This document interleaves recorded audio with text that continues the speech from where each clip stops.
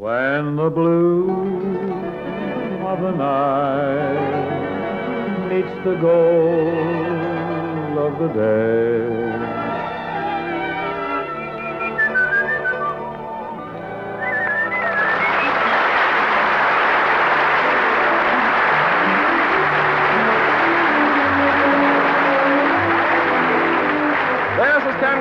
Welcoming you to the Bing Crosby Show, brought to you by the General Electric Company, makers of famous, dependable kitchen and home laundry appliances. Produced and transcribed in Hollywood, with John Scott Trotter and his orchestra, Judd Collins with the Mayors, and Bing's guest, Miss Connie Boswell. And now, ladies and gentlemen, here's Bing.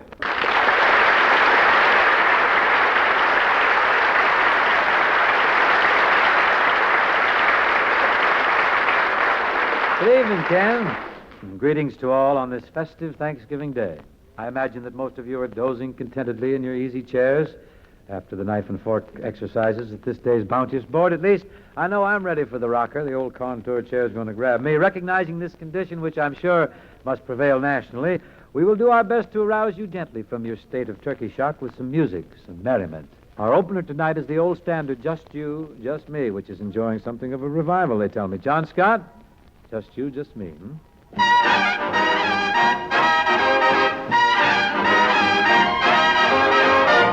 Just you, just me.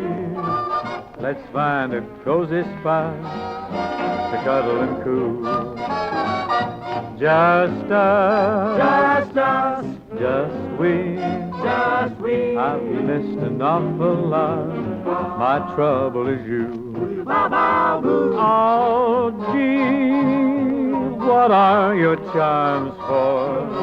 What are my arms for? Use your imagination. Just you, just me. I'll tie a lover's knot round wonderful you. Just you, just me. Let's find a cozy spot where we can cuddle and cool.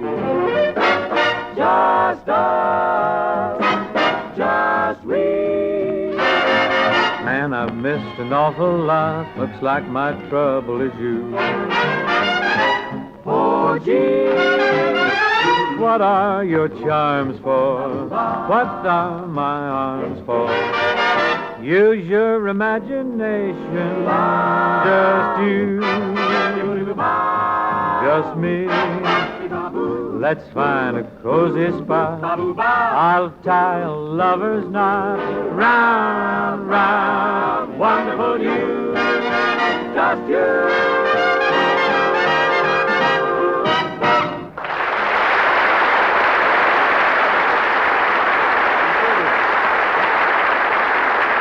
Thank you, man.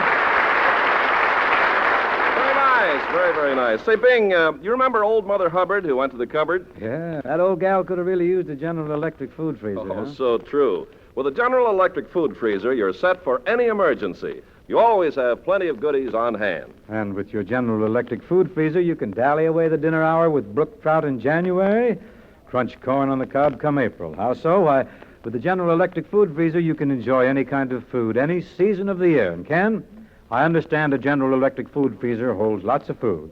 Well, almost as much as John Scott Trotter. Oh, absolutely. Yeah. And they save you money. Folks who own General Electric food freezers tell us so, Bing. You see, they buy foods in quantity when prices are low. Then, too, this new General Electric food freezer is 13% cheaper to operate than previous General Electric models. Oh, it's quieter, too, yes. I sleep in one on hot nights. I should know. You bet. Cost? Only about $4.71 a week after a small down payment. We hope we've set your wheels on the right track. On that delightful glide to your GE dealer, that is. He'll show you this magnificent General Electric food freezer, and if you take our word, you'll buy one.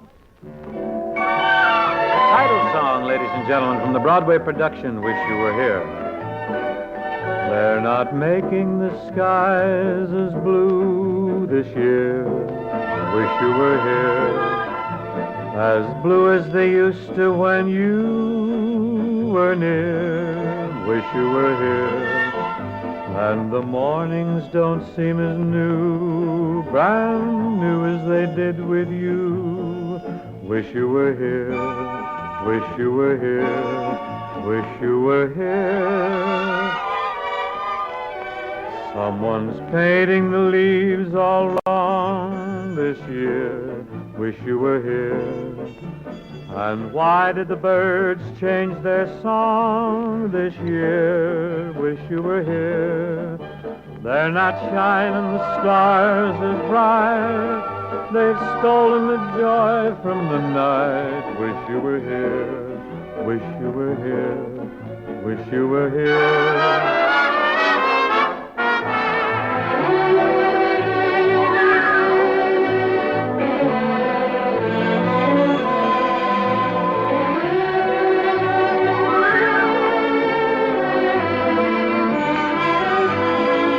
They're not shining the stars as bright. They've stolen the joy from the night. Wish you were here. Wish you were here. Wish you were here.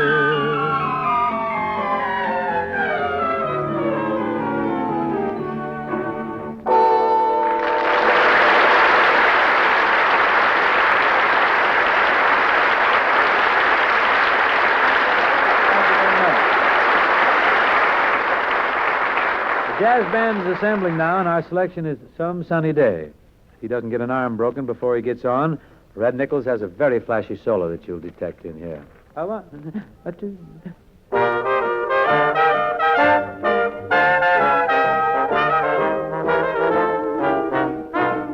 Some sunny day with a smile on my face, I'll go back to that place so far away.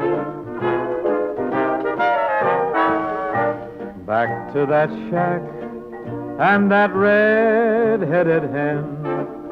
She'll say, how have you been? Then go back to the hay and lay me my breakfast. Some sunny day I'll be on that express, flying away to my little bunch of happiness. Oh, how I pine for those lips, sweet as wine. They'll be pressed close to mine some sunny day.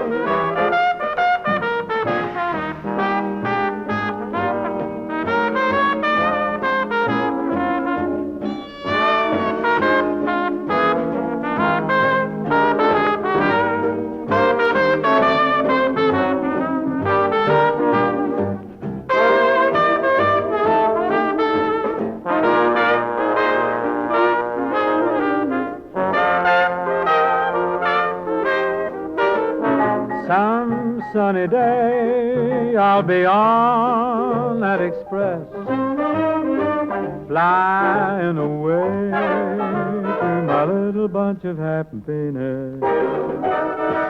Oh, how I pine for those lips, sweet as wine. They'll be pressed close to mine some sunny day.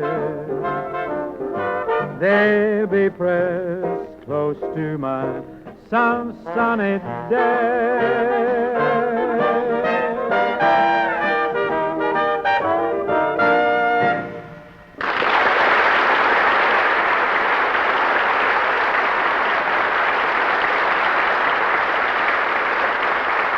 Ladies and gentlemen, I'd like now to present an old friend of mine, one of the truly great singers of our business, and a wonderful person, too, Miss Connie Boswell.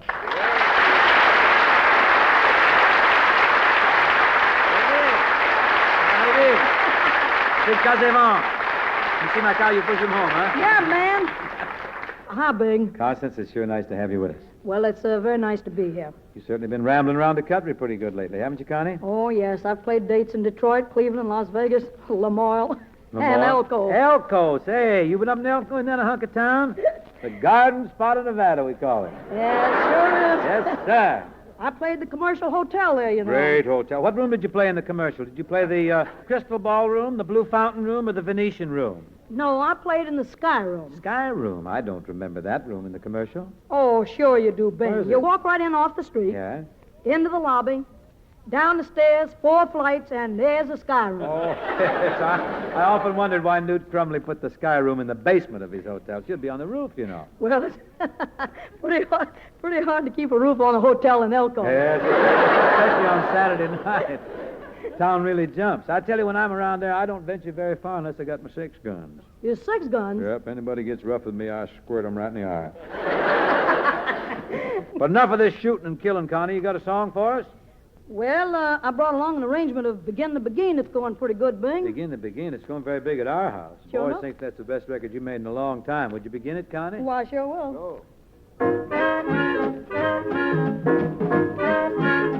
When it begin, the begin, it brings back a sound of music so tender. It brings back a night of tropical splendor. It brings back a memory evergreen.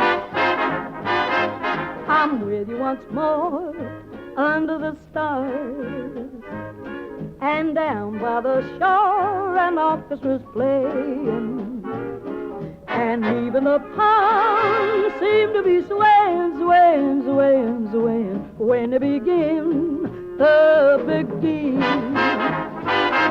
To live it again is past all endeavor, except when that tune touches my heart. And there we are, swearing by forever, and promising never, never, never to part. What moments divine, what rapture serene, till clouds came along to disperse the joys we had tasted. And now when I hear people curse the chance said, wasted, wasted, wasted, I know but too well what they mean. So don't let them, no, don't let them begin to begin. Let the love that once was fire remain an ember. Let it sleep like the dead desire. I only remember when they begin to begin. Oh, yes, let them begin to begin. Oh, make them play till the stars will there before return above you. Till I hear you whisper, darling, how I love you. And we suddenly know what heaven we're in when they begin the begin. Yeah, when they begin the begin.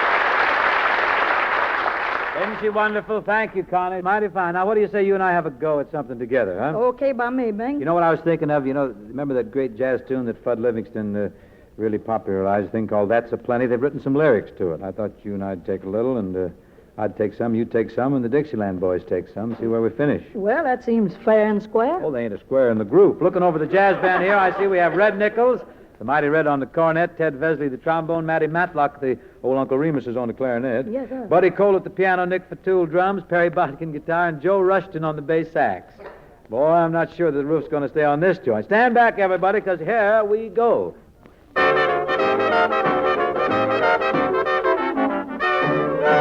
That's a plant, he's got a beating beating at the rhythm's got a lot of heat, and it'll bet you fight. I'll make it 10 to 5. It's gonna get you doing what it's doing to me. Well, if the Dixieland comes oozing out of it, the Dixielanders sure are proud of it. They call it jazz. What it has, that's a plenty for me. Takes you down to New Orleans, Basin Street in New Orleans. You don't have to have me. A little bit of rhythm and you're going right with 'em. Shut my big brown rolling eyes if you don't rock it to the skies. Hey boy, say boy, that's a plenty for me. Gonna get mellow when that fellow blows his horn. Way down where the blues were born, you'll be gone. The trumpet's out of trumpet, really get the joint jumping. Well, now you beat it out, brother. There's no other remedy. And that's a plenty for me.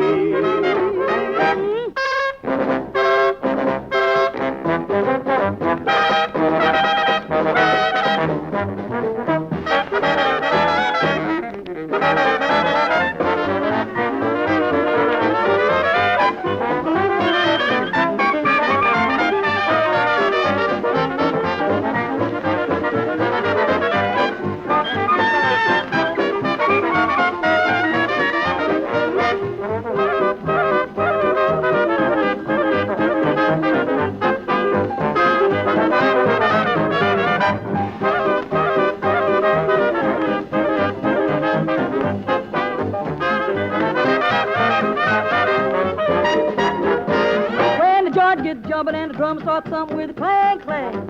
Comes in like Buster's gang. Bang, bang. The trumpets and the trumpet really get the joint jumping. Well, you beat it up, brother. There's no other remedy. Yeah. And that's a plenty. Why? Brother, that's a plenty for me.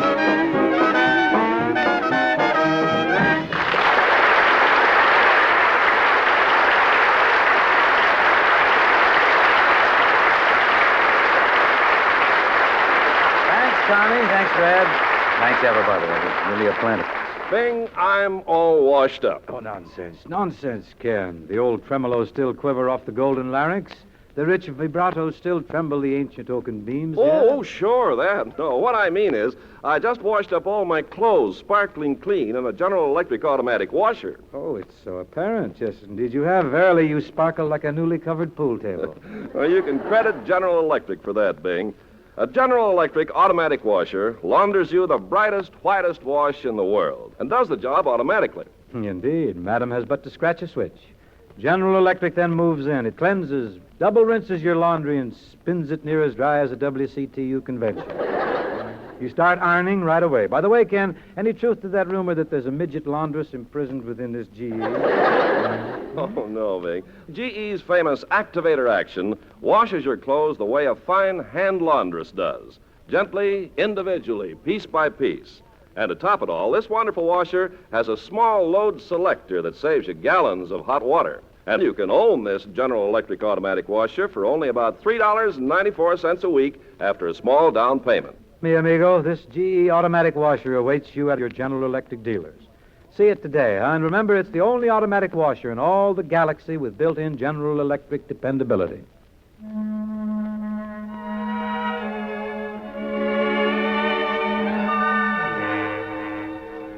Here's a new ballad, contrived for the winter trade. Rather nice, too. Currently available on Decca. If you see my darling with somebody new, keep it a secret, whatever you do. Why should you tell me and break my poor heart? Then foolish pride would just drive us apart. If you see my darling in some rendezvous, painting the town with a boy she once knew. Pay no attention, just let it be, but keep it a secret from me.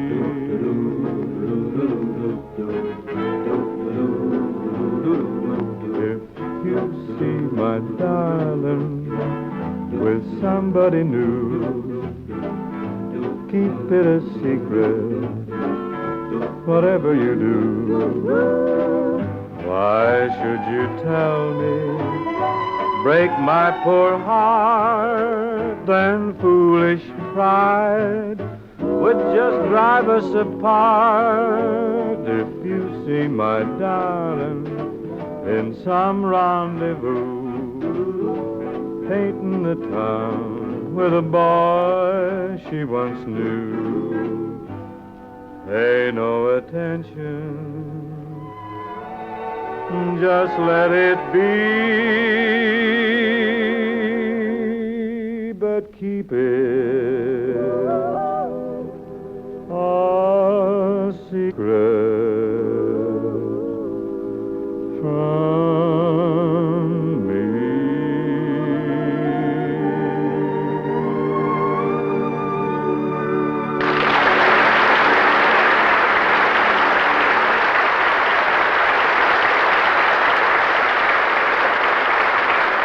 Folks, here's one of the little pieces which were contrived by Messrs. Warren and Robin for the Paramount Technicolor picture just for you. It's a pastoral pretty called The Live Oak Tree.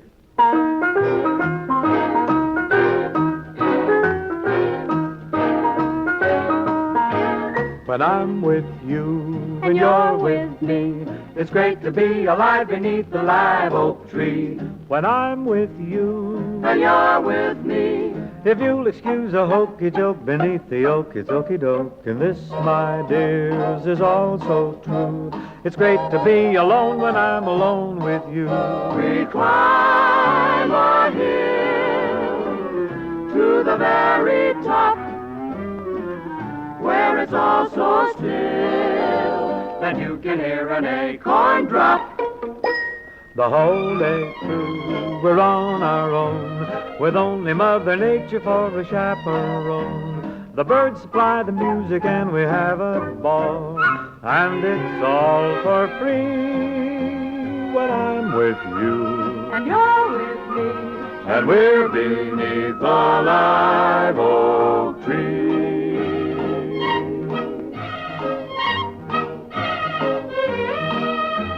When I'm with you, When I'm with you, you're with me, and you're with it's great me, to be alive beneath the live oak tree.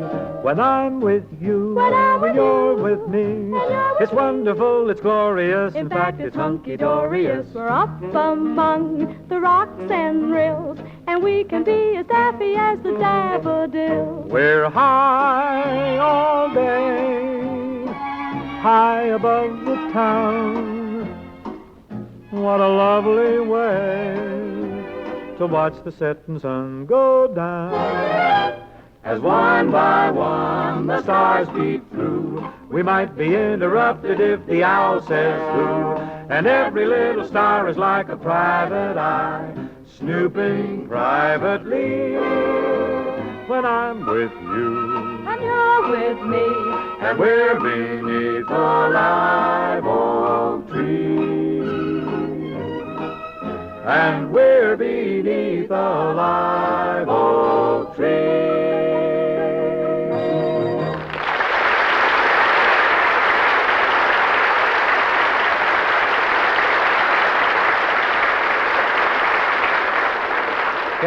Kenneth, dear boy, the messenger has just galloped into our Pony Express stations, pierced with arrows and gasping a few last words about something called the General Electric All-Electric Kitchen. Enlighten us? Why, certainly, Bing. Lady, the most beautiful kitchen of all can be yours today. Yours for only about $47.20 a month after a small down payment. It's the General Electric All-Electric Kitchen. Refrigerator, dishwasher, garbage disposal, range, and a lot of et ceteras. You can have this kitchen right now and pay for it over a 3-year period. And your GE kitchen specialist places the appliances for efficiency and eye-widening good looks.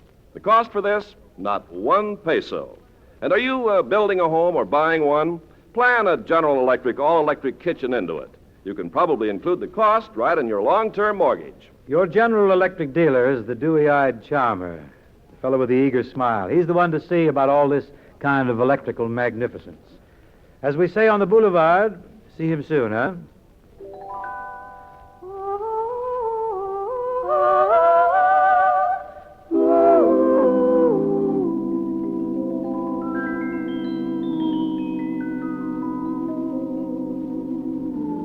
See the pyramids along the Nile. Watch the sunrise on a tropic isle. Just remember, darling, all the while you belong to me. See the marketplace in old Algiers. Send me photographs and souvenirs. Just remember, when a dream appears, you belong to me. I'll be so alone without you.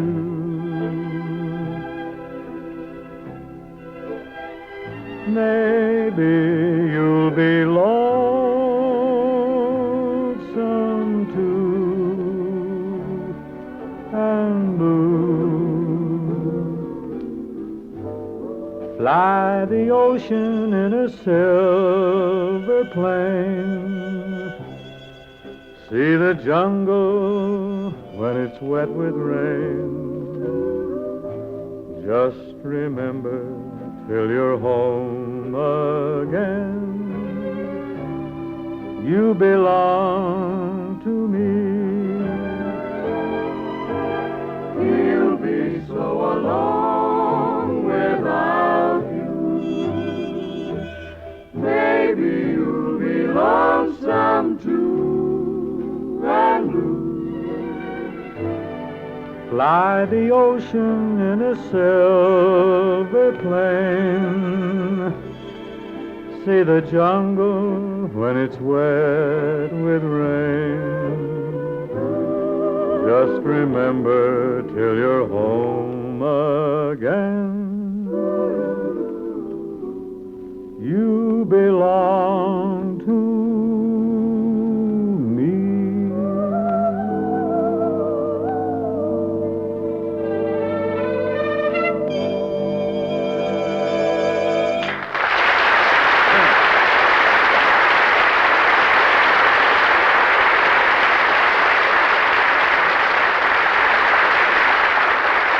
Thank you, folks. Thank you, the mayor. Also, my thanks to Connie Boswell of New York City and Lamoille, Nevada, for joining us this evening. Back next week, same time, same place, when our guest will be Miss Rosemary Clooney. Hope to see you then, and meanwhile, remember that fabulous GE dependability. You can put your confidence in General Electric. Thank you, and good night.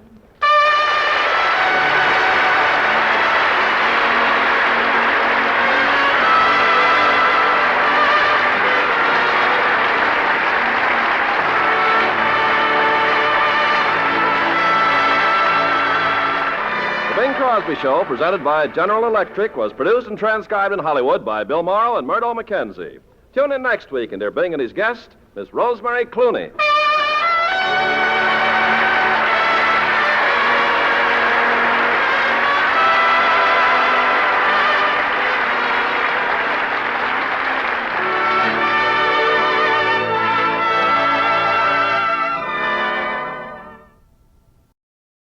Time in 5 seconds, 6:30 p.m. When the blue of the night meets the gold of the day, someone waits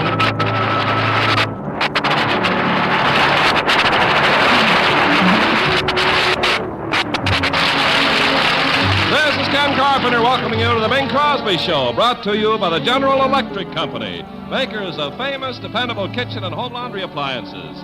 Produced and transcribed in Palm Springs, California, with John Scott Trotter and his orchestra, Judd Collins of the Mares, and Bing's guest, Mr. Jack Benny. And now, ladies and gentlemen, from sun-drenched Palm Springs, we bring you our half-baked crooner, Mr. Bing Crosby.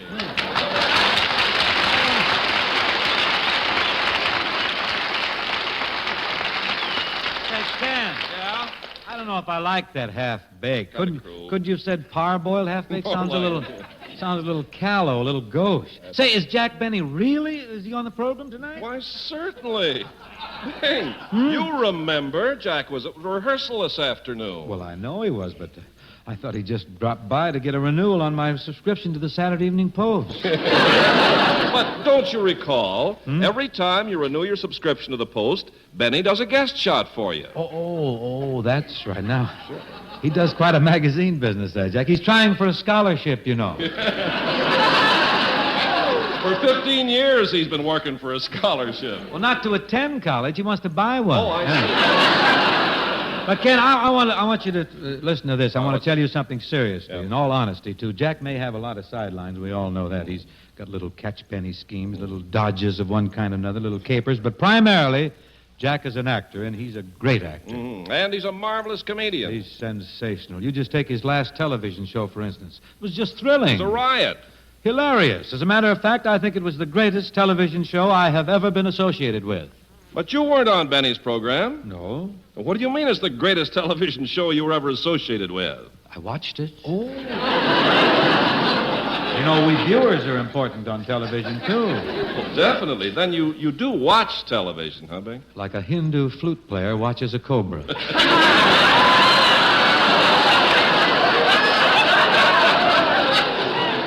Continually on guard, huh? Ain't gonna bite me, that thing. You can't hold out forever. Come on now, fess up. When are you going to go on television? Just as soon as I get enough gumption to drag my derriere out of that easy chair. Well, you have a point there. That's a point. Oh. Bluntly, no. Ken, to relieve your mind, I'm going to tell you something. Next fall, I'm going to try a TV show. Oh, great. What sort of an idea do you have for it, Bing? Well, you know the program Arthur Godfrey and His Friends? Arthur Godfrey and his friends, very big. Well, I figured to do a show something like that. You know, I'm going to call my program, though, Bing Crosby and His Enemies. Bing, you have no enemies. Don't worry, Ken. If my program's a hit, plenty of people will hate me.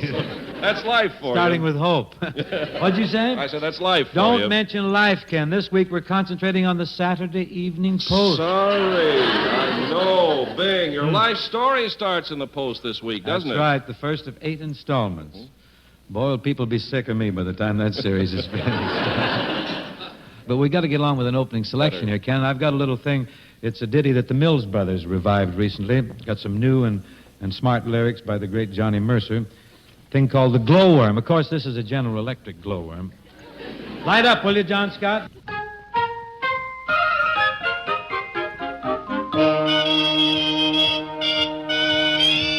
Shine, little glowworm, glimmer, glimmer. Shine, little glowworm, glimmer, glimmer.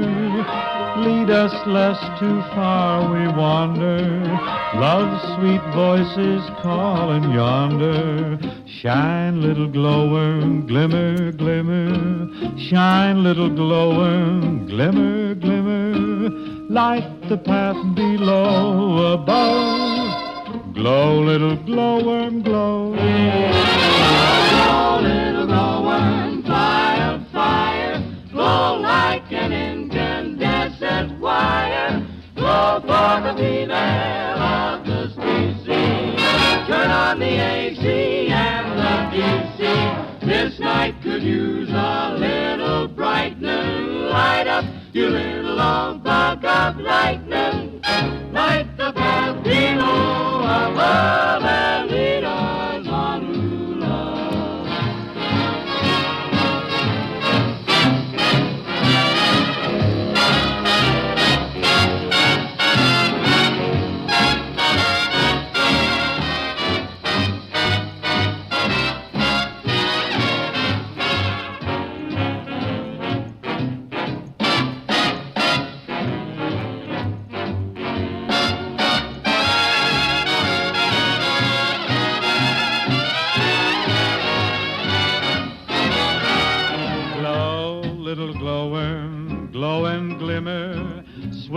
through the sea of night, little swimmer, thou aeronautical ball weevil, illuminate yon woods primeval.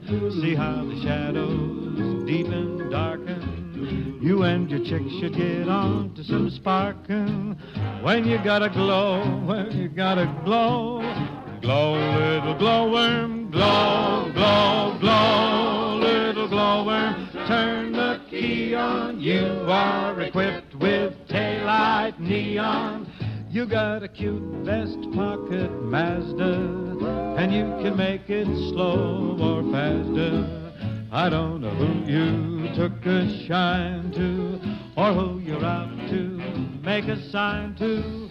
So little glowworm, put on a show. Ba-ba. Glow, little glowworm, put on a show.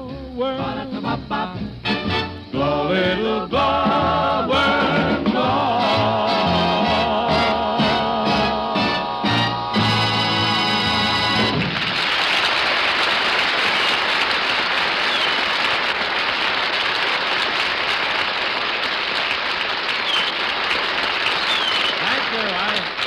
I see another little glowworm approaching. There's a 100-watt gleam in Ken Carpenter's eye as he comes near the microphone. Ma'am, GE's all-electric kitchen includes refrigerator, range, dishwasher, garbage disposal, and storage cabinets. Yet the whole shebang costs you only about $47.20 a month after a small down payment. You can start enjoying life with a General Electric all-electric kitchen right now and pay for it over a 3-year period. And your specialist in GE kitchen design, a cooperative and talented lad, will style your kitchen for you without charge. You'll plan it for looks, for efficiency, and for convenience. Say, if you're buying or building a home, plan a General Electric all-electric kitchen right in it. In most places, you can include the cost right in your long-term mortgage. And your GE dealer's the bright-eyed lad to see. Ankle along to his emporium soon, huh? Now, ladies and gentlemen, I'd like to present our guests for this evening. The internationally famous comedian, violinist, bon vivant, and playboy, Mr. Jack Benny.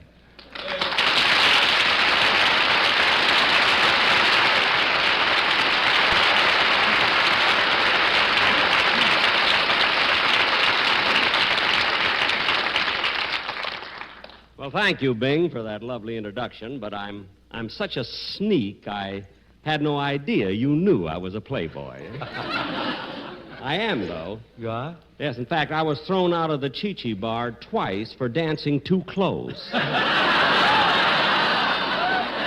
kidding me. I know all about you, Jack. I could have sung your praises much more extravagantly, in that introduction, but we did devote quite a bit of conversation to you up earlier in the program. I didn't want to... Well, that's the kind of stuff people are interested in, I guess. I was just telling Ken Carpenter how much I enjoyed your most recent television show. It was absolutely wonderful. It was? Whole country's talking about it, Jack. As a matter of fact, I think it overshadowed the presidential inauguration.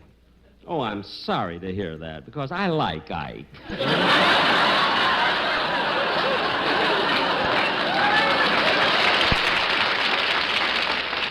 Well, don't we all? But, Jack, I really think that it's your TV show topped the inauguration on the TV. I do. And you notice I work bareheaded, I noticed too. that.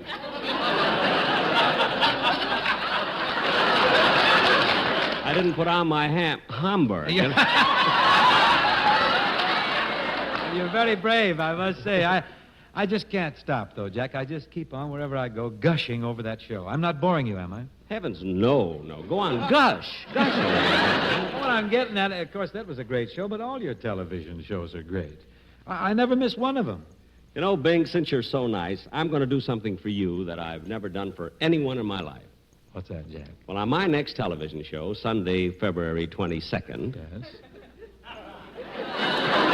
I'm going to wave at you.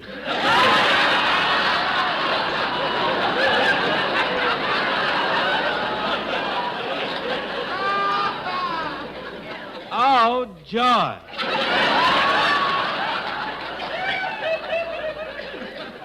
Will you really? Yes, sir. Well, now, don't you forget to wave, because I'm going to invite a lot of people over to the house to watch the show. And when you wave at me, I'm going to stand up and wave right back at you.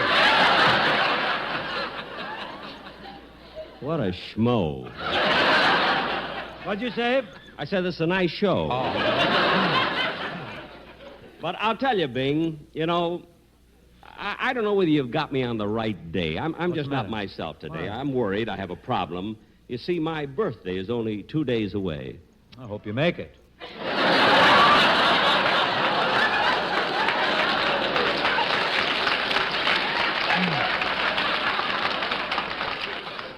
I've been making it for some time now, you know.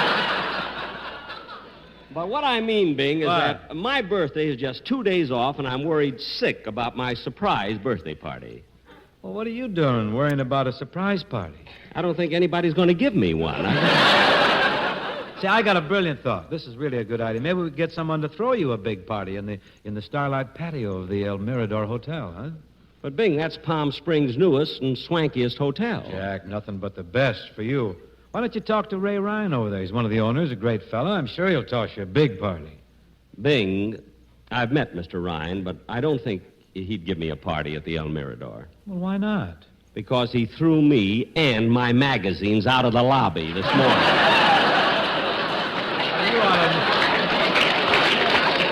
You ought to know better, Jack, than to hustle in the lobby of the El Mirador. They got a big magazine stand right there. I know. I tell you, it's discouraging. Now, I'd like to get the money for my scholarship together and go to college while I can still play football. No more platoon sisters, you know. But, Bing, since Mr. Ryan is such a good friend of yours, I wish you'd do me a favor. Well, gladly. What is it? Well, I wish you'd drop by the hotel and see him and pick up my order book there. In all the excitement this morning, I dropped it. Well, I'll certainly do that, Jack. I'll get your order book. And also, while you're in there, would you check the lost and found and see if they have a Papermate pen?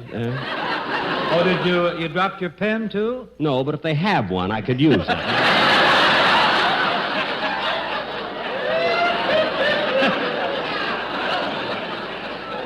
I'll see if they have two, Jack.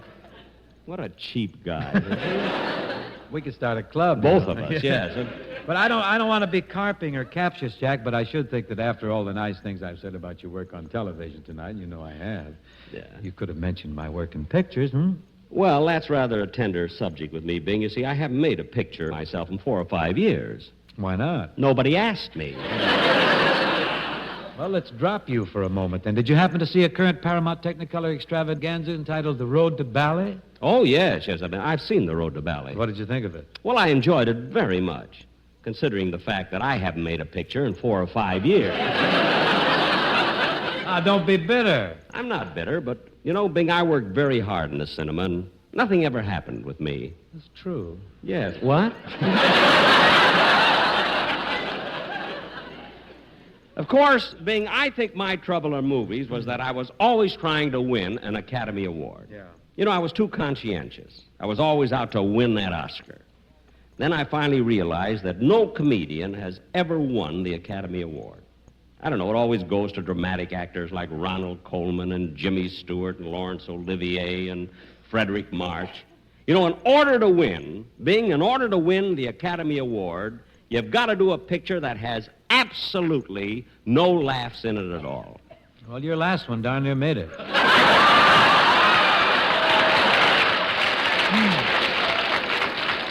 Bing, don't try to cheer me up.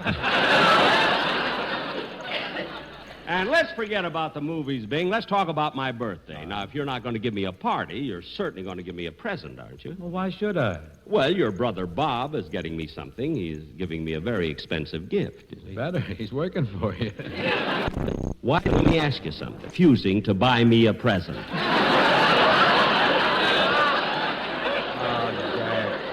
Why are you worrying about gifts? Because on my birthday, I'd like to open up something besides my mail and my big mouth. I'll tell you what I'll do for you, Jack. Wait a minute. I'll come up with a birthday gift for you. I absolutely will. If you'll tell me exactly how old you're going to be on February 14th.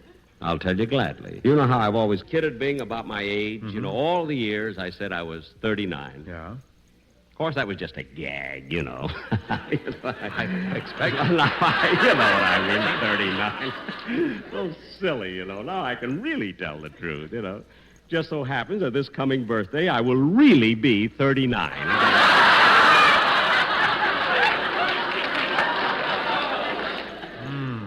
that how you say that? Yeah.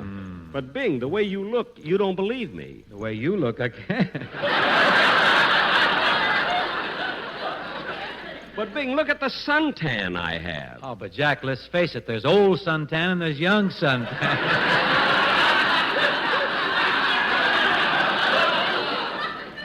You know, I thought of that while I was shaving this morning and nearly cut my throat. Oh, you shouldn't let it worry you, Jack. Laugh it off. It's nothing. Oh, it's easy for you to say it's nothing. You're just a kid. Well, his eyes are gone. We know that. But to get back to your present, Jack, I must know exactly how old you are before I give it to you. Gotta Quit know. stalling. I told you I'm going to be 39. Okay. Bring out the birthday cake, Ken. Birthday cake? Yep. For little me? Little birthday cake.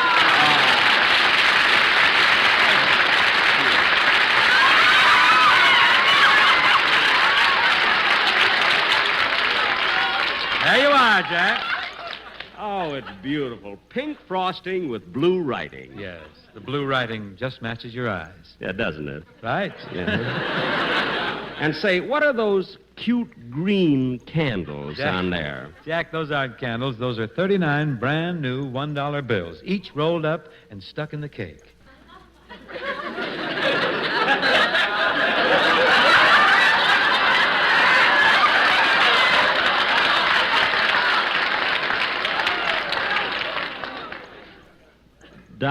Dollar bills?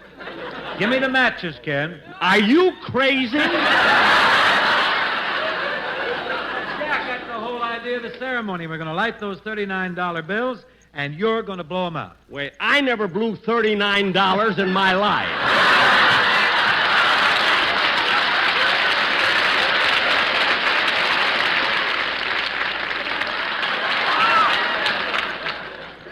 Just give me my cake, that's all. Give me the cake.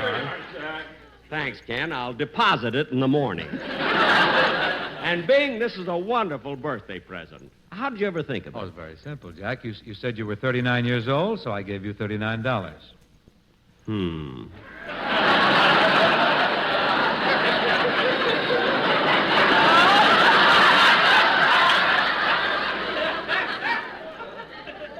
Bing. That's Jack. Bing boy. Would you like to know how old I'm really going to be? No, Jack. I don't like to pry into anyone's personal affairs. Happy birthday. Boy, if I'd have told the truth, I'd have walked out of here loaded.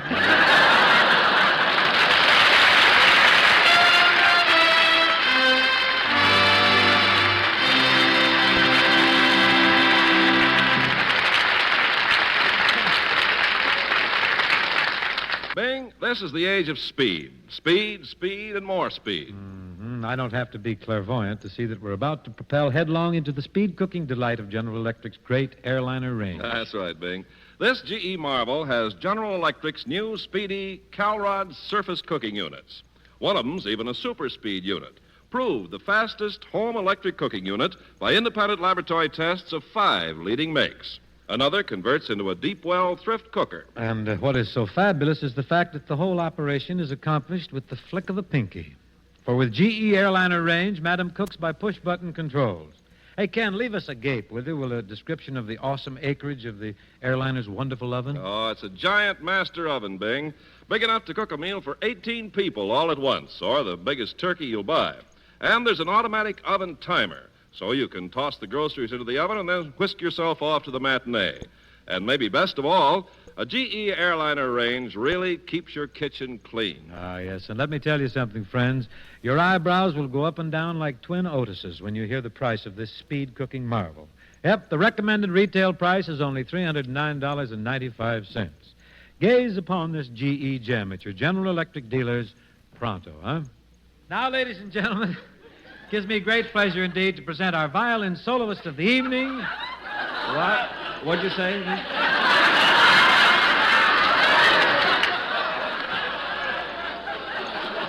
Oh, Jack, I was just announcing our violin soloist. Oh, Bing, it's not necessary to announce me.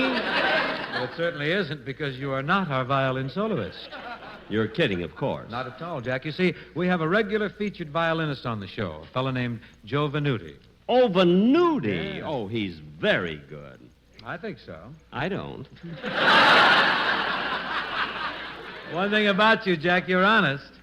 I don't know. I think I'm a heel. Yeah, but you're an honest heel. Now, Well, that's folks, hard to do, you know. here is our violin virtuoso, Mr. Joe Venuti. I guarantee he's here.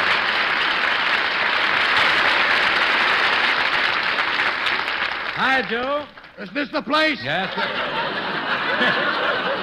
This is indeed the place, Joe, and I have a rare treat in store for you. I want you to meet Jack Benny. Jack Benny? How do you do? I bow to the master. What's your selection for tonight, Joe? My selection tonight is Body and Soul. Oh, a beautiful number. This is a special arrangement for violin, cowbell, and electric razor. This I must hear. Go right ahead, Joe.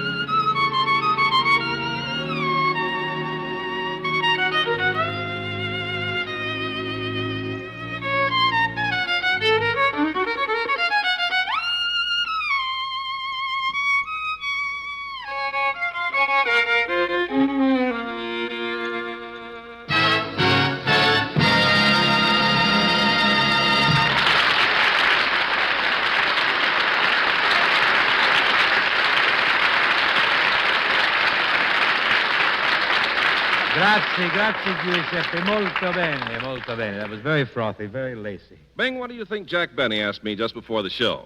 How much money he was getting? No, it wasn't that. Jack said, Ken, why are so many people talking about the great new 1953 General Electric Roto-Cold refrigerator? Oh, yes. He knows what side his paycheck is buttered He on. certainly does. Anyway, Bing, I said, well, Jack, this is GE's new Roto-Cold refrigerator with automatic defrosting. It's a fact. You never have to defrost this refrigerator ever. I trust Jack evinced a commendable concern over GE's famous Roto-Cold, Ken. Oh, indeed he did. And I informed him how wonderfully that Roto-Cold protects food, keeps it safer, fresher, longer. And I told him that the capacity is greater now than ever before. Why, the full-width freezer alone holds up to 48 packages of frozen foods. And there are door shelves and a handy swing basket for extra storage space for small items. Ken, knowing how snug Jack is with a buck, it seems inevitable that he must have approached the delicate subject of price. Oh, sure. And I just said, why, Jack, this great 1953 General Electric Roto-Cold refrigerator will only cost you about $3.94 a week after a small down payment. My friends, if you want to make refrigerator talk, your General Electric dealer is the man for you. See him tomorrow, huh?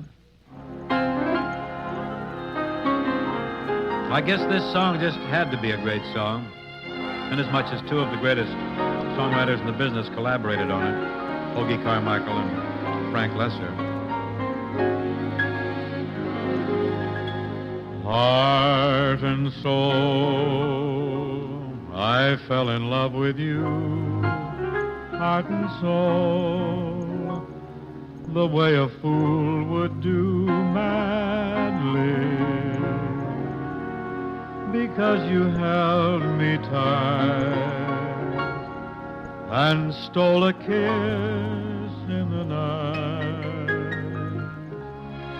Heart and soul, I begged to be adored, lost control, and tumbled overboard gladly.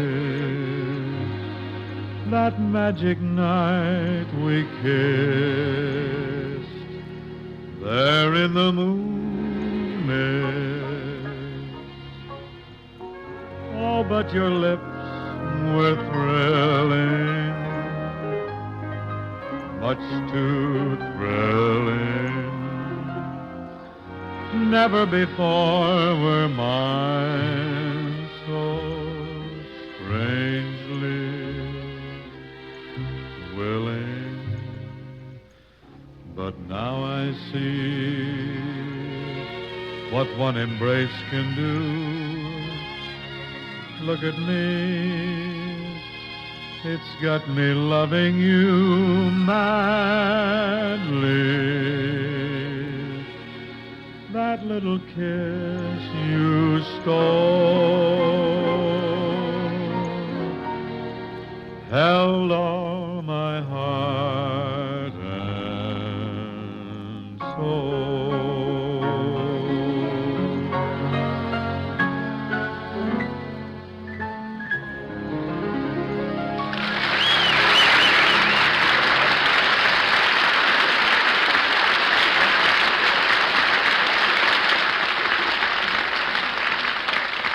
Thank you very much. Folks, that represents our closer for tonight. My thanks to Jack Benny, Lucky Strike, for guesting with us this evening. Folks, before I shove off, I'd like to tell you a little story about Jack. This is a true yarn. Happened the other day. I was out at the Tamarisk Golf Club. Jack strolled into the bar. I asked him if he'd like to have a drink, and he said that he wasn't thirsty, but would it be all right if he ordered a golf ball?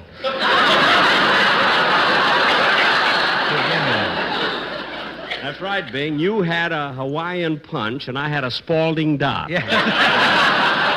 Well, thanks again, Jack. Folks, remember General Electric dependability. You can't see it, but it's there in every single GE appliance you buy. You can put your confidence in General Electric. Good night, and thank you very, very much.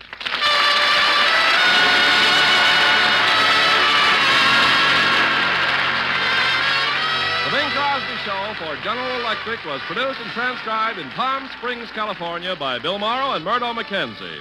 Tune in next week and hear Bing and his guests, Miss Joanne Gilbert and Joe Venuti. Folks, if a fellow needs a helping hand, he knows that he can call on his local YMCA for guidance and counsel.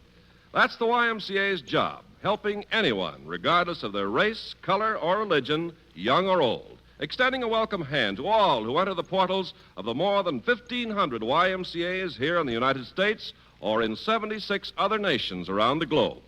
Contribute to your YMCA so that your Y may continue to be of service to you. This is the CBS Radio Network. KCBS and KCBS FM. When the blue of the night meets the gold of the day, someone waits for me.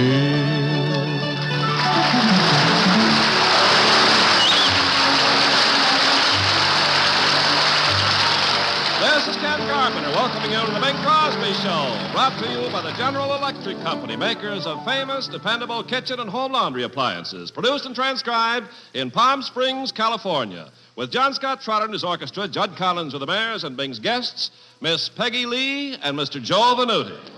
And now, ladies and gentlemen, in line with our policy of always being first with the latest, we bring you our third-dimensional master of ceremonies, our cineramic singer, Bing Crosby. Thank you. Thank you, Ken, and I'm happy to see you so all courant, because third dimension is definitely the trend. In fact, third dimension's got the movie moguls scurrying around like mad, tying up equipment so they can make all their movies in 3D.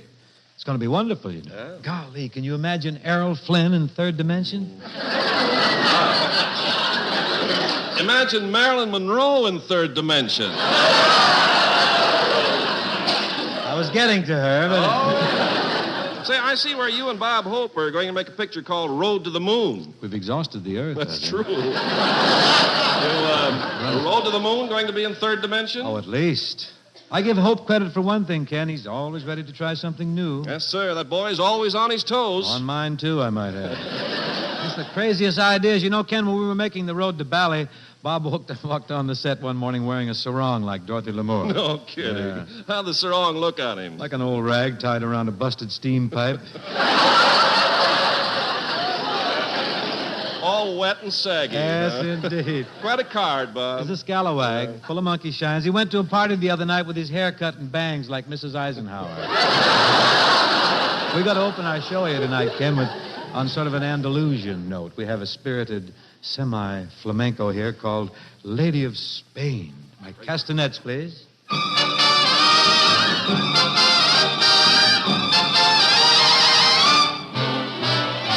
Lady of Spain, I adore you. Right from the night I first saw you, my heart has been yearning for you. What else could any heart do? Lady of Spain, I'm appealing. Why should my lips be concealing all that my eyes are revealing? Lady of Spain, I love you.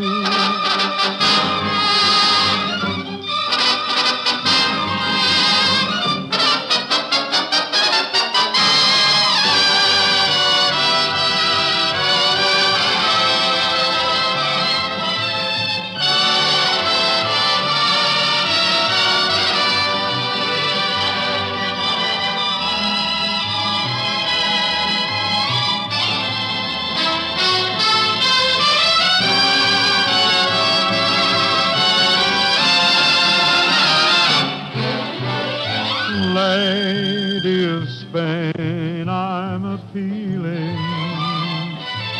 Why should my lips be concealing all that my eyes are revealing?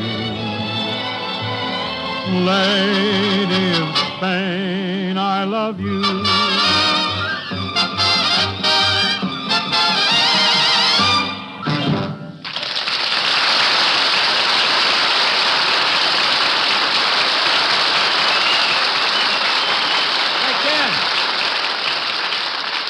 Ken, did I tell you I have an Eskimo acquaintance who solved his housing problem with a General Electric refrigerator food freezer? Housing problem? How come? Well, he's moved himself lock, stock, muck-luck into the moist, cold refrigeration section, and he's storing his blubber and whale oil in the zero-degree food freezer. Darn clever, these Eskimos. But seriously, Bing, the nicest thing about this great GE is that very fact that you get two fine appliances in one breathtaking cabinet.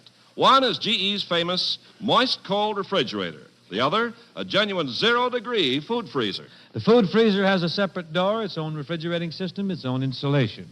And also, this food freezer surrounds up to 89 packages of frozen delicacies. Keeps them bright and delightful up to a year. Ken, Roto Cold. Roto Cold is General Electric's revolutionary new refrigeration. It keeps your foods fresher, safer, longer. Also, Bing, frost never builds up in the refrigerator section. Defrosting is completely automatic. My friends, this great General Electric twin system refrigerator food freezer is about $5.49 a week after a small down payment. Miss Teresa Brewer, the little recording star, the girl whom we ordinarily associate with personality songs and rhythm songs, has got a big record out on a ballad. A thing called Till I Waltz Again With You. Looks like a big hit. Hope I do nothing to deter its progress.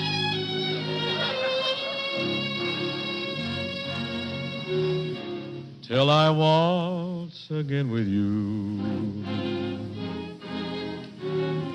Let no other hold your charms. If my dreams should all come true,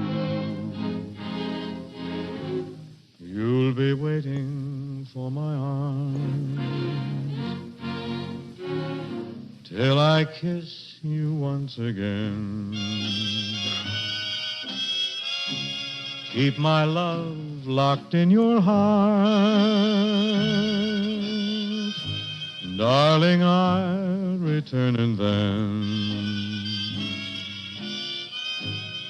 we will never have to part. Though it may break your heart and mine, the minute when it's time to go, remember, dear, each word divine that meant I love you so, till I waltz again with you, just the way we are tonight. I will keep my promise true, for you are my guiding light.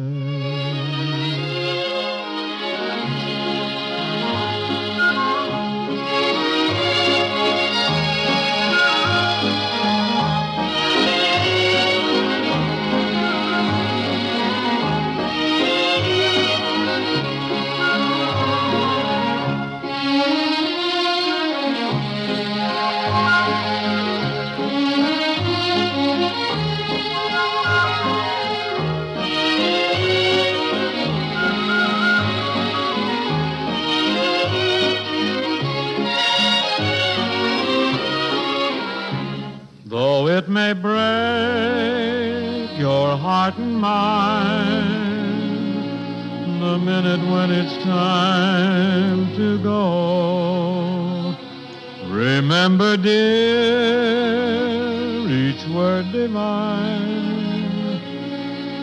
that meant I love you so, till I waltz again with you, just the way we are tonight. I will keep my promise true, for you are my guiding light.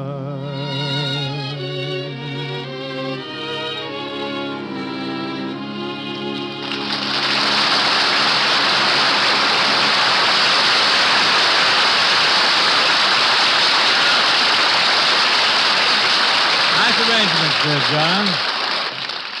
Now, folks, our featured guest this evening. A delightful young lady loaded with talent, charm, ability, with a beautiful beat, too. Currently co-starring with Danny Thomas in the motion picture The Jazz Singer, Miss Peggy Lee.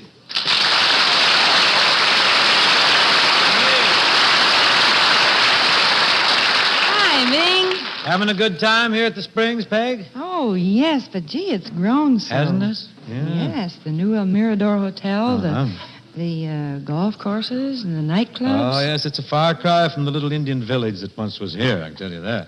Well, how did Palm Springs start anyway, Bing? Well, Peg, many years ago, it was just a little sleepy Indian village, like I said. Really got its start when one day a covered wagon rolled through here, and a little baby boy bounced out. And this little baby boy was picked up, and he was adopted by the Indians.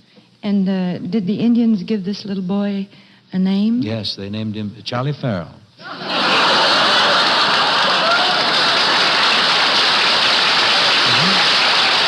Charlie Farrell. Charlie Farrell. Uh-huh. Is that an Indian name? Yes, in Indian that means bouncer of tennis balls. And now he's heap big mayor, huh? How? Well, I guess he was elected. Oh, I guess not. Hey, you got a song for us, honey? Yes, I thought I'd do just one of those things. Oh, I'd like that. Work it out with Mr. Trotter, will you? I'll go over there and sit down. Listen. All right.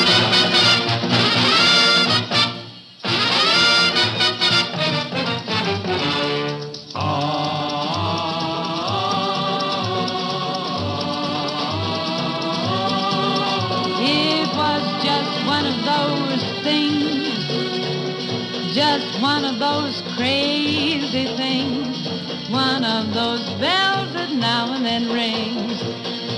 Just one of those things, it was just one of those nights, just one of those fabulous flights, trip to the moon on gossamer wings. Just one of those things, if we thought a bit of the end of it when we started painting the town, we'd have been aware our love affair was too hot not to cool down. So goodbye, dear, goodbye, goodbye, amen. Here's hoping we meet now and then. It was great fun, but it was just one of those things.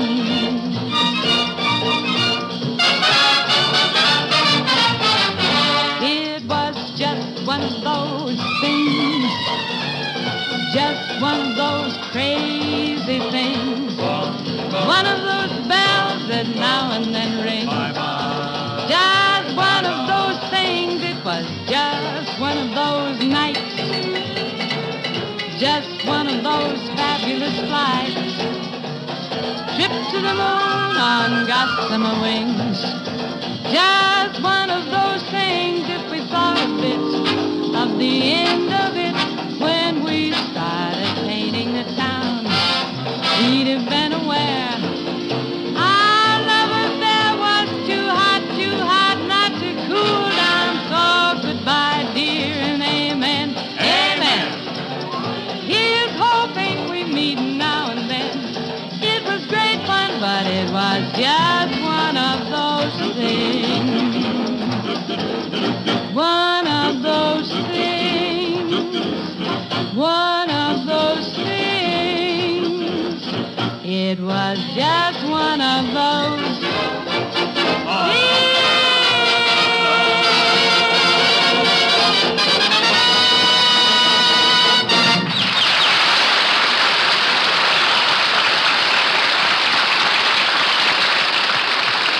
Wonderful, Peggy. That's quite an arrangement. Who made that arrangement? Gordon Jenkins. Well, it really comes on. A smasher. Very good indeed. Thank you, Say, Ben. what do you say you and I take a shot at something together? Well, what did you have in mind, Well, Ben? you know, there's a song around, it's an old jazz band song that Fudd Livingston wrote called That's a Plenty, and they got some lyrics to it. Now, and John Trotter's got a wonderful Dixieland arrangement.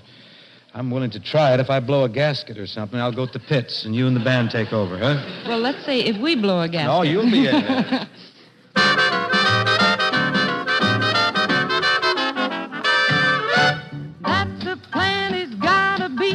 The rhythm's got a lot of heat in it, I bet you I'll five. be 10 to 5. Gonna get you doing what it's doing to me. While the Dixieland comes oozing out of it, the Dixielanders sure are proud of it. They call it jazz.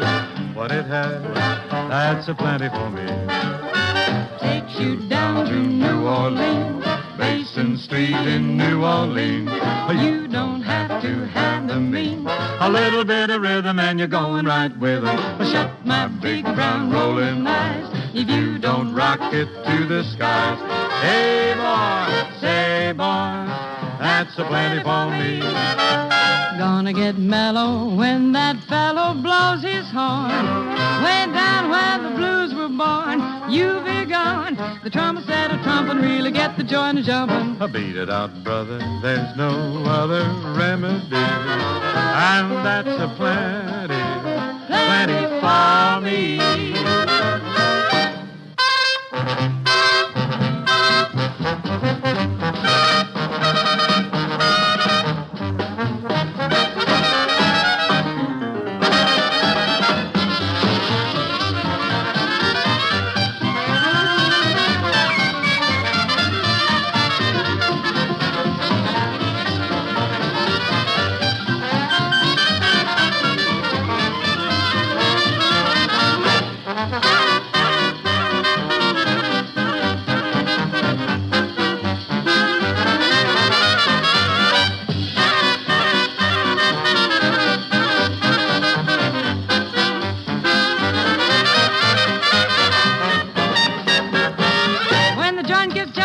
drummer hits something with a clang, clang. Oh, comes on like Buster's gang. Bang, bang. The trumpet said the trumpet really get the drum jump. We'll beat it out, brother. There's no other remedy. And that's a plenty, plenty. Wah, wah, wah, wah. Brother, that's a plenty for me.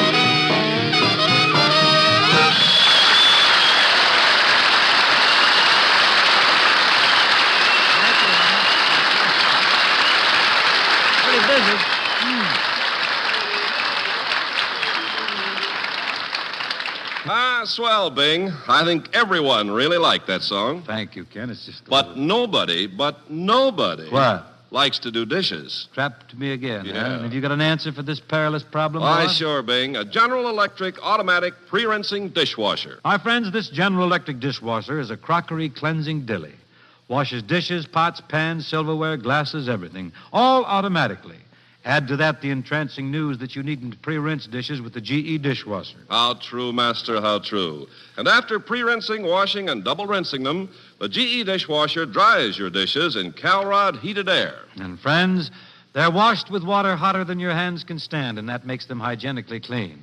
I made your point, you know, when the common cold is rampant. And this General Electric dishwasher has a really big family capacity. It does all the dishes for a family service for 8. Shall we go on, Bing? No, Ken, let's let the panting populace go on. Good. Go on down to the General Electric dealer for a demonstration. My friends, just about $3.82 a week after a small down payment, and you can be given demonstrations in your own kitchen. Now, ladies and gentlemen, comes a gay interlude in our show. The moment when we present our violin soloist, Mr. Joe Venuti.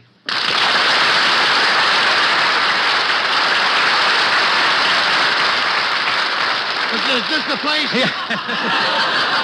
What are you going to play for us tonight, Joe? I'm going to play Sweet Lorraine Oh, goody, goody. in third dimension. You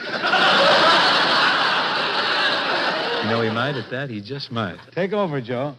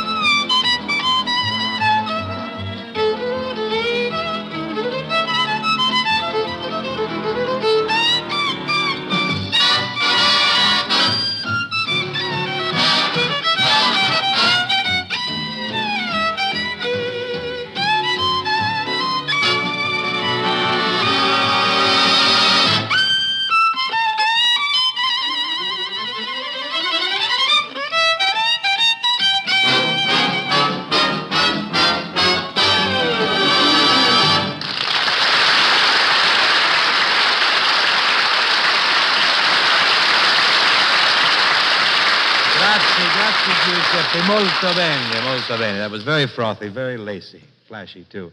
Here's a little ballad that's very popular this year. It's rather a poignant lament called Keep It a Secret.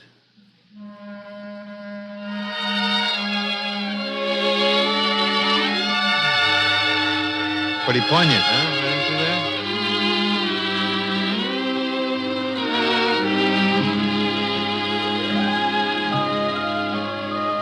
If you see my darling with somebody new, keep it a secret, whatever you do. Why should you tell me and break my poor heart? Then foolish pride would just drive us apart. If you see my darling in some rendezvous, painting the town with a boy she once knew, pay no attention and just let it be, but keep it a secret from me.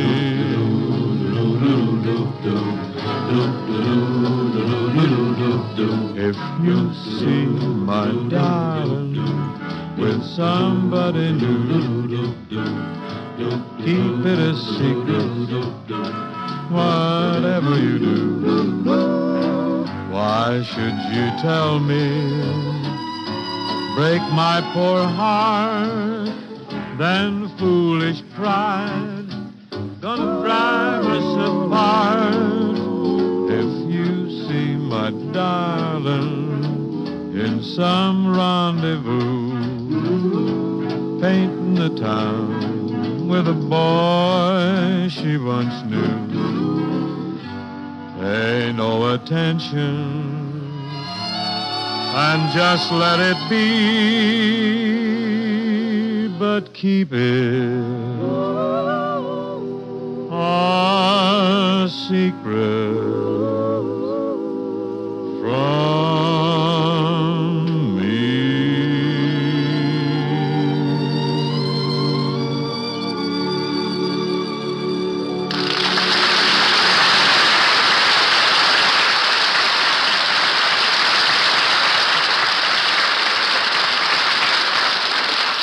Bing, have you ever cooked food on an airliner? No, Ken, I never have. I'm generally too busy giving out road to Bali circulars, serving orange juice. No, Bing. Bing, I'm referring to a General Electric airliner range. Oh, yes. Well, on this airliner, I have cooked in abundance.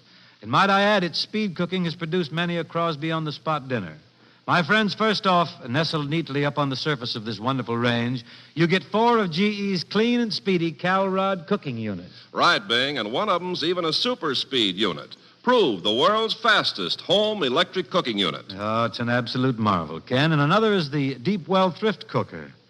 Oh, this magical dilly cunningly converts to a 4th surface cooking unit. Then, too, with this airliner range, you get glistening push-button controls so you can cook with a flick of a finger. And this GE has a big master oven. Indeed, this massive beauty is such a giant it holds a meal for 18 people, or the biggest turkey you can buy.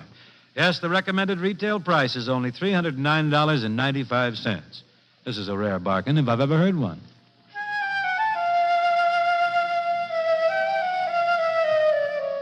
The pastoral tones of Phil Shukin's flute lead us into one of Paramount's old songs, June and January.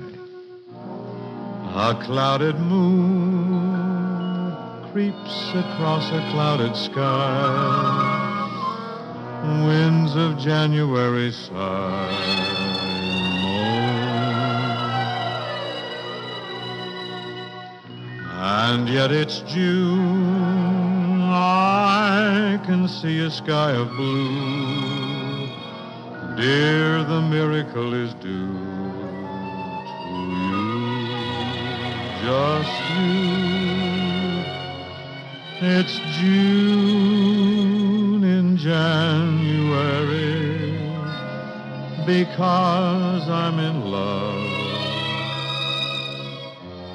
It always is spring in my heart with you in my arms. The snow is just white blossoms that fall from above. And here is the reason, my dear, your magical charm. The night is cold, the trees are bare, but I can feel the scent of roses in the air. It's June in January because I'm in love, but only because I'm in love with you.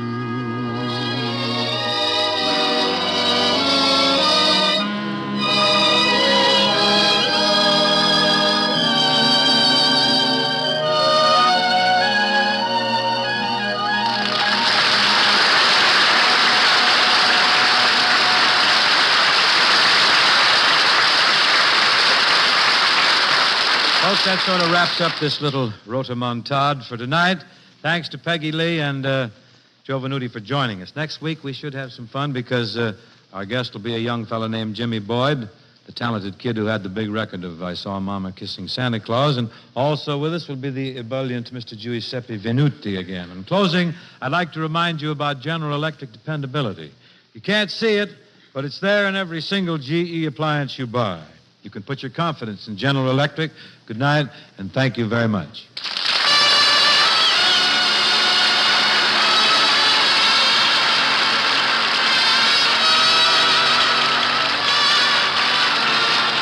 The Bing Crosby Show for General Electric was produced and transcribed in Palm Springs, California by Bill Morrow and Murdo McKenzie. Tune in next week and hear Bing and his guests, Jimmy Boyd and Joe Venuti. This is the CBS Radio Network. We have delayed the start of our regularly scheduled program to bring you a bulletin from CBS Radio News. Washington. President Eisenhower tonight instructed that official condolences be sent to the Russian government on the death of Premier Joseph Stalin, whose death was announced by the Moscow radio a little more than an hour ago. This bulletin has come to you from CBS Radio News. We now resume our regularly scheduled program.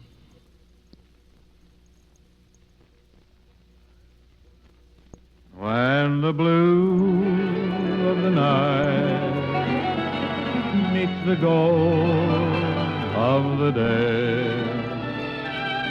someone waits for me.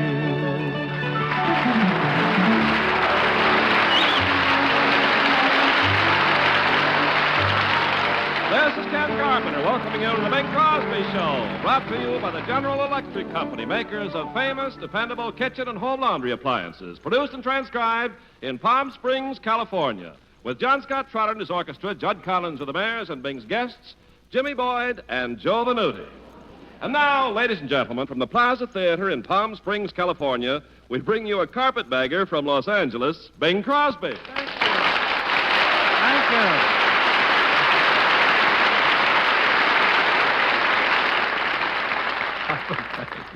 Well, call me what you will, Ken, but I'm really moved in down here. Hey, what's going on up in Los Angeles? I haven't been there. Well, Bing, to tell the truth, we've been having an awful lot of smog up in L.A. Smog? Mhm. That's a familiar word. I can't seem to place it, though.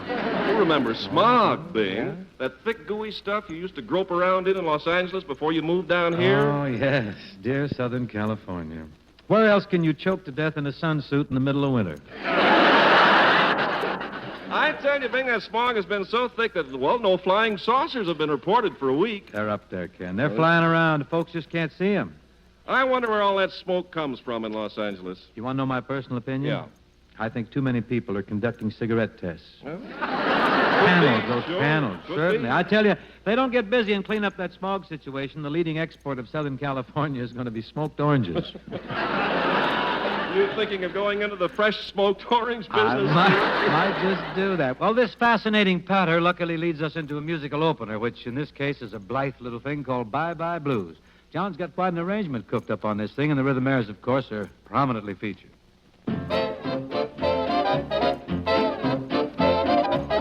Bye Bye Blues, Bye Bye Blues. Bells ring, birds sing, sun is shining, no more pining, just we two, smiling through. Don't sigh, don't cry, bye bye blue.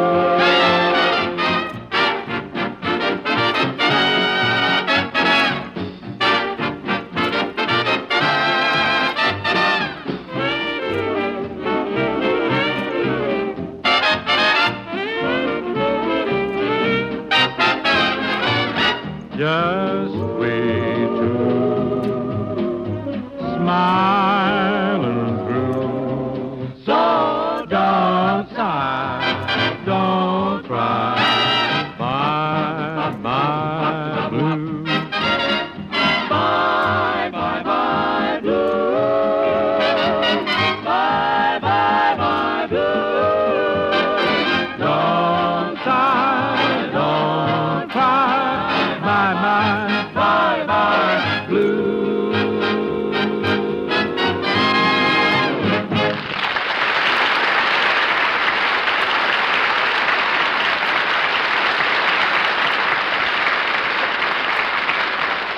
Ken, an exhausted Indian runner was at the gates of the stockade this morning with the startling news that the new General Electric food freezer is one of the thriftiest appliances you can have around the home. Well, your Indian runner was absolutely correct, Bing. The new GE food freezers are thrifty nifties indeed.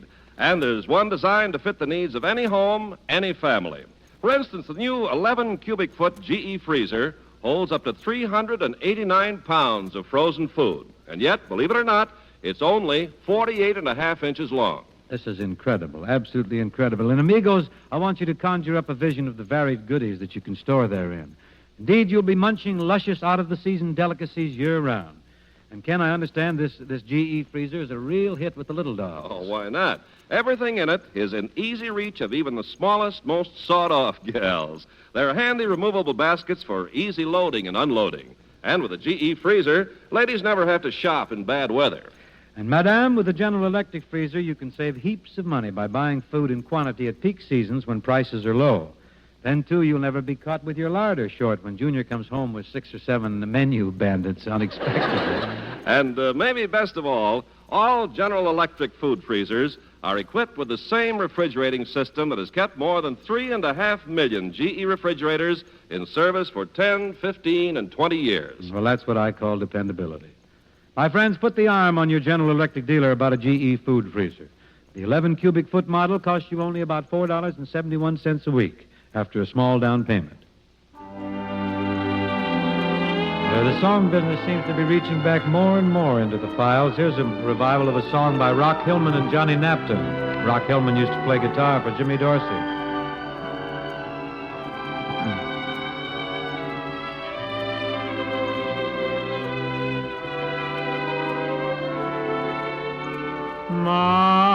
My devotion is endless and deep as the ocean, and like a star shining from afar, remains forever the same.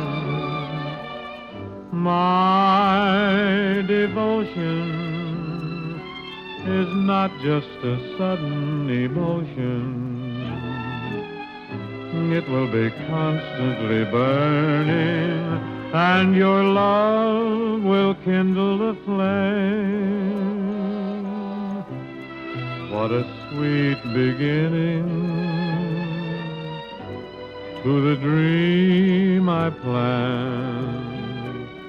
All I own is yours alone. Your wish is my command. And this sensation was never a mere fascination. Here in my heart, one sweet day it started, then with time it grew. My devotion to you.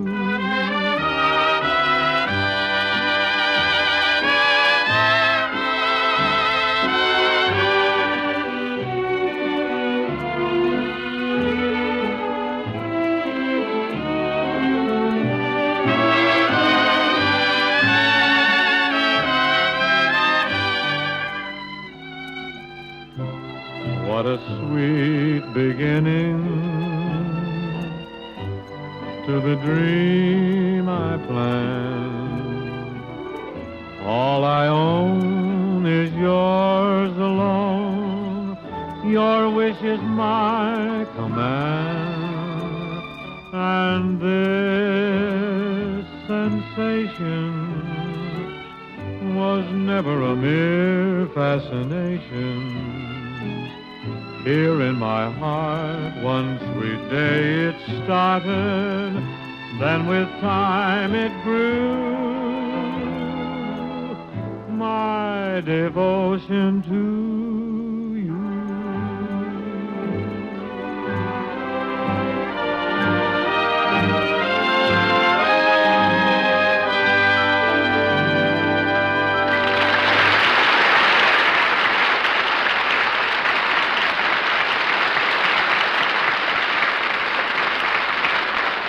Now, ladies and gentlemen, I'd like to present a 14-year-old boy.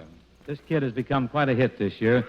He's probably best known to most of you for his big recording of I Saw Mommy Kissing Santa Claus, but he's got some other records out, too. He's keeping very busy anyhow with television and radio and records. Folks, here's Jimmy Boyd.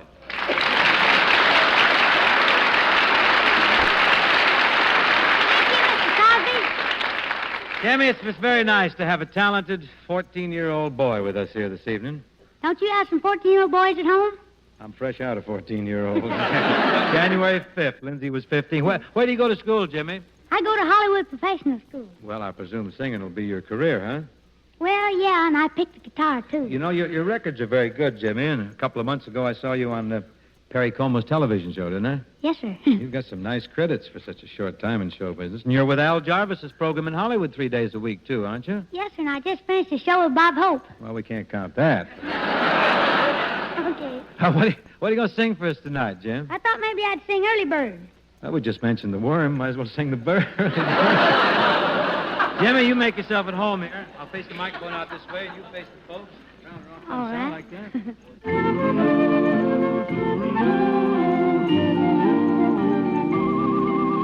Hello, hello, little early bird.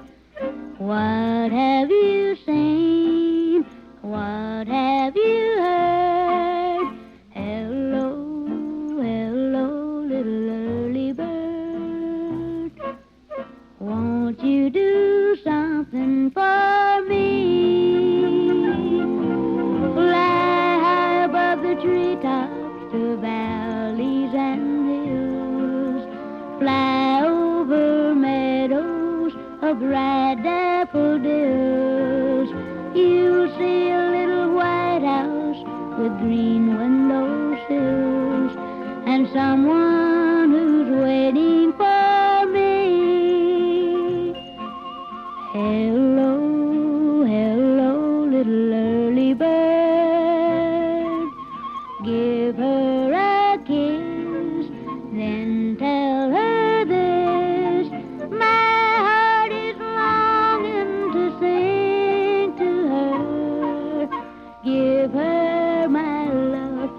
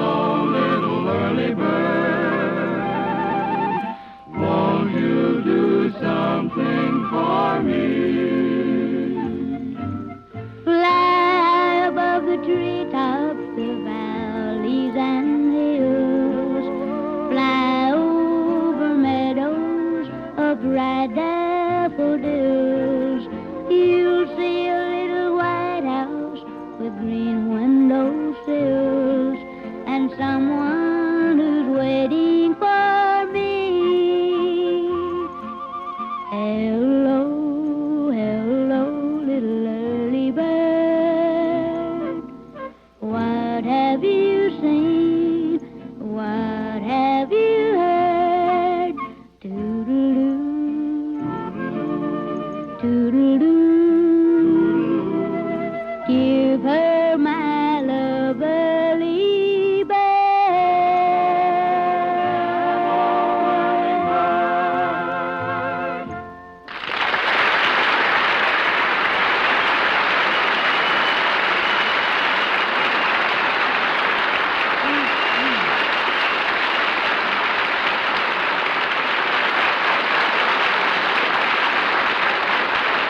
Very nice, Jimmy.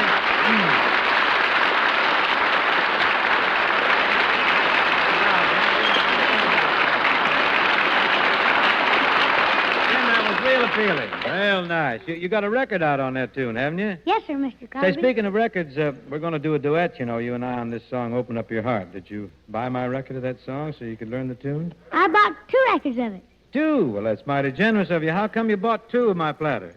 Well, my mother and I picked out one of your records, and going home in the car, I stayed on it and broke it.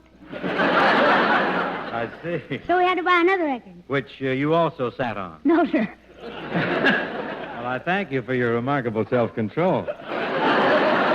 James, let's hit Open Up Your Heart, huh? Okay. Okay, John, we're coming out of shoot 5 here, Jim and I. Here we go.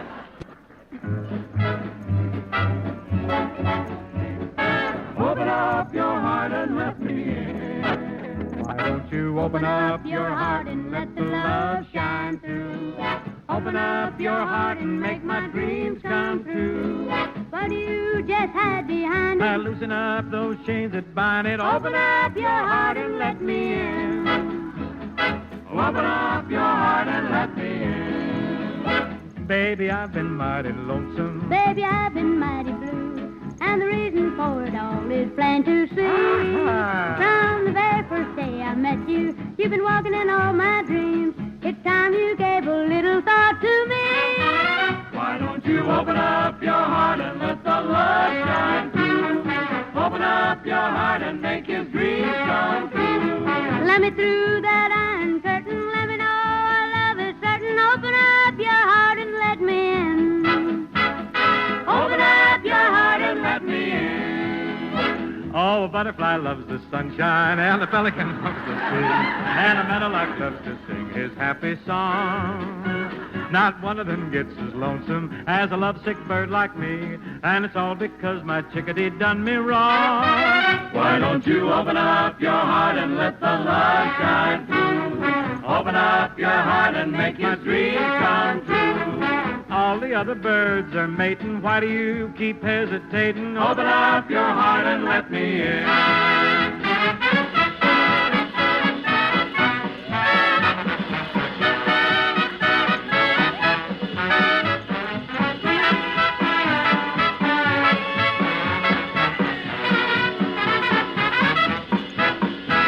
If I never do get to love you, if I never get that delight, if I never do get you for my blushing bride, if the wedding bells never ring out, if I never do hold you tight, well, it won't be because I never tried. Why don't you open up your heart and let the love shine through?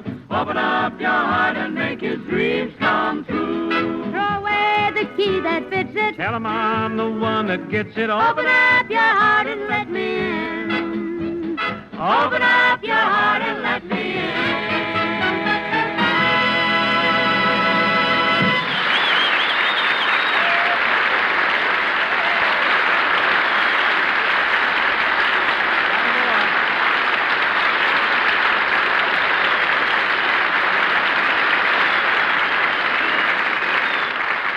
Now, madame, lend a kindly ear, if you will, to our lad Ken Carpenter, who tells of a wonder oven that changes size, shape, and speed. A dandy found in the new General Electric Stratoliner range. Well, actually, Bing, this new Stratoliner range has 3 ovens in one. Yes, I know that. First, the giant-sized master oven, massive enough to prepare a complete repast for 18 knife and fork assassins. Then, easy as pie, it converts into an economical speed oven for the one shelf cooking you do every day. And just like that, you can convert it once more into a broiler for that wonderful charcoal-type broiling GE is so famous for. Now let's move from inside to topside and gaze in thrall for a moment upon the cooking range. General Electric Cal Rod cooking units. They're clean, they're fast, they're superb. Why, they're more than human. Right, Bing. And you know, one of those Cal Rod units is extra fast. In fact, it's been proved the fastest home electrical cooking unit by independent laboratory tests of 5 leading makes. Yes, sir, this little cooker is a soon dude. And, Ken, when one considers the GE range also has the new automatic deep well fryer, it then seems only logical to consider a hasty trip down to one's GE dealer. N'est-ce pas? Oh, mais oui. Especially so because this great new General Electric Stratoliner range costs only about $4.94 a week after a small down payment. Believe me, friends, it's the greatest investment since Peter Minuit shelled out $24 for the Isle of Manhattan. Now, ladies and gentlemen, the moment has arrived when we present our violin virtuoso, fellow who is currently on tour through the Coachella Valley, Mr. Giuseppe Venuti.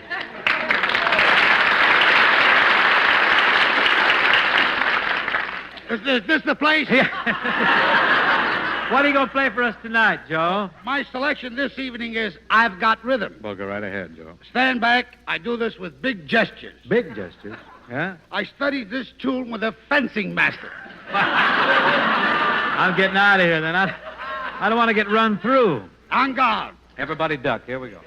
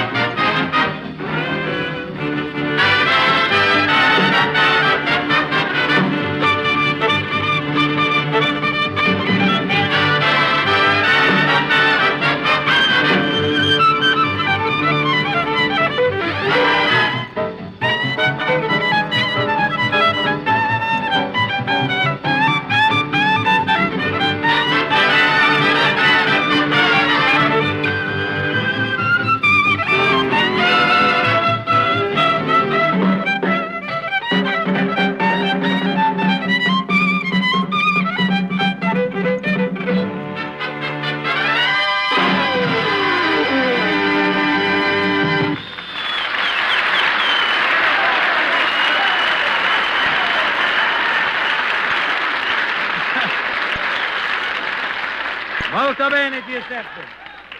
You know, I was over at the Dollhouse the other night, running through some songs with the Guadalajara boys who work over there, and they reminded me of a Spanish-type song that I recorded a couple of years ago, and they said they'd like to hear it again, so for the Guadalajara boys, here it is. See what you've done to me?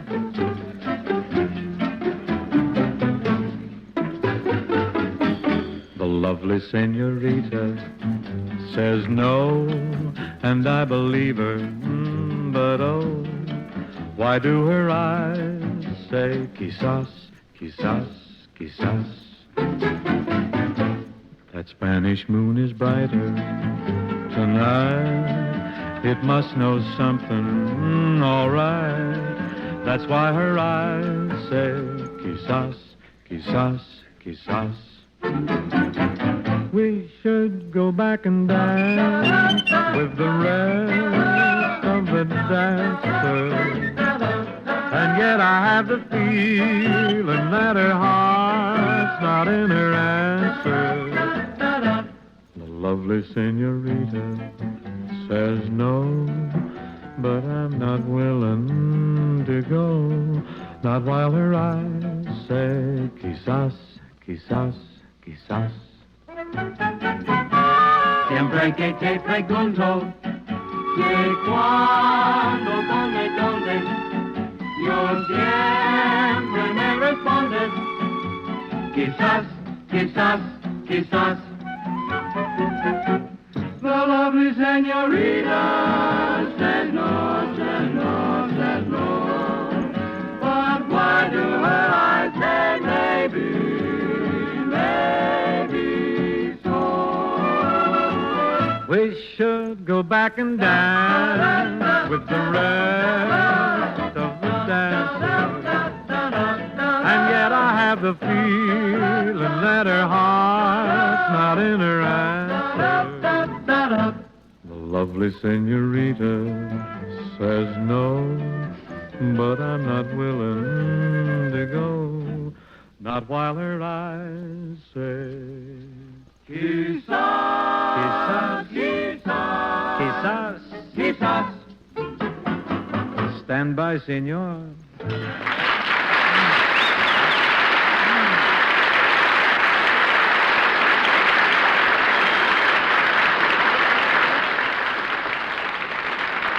Thank you very much. Now the well-modulated tones of Kenneth Carpenter extol the wonders of a General Electric all-electric kitchen. Lady, you can have a complete General Electric all-electric kitchen for only about $47.20 a month after a small down payment. That's right. GE automatic range, refrigerator, dishwasher, garbage disposal, and storage cabinets. And to make it still easier, Madame can have this kitchen right now and pay for it over a 3-year period. Best of all, a General Electric kitchen specialist will waltz in with his drawing board, his beret, his smock, his palettes, his oils, his easel. He will design your kitchen for greatest beauty and efficiency. The cost for this planning service? Nothing. Ah, so wonderfully true, Bing. And if you're building or buying a house, you can put a General Electric all-electric kitchen right in it. And in most places, include the cost in your long-term mortgage. Isn't that wonderful, my friends? You can possess this bewitching GE kitchen for only about $47.20 a month. Why don't you see the GE lad down at the corner about it tomorrow, huh? A new singer, Miss Joni James, has risen to stardom in the disc firmament through the medium of the following ballad, which she recorded.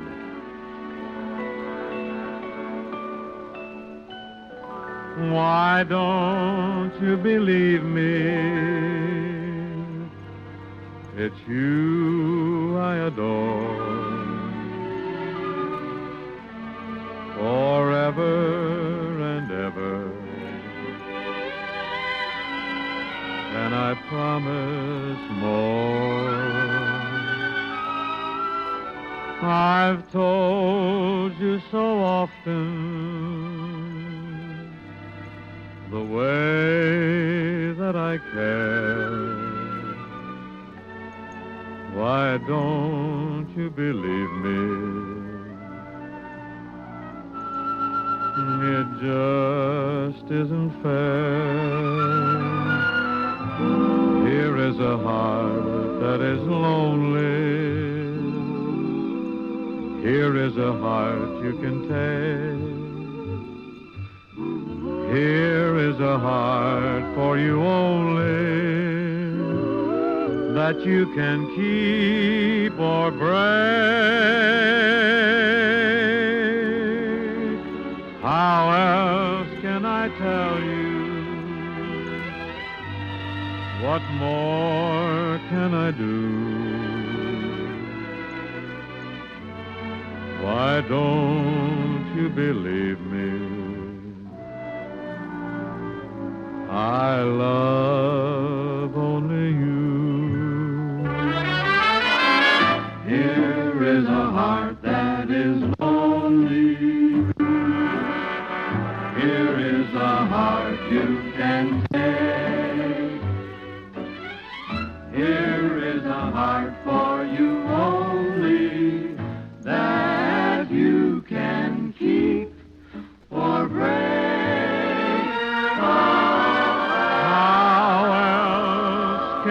tell you. What more can I do? Why don't you believe me? I love only you. I love only you.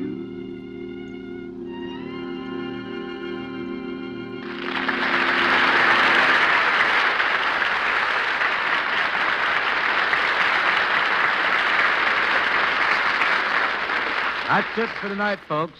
My thanks to Jimmy Boyd and to Joe for being with us. Hope to see you same time, same place next week when our guest will be Mr. Jimmy Stewart. In addition to Long James, we will also have Mr. Venuti complete with the violin. And in closing, friends, I'd just like to remind you about General Electric dependability. You can't see it, but it's there in every single GE appliance you buy. You can put your confidence in General Electric. Good night, and thanks very much.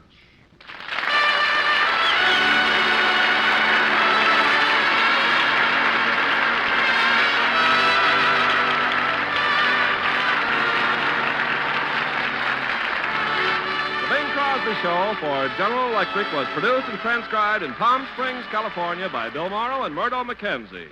Tune in next week and hear Bing and his guests, Mr. Jimmy Stewart and Mr. Joe Venuti. Bing's guest, Joe Venuti, is currently appearing at Howard Manor in Palm Springs. This is the CBS Radio Network.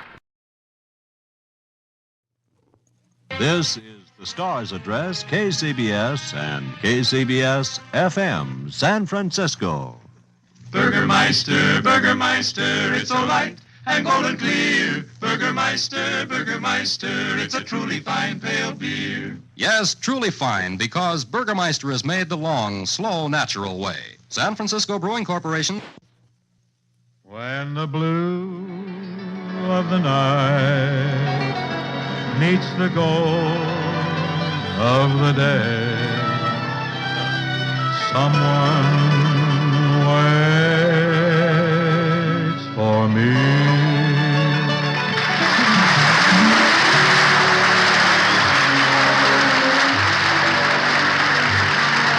This is Ken Carpenter welcoming you to the Bing Crosby Show, brought to you by the General Electric Company, makers of famous, dependable kitchen and home laundry appliances. Produced and transcribed in Palm Springs, California, with John Scott Trotter and his orchestra, Judd Collins with the Mares, and Bing's guests, Jimmy Stewart and Joe Venuti. And now, ladies and gentlemen, direct from the pages of the Saturday Evening Post, we bring you Bing Tells All Crosby. What do you mean? Hey, what are you doing there, Nanny? Are you twitting me because I lost my head and decided to relate some memoirs in the Post? No, not at all. You know, Bing, there is one thing about your life story that puzzles me. What's that? Well, the kind of life you say you were leading at the time you worked for Paul Whiteman, how could you remember what happened? Wait a minute now. That's very simple. Every morning I'd wake up and I'd say, what happened? And Joe Venuti would tell me. Oh, I see. Joe was the class historian. You know, I've often wondered, too, did you fellas call Whiteman Pops because he was sort of a father to all of you? Mm-hmm, and also because he was continually opening champagne. Popping the Paul Roger. Paul Roger? Did Whiteman give you fellas champagne? Nobody used to let us take the empties back to the bootlegger and get a nickel back on the dollar. I bet you had fun then. You said I wouldn't have missed it for the world, but I never want to do it again. But, Ken, enough of this ribald reminiscing. We are here to make some music, and we make it a commence here with an old favorite, Jeepers the Creepers. Jeep, creeper. Jeep, creeper. Ah, Jeepers Creepers, where'd you get those peepers? Jeepers Creepers, where'd you get those eyes? Gosh, y'all get up, how'd you get so lit up? Gosh, y'all get up, how'd you get that size? Golly gee, when you turn those heaters on, Woe is me, I gotta put my cheaters on. Jeepers, creepers, where'd you get those peepers? All those weepers, how they hypnotize. Where'd you get those eyes?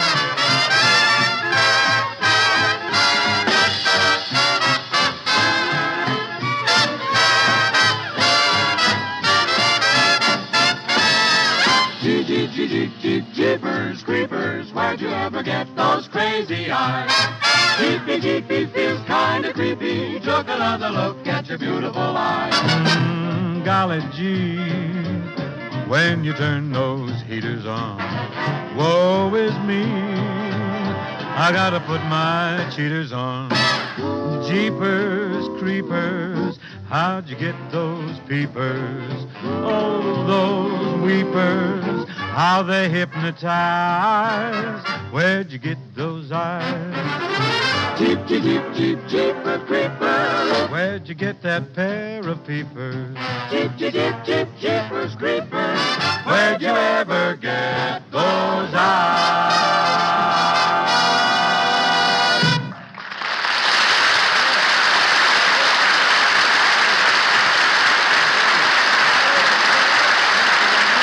Back to it, man.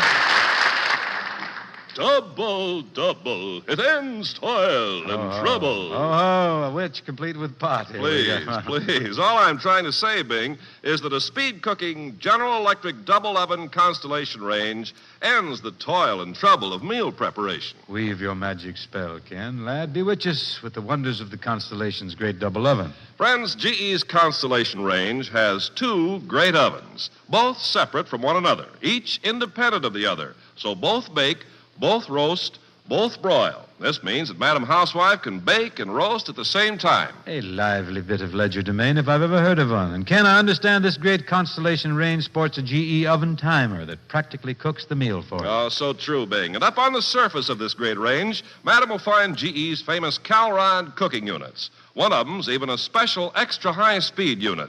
Prove the fastest home electric unit. Magnifico. And now the coup de grace, GE's push button. Mm-hmm. People, through General Electric's push-button controls, you get the exact heat you want on any surface unit just by pushing a button. Ah, Ken, you are a Merlin among men. My friends, hie yourself down to your GE dealers and let him show you this speed-cooking marvel, this sorcerer's delight.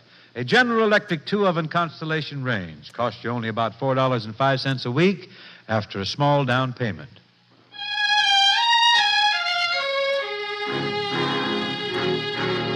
A new waltz ballad, which has been recorded with signal success by Miss Teresa Brewer.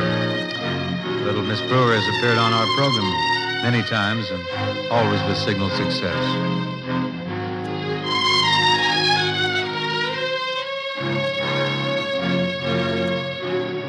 Till I waltz again with you, let no other hold your charms. If my dreams should all come true, you'll be waiting for my arms. Till I kiss you once again, keep my love locked in your heart. Darling, I'll return and then we will never have to part. Though it may break your heart and mine, the minute when it's time to go, remember, dear, each word divine that meant I love you so, till I waltz again with you, just the way we are tonight.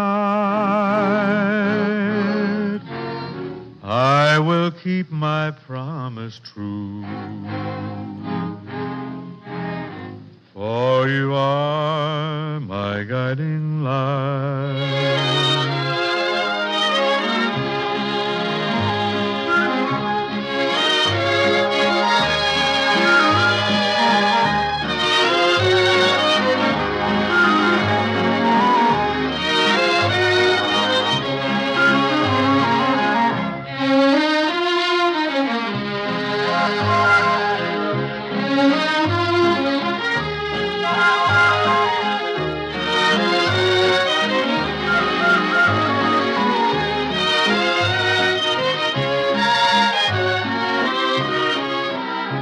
Though it may break your heart and mine, the minute when it's time to go, remember, dear, each word divine, that man, I love you so, till I waltz again with you. Just the way we are tonight, I will keep my promise true. For you are my guiding light.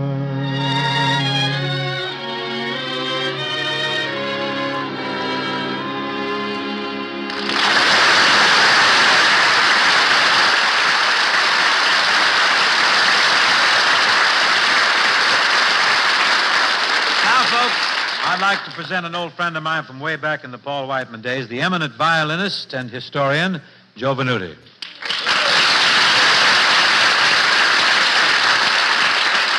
Is this the place? This is the place, Joe. What are you going to play for us tonight, Joe? A selection titled Tea for Two. Tea for Two. With lemon. How many lumps do you want, Joe? No rough stuff. I'm please. sorry.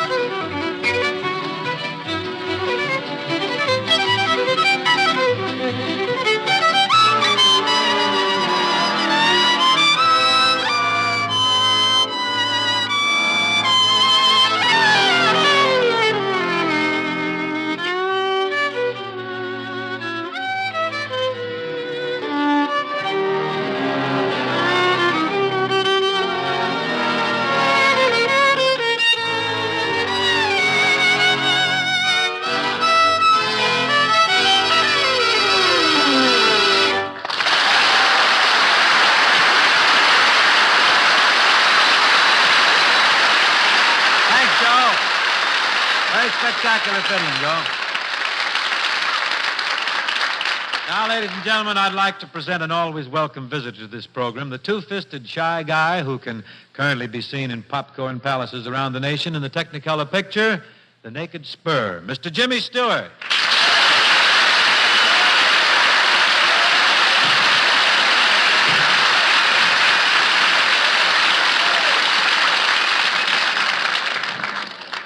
Hi, Bing. Hi, Jimmy.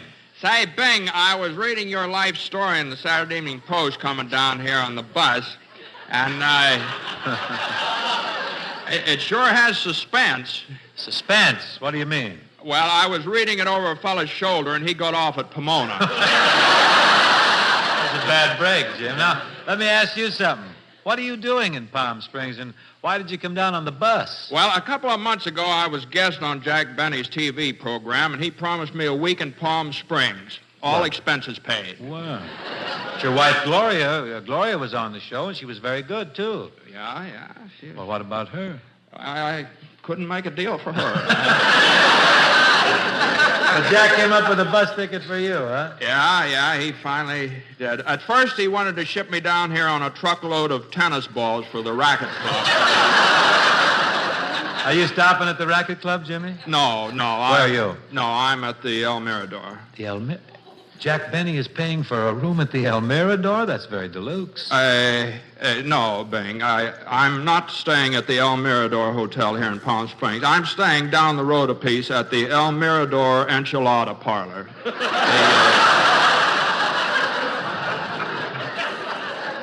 And cabins. Well, however, you're still in the Spanish motif, but I don't think I can place. I don't remember the El Mirador Enchilada Parlor and cabins. Where's this? Well, perhaps you know this motel by its former name. It used to be called La Cucaracha. La Cucaracha? Yes, but they changed the name because it was all too true.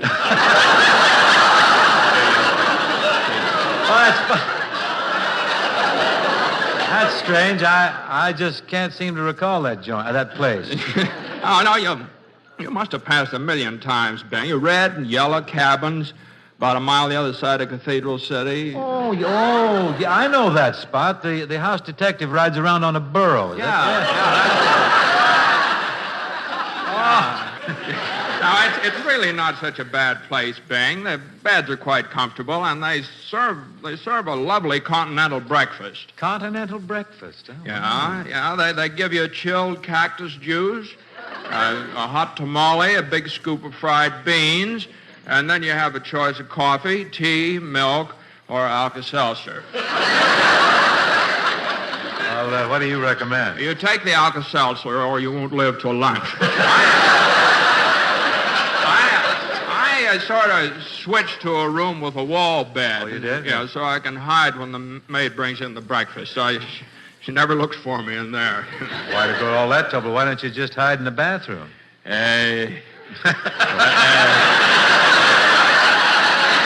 Well, to go to the bathroom, I'd have to put on my robe and my slippers and walk across the highway.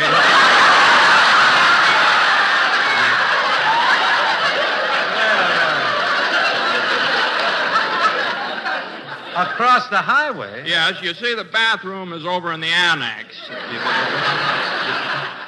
The Mobile gas station.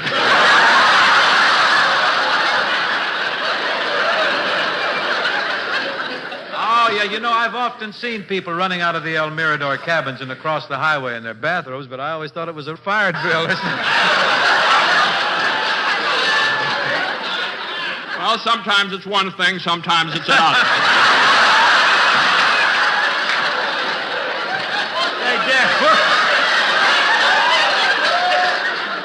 Say, Jim, now tell me, what really is the purpose of these delightful visits? You usually have something on your mind when you come to call. Well, Bing, I have a problem. Well, my advice to you is move to another hotel. No, Bing, it's not that. Now, you see, for some time now, I've been thinking of buying Gloria a General Electric automatic washer. Well, good boy, but why should that be a problem? I thought maybe you might go to the store with me and help me buy it. I'm kind of squeamish about that. Oh, but why? Well, a washing machine is kind of an intimate, personal. Well, I guess so, if you say so. Would you go with me, Beck? We'll go right now. I'll grab my hat. I'll take you over to the GE dealer right here on the main drag. Well, can you leave now, right in the middle of the program? I can if it's company business. Oh, yeah. We may even drop in at the drugstore and have a malted milk. I'll put it on my expense account. Gosh, you sure know how to live. Oh,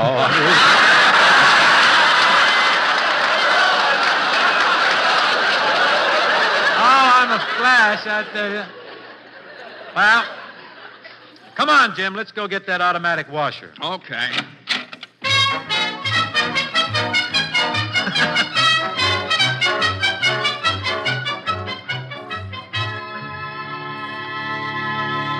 Well, isn't this a beautiful little town, Jimmy? It sure is. Say, Bud. Yeah, what's the matter? I got something here you might be interested in.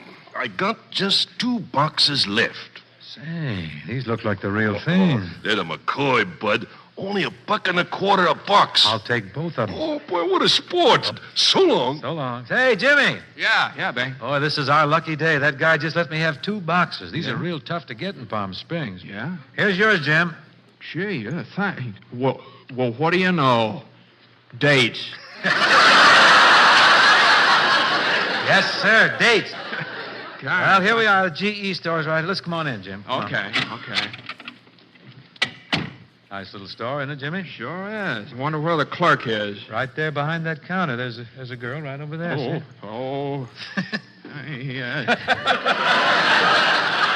You'd think, selling automatic washers, things like that, you'd think you'd have a man clerk for men. Well, this girl's probably very broad-minded about these things. Can I help you, gentlemen? If you would, please. Say, these are darn good. Would you like a date, miss? Oh, sure, but I have to go home and change first. Now, wait. We'd like to see a General Electric automatic washer. Oh, fine. Step right over here. Now, here's the GE automatic washer right here. Isn't that a beauty, Jim? Yeah. Gee whiz. Well, that thing's pretty enough to put in the living room. It sure is. You know what would really set that off, Jim? A Toby jug, maybe, on top of... Maybe a Spanish shawl draped over one corner. Wouldn't that be nice? You know, they're having a big sale on Spanish shawls in the gift shop in my motel. There's a sale of shawls and tortillas. Well, if we can drop interior decorating for a moment, I'd like to say that this General Electric automatic washer gives you the whitest, brightest wash in the world. And it does the whole job completely automatically. You mean you don't have to bend over this machine and scrub the clothes out by hand, huh? Where you been, boy? While the clothes are being washed in this machine, you can drape the Spanish shawl around you and you dance the fandango. The fandango? Yeah. I don't believe I'm acquainted with that dance. Well...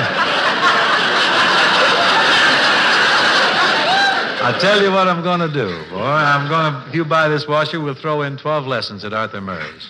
Say, you're quite a salesman. I'm with the company, kiddo.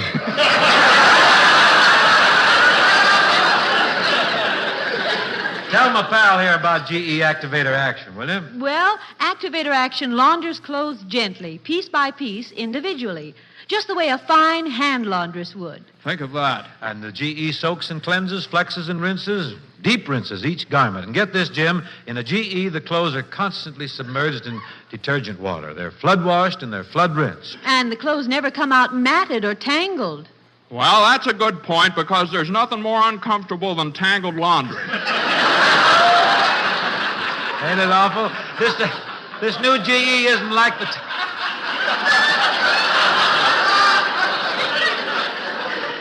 This new GE isn't like the tumbler-type washers that just dunk your clothes and then wads them up in a ball. And a General Electric never drains dirty water back through the freshly laundered clothes. How come? I guess we better tell him, huh?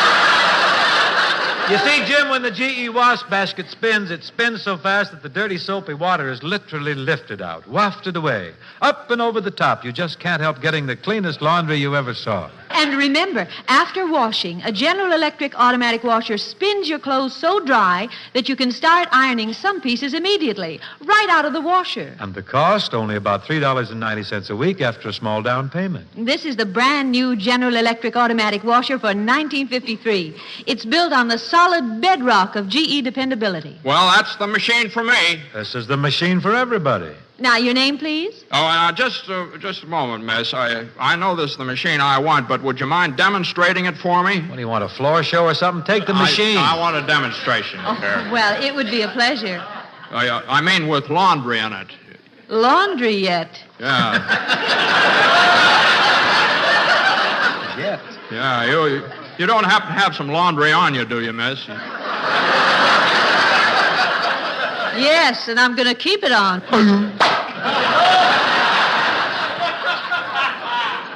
There goes my Adam's apple again. Every time I get nervous, it flips. Now, pull yourself together, Jim. I told you this is going to be embarrassing. Come on, Jimmy. Pay the lady and let's go. No. I want a demonstration on you. Say, Bing. No, Jim. I'd be glad to toss in my socks, but it so happens I'm not wearing any. Oh, gosh. This is Palm Springs. You'd be surprised at the things people don't wear down here. Now, listen, Jimmy, if you want to see how this automatic washer works, throw your own laundry in. Well, that seems fair. Yup, that's fair and square. But where'll I take my clothes off? Just step right in there in that little dressing room. Okay. I'll be doggone. How come you have that dressing room here, miss? Well, the boss always said that someday some lunatic would come in here and want to do his laundry. Well, he's here. Come on now, Jim. Hurry it up. Here, I'll pull the curtain back for you. All right, thanks. Here, hold my date. I got him. Now, get in there. Come on.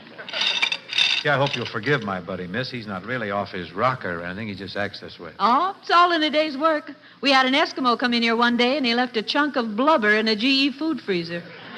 Now, what was an Eskimo doing here in all this heat in Palm Springs? I don't know, but he muttered something about harpooning his travel agent. I certainly wouldn't blame him.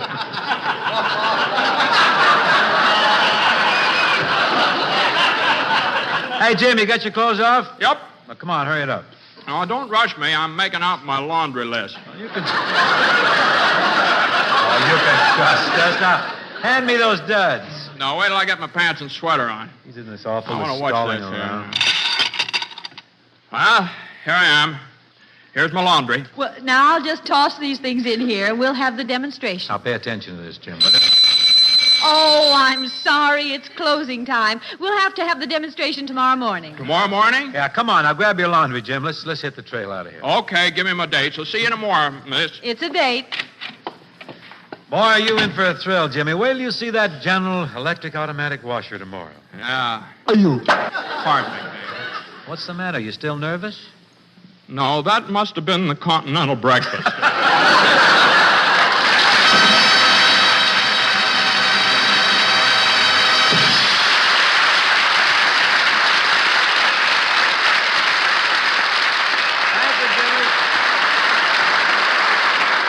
A few years ago, I made a recording with an Irish color to it. It seems to me to be appropriate now, as St. Patrick's Day is only 5 days away.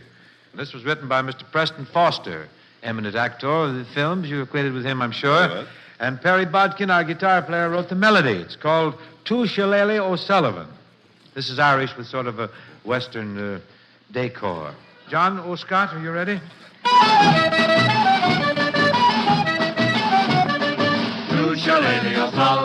Ah, he was a mighty man. Listen to what I'm telling you now. A mighty, mighty man. There's many a man that rode a horse across the western plain.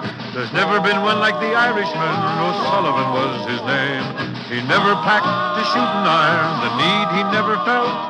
With two shillelaghs always there, a hanging on his belt. Oh, yippee-ki-yo, oh, begorra and yippee-ki-yo. Two shillelagh O'Sullivan, he'll give any man a go. Oh, the shillelagh. Of course, you know what we call it, don't you? The Tipperary rifle. You never have to reload it.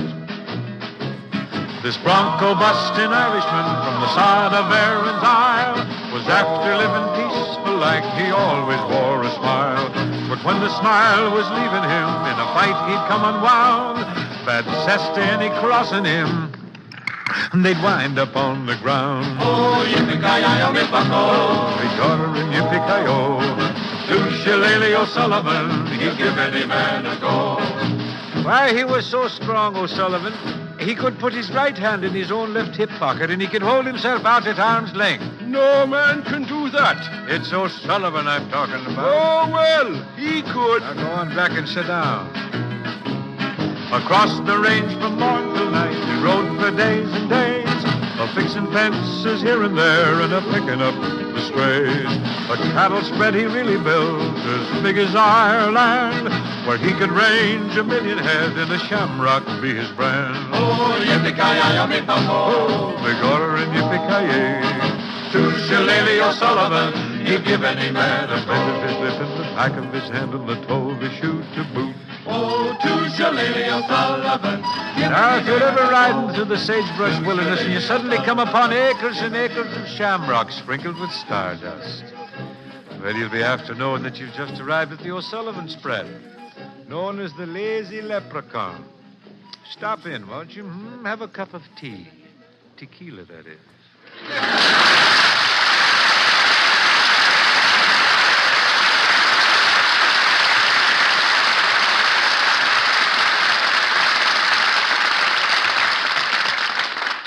That represents our closer for tonight, and thanks to Jimmy Stewart and to Joe Venuti for guesting with us. Hope to see you next week, same time, same place, when our guest will be Dinah Shore and also Mr. Venuti. Incidentally, Joe and his orchestra are appearing nightly at the Howard Manor here in Palm Springs. Friends, remember that General Electric dependability. You can't see it, but it's there in every single GE appliance you buy. You can put your confidence in General Electric. Good night, and thanks very much.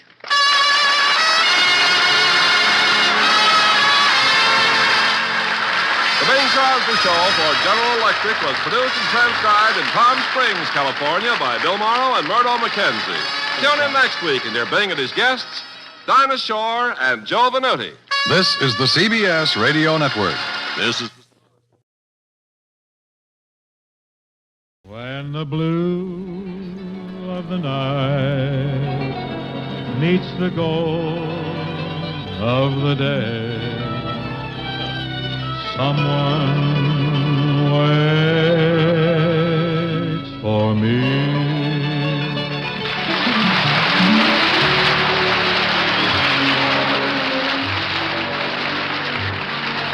This is Ken Carpenter welcoming you to the Bing Crosby Show, brought to you by the General Electric Company, makers of famous, dependable kitchen and home laundry appliances. Produced and transcribed in Palm Springs, California, with John Scott Trotter and his orchestra, Judd Collins of the Mayors, and Bing's guests, Miss Rosemary Clooney and Mr. Joe Venuti.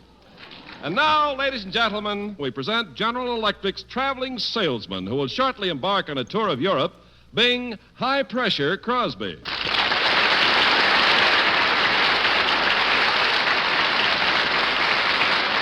Hi, Ken. High pressure. Ken, look, I wished you wouldn't mention my high pressure. What are you trying to do, spoil my trip? Oh, no, I wasn't referring to your blood pressure, Bing. What then? Well, I meant that you're a high-pressure salesman. Oh, thank you. A fellow that's always on his toes. Yeah. You have a magnetic personality. Well, you're a human dynamo. Well, you know, I feel better already. I may throw away all my pills. Why don't you? I will. Bing, your sales trip to Europe will be a tremendous success. You're a real go-getter. Well, I'll go, but I don't know if I'll get her. How you going over, Bing? I'm taking the Queen Elizabeth, Ken. I was going to fly over on TWA, but I have so many samples, I got to take a boat, or a ship, to be more correct. See, what are you taking with you? Well, I'm taking a new General Electric range, a GE automatic washer, a food freezer, a ringer washer, a GE refrigerator, and a GE all-electric kitchen. Moses, you must have a big stateroom. That's just the catch, I don't. The way I figure, I'll have to sleep in the food freezer. Say, you'll arrive in Europe fresh as a daisy. I hope I thaw out in time for the coronation. Oh, yes. You going to the coronation? If I defrost in time, I shall. Well, that's all automatic. Oh, is it? Defrosting, I sure. just set a button, huh? That's all you do. You don't even have to do that. Oh, you know, Bing, damn. I think perhaps our listeners might like to know that in about 6 weeks, this program will be coming to them from across the pond. Yes, that's right. In about 6 weeks, we'll be broadcasting from Gay Paris. Are you going to broadcast in French or in English, Bing? English, such as I have at my command. But now, Ken, looks like we ought to get along here with some music. Now, Mr. Trotter has whipped up a very nice arrangement of the old favorite Bye Bye Blues. So if the Rhythmaires will move in here, we'll get at it.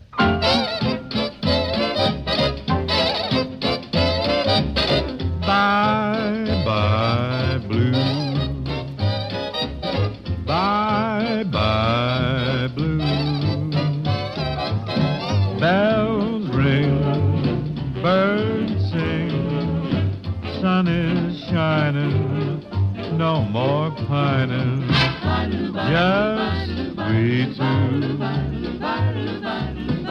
smiling through. Don't sigh, don't cry, bye-bye blue.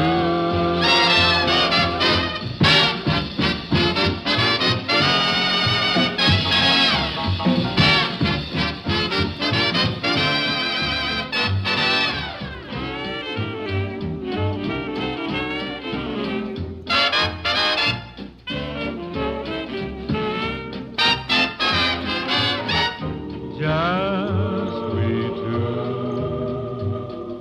smiling through. So don't sigh, don't cry, bye-bye blue. Bye-bye blue. Bye-bye blue.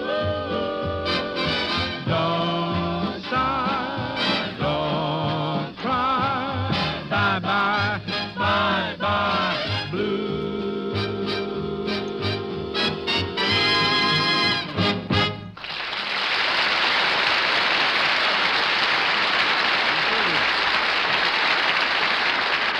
Thank you, good man. Ken, I hear that General Electric's new 1953 refrigerator is more spectacular than an explosion in a paint factory. Oh, this is a wonderful refrigerator, Bing. In fact, America's most beautiful refrigerator. And it costs only about $269.95. It has a new sparkle to any kitchen, and this handy-dandy is designed for maximum storage convenience. A regular storeroom of space, huh? Right, and such conveniences, Bing. This General Electric Spacemaker refrigerator has a big, full-width freezer. Holds up to 48 packages of frozen food, and that's a lot. And, Ken, another feature that I'm snapping my galluses about is the full-width chiller tray. Terrific is not too strong a word for the way it quick chills soft drinks, stores extra ice cubes, and keeps the breakfast bacon and the luncheon meat. And let's not overlook the vegetables, Bing. Oh, I would dream The of it. GE Spacemaker has a sliding vegetable drawer, deep and roomy. Keeps vegetables almost fresher than the ones still in the garden. Delightful. And best of all, my friends, this General Electric Spacemaker refrigerator is built on the solid bedrock of GE dependability. The same dependability that has kept more than 3,500,000 GE refrigerators chilling grandly along for 10 long years or more. And the cost of the GE Spacemaker? Only about $269.95. My friends, General Electric's built a wonderful refrigerator for every pocketbook, for every demand. Eye this cool beauty at your General Electric dealers soon, huh? In fact, how about tomorrow?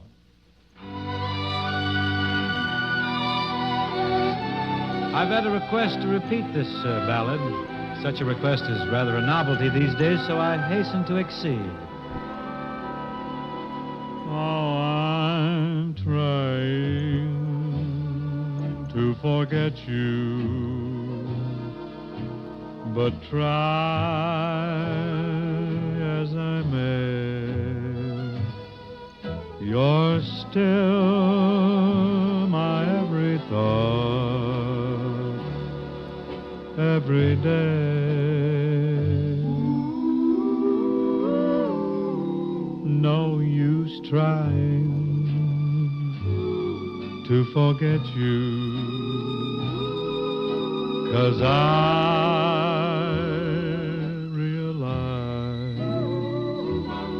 that I'm trying to forget you with tears in my eyes, and those teardrops only remind me that I love you more and more.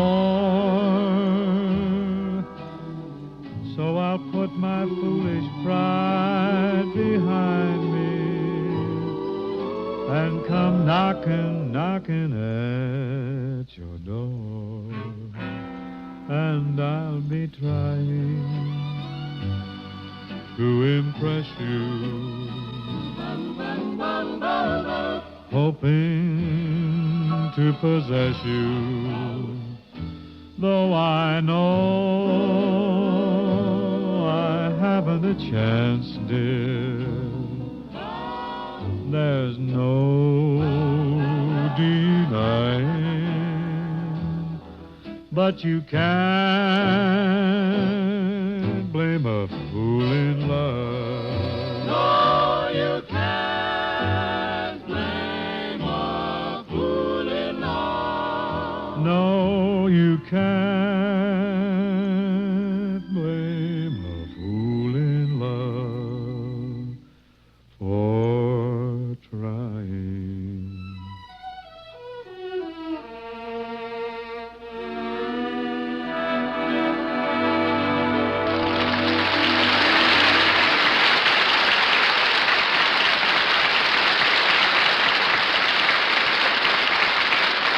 Now, ladies and gentlemen, we want to present a charming vocalist, a young lady whose voice is robust and fresh with an undercurrent of seductiveness.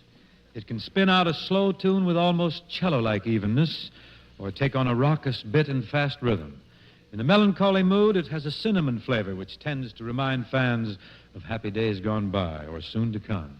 Here, then, is Paramount Pictures singing star Rosemary Clooney.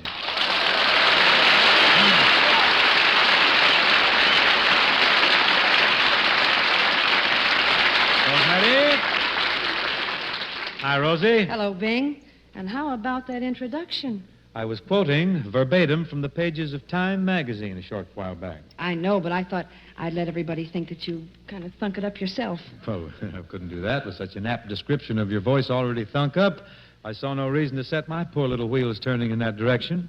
Have you got a song ready, Rosemary? I thought I'd do Haven't Got a Worry to My Name from the Paramount picture The Stars Are Singing. Something in which you're playing, too. A great picture. Let's have the song, Rosie.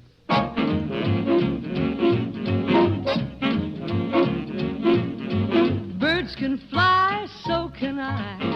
I'm so happy I'm flying high. Haven't got a worry to my name. She's my friend, he's my pal. Everybody's my guy and gal. Haven't got a worry to my name. I do everything I do with brand new rhythm. Tell those lucky stars I'm moving right in with them. Fly the flags, ring the bells. What a future my fortune tells. Feel so free I'll never be the same. I haven't got a worry to my name.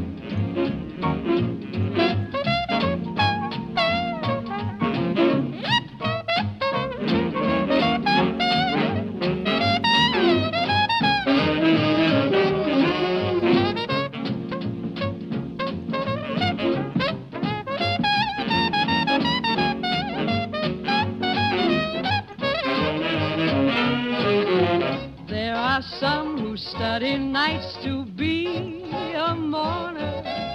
Me, I have a new adventure around each corner.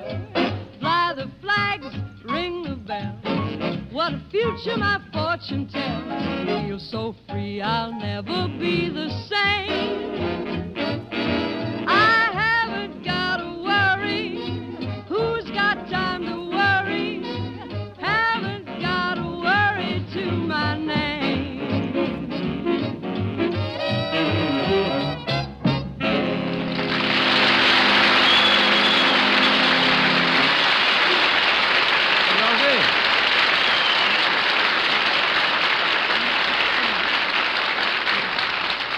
Very slick, Rosie, and Ziggy took a nice little cornet thing there, didn't he? Very jazzy. Rosemary, there's a very flashy Fox picture out now. You've probably heard of it. 20th Century Fox, that is. It's called Call Me Madam. It's a good show, and Ethel Merman's just terrific. Oh, Merm never misses, does she? Anyhow, Rosie, there's a fine Irving Berlin tune in that Call Me Madam. It makes a swell duet. You're just in love, I presume. How did you know? Will you start it? After you, sir. As you wish.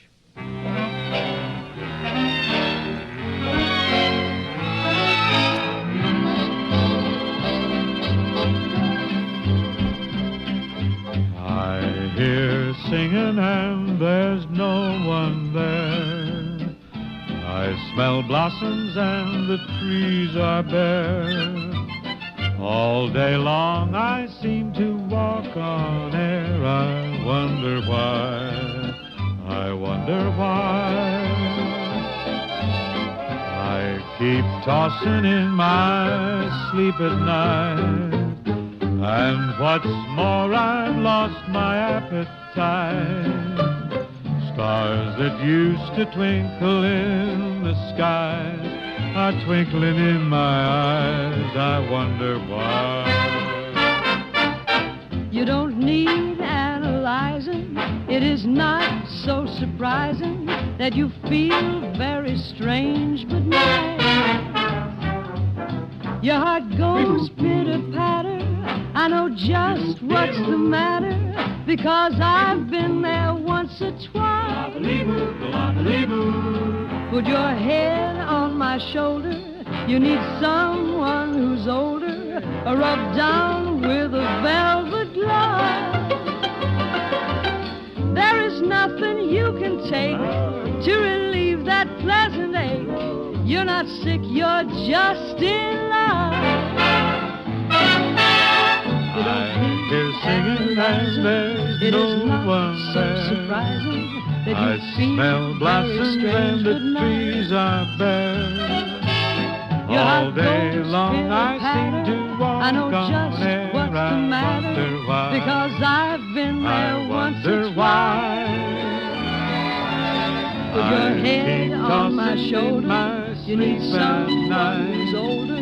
Or rub down with a velvet glove. There is nothing you can take to relieve that pleasant ache. You're not sick, you're just in love. Just in love, so in love.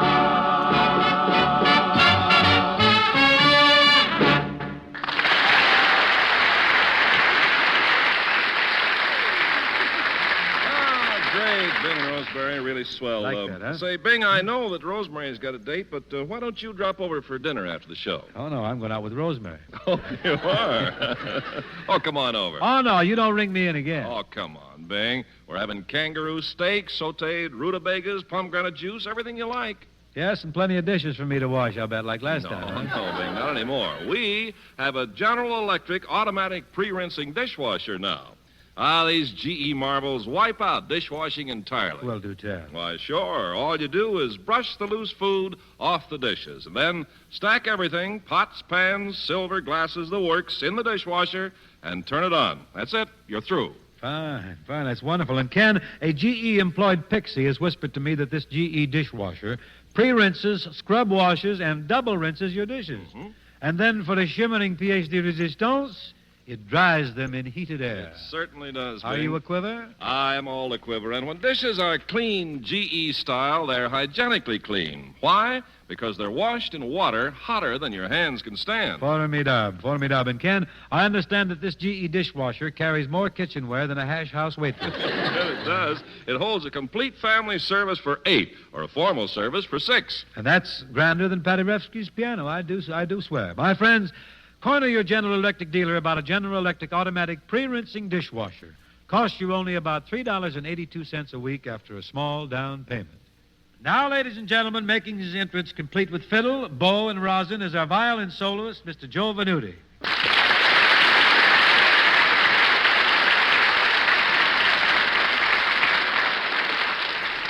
Is this the place? You better go. And what is your selection? The Blue Tango. Would you mind assisting me? Why? Because it takes two to foxtrot. So it does. The blue spotlight, please, amigo.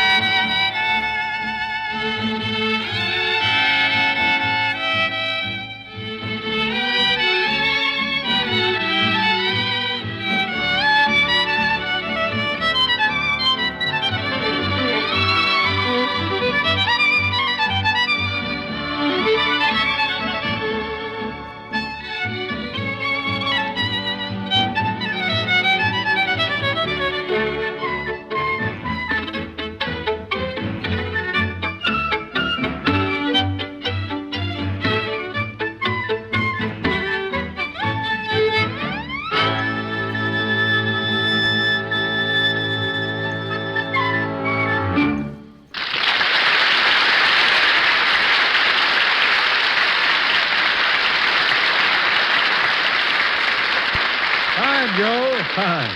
Rosemary returns now, and I've persuaded her to join me in a stylish, smooth standard entitled Paper Moon. Ready, Rosie? You know, All don't ready you? to go. Well, let's do it. All right. Say it's only a paper moon sailing over a cardboard sea, but it wouldn't be make-believe if you believed in me. Yes, it's only a canvas sky hanging over a muslin tree, But it wouldn't be make-believe if you believed in me. Without your love, it's a honky-tonk parade. Without your love, it's a melody played in a penny arcade. it's a Barnum and Bailey world, just as phony as it can be. But it wouldn't be make-believe if you believed in me.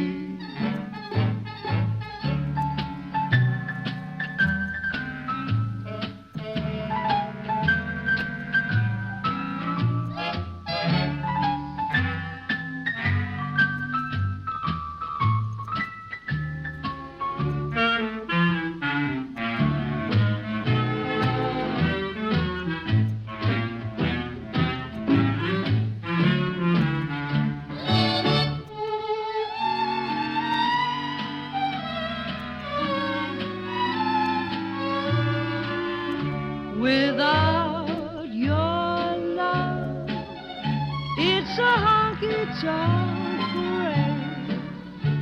Without your love, it's a melody played in a penny arcade.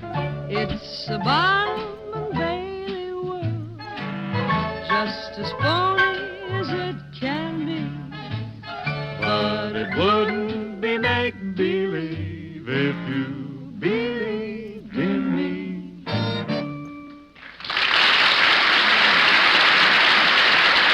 Thank you, Rosie. Very nice, Rosemary. Now, I got a nice old tune here titled Mandy. John Scott Trotter's cooked up a real classy jazz band arrangement for it, and if Red Nichols, Buddy Cole, Nick Fatoul, Matty Matlock, Ted Vesley, Don Whitaker, and Perry Bodkin, they're going to gather around, and we'll meander down the road with Mandy.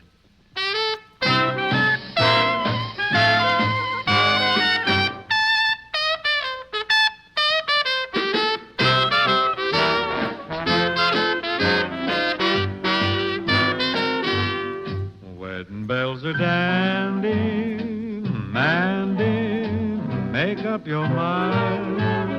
Preacher man is handy, Mandy, easy to find. Marching down the aisle, your style is gonna make 'em all stare. With a little black eye, Susan, stuck in your hair. Oh, gee, but you're the candy, Mandy, won't you decide? Everything is dandy, Mandy, once you're a bride. In a year or two, there may be 3 of a kind. Listen to me, Mandy, make up your mind.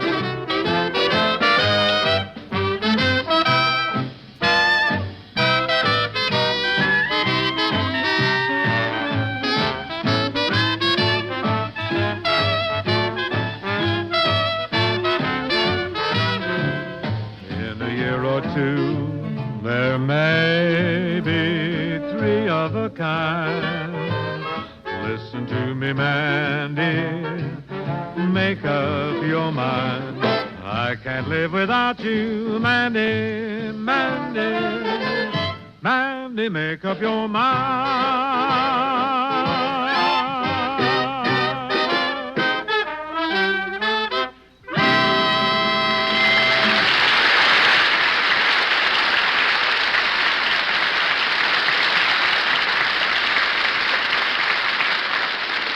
Ken, why don't you regale us with some bright words about General Electric's brilliant all-electric kitchen with matching appliances? Folks, General Electric has for you a work-saving, all-electric kitchen for only about $47.20 a month after a small down payment. This GE kitchen stores and preserves the food for your meals, cooks your groceries, washes the dishes, and disposes of food waste. Efficiency, huh? Yes, sir. And your GE kitchen specialist, a pretty amiable and talented guy, plans and styles the layout of your GE all-electric kitchen, places the appliances for maximum convenience and beauty. And the cost? Why, he wouldn't accept a penny for this service. And you can have this kitchen immediately, you know. Just a small down payment, and you can pay the balance over a period of 3 years.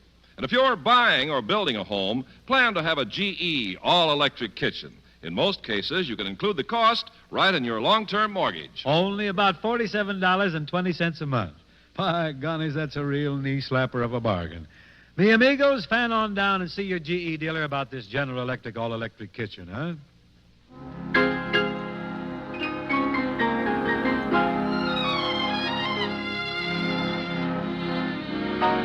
Two of our finest writers collaborated on this ballad, Hoagie Carmichael and Frank Lesser.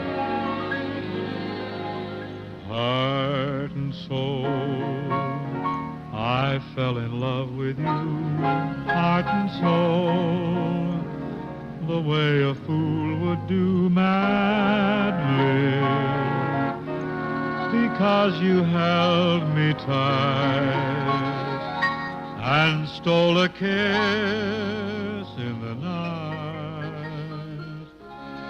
Heart and soul, I begged to be adored, lost control, and tumbled overboard gladly. That magic night we kissed, there in the moon mist.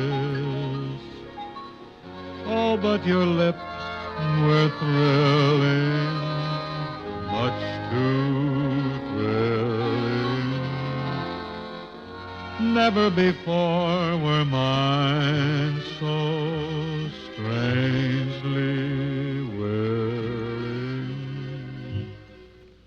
But now I see what one embrace can do. Look at me. It's got me loving you madly. That little kiss you stole held all my heart and soul.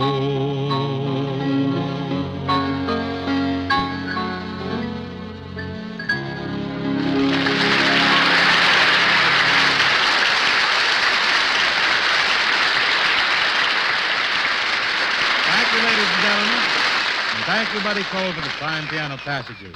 Well, that represents our closer for this evening, folks. That's the finale. I want to pay my thanks to Rosemary and Joe for guesting with us this evening.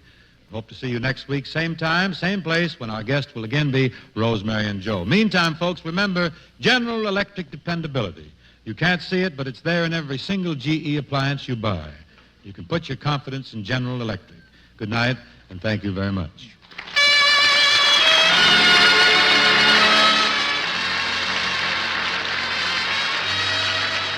The Show for General Electric was produced and transcribed in Palm Springs, California by Bill Morrow and Murdo McKenzie. Tune in next week and hear Bing and his guests, Miss Rosemary Clooney and Joe Venuti. Friends, Red Cross blood has entered the battle to combat polio. Here's how you can help. Sign up as a Red Cross Fund volunteer today. Contributions you collect will help in Operation Gamma Globulin, the precious serum made from Red Cross blood, which reduces polio incidence. And funds are needed to keep the lifeline of blood flowing to our fighting men in Korea. Call your nearest Red Cross office today. This is the CBS Radio Network. When the blue of the night meets the gold of the day, someone waits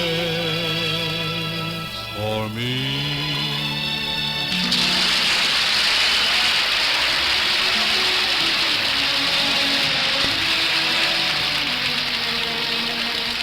This is Ken Carpenter welcoming you to the Bing Crosby Show, brought to you by the General Electric Company, makers of famous, dependable kitchen and home laundry appliances. Produced and transcribed in Paris, France, with John Scott Trotter and his orchestra. And now, ladies and gentlemen, here's Bing.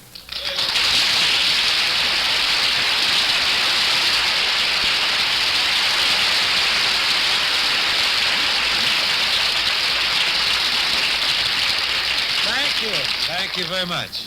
Thank you, too, Ken. Greetings, folks. Greetings from Touristville on the Seine. I'm kidding on the square, too, because I just fell smack dab off a sightseeing bus out in front here. Well, I guess I better lay aside my street guide, my brownie camera, kick off my ground grippers, and get along with a pretty Parisian song called Mademoiselle de Paris. This is a big tune locally now and elsewhere on the continent. It's featured in the Folie Bergère. It was written by Paul Durand and Henri Coté. So for those of you over there who are assembled around your radios on this mellow May evening, here's a picture of what you might see here on the Rue de la Paix on a beautiful May morning. Monsieur Trotter, s'il vous plaît.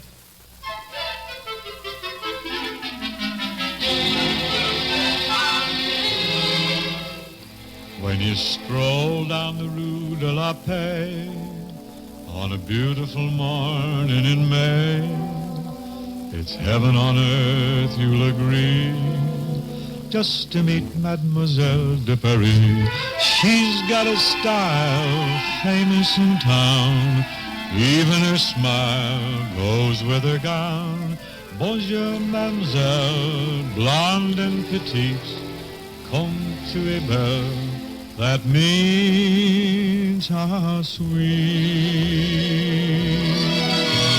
She's so chic and adorable, no one thinks it deplorable when men all turn around just to see Mademoiselle de Paris. You bet girls get a kick from her, learn each cute little trick from her. In their hearts they would all like to be Mademoiselle de Paris. Light of heart, fancy free, she's the spirit of spring in Paris. She has those with the zing to them. She's got curves and they cling to them. Sheer silk stockings and shoes number 3, Mademoiselle de Paris.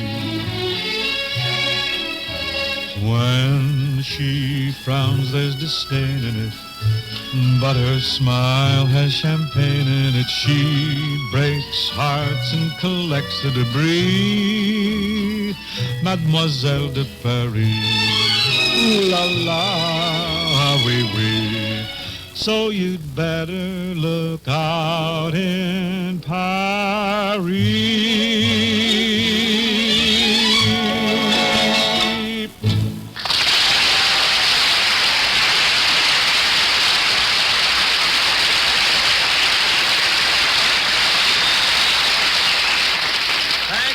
Thank you. Say, Bing, have you ever given much thought to the problem of space in a small kitchen?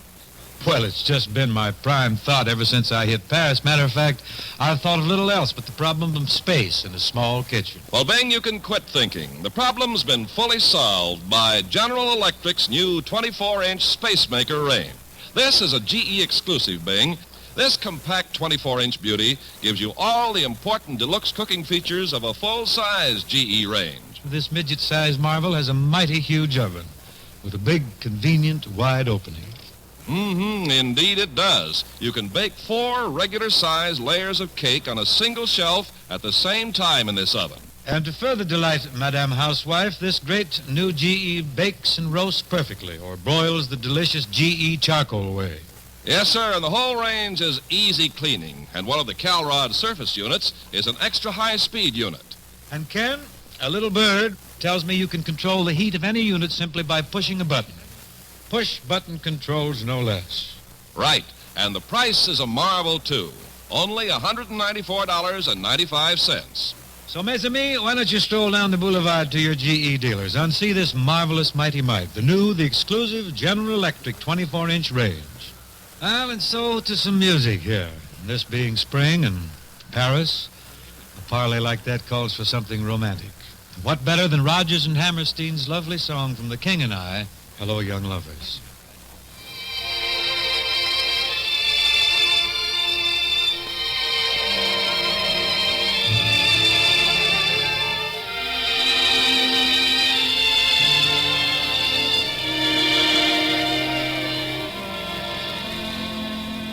Hello, young lovers, whoever you are.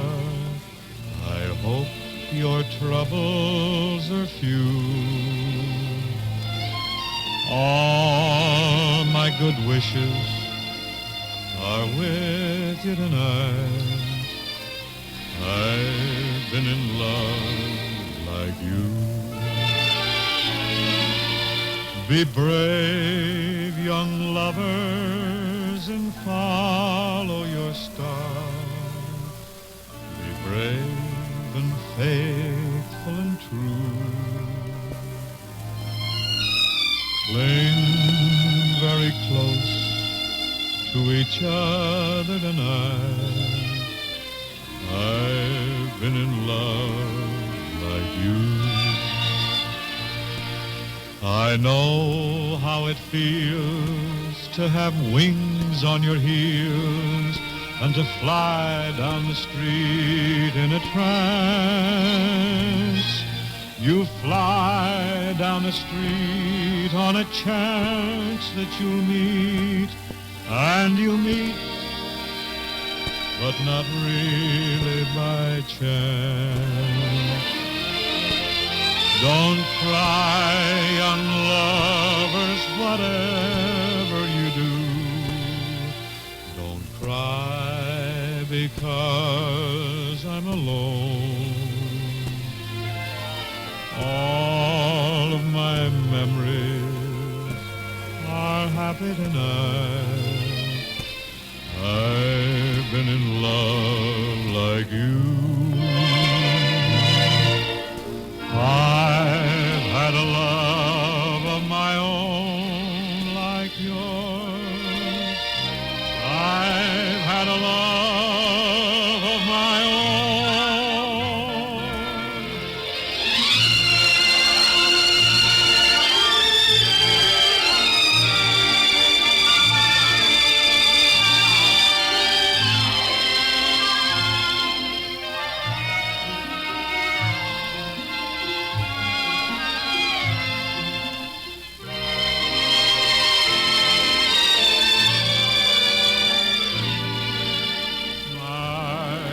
Had a love of my own like yours.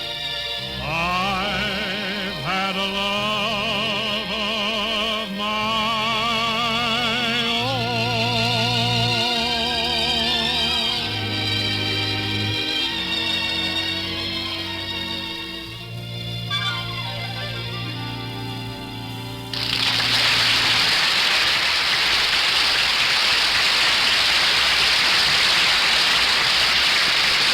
Thank you. Now, ladies and gentlemen, it gives me a good deal of pleasure to present a young man who was brought over here at great expense to his father, Mr. Lindsay Crosby.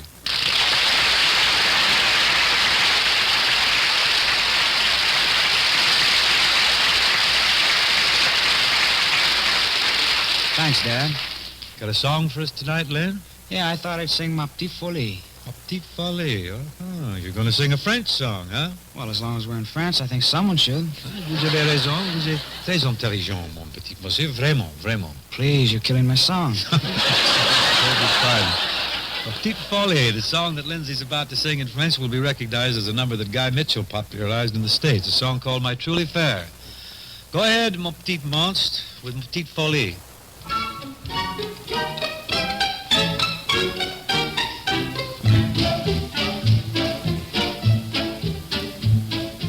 Avant toi, j'étais sérieux, même un peu sévère.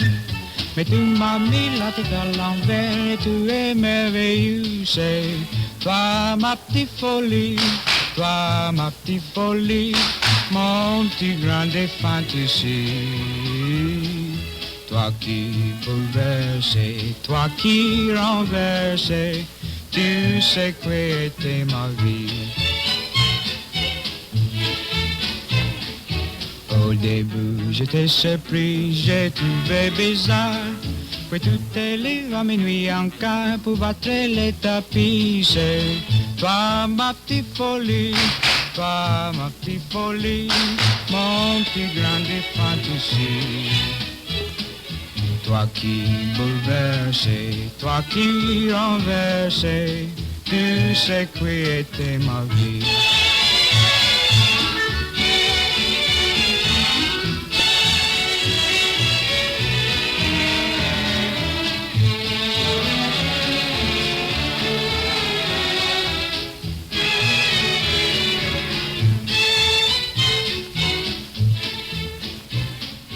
Quand j'invite des copains, ils te mandent la liste.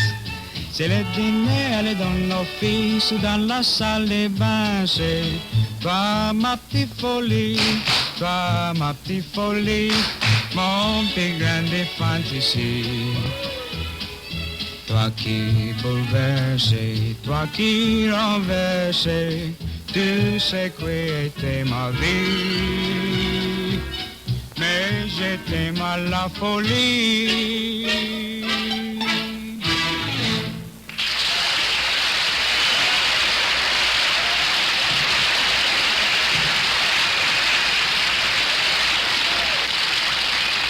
Very nice, Lindsay. Very continental. I wouldn't be surprised if before very long you'll be known as the Guy Michel of France. Who is Guy Michel? Guy Mitchell. Boy.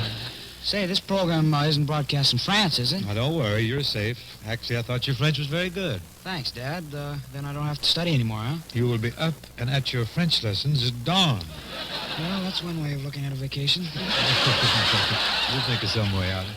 Meantime, run out now and grab yourself a brioche or a croissant or something. I got a song here I want to do, an old standard. It's quite a favorite called Sleepy Time Gal. We've got Mr. Buddy Cole at the piano.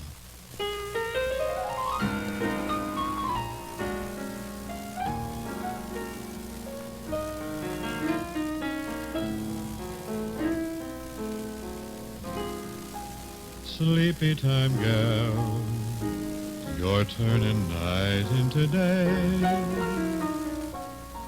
Sleepy time gal, you've danced the evening away. Before each silvery star fades out of sight, just give me one little kiss, then let us whisper goodnight. It's getting late and dear, your pillow's waiting. Sleepy time gal, when all your dancing is through. Sleepy time gal, I'll find a cottage for you.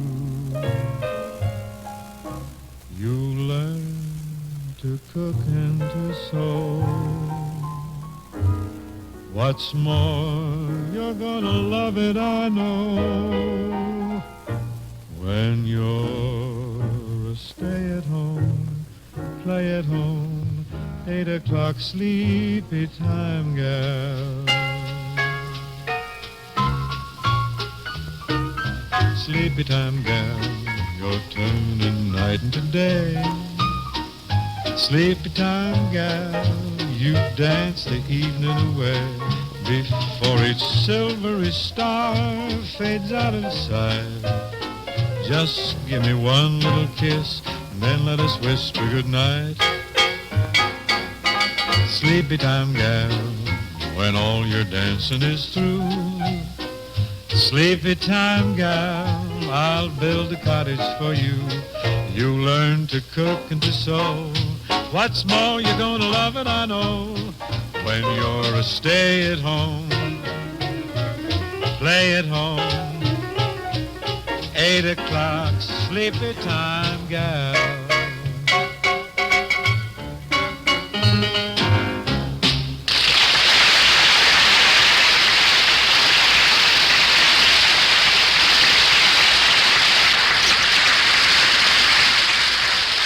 Thank you, buddy. Now, Ken, would you mind telling all the wide-awake gals who are listening about the new 1953 General Electric automatic washer?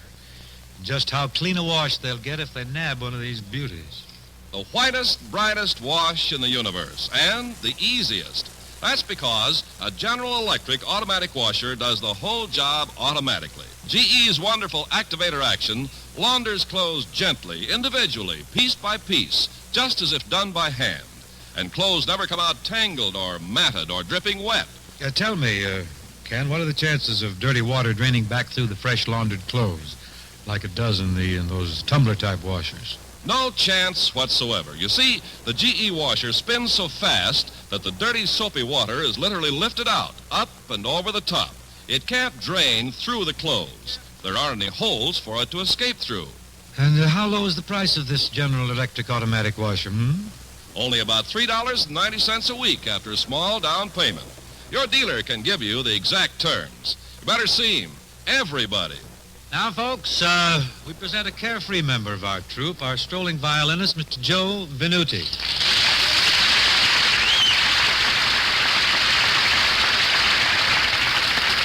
Oh, Joe. Is this the place? This is Paris, Joe, and this is definitely the place. What are you going to play for us, Joe? My selection tonight will be the last time I saw Paris, I was better equipped for it. What a dolorous thing to reflect upon. See, I got a load of you in the Louvre yesterday. I noticed you had to put on your glasses to see the paintings. Was I in the Louvre? You or Swifty Morgan, I don't know which. No kidding, Joe. What are you going to play? My selection is the Blue Tango. It's a very continental choice, I would think. Here we go.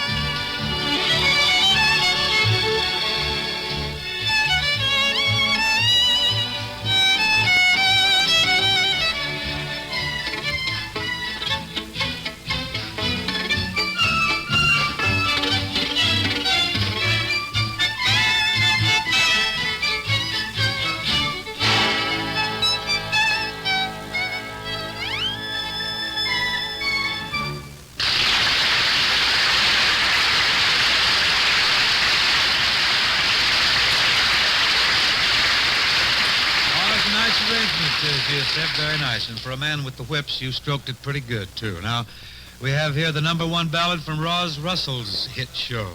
A show called Wonderful Town, and the song is called Quiet Girl.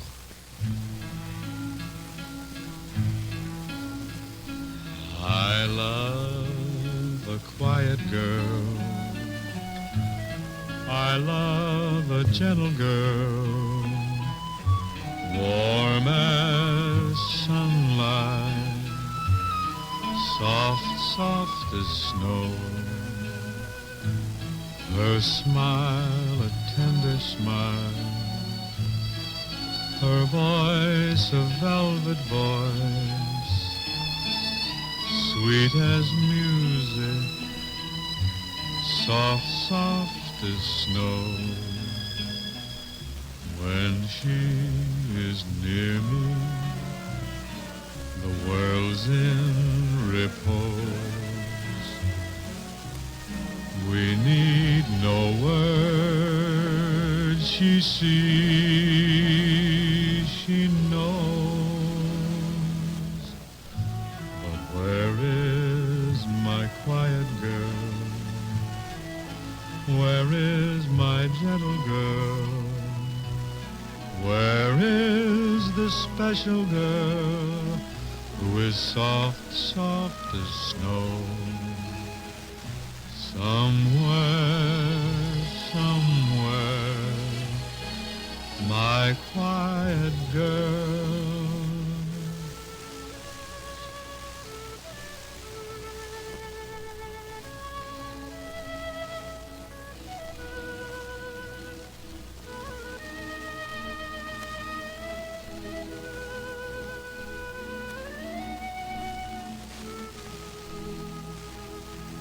When she is near me, the world's in repose. We need no words. She sees, she knows. But where is my quiet girl? Where is my gentle girl? Where is the special girl who is soft, soft as snow? Somewhere, somewhere, my quiet girl.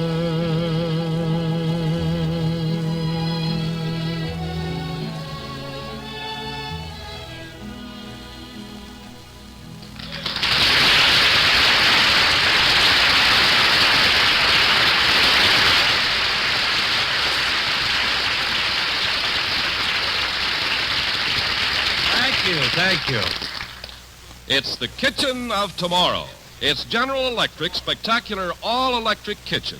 And Madam Housewife can have it today for only about $47.20 a month after a small down payment. Truly, this must be the GE plan that gives one a refrigerator, a range, a dishwasher, a garbage disposal, and storage cabinets. Right, Bing.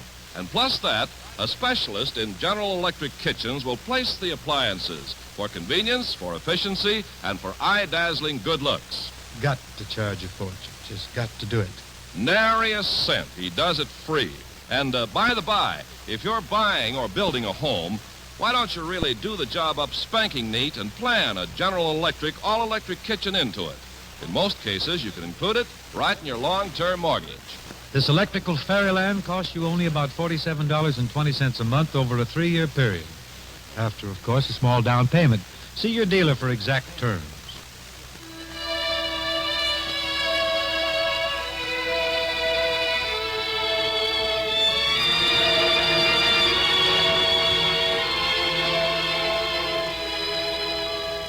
Some enchanted evening, you may see a stranger. You may see a stranger across a crowded room, and somehow you know even then, that somewhere you'll see her again.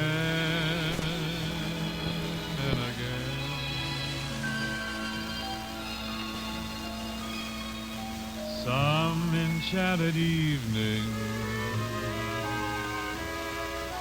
someone may be laughing. You may hear her laughing across a crowded room, and night after night, and strange as it seems, the sound of her laughter will sing in your dreams.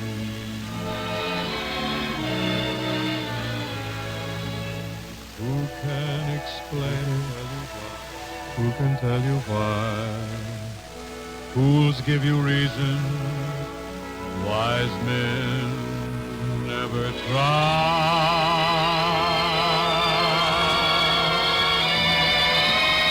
Some enchanted evening, when you find your true love, when you feel her call you across a crowded room, then fly to her side and make her your own. For all through your life you may dream all alone.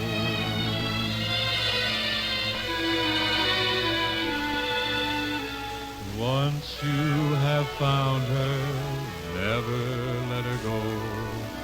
Once you have found her, never let her go.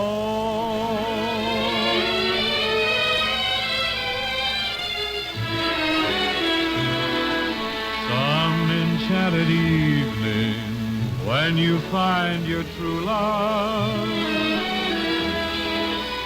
when you feel her call you across a crowded room, then fly to her side and make her your own. For all through your life you may dream all alone.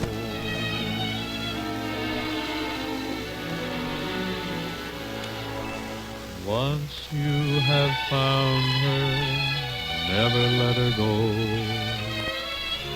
Once you have found her, never let her go.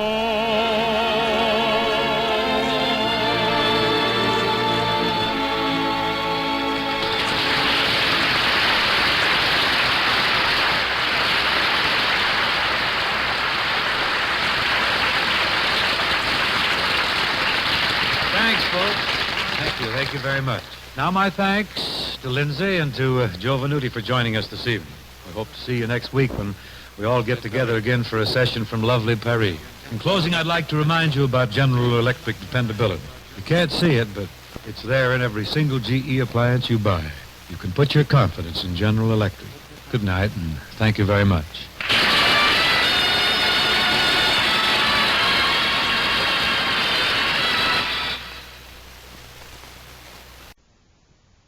BC 9 for Saturday, September 14, 1957.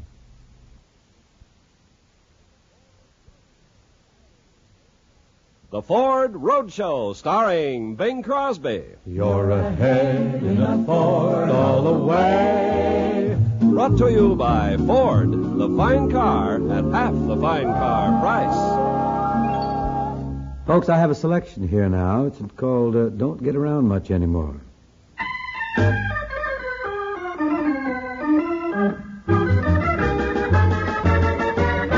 I missed the Saturday dance.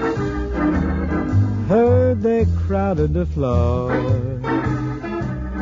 I couldn't bear it without you.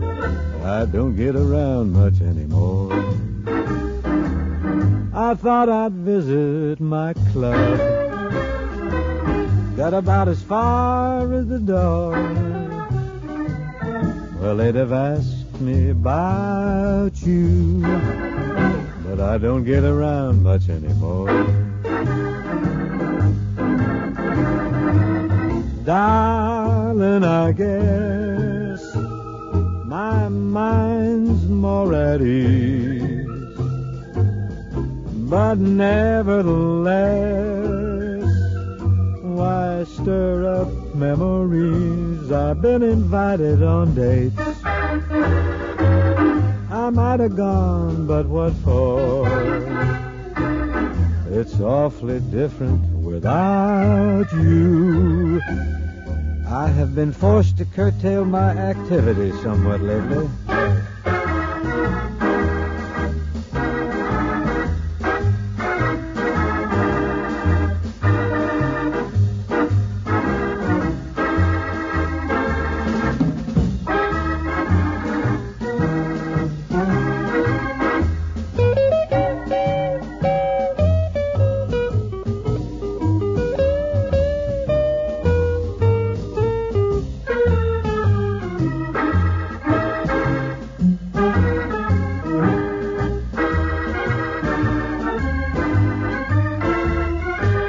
Darling, I guess my mind's more at ease, but nevertheless, why stir up memories? I've been invited on dates. I suppose I might have gone, but oh, what for?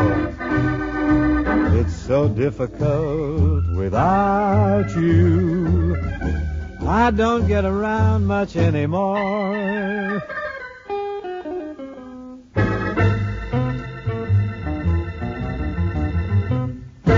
I just can't handle the action like I used to, no. Hey, Bing, you must know the reasons behind Ford's sales leadership this year. Who doesn't? Ford's the snazziest package of V8 power that ever come down the pike. That V8 magic makes traffic a treat instead of a terror. You take it from a veteran Ford jockey, those new Thunderbird V8s deliver plenty of delightful driving. Well, figures, Bing. Ford's been building V8s for 25 years. Right. Why, Ford's put more V8s on the road than any other manufacturer. And it's that experience that developed Ford's exclusive deep block design. And it was Ford V8 know-how that figured you ought to balance an engine while it's running on gas, not some outside power. And thus Ford's new electronic mass balancing of every V8. That's a Ford exclusive. And thus the smooth, sweet way that these new Fords perform. And you talk about economy. Ford costs less to buy, less to run, and they're worth more when you trade them, too. See your Ford dealer today and action test the best-selling, money-saving 57 Ford. So long now. The Ford Roadshow, starring Bing Crosby with Buddy Cole's music, has been brought to you by Ford. You're ahead in a Ford all the way.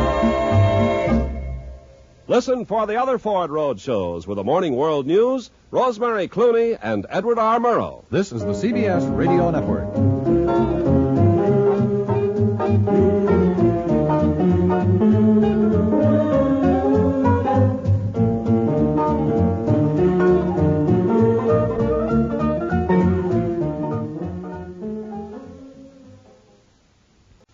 BC 154 for Sunday, March 16, 1958.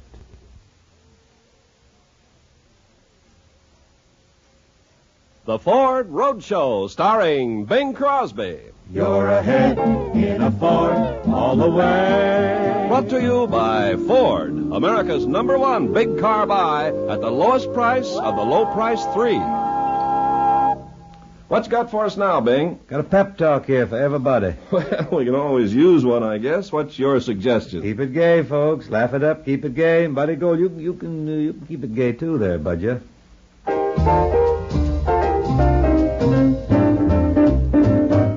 Keep it gay. Keep it light. Keep it fresh. Keep it fair. Let it bloom every night. Give it room. Give it air. Keep your love a lovely dream and never wake it. Make it happy, be happy as you make it. Let it sing like a nightingale in May. Keep it gay, keep it free, or you'll frighten it away. Take it easy and enjoy it while you take it. Keep it gay, keep it gay, keep it gay. Bing, you're a pretty shrewd shopper. Do you consider men or women the biggest bargain hunters? Well, it seems to me everyone's looking to save a buck today, Ken. Which explains why everyone's going to see his Ford dealer. Sure, to see the lowest price car, the low price three, is that right? Right. Two-door, four-door, convertible, or station wagon. But what really makes Ford the biggest bargain ever is that for less dough, you get more car. Well, tell me more, Ken. More styling, new sculptured styling, more strength and safety. 5 steel cross girders in a Ford roof, rather than just 2 or 3 in the competition. More power. Ford's new Thunderbird V8 gives you more wheel-turning power or torque than any other engine in the field. More savings. Team this new V8 with Cruise-O-Matic drive, and you get up to 15 cents back on every gas dollar. Oh, you have stormed successfully all my intransigence, Kenneth. You've won me. Sure doesn't seem any reason to pay more. What for, when your Ford dealer's right around the corner? Here's a ballad of the mid-40s or late 30s. I don't know which. Very popular. Oh, how am I to know if it's really love that found its way here? Oh, how am I to know? Will it linger on and leave me then? I dare not guess at this strange happiness, for oh, how am I to know? Can it be that love has come to stay here?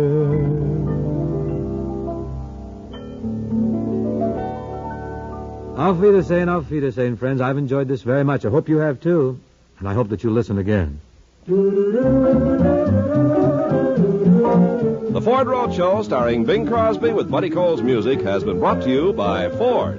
For an A1 buy and a used car, too. See your Ford dealer. You're ahead in a Ford all the way. Listen for the other Ford Road shows with the World News Roundup, Rosemary Clooney, Arthur Godfrey, and Edward R. Murrow.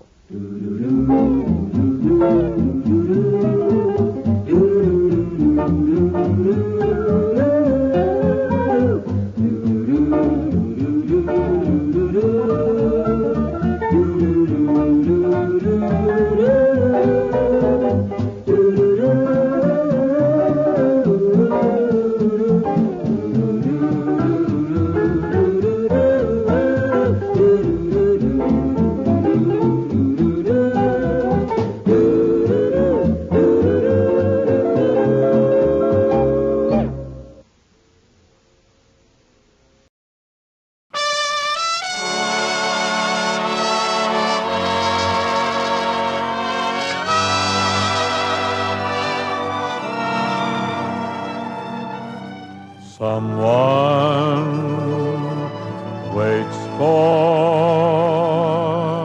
me.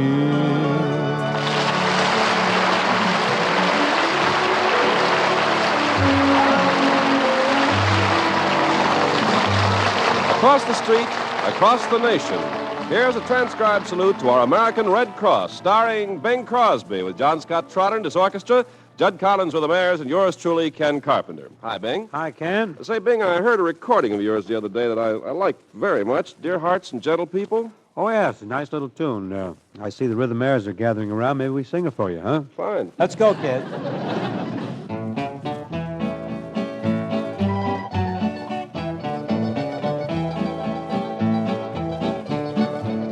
I love those dear hearts and gentle people who live in my hometown, because those dear hearts and gentle people will never ever let you down. They read the good book from Friday till Monday. That's how the weekend goes. I've got a dream house I'll build there one day, with picket fence and rambling rose. I feel so welcome each time that I return, that my happy heart keeps laughing like a clown. I love the dear hearts and gentle people who live and love in my hometown. There's a place I'd like to go, and it's back in Idaho, where your friendly neighbors smile and say hello. It's a pleasure and a treat to meander down the street. That's why I want the whole wide world to know. I love those dear, I love the dear hearts, I love the gentle people who live in my hometown. Because those dear hearts and gentle people will never ever let you down. They read the good book from Friday till Monday. That's how the weekend goes. Got a dreamy dream house I'll build there one day, with picket fence and rambling rose. I feel so welcome each time that I return, that my happy heart keeps laughing like a clown. I love the dear hearts and gentle people who live and love in my hometown. Home, home, sweet home. Home, home, sweet home. Home, home, sweet home.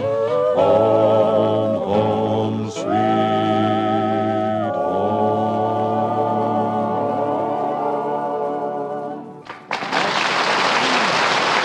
How'd you look at Stu? Come here.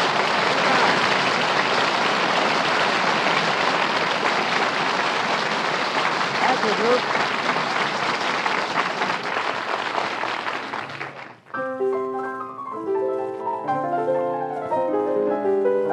Here's a new song, recent recording for Decca. Sorry, can't you see that I'm sorry? All my life I'll be sorry I was mean to you. You're so near to me, when you're dear to me, the whole world seems fine. I need you so, how I long to know you'll always be mine. I'm sorry. Will you ever forgive me? Heaven knows I'll be sorry if you say we're through. So have a heart, say we'll never part again. Darling, I love you. Won't you tell me you're sorry too? Sorry, can't you see that I'm sorry? All my life I'll be sorry I was mean to you.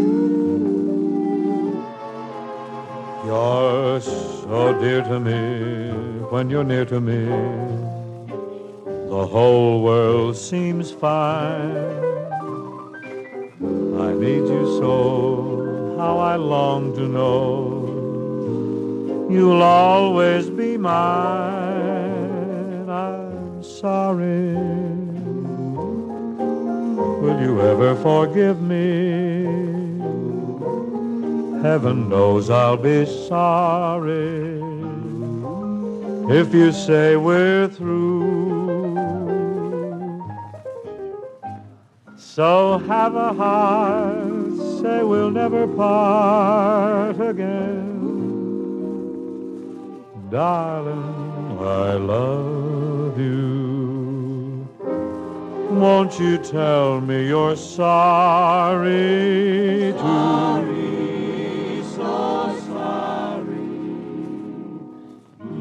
Won't you tell me you're sorry too?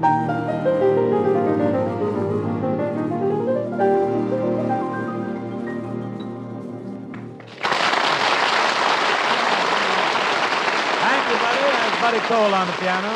Always very nimble, very agile, always plays in excellent taste. In just about dead center of the USA lives a young boy named Bobby. 4 years ago, when he was 12, was nip and tuck whether he'd live at all. He'd suffered from a rare disease, and he needed transfusions, 2 pints a day to keep him alive. Well, the family was frantic. Their blood didn't match, and it wasn't easy trying to find donors. There were times, in fact, when Bobby's life hung in the balance. That was 4 years ago. Today, Bobby is having another attack, and as he himself puts it, once again, he's living on borrowed blood. Over 250 transfusions so far. But this time, every day, twice a day, the blood is there. Blood of the right type to keep Bobby alive. The Red Cross has seen to that. You're the people who have made it possible through the dollars and the blood that you contribute. These contributions help support the National Blood Program, which already has made blood available to the medical profession for use in 1,600 hospitals across this nation.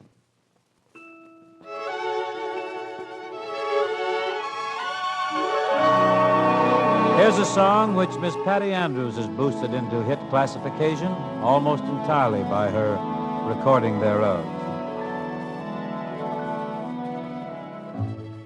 I can see, no matter how near you'll be, you'll never belong to me. But I can dream, can't I? Can't I pretend I'm locked in the bend of your embrace?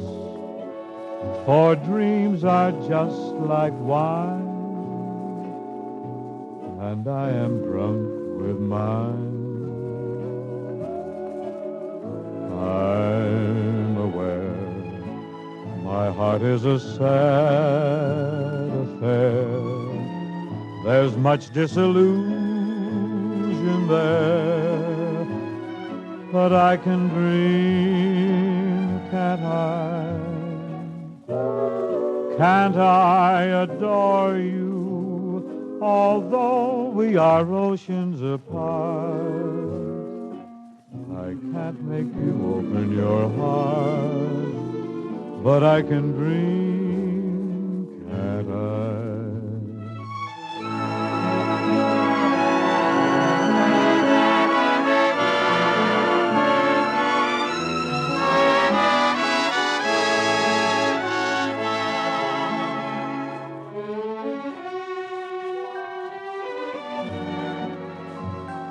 Can't I adore you, although we are oceans apart?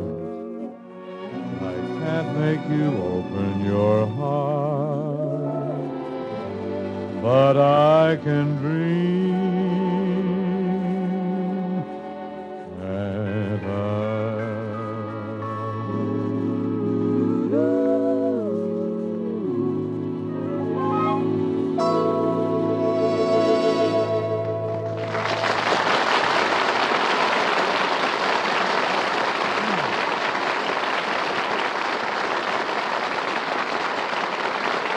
Mr. Tubby Garland, prominent oil man and song consultant to the stars, recommends I sing You're Wonderful from the Paramount picture Bitter Victory. Has some exceptional lyrics by Livingston and Evans and some compelling music by Victor Young. You're wonderful. You're all that I've yearned for, the flame that I've burned for. You're by my side to stay. Wonderful to be on a crest with this love we've been blessed with. It warms our every day. You complete the glow that was missing in casual kissing, the glow that comes with love. Now, my sweet, we're whirling, we're reeling, we found a new feeling. It's wonderful, so wonderful. You're wonderful to love.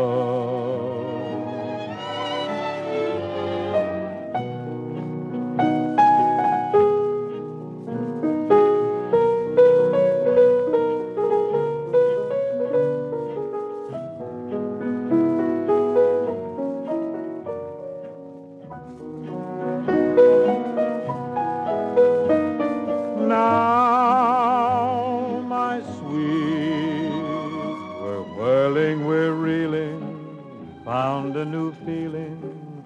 It's wonderful, so wonderful. You're wonderful to love.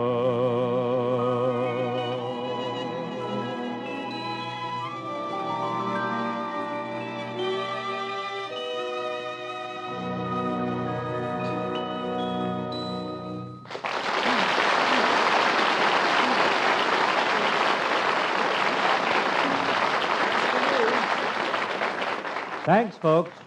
And don't forget now, you are the ones who make the great work the Red Cross is doing possible.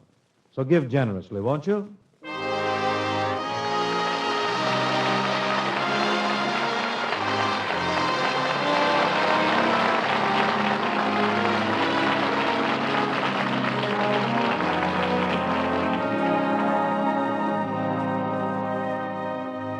Your hand held out to your neighbor when he needs help.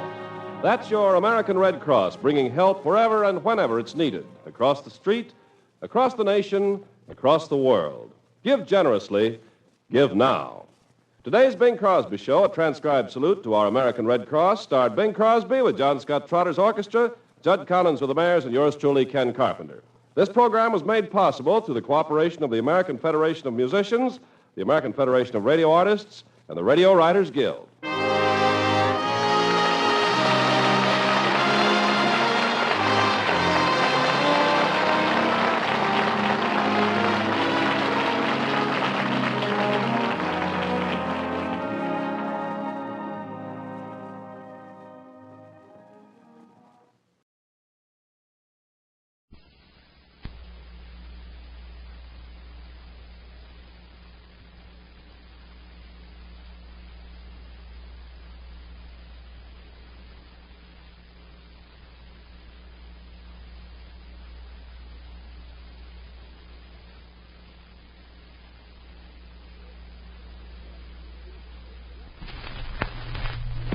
This is Ken Carpenter welcoming you to the Bing Crosby Show, transcribed in Hollywood and brought to you by new coffee flavor Instant Postum, a wonderful tasting hot beverage that contains no caffeine. It lets you sleep. And now for coffee flavor Instant Postum, here's Bing Crosby. Good evening, ladies and gentlemen. Here's one of the new popular ballads. Jack Smith's got a good record out on this, selling quite well. I think Tony Boswell, too. I thought I'd have a go at it.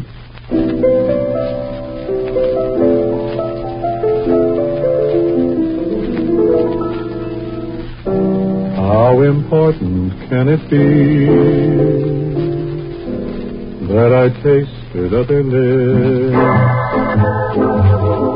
That was long before you came to me with the wonder of your kiss. So the story got around about an old romance in me. But it happened oh so long ago. How important can it be? Mine was a young and a foolish heart, seeking love at every turn. But I have grown so much wiser now, even foolish hearts can learn that the past just fade away. I get lost in yesterday. The most important thing is here and now, and our love is here to stay.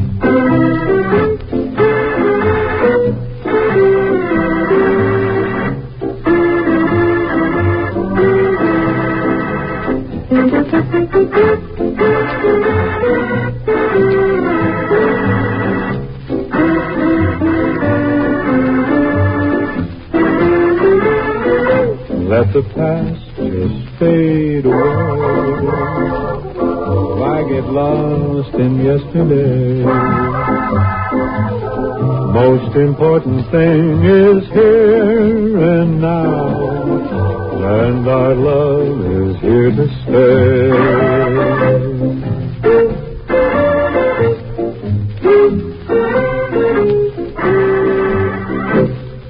Well, sir, what say, folks, right here we blend near to Gale and Drake, huh?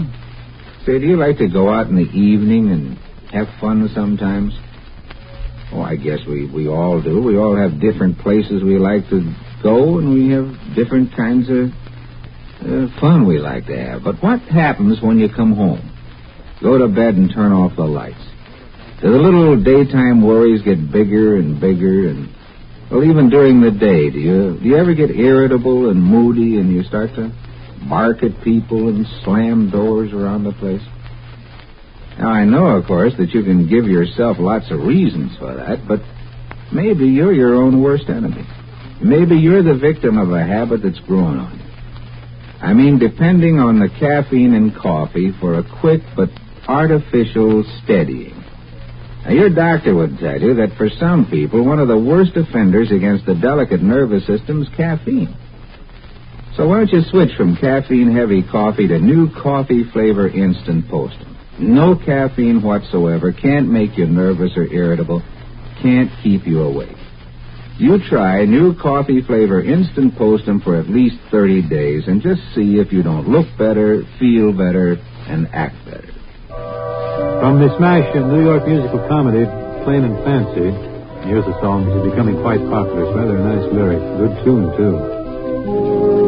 Young and foolish, why is it wrong to be young and foolish? We haven't long to be. Soon enough, the carefree days, the sunlit days go by. Soon enough, the bluebird has to fly. We were foolish. One day we fell in love. Now we wonder what we were dreaming of, smiling in the sunlight, laughing in the rain. I wish that we were young and foolish again.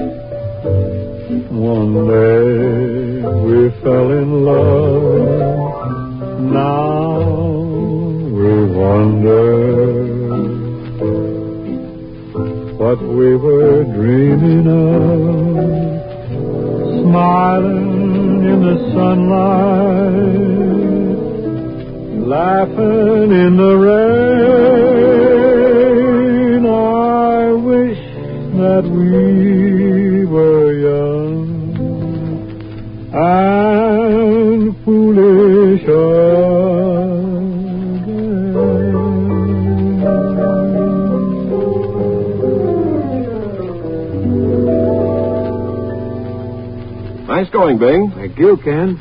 Bing, have you ever been much interested in stamps or stamp collecting? No, I never was much of a stamp collector, Ken, but exactly. Some of my kids have been interested at one time or another, however. I think Lenny still fools around with stamps. So why do you ask this? Well, it was an interesting thing. I read an INS story where there's a nationwide movement to commemorate personalities in the American theater on postage stamps. Oh, now, that might make a very colorful collection, I think so, too. After all these years and thousands of stamp issues, I imagine the government designers are looking for new material, too. That's exactly the position taken by Mr. Jacques Minkus, one of the country's best-known stamp dealers and philatelists, who's running this crusade. Well, after all, we have postage stamps commemorating our national parks, suspension bridges, poets, musicians, scientists, national heroes of all kinds. Why not a stamp depicting famous people of the theater? I'm sure all actors would be all for it. Excellent billing, but there's only one hitch. You see a hitch? What we look at? You're not eligible to have your portrait on a stamp unless you're deceased. What hitch? I know a lot of actors who'd be very happy to destroy themselves if they're sure they get their mug on a stamp. You're kidding. Not at all. Bob Hope, for instance, would be more than eager to knock himself off if he would be so commemorated. You think so? Oh, cinch. I know it. Let me ask you something, Ken. Who decides on what personage or edifice or what goes on the postage stamp? Well, according to Mr. Minkus, who says that getting pictures on stamps is mostly politics, the subject matter is decided upon by some person or group of persons campaigning for their favorite project. For instance, there's a stamp commemorating the poultry and egg industry. Oh, that's too bad. I'm sorry to hear that. That'll kill it for Hope. You mean that all the eggs that Hope has laid puts him in the egg industry class? Indeed it does. A Bob Hope stamp following an egg industry would be redundant. I guess it wouldn't. Gee, I'd like to have a backyard full of hens that could lay them that size. But this theatrical stamp movement, who's campaigning for that? I mean, for us. Oh, you'd like to get in the act, too, huh? Well, why not? Well, Jacques Minkus, the stamp dealer, himself is going all out making a pitch for his idea. In fact, he says the results of a poll taken among hundreds of drama editors shows great enthusiasm for the idea. Oh. You know, France has its Sarah Bernhardt stamp. Yes, I understand that Shakespeare's on a stamp in Hungary. Gee, with all the many great American theatrical personalities, who do you suppose will be the first chosen to decorate a stamp, huh? I mean, outside of Hope. Yeah, I wonder if we could get Hope's picture on the gluey side of the stamp. How would that might work, but to answer your first question, Bing, in the early voting, Eugene O'Neill, a great playwright, is leading Maud Adams by a slight margin. Edwin Booth comes third, and George M. Cohan and John Barrymore are running close behind. Well, that's certainly a most imposing array, isn't it? You know, Ken, I think I'll sing a George M. Cohan song right now. Not like Cohan sang it, but I could sing it like he wrote it, I think.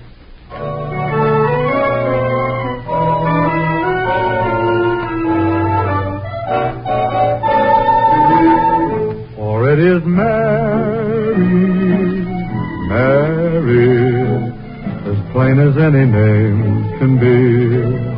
but with propriety, society will say Marie, but it was Mary,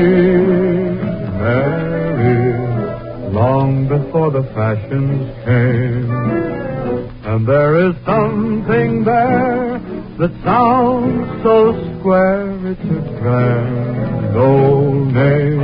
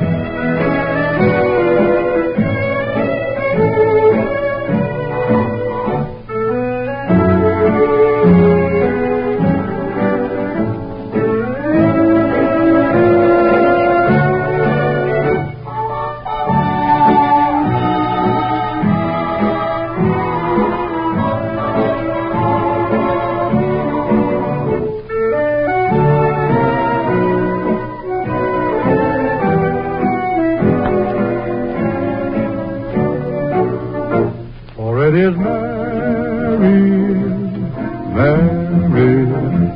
plain as any name can be, but with propriety, society will say Marie, but it was Mary, long before the fashions came. And there is something there that sounds so square, it's a grand old name. And once again, here's Galen Drake. Isn't it strange how we sin against ourselves? Oh, we take care of other things. I mean, the family, the job, charities, but how about our own good health?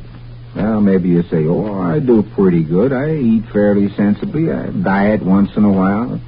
Don't sleep so good, though. Feel a little dragged out now and then, but then after all, I'm no kid anymore. Yeah, and maybe you're kidding yourself, too. Those little danger signals may mean you're depending on the caffeine in coffee for that quick pickup. And your doctor would be the first to tell you that for some people, one of the worst offenders against the delicate nervous system is caffeine. So switch from caffeine-heavy coffee to new coffee flavor instant postum. No caffeine, no jumpy nerves, can't keep you awake.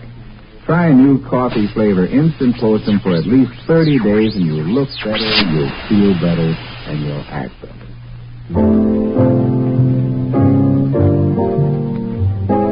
And so we come to the end of another happy chore for this week. It's been most enjoyable. I hope that you all have a fine weekend. And I hope, too, that I'll be seeing you on Monday. The Bing Crosby Show was produced and transcribed in Hollywood by Bill Morrow and Murdo McKenzie and brought to you by new coffee flavor Instant Postum, a wonderful tasting hot beverage that contains no caffeine. It lets you sleep. Try some soon. Enjoy new coffee flavor Instant Postum, and you'll enjoy your sleep. This is the CBS Radio Network. Stay tuned for the Amos and Andy News.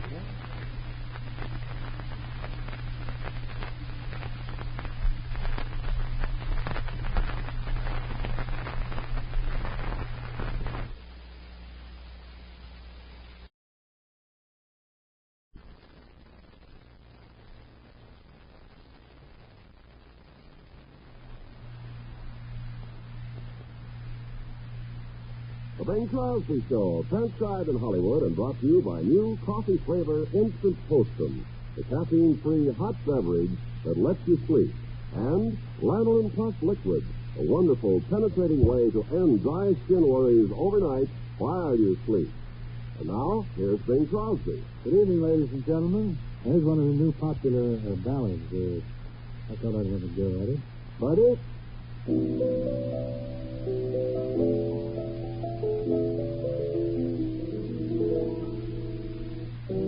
How important can it be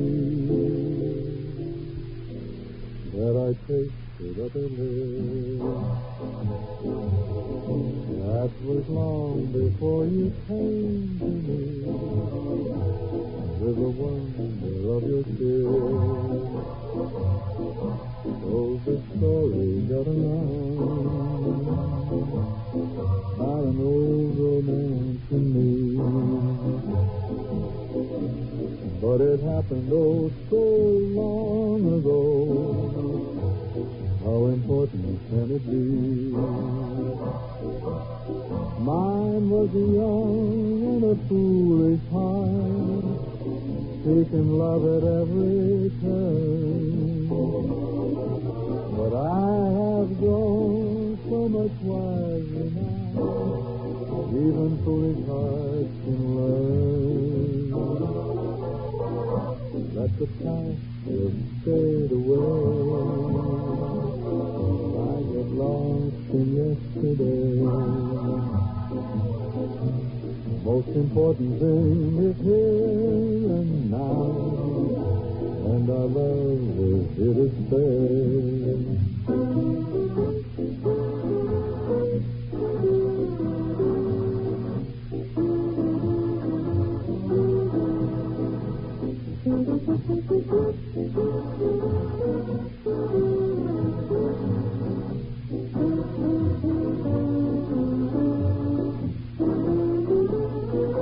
Let the past fade away.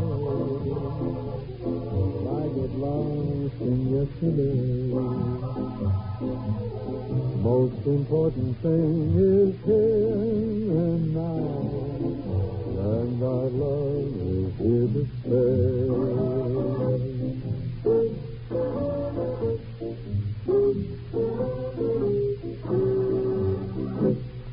Galen Drake's now takes over as his topic, the new coffee flavor instant toast. Can you remember when you used to go to work every morning raring to go? Tougher the chore, the better you like it. You were the proverbial ball of fire. But somewhere you began to feel you were losing your step. You weren't old, you weren't sick, but it was harder to get up in the morning, and every job began to look like a mountain. You were edgy, nervous, dragged out. Well, you're not alone. Listen to this. Your doctor would tell you that for some people, one of the worst offenders against the human nervous system is caffeine. So just switch from caffeine-heavy coffee to new coffee flavor instant toaster. Full-bodied with a rich aroma, new coffee flavor instant toaster has no caffeine, can't make you nervous, and can't keep you awake.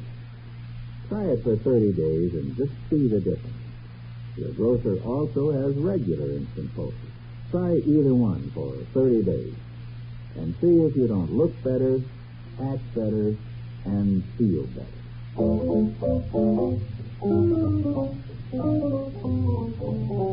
We're in the money. We're in the money. We've got a lot of what it takes to get along. We're in the money, and the skies are sunny. Old man trouble, you are true, you done us wrong. We never see a headline about a bread line today. And when we see the landlord, well, we can look that guy snack in his good eyes. We're in the money. Come on, my honey.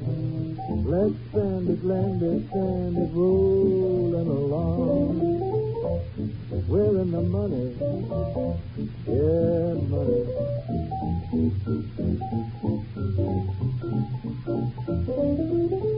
In the money.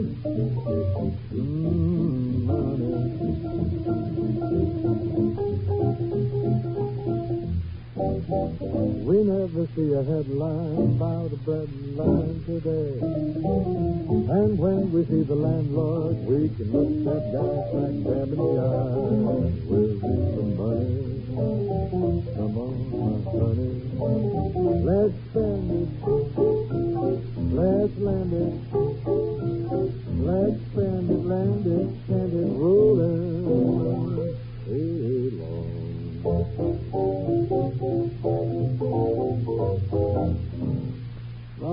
Folks, tonight I'd like to talk about a gentleman named Washington Irving. His birthday was celebrated yesterday.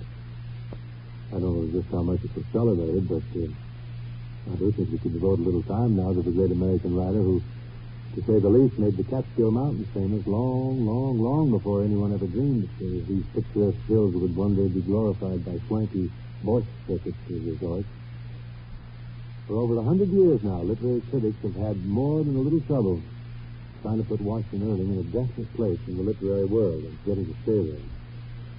But when they get him neatly filed away as a short story writer, why, he pops up as a journalist or a biographer, a satirist, or maybe a historian.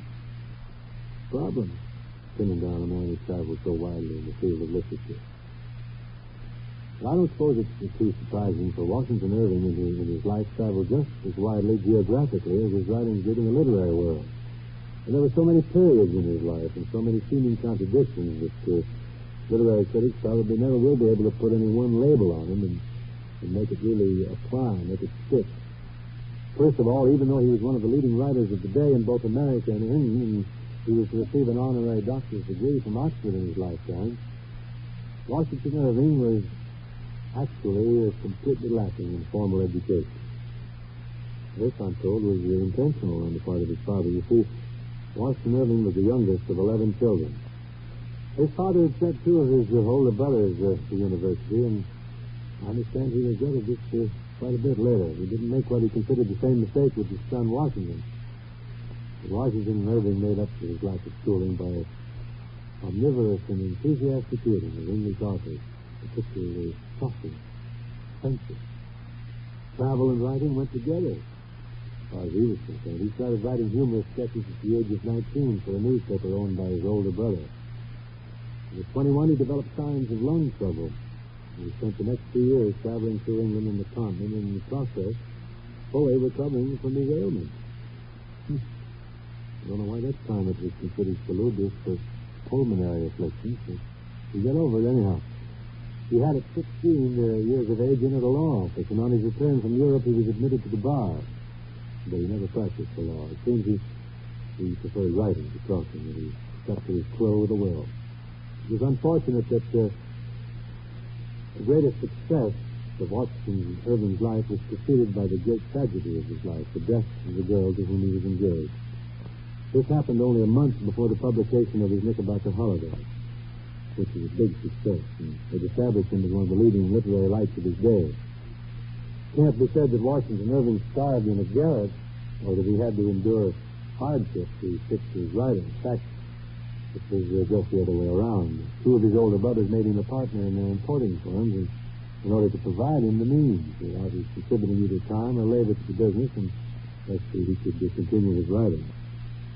Later, the importing business failed, but by this time, Washington Irving was a leading literary figure. He was a man of means, and so he was able to repay his two brothers by taking them in at his farm at Tarrytown, New York. I suppose Washington is best known for two short stories from his sketchbook. You know, the legend of Sleepy Hollow and the immortal Rip Van Winkle. However, as is so often the case, short story writing wasn't his goal. He himself considered himself primarily a biographer. In 1826, he went to Madrid, Spain, where he wrote a comprehensive history of the life and the voyages of Christopher Columbus. He was so popular there that 15 years later he returned as the American minister to Spain. And today there's a hotel named after Washington Irving in Granada, Spain. And his works translated into Spanish are among the most popular foreign authors there. I've stopped at the Washington Irving in Granada. It's a nice, neat place, very nice off the rich, within easy access to the General Alice and to the Alhambra, and the gypsy caves across the gorge. It's a fabulous spot in Granada. All his life, Washington Irving really wanted to write a comprehensive biography of his namesake, George Washington. He swore he'd do it if it was the last thing he did, and sure enough it was. But the work told on him, and when he finished the fifth and last volume, he was a broken man. Soon after he died. He did achieve his life's ambition, though, which I suppose is the achievement that any man really seeks. Now I think I should segue to song. And I do so with some fond memories and sing Granada.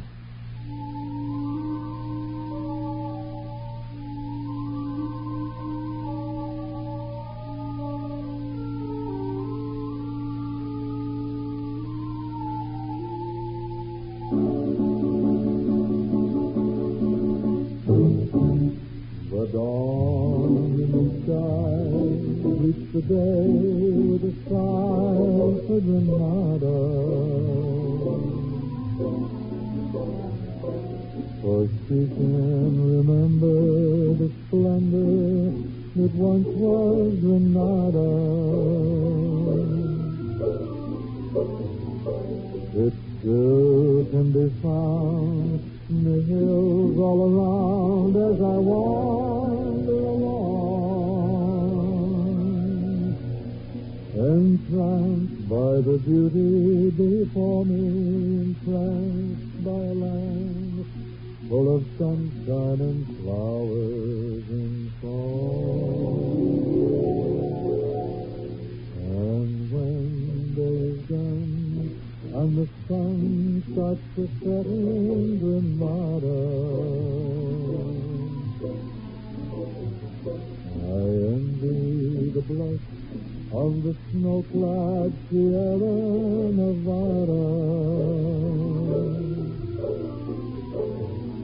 For see it will welcome the stars while 1,000 guitars play a soft habanera. Then moonlight Granada will live again, the glory of yesterday, romantic and gay.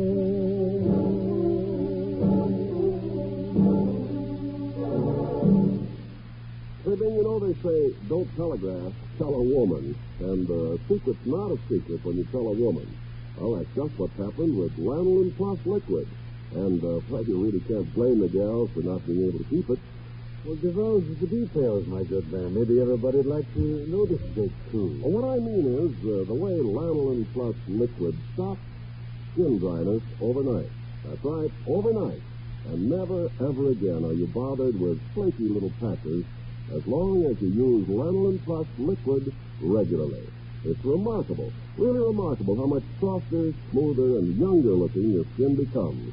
How premature lines and crow's feet caused by skin dryness just seem to soften and fade away. So, gals, why not make Lanolin Plus Liquid your wonderful secret? Lanolin Plus Liquid is only $1 plus tax wherever cosmetics are sold. Moonlight becomes you. It goes with your hand. You certainly know the right thing to wear.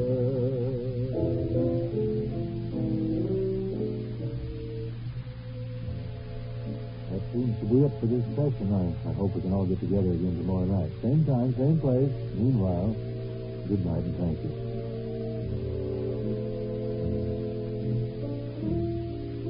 The Bing Crosby Show is transcribed in Hollywood and brought to you by Lanolin Plus Liquid, the deep, penetrating way to sleep away your skin dryness.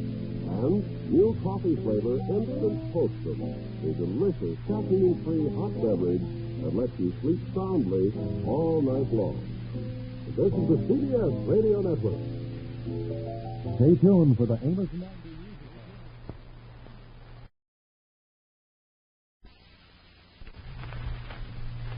The Bing Crosby Show, transcribed in Hollywood and brought to you by new coffee flavor Instant Postum, the caffeine-free beverage that lets you sleep, and Lanolin Plus Liquid, the wonderful penetrating way to end dry skin worries overnight while you sleep.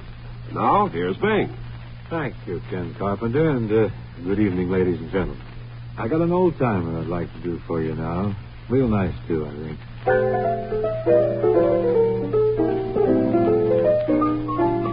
Oh, I'm blue every Monday. thinking over Sunday, that one day when I'm with you. And it seems that I sigh all day Tuesday, and I cry all day Wednesday. Oh my, how I long for you. And then comes Thursday, gee, it's long, it never goes by. Friday makes me feel like I'm gonna die. But after payday, that's my fun day. I shine all day Sunday, that one day when I'm with you.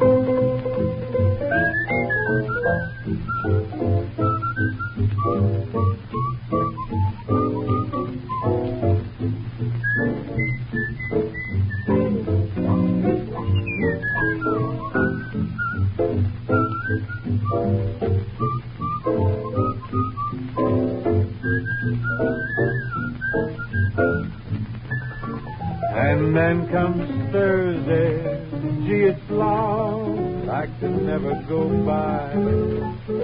Friday makes me feel like I'm about to die. After payday is my fun day, I shine all day Sunday. That one day when I'm with you, my big day. Thank you, buddy. Thanks, boys, too. Vegetarian. It's two. All hands. Thanks very much. Now here's Galen Drake. Ever notice how you go along for years doing the same things in the same ways, like the way you grip a golf club, comb your hair, talk to the children, and compliment your wife? One day someone suggests a simple twist, and there's a marked improvement. Even the fellow who's grumpy, tosses and turns all night, gets headaches seemingly without reason, or is just nervous and edgy. If this is you, take a look at one habit. Your doctor would tell you, for some people, the caffeine in coffee is one of the worst offenders against the delicate nervous system. So, change a bad habit for a good one. Switch to new coffee flavor Instant Poster. No caffeine, and it can't keep you awake or make you nervous and irritable. Try new coffee flavor Instant Postum for 30 days. Of course, you can get regular Instant Postum, too. But try either one for 30 days. And this just may be the switch that will make you look better, feel better, and act better. Now for a song, here's I Need You Now. If I ever needed you, I need you now. I can't remember when I've ever been so blue. If I ever needed love, I need it now. I feel so all alone, I don't know what to do. No day or night goes by when I don't have my cry. I feel like I could die from wanting you. I can't ease my aching heart, but you know how. If I ever needed you, I need you now.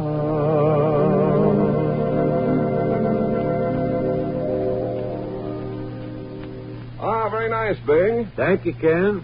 Thank you very much. You have a nice Easter? Wonderful, Bing. How about you? Have a nice day? Oh, delightful. I'm very busy, too. Right after church yesterday, I went on an egg hunt. You went on an egg hunt? Yep. A little juvenile, don't you think? No, we were out of eggs at the house, so I went out hunting for a market that was open. I see. Did you get over to Hollywood Boulevard for the Easter parade, as usual? Naturellement. Went to full route, dressed to the teeth, you know, as they say in dental circles.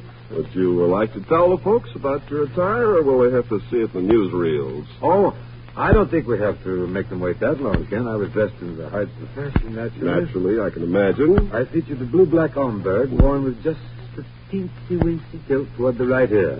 I had a charcoal cutaway coat, striped tie and trousers, pearl gray spats, and swim fins. Swim fins? Yep. Thought it might rain. Oh, you're a cagey one. Yes, I'm pretty sneaky. Well, then, swim fins are much more comfortable than shoes. Ain't it the truth, honey? Well, just is the truth. outside of those sharp swim fins, what else was outstanding about your outfit? Well, I think really the big punch to my ensemble was the fact that I was leading a beautiful greyhound on a braided crocodile skin leash. Oh, man, how swank can you get? Imagine. A greyhound on a braided crocodile skin leash. I want to tell you, Ken, when I walked by the bus station, they cheered. They stood right up and cheered. I broke it up in front of the Seven Seas when I passed there. They fell out of windows and chopped celery and leafy nuts were flying. You know, Big, I don't think the Easter parade out here compares with the one on Fifth Avenue or Park Avenue in New York, do you? No, I guess not, Ken, but you must consider that's an old established parade back there. Besides, one thing wrong with the parade out here, nearly everybody rides.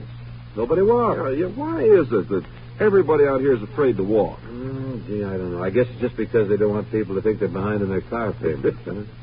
Another thing about the Easter parade in Hollywood that annoys me, Ken, and this really hacks me, is that too many ladies are all dressed up in bullfighter pants, Bermuda shorts, horses' tails, ballerina slippers, open-toed sandals. Yeah, you can see anything. I just can't abide that.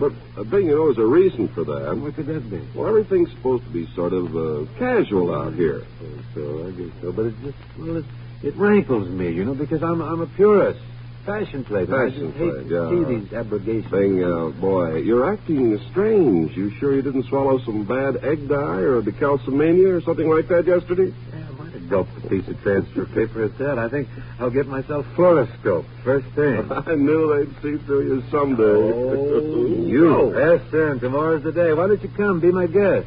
Have a peek, Ken. That's the best offer I've had so far this week. Well, I certainly hope you can make it. Now, Ken, I think I'd better get along to some music. You'll excuse me, won't you? Oh, by all means. Buddy?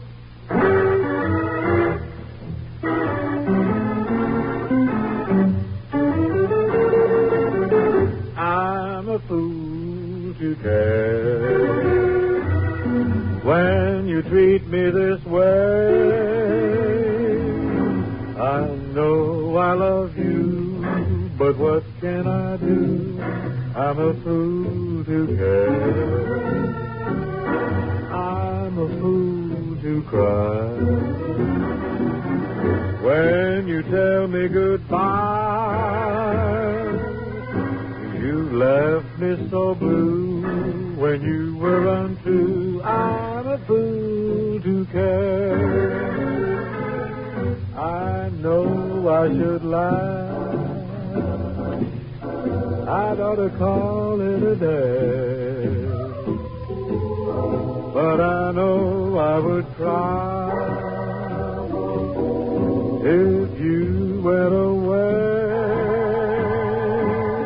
I'm a fool to care when you don't care for me. So why should I pretend I'm gonna lose in the end? I'm a fool to care. Such a fool to care. Say, Bing, you know, just about everybody at some time or another has, bought a chance on something. Maybe it's their favorite charity affair. Oh, yeah, I've had a few riffles of different kind of rackets. I can even remember trying to win a year's supply of lollipops once when I was a youngster. Honest and truly? Yeah, I'd go for anything. Well, now, gals, I've got something very special for you. What would you think of being your own favorite charity? I mean, would you bet $1 you could end your dry skin worries forever? You know, you can. And win, absolutely. Because Lanolin Plus Liquid stops skin dryness overnight. Yes, overnight. And what's more, never, ever again will you have dry skin worries as long as you use Lanolin Plus Liquid regularly. Why not test me? Pick up a bottle of Lanolin Plus Liquid and just see how much softer, smoother, and younger looking your skin can be. That's Lanolin Plus Liquid. $1 plus tax wherever cosmetics are sold. From the smash New York musical comedy, Plain and Fancy. Here's a song that is becoming quite popular. It's rather a nice lyric, very sensible lyric. Good tune, too.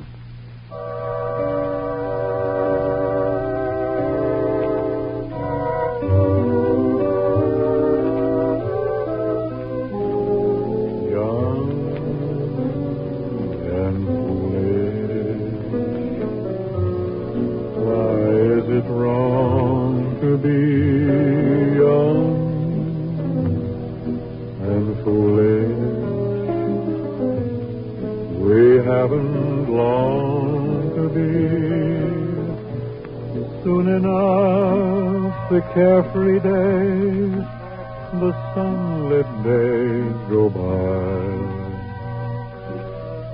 Soon enough, the bluebird has to fly. We were foolish. One day we fell in love. Now we wonder what we were dreaming of, smiling in the sunlight, laughing in the rain. I wish that we were young and foolish again.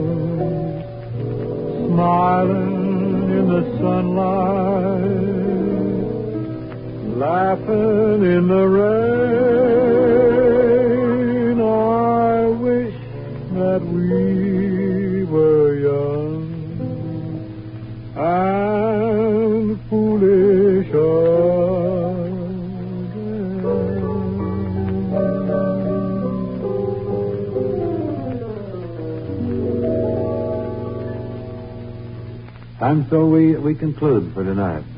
Hope you enjoyed what we had to sing for you and what we had to say. Hope also that you'll be listening again tomorrow night at the same time, same station.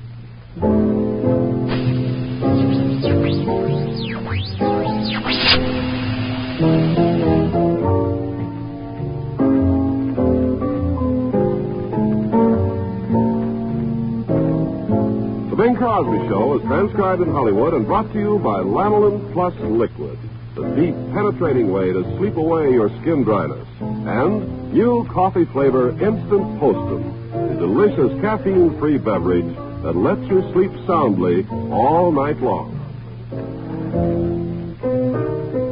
This is the CBS Radio Network. Stay tuned for the Amos Mandy music.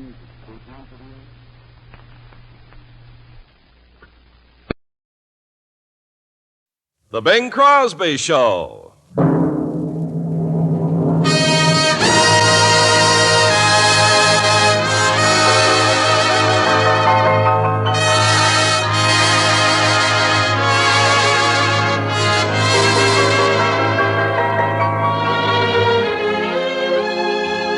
This is Ken Carpenter welcoming you to The Bing Crosby Show, presented by the people of General Electric. Produced and transcribed in Hollywood with John Scott Trotter and his orchestra and Bing's guest, Gary Crosby. Now, ladies and gentlemen, here's Bing. I met my little bright-eyed doll down by the riverside, down by the riverside, down by the riverside. Oh, yes, I met my little bright-eyed doll down by the riverside, down by the riverside. I asked her for a little kiss down by the riverside, down by the riverside, down by the riverside. Oh, yes, I asked her for a little kiss down by the riverside, down by the riverside. She said, have patience if you can, I'm sure you understand. I hardly know your name. I said, if I can have my say, maybe some sweet day, my name and yours will be the same. I wed my little bright-eyed doll down by the riverside, down by the riverside, down by the riverside. I'd wed my little bright-eyed doll down by the riverside, down by the riverside.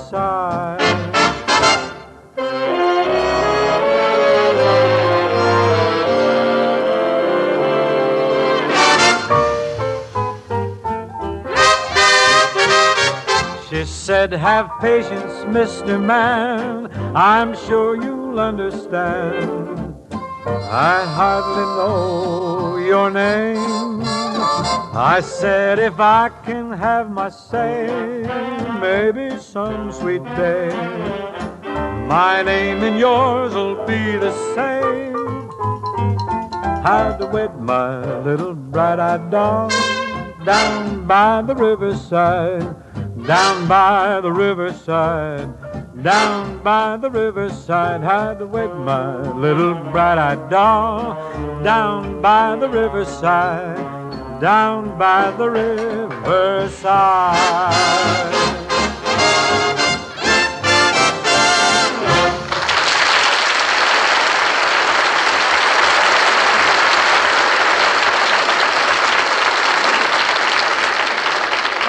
Very nice, You like Bing. him, eh? Yes, I'd say that's getting off to a fine start. Well, thank you. You're very nice to say so. But I want to tell you something, Ken. The words of that song are very, very hard to remember. It's a lucky thing I had them written down here. Yes, it must be very difficult remembering down by the riverside. It's something of a challenge, I promise you. But it's a pleasant, rather attractive song, I think. I think so, too. Well, Bing, here we are, back on radio. Yes, sir, and on Sundays. Sure, everything new. New broadcast time, new theme song. It's a yet untitled melody written by Victor Young. Oh, I see. We're going to start a contest?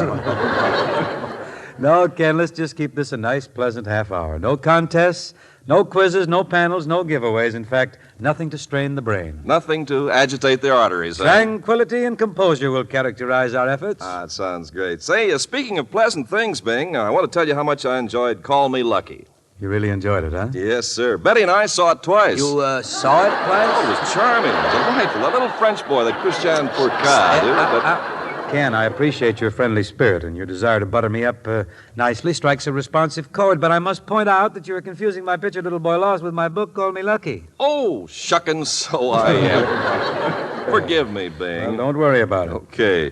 Bing, did you have a nice summer? Yeah, sure. But listen, let's get back to our topic, No, Ken. please don't. I can't quite understand. It baffles me how you could confuse a book with a movie, since they don't have the same title or any particular relation to each other. Well, I might be able to explain the cause of my confusion. You see, the first time I went to see Little Boy Lost, I noticed that a man sitting in front of me was reading Call Me Lucky. During the movie? Yeah. Well, obviously, a fellow who bought a copy of the book just couldn't put it down. Ken, are you sure this really happened? Really? Matter of fact, I held the candle for the fellow. What candle? Well, the candle he read by. Oh, that candle. Sure. Well, at least this conversation is illuminating. Bing, I'd like to say something else about Call Me Lucky. No, please, Ken. No, later. wait. I think your friends would like to know that the book, Call Me Lucky, contains much more subject matter than was covered in the Saturday Evening Post articles. And furthermore... No, that's enough, Ken, unless you can think of some way to tie this into General Electric. That will be the day. That would be clever, wouldn't it? Now, with a bow to Les Paul and Mary Ford, whose record is topping the list for these many weeks, here's the very popular Vaya con Dios.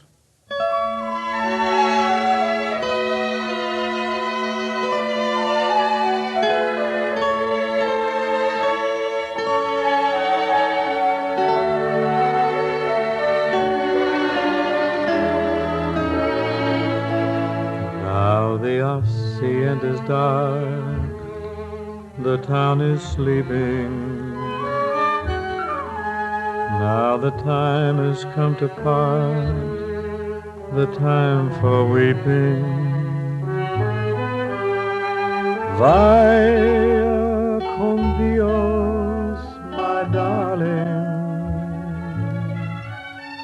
Vaya con Dios, my love.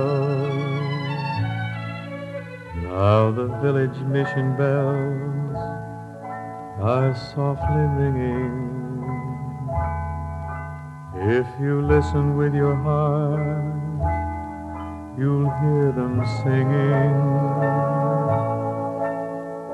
Vaya con Dios, my darling.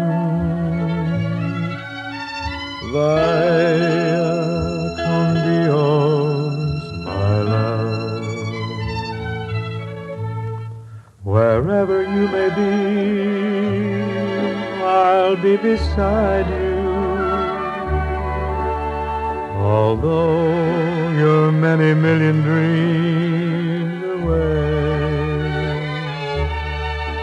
each night I'll say a prayer to guide you, to hasten every lonely hour of every lonely day. Now the dawn is breaking through a great tomorrow, but the memories we share are there to borrow. Vaya con Dios, my darling. Vaya con Dios, my love.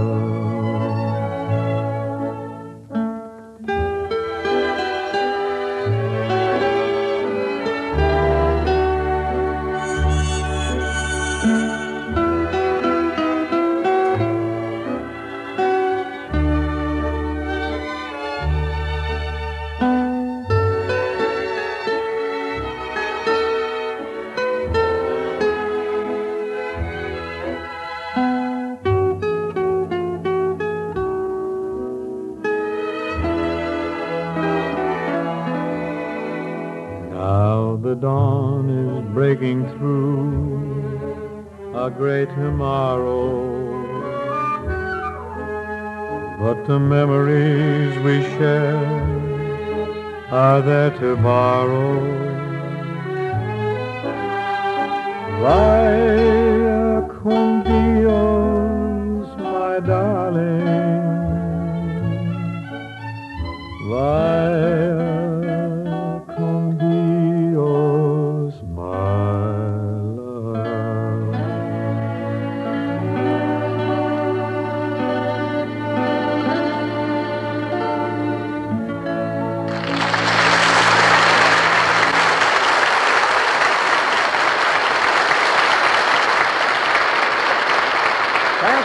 Thank you. Now, ladies and gentlemen, I'd like to present our very first guest of the season, a young man who's been auditioning around the house for several days, Mr. Gary Crosby.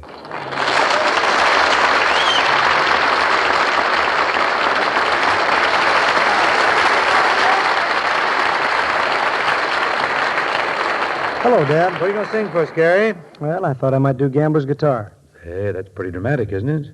Yes, but I feel I can handle it. You really think you can? Well, if you say so, I'll go along. But you've got quite a lot to shoot at, you know. Did you hear Rusty Draper's record of that, Gambler's Guitar, that great record he did? Don't expect anything like that from me.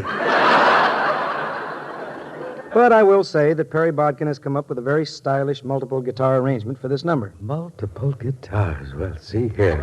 Step right up then, Gary. You and the guitar started talking.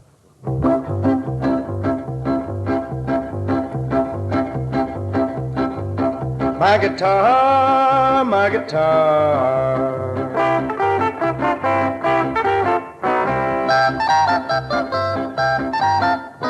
Tell of the hearts that this vagabond has broken. Tell of the fun I have had. Tell of the loving and the laughing and the joking. Back when I was glad. Back when I was glad. Tell it pretty, my guitar.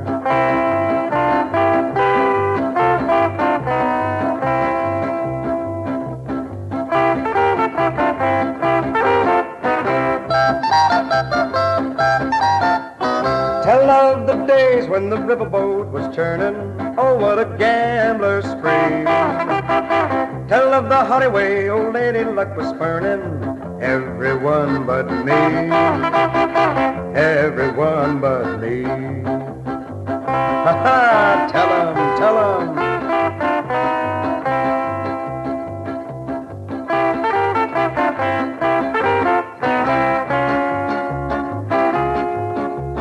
Speak of the time when I took my biggest gamble, the game where hearts are high. Speak of the funny way my luck began to ramble when she caught my eye. When she caught my eye. Ha-ha, tell 'em again, tell 'em again.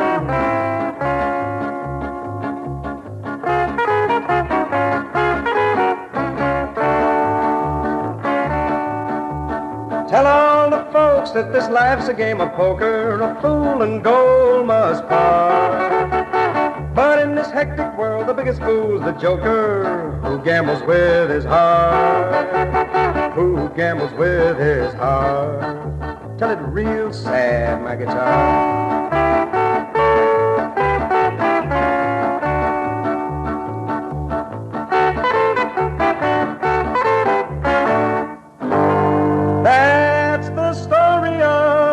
Gambler's guitar.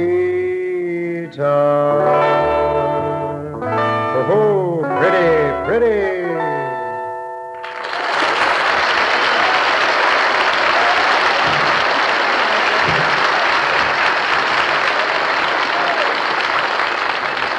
Fine, fine. That's okay, Gary. Yeah, there's plenty of guitar there, wasn't there? Man, you were loaded with guitar. Now, shall we see if Mr. Trotter will carry us through a little duet on the old favorite, What a Little Moonlight Can Do? All righty. You started, I believe. It has been so planned, yes. Woo, woo, woo, what a little moonlight can do. Ooh, ooh, ooh, what a little moonlight can do to you. Now you're in love, your heart's aflutter, and all day long I only stutter, 'cause your poor tongue just will not utter the words, I love you. What a little moonlight can do. Wait a while till a little moonbeam comes peeping through. I'll get bold, you can't resist her, and all you say when I have kissed her is ooh. What a little moonlight can do. You get bold, you can't resist her, and all I'll say when I have kissed her is ooh. What a little moonlight can do, do, do, do, do, do, do, do, do, do, do. What a little moonlight can do.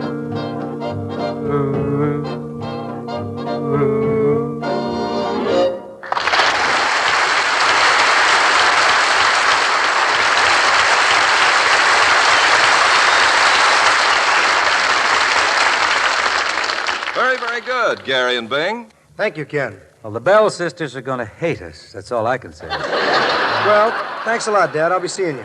What's the rush? I am going to call a girlfriend, and if there's any gas in your car, I'm going to make a moonlight test. I warn you now, the moonlight's very potent this time of the year. That's what I'm looking for. High voltage. So long. Take it easy now, Sparky. Don't get short-circuited out there someplace. Say, Ken, doesn't that high voltage suggest that it might be time for us to move a little merchandise for General Electric? Well, we don't have to worry about merchandise this year, Bing. What's this? What's going on here? Anyway, I don't see any General Electric refrigerators or ranges or blankets or radios or light bulbs or anything here tonight. What are we selling? We're not selling anything this season. You mean our order books have been confiscated? Are we being taken off the floor? Are the carnations that light up to be torn from our lapels? Are we being put out to pasture? Is that it? Now, Bing, don't get hysterical. All GE wishes us to do this season is to discuss people, not products. People? Mm-hmm. Our assignment is to chat about the fine things people can accomplish when they work together. Well, there's really no limit to progress when people work together.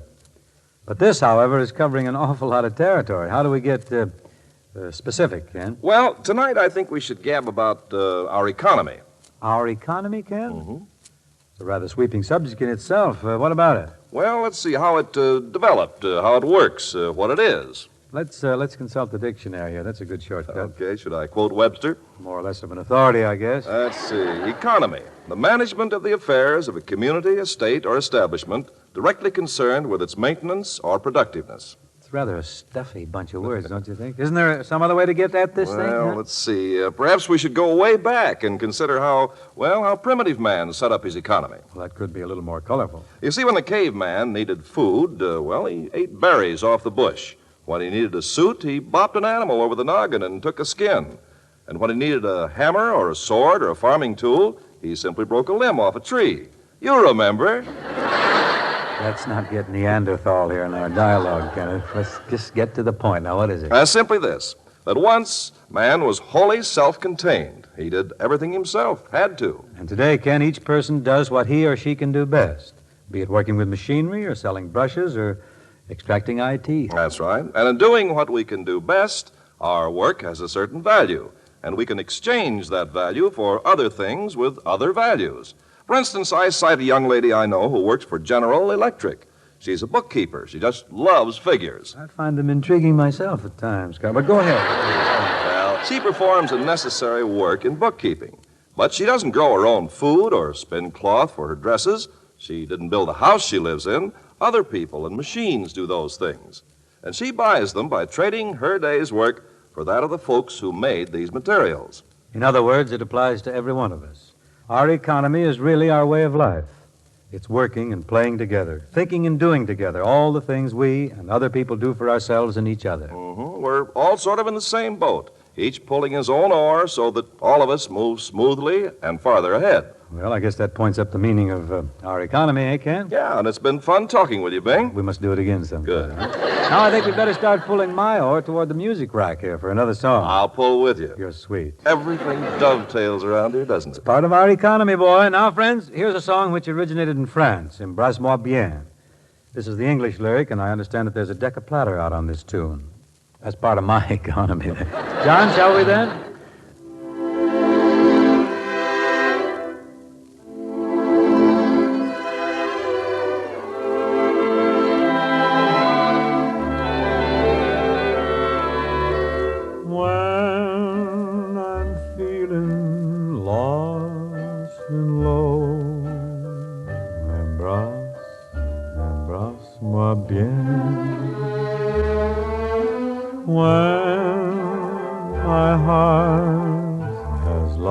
Its glow, then kiss me once again. You're the one that makes my life, my breath, my heart, my soul. Forget the day, let come what may. Embrasse-moi bien.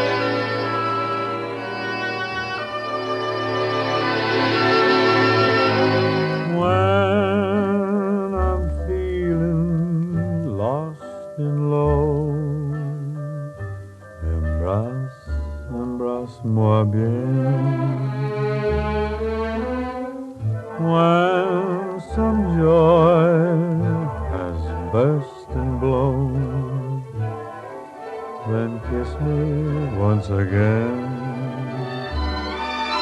You're the one who makes my life, my breath, my heart, my soul.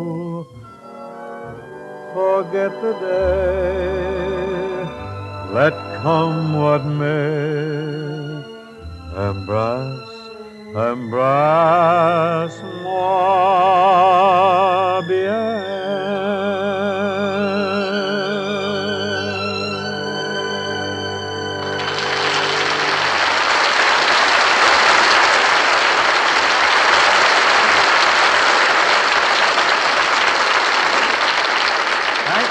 Thank you. Merci beaucoup. Folks, I think you probably know that John Scott Trotter has in his orchestra some of the finest musicians in the popular field.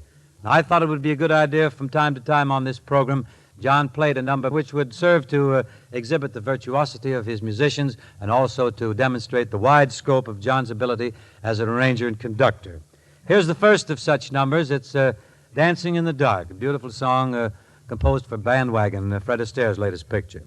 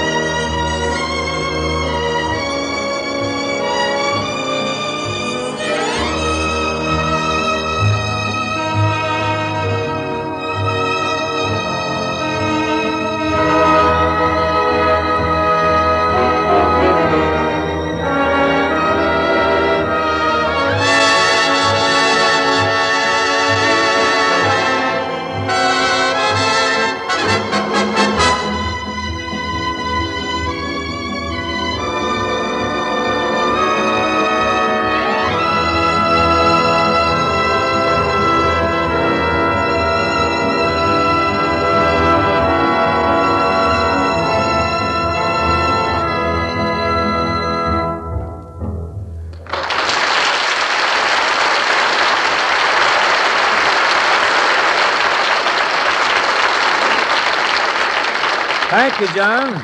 Thank you, boys of the band. That was very fine, very flashy.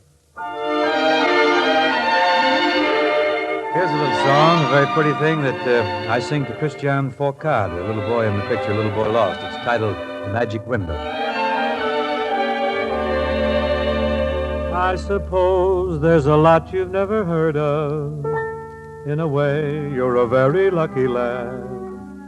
In those books that you haven't read a word of, there's a great bunch of friends you've never had. I envy the fun you've got in store, doing what you haven't done before. Someday you'll be looking through a magic window, and you'll see yourself sail off with Captain Kidd. Ah, what adventures you'll enjoy, and you'll be the only boy to discover where the treasure chest was hid.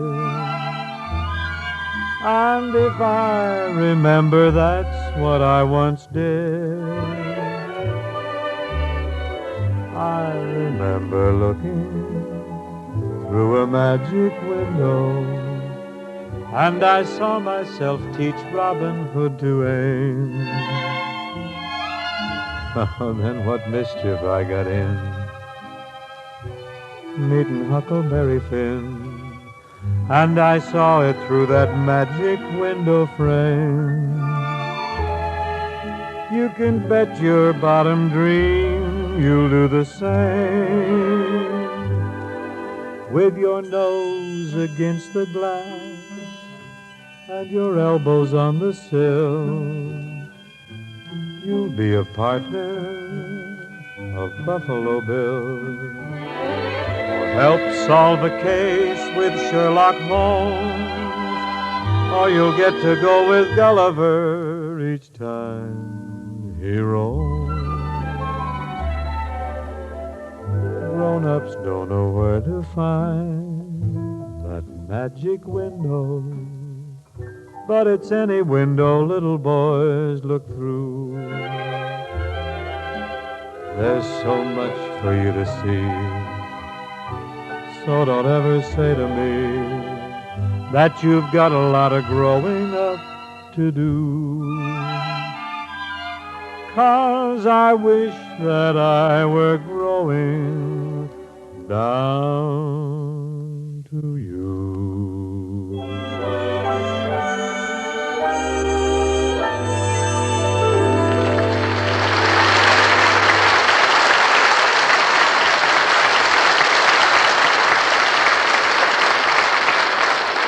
And that, ladies and gentlemen, is our closer for tonight.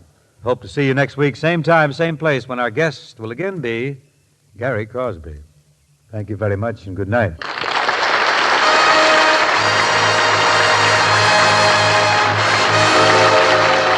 This program was produced and transcribed in Hollywood by Bill Morrow and Murdo McKenzie.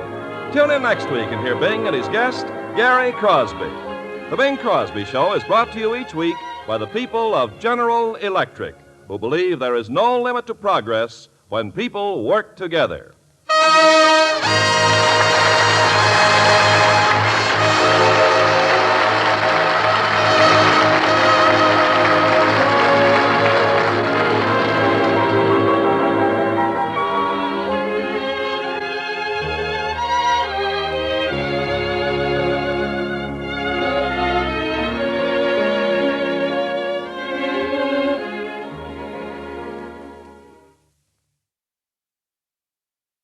The Bing Crosby Show.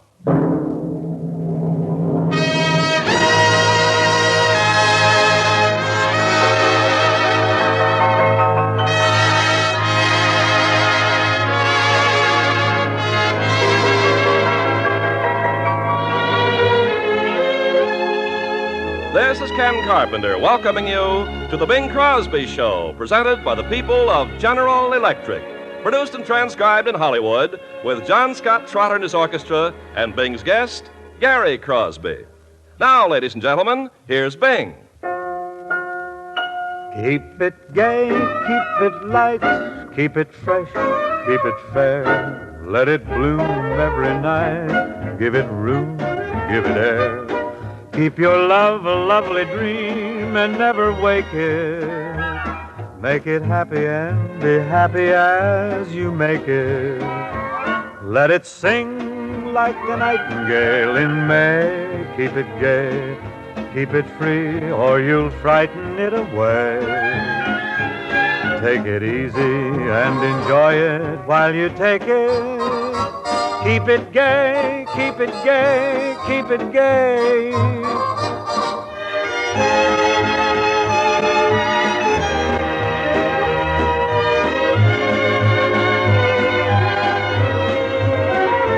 Let it sing like a nightingale in May. Keep it gay, keep it free, or you'll frighten it away. Take it easy and enjoy it while you take it. Keep it gay, keep it gay, keep it gay.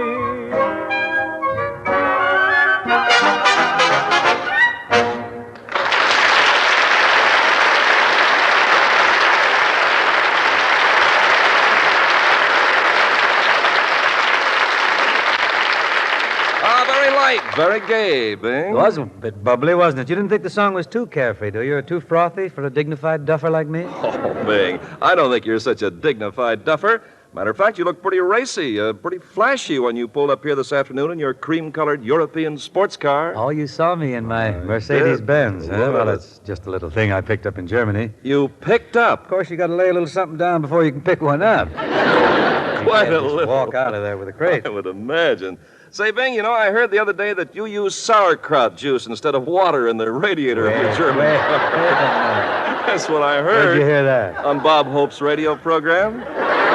Kid's got a radio program? Sure, he's on for Jell-O. Oh, old Wobbly's still broadcasting for Jell-O, huh? He is. Don't you pay any attention to him, Ken. He's just jealous because I got a late model car and he's still driving a Rio Speedwagon. No.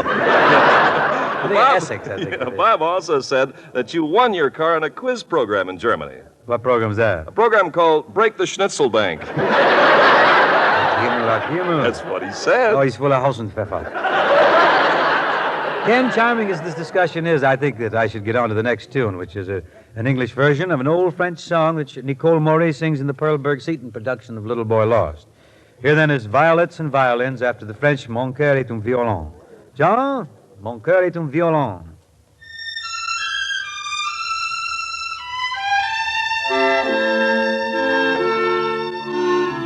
Violets and violins, when they meet, romance begins. When they mix their magic art, how I hope it melts your heart. Candlelight to make you dream,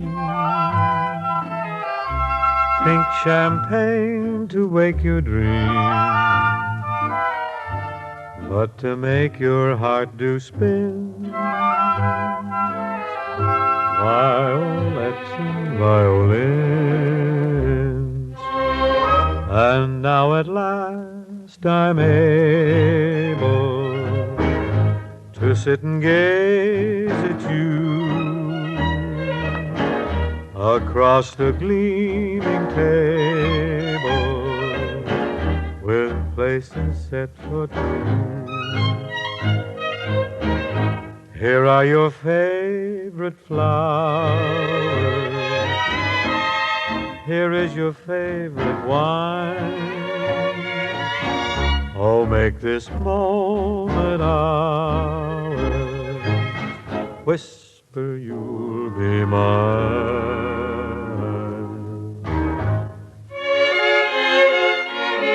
Violets and violins, when they meet, romance begins. When they mix their magic art, how I hope it melts your heart. Candlelight to make you dream, pink champagne to wake your dream, but to make my heart do spin. Violets and violins,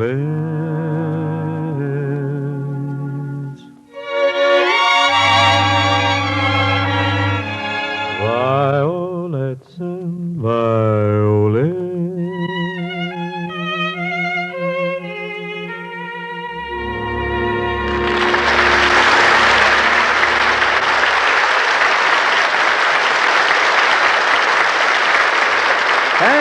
Thank you.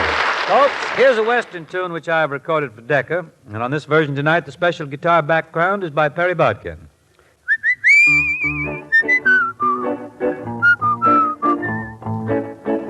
Give a tenderfoot a horse, and let him make a friend of him. Teach him not to be afraid, or that'll be the end of him. Let him learn to work and sweat, to roll a cigarette, to ride the range, you bet. He'll be a cowboy yet.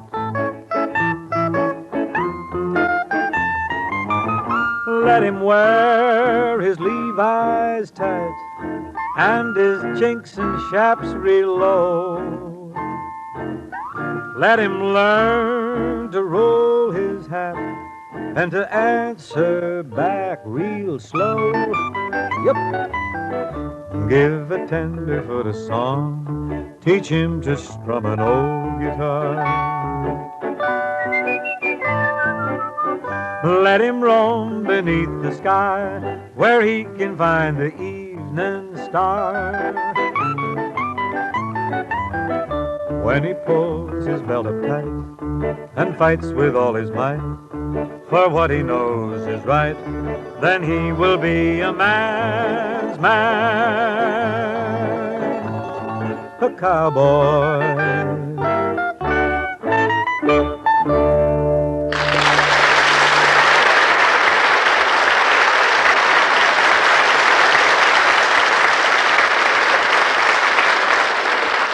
Well, it's guest time now, ladies and gentlemen, and our guest tonight is the same young man who was here last week, a singer of some promise named Gary Crosby.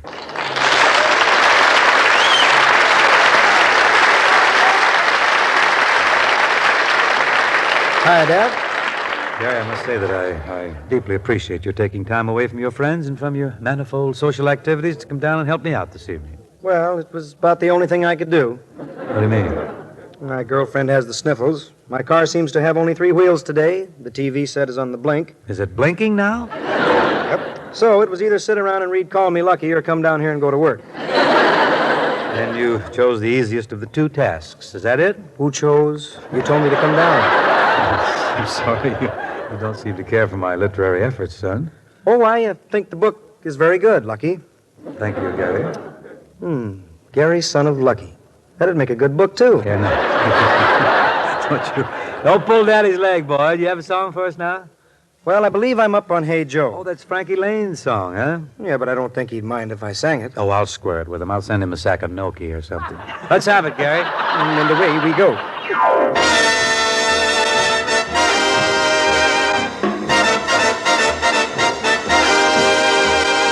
Hey, Joe, where'd you find that pearly girlie? Where'd you get that jolly dolly? How'd you rate that dish I wish was mine?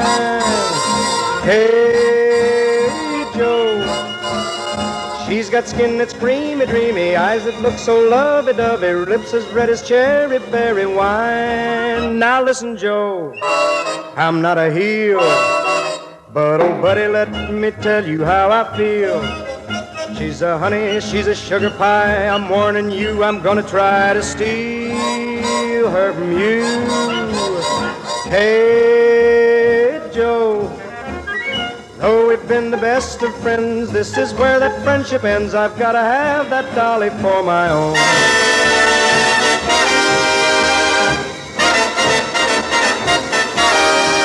Now come on, Joe, let's make a deal.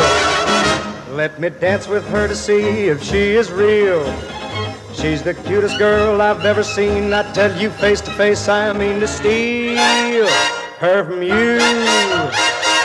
Hey, Joe, we'll be friends until the end, but this looks like the end, my friend. I gotta have that dolly for my own, my own. I gotta have that dolly for my own.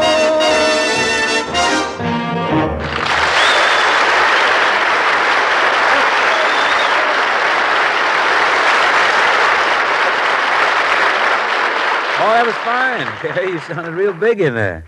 Shall we slip into our duet now? Oh, I think we might as well. Why not? Folks, here's the merry little ditty Down by the Riverside, sung by Crosby and Crosby, your modern minstrel men.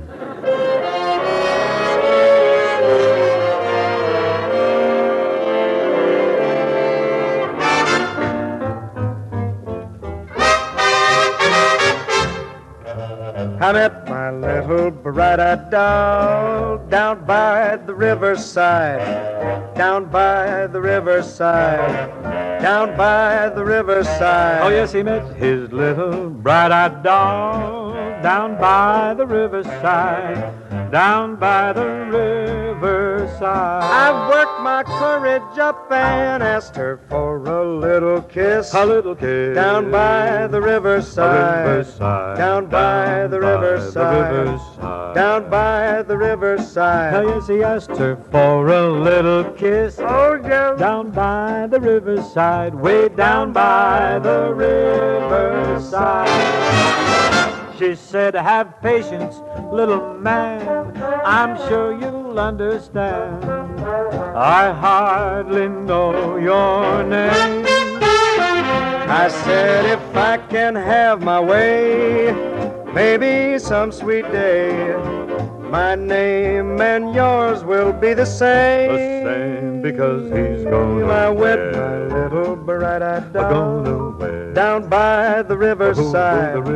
Down by the riverside. Down by the riverside. Oh, yes, he'll wed that little bright-eyed doll down by the riverside. Down by the riverside.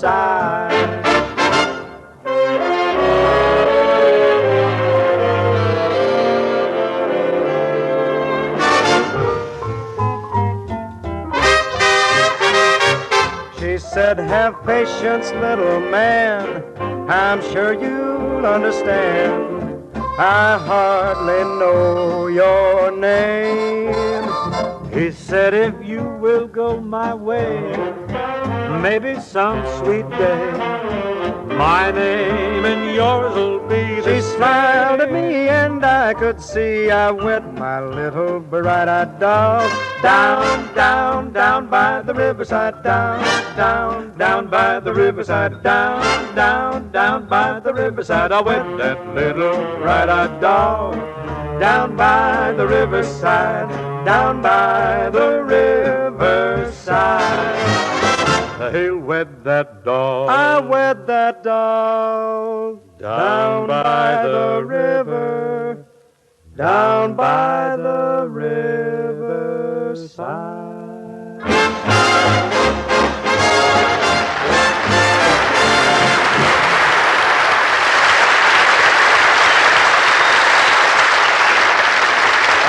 Gary was great. For the benefit of you folks who weren't paying close attention, that was down by the riverside. I would say that you and Gary got that point across, Bing. Covered adequately, you I think? think so. Now, kid, I believe it's time for you and me to hoist our haunches up on the Cracker Barrel and continue with the discussion we started last week. Okay, Bing. And I believe that it's considered proper parliamentary procedure to take a look at the minutes of last week's meeting before starting this one. Mm-hmm. Well, now, let's see here. According to the shorthand notes on my Selka cuff, we chewed them up a little about the meaning of our economy. Is that right? Right.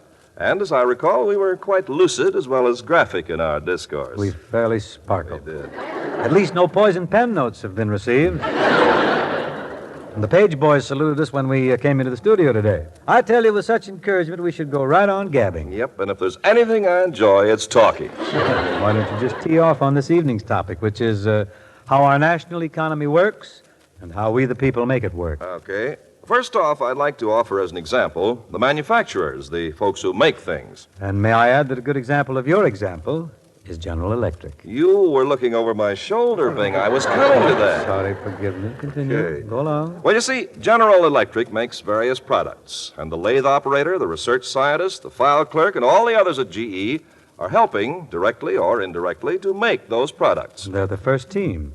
Individuals who, by their skill and their devotion to quality and exactness, they keep the ball rolling.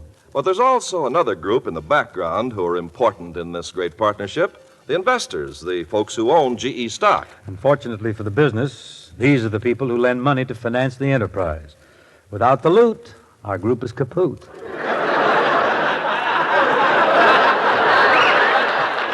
Then there are the customers like you and me. Right. The customer is always right. As partners in our economy, customers are needed by the thousands. If they don't buy the product, the maker and the investor go out of business. I know. I remember my first business venture all too well. What was that, Bing? Well, as a youth in Spokane, I had a saltwater taffy stand in front of the Crosby diggings. I built it with my own sticky little hands. I stood over a hot stove making the taffy, pulled it, cut it into pieces, and then carried it proudly to my rickety oilcloth-covered counter by the sidewalk. I opened for business at 9 one summer morning and waited for customers. None came. How dreadful. By 2 o'clock that afternoon, I was facing bankruptcy. I and my irate investors, 3 of my brothers and a kid named Nick the Greek Jr. Indeed, a crisis in candy. Oh, my back was to the wall. And then suddenly, before I could hustle new capital, before I could round up new investors, the crash came. What happened? Brother Everett leaned on the counter. Oh, disastrous. Well, anyway, you've made a fair comeback since then, Bing. Yes, I'm in orange juice now, using the same old stand, though. And the same old brother. However, I'm glad, Bing, that you added a concrete, if somewhat personal example of how a businessman can die on the vine if he doesn't have the investors and the buyers to help him. And we mustn't forget the government, also a large partner in the economy. Oh, indeed not. The government is very big, particularly around the middle of March each year. It's agreed, then, that each partner has a contribution to make, and each has a claim on the results. Fair enough. The worker wants a pay envelope, the maker wants a profit, the investor wants dividends, the salesman wants his profit, and the government collects taxes. You know, Ken, I think you've put the whole thing in a very neat capsule there. Nothing. Yes, you have. You may go down in history as Carpenter the Condenser. Bing, please. Do you think I'm milking the gag? I can condense that, too. I'm sure you can. If you'll pardon me, Ken, I may condense a song right in through here. It's a little thing I brought back from Paris with me, and it's called Mademoiselle de Paris.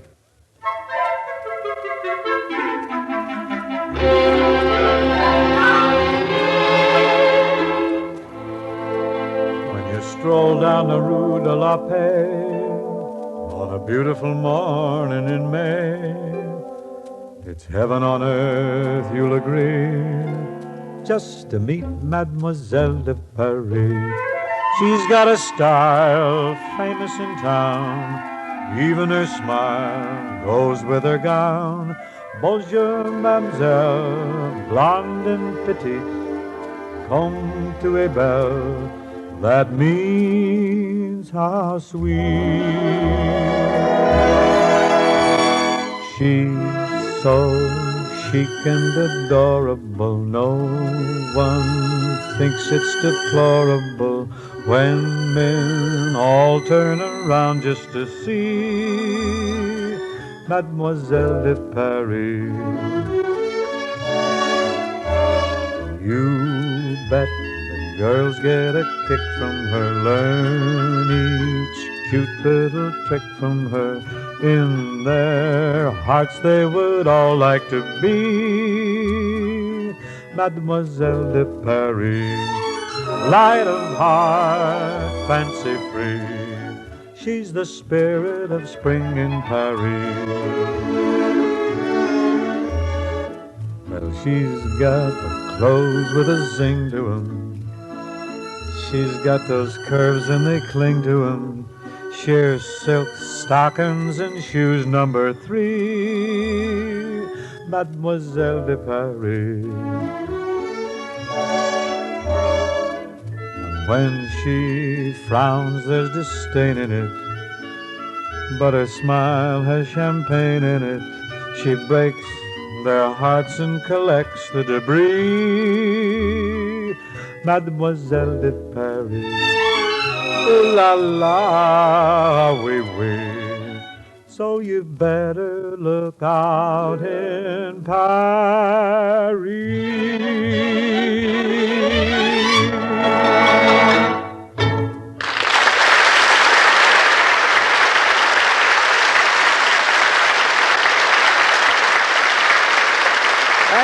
Thank you very much. Our next selection, according to my program, to my libretto here, is The Song of India, a beautiful arrangement by John Scott Trotter and his orchestra. I used to sing The Song of India in vaudeville while lying on a bed of spikes. Tonight, I wouldn't even attempt at standing up. Let's have it, John.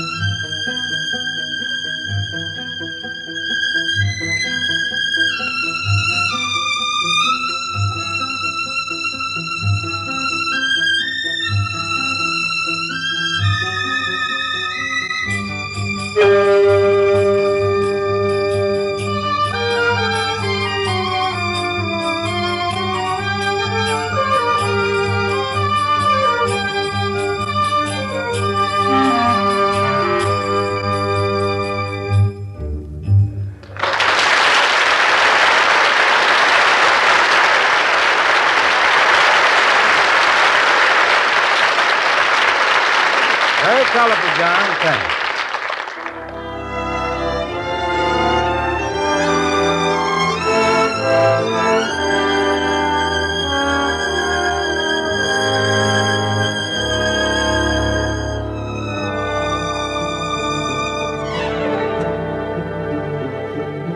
No other love have I,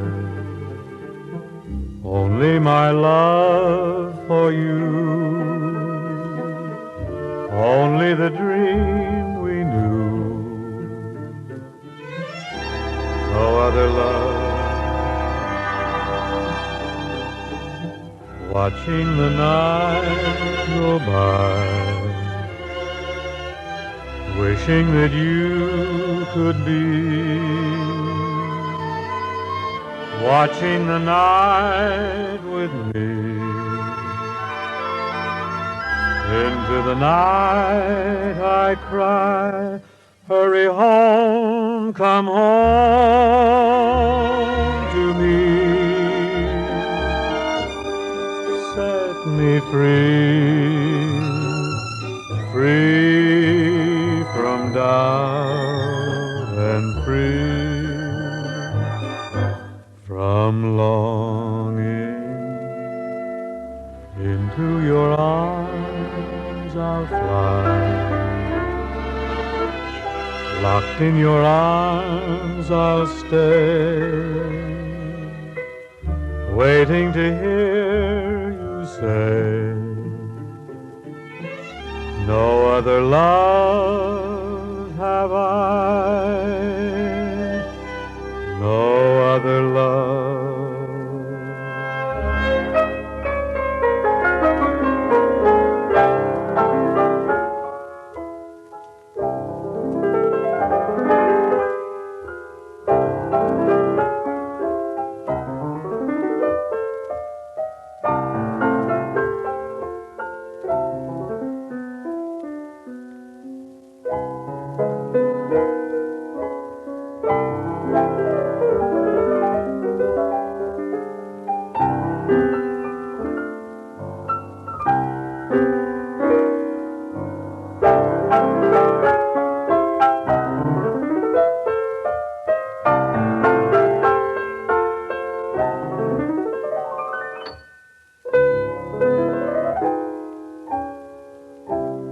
Hurry home, come home to me. Set me free, free from doubt and free from longing. Into your arms I'll fly, locked in your arms I'll stay, waiting to hear you say, no other love have I, no other love.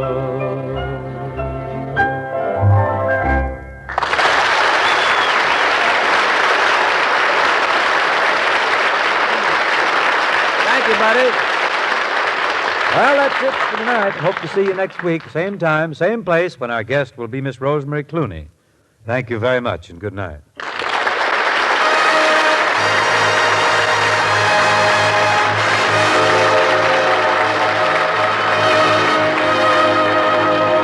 This program was produced and transcribed in Hollywood by Bill Morrow and Murdo McKenzie. Tune in next week and hear Bing and his guest, Miss Rosemary Clooney. The Bing Crosby Show is brought to you each week by the people of General Electric, who believe there is no limit to progress when people work together. Friends, your blood is urgently needed for hospitalized combat veterans at home and abroad, for civil patients and supplying armed forces. The blood you give through your Red Cross may save a life. Call your local Red Cross chapter now for an appointment, and keep it.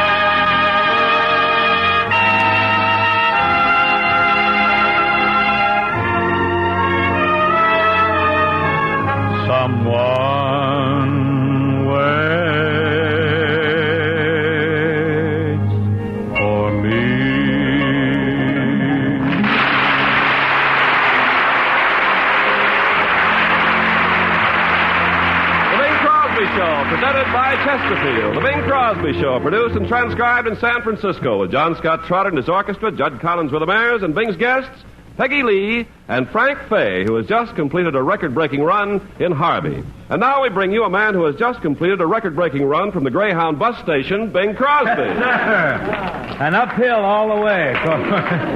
But I got to correct you on one little point, Ken. I didn't take the bus into San Francisco. Well, I knew you were down on the Monterey Peninsula, so I figured you took the bus in. No, I hitched a ride. Oh. I came in from Salinas on a load of lettuce.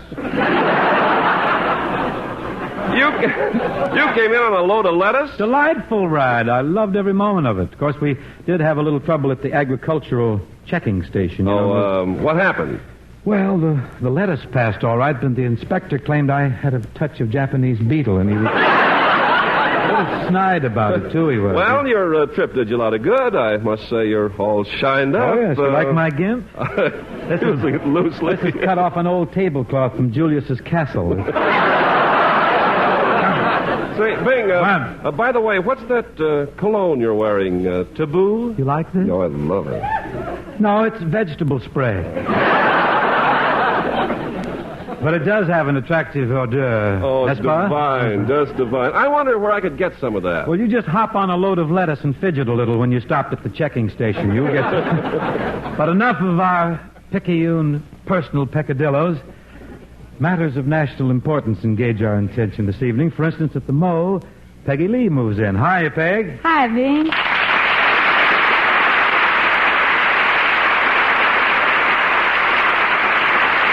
Peggy, isn't it nice being up in San Francisco again? Oh, it sure is a great town. Great I love town. it. Favorite you know, town. Bing, I have the very same room at the St. Francis Hotel that I had way back last winter. How do you like the same room, huh? In a great big hotel like that. You got the same room you had months and months ago. How could a thing like that happen? I forgot to check out. Oh, baby, you're going to have a hotel bill. It'll be a pip. Yeah, I bet it'll cost me a lot of cabbage. Well, if the St. Francis will take lettuce, I may be able to help you. Say, Peg, what do you say we hit a little music? Okay. Folks, here's a song called It's More Fun Than a Picnic. It's a live little tune from Mike Todd's Broadway show, As the Girls Go.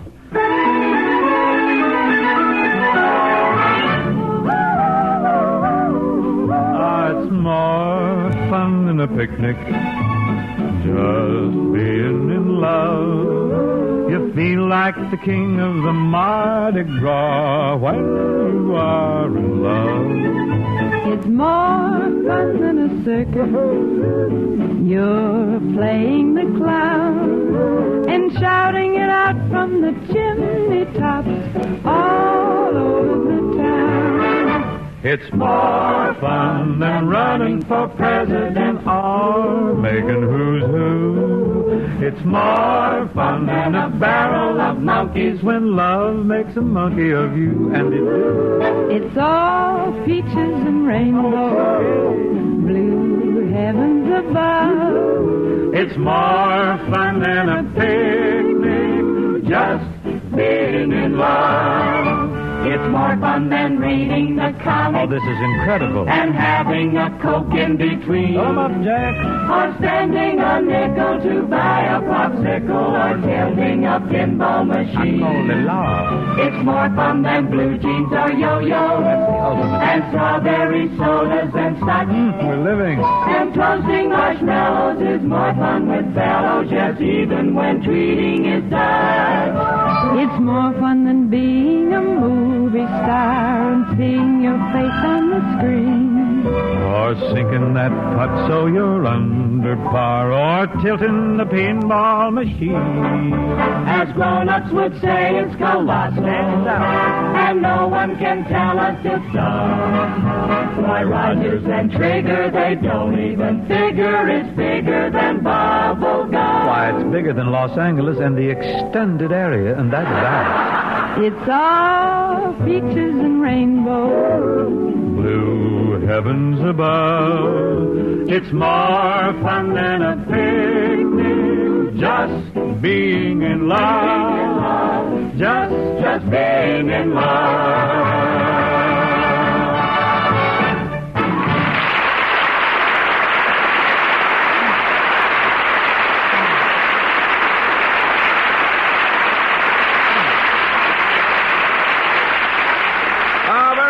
Peggy, Bing, and boys and girls, I want to tell you that was more fun than a picnic. Oh, you're so adroit, Ken. What a clever way of putting it. Well, it might have been a little square, but Bing, there's no need in being clever or tricky when you have a cigarette like Chesterfield to talk about. No. You see, it's as easy as ABC. Chesterfields are A, always milder than other cigarettes. B, better tasting, taste better than other cigarettes. And they're C, cooler smoking, smoke cooler than other cigarettes. Right, Ken. All you got to do, folks, is smoke a couple of Chesterfields and see for yourself. ABC means smoking satisfaction. The right combination of everything you want in a cigarette. So smoke Chesterfields. They satisfy. Grab yourself a pack and join all the folks who say Chesterfield is my cigarette.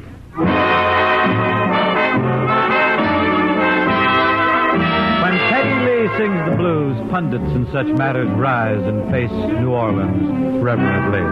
Make me look good, Peg. I've got a right to sing the blues. I got a right to feel low down. I got a right to hang around. Down around the river.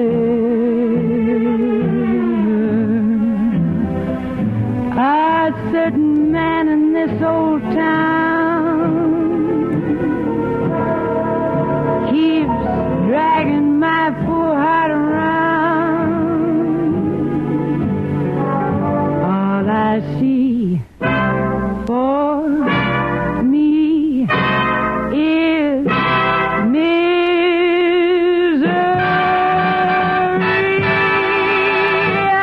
I've got a right to sing the blues.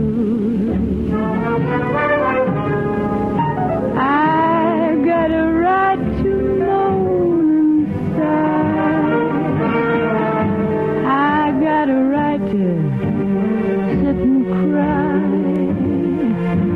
Down around the river.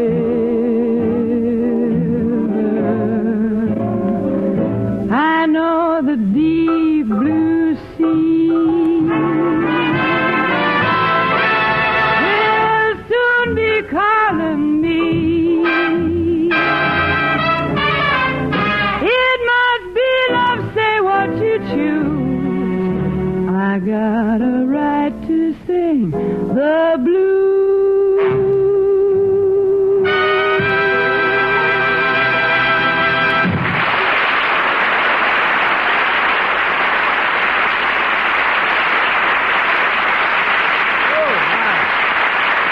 Real grabby. Thank you, Peggy. That was wonderful. And now, ladies and gentlemen, I'd like to present our guest of honor, a man who has long been among the nation's top wits, a man whose success on the stage is legendary. His most recent characterization of Elwood P. Dowd in the smash hit Harvey for the past 5 years has definitely established him as one of our great personalities. Here, then, is the great personality, Frank Fay.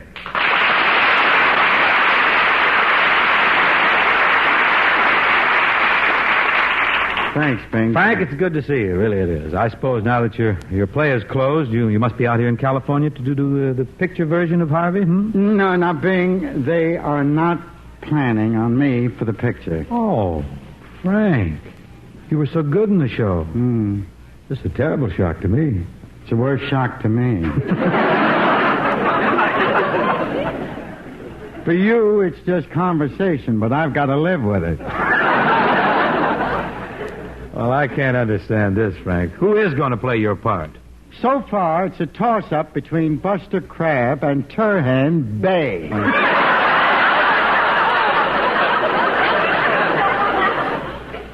Well, that's Hollywood for you. Hollywood's for you. Not for me, but I'll say one thing for them. With all the changes they're making in Harvey, they had the good taste, the showmanship, and brilliance to keep the one big point authentic. What's that? The rabbit you didn't see in the stage show will be the same rabbit you won't see in the picture. Chuckins, and that's the part I wanted to play. A rabbit? Yeah. Well, Bing, with those ears of yours... Now, wait. And that family you have, you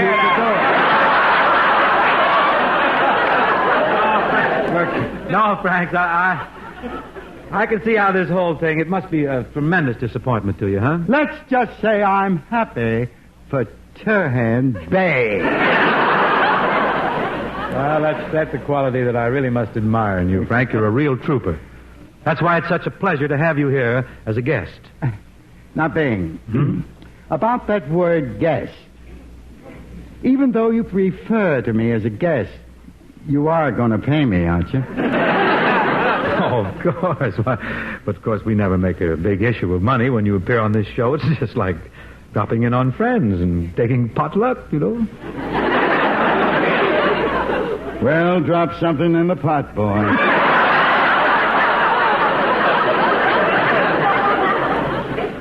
Bing, as long as I'm a guest and the money is vague. Vague, yeah. I'd like to ask you a favor. Well, I'm gladly able to grant it. Now, you may not think it's much of a favor, Bing, but it's something I've been looking forward to ever since you asked me to take potluck with you, as you put it. What's on your mind, Frank? What is it? Bing, I'd like to hear you sing. Oh, you're ribbing. No, I'm not. I'm on the level. I'd love to hear you. Well, what song would you like to hear? Do you happen to have one that you feel you do real well?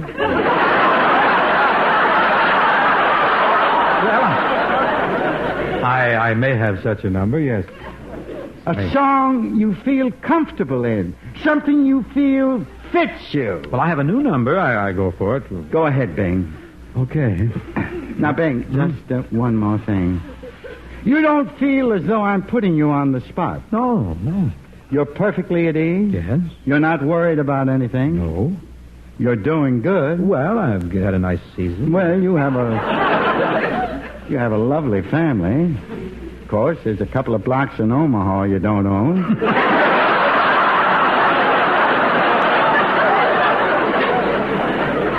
But that shouldn't depress you too much. You're absolutely happy, right? Yes.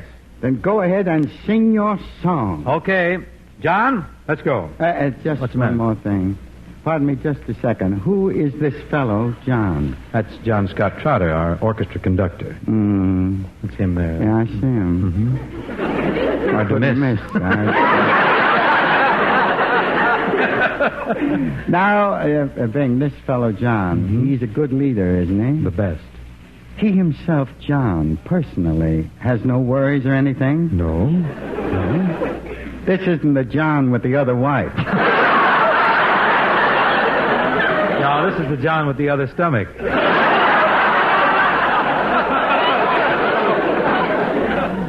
Correction, plural. Yeah. Well, then I guess you're all set to sing. You're going to do a song that you like, a song that you picked yourself. You have nothing on your mind, no problems. The orchestra leader has no problems. No, but why all this? What? Well, my point is this. If in your singing of this song you should hit a clinker, it is your own fault. Yeah, I guess so. There'll be no excuses, no alibis? No. Then go ahead and sing, and I wish you well.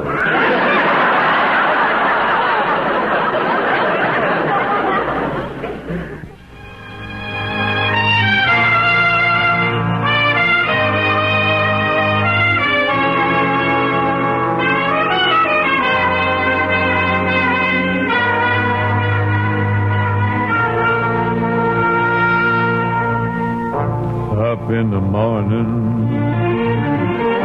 out on the job, work like the devil for my pay. But that lucky old sun has nothing to do but roll around heaven all day. Fuss with my woman, toil for my kids, sweat till I'm wrinkled and I'm gray, while that lucky old sun has nothing to but roll around heaven all day. Good Lord above, can't you know I'm pining? Tears all in my eyes. Send down that cloud with a silver lining. Lift me to paradise.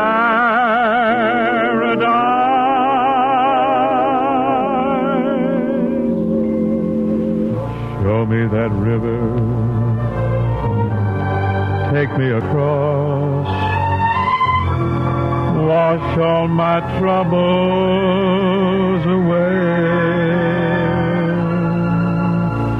Like that lucky old sun, give me nothing to do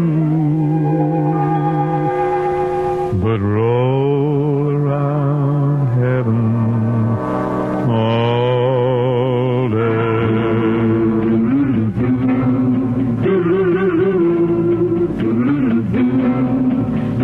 I'm up in the morning, out on a job, work like the devil for my pay. But that lucky old sun has nothing to do but roll around heaven all day. I fuss with my woman, toil for my kids, sweat till I'm wrinkled and gray, while that lucky old sun has nothing to do but roll around heaven all day. Good Lord above, can't you know I'm pining? Tears all in my eyes. Send down that cloud with a silver lining. Lift me to paradise.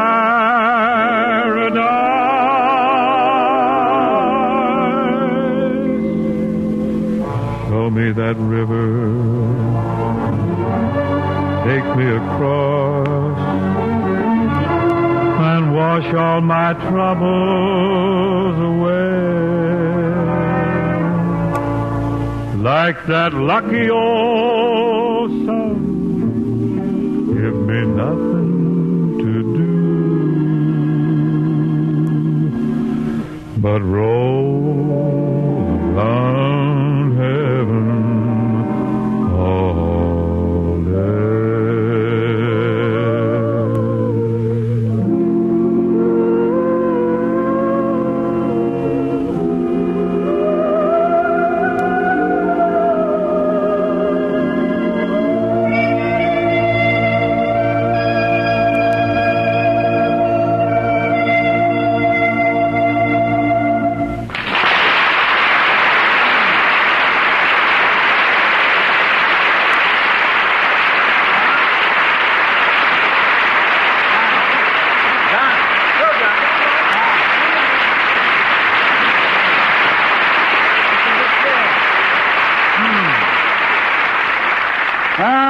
Bing, that was wonderful. You're sweet. Really? Sincerely, if I had known you were that good, I'd have done my stuff first. What stuff is this? Surely you've heard. What? I sing.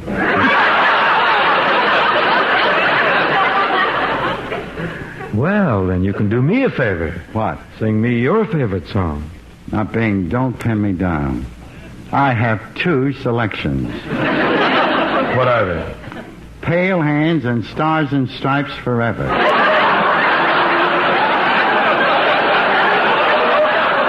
Nice selection there. You cover there. You run the gamut. Yeah. Now, which one do you want? Aren't you up on any modern songs? Anything new? Modern songs only annoy me. Where did they get those lyrics, those words? Which one do you mean? Some Enchanted Evening. Beautiful number, really beautiful. Will that fella John play the piano for me? Oh, no, he's the leader. Oh. But he'll get in touch with the piano player. John, touch the piano, please. Oh, no. Now, I have to tell him. Oh, I see. Union, you know. I understand. Okay, John Scott. Play for me, like I said, with both hands, I'd like.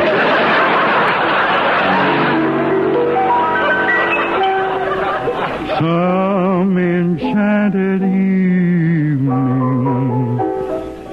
you may meet a stranger. Some enchanted evening, you may meet a stranger. How do you like that? Now, here's a guy who says he's enchanted. Now, when you're enchanted, everybody knows you're intoxicated. I know. I can remember when I was enchanted. Because that was a long time ago. But one time there in particular, I was enchanted for, 5 or 6 weeks.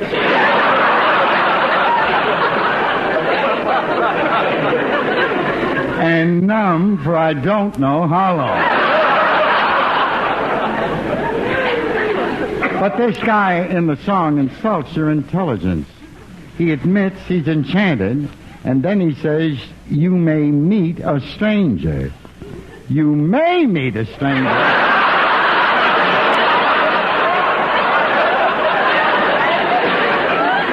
You're bound to. I think you've missed the intent. What? You've missed the intent of the composers. Bing, if you want to tell me about real estate or golf, that's all right. But don't tell me about Enchanted. That's all right, but I just can't let you insult the men who wrote that song. You really shouldn't insult men of that stature. They're geniuses, you know. Don't be smart, Benson. I could have exposed you years ago, and I didn't. For which I'm eternally grateful. You should be. Do you know when they were raving about you at the beginning, when you were singing that song? When the blue of the night meets the gold of today, someone waits for me. Now that to me is the most egotistical and ungentlemanly thing I've ever heard. What way? When the blue of the night meets the gold of the day. That's from night to dawn, ain't it? Yeah. Now just who do you think you are to keep a girl waiting?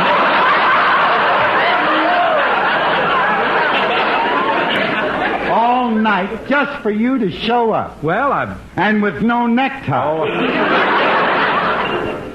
If I could only see her. If you could only see her. I get it. You're enchanted. Don't be absurd. You get the wrong boy. No, I haven't. I got a pretty good memory, Bing. I can place you. I remember on several occasions where you were enchanted plus. Well, I might have been a little ethereal, Frank, but never. No enchanted. Well, if that's how you want it, it's your program.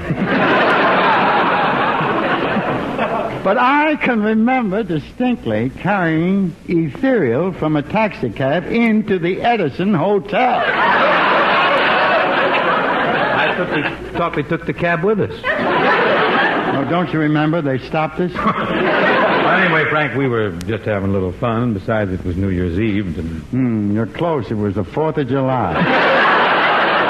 What's the difference? Those were the days. Boy, you remember how we used to harmonize? Yes, Bing, I certainly do. Well, what are we waiting for? Good. And if you're going to sing, too, I guess we'll probably get the whole orchestra. Irate. It figures. Dear old girl, the robins sing above you. Dear old girl,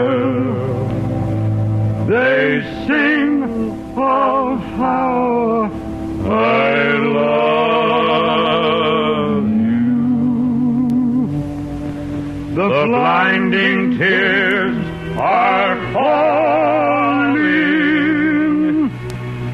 when I think of my lost pearl. Do you mind if I take this Not next at all, little and thing you'll be good, too, because I know. And my broken heart is calling. Will you join me? Love to. Calling for you. Dear old girl.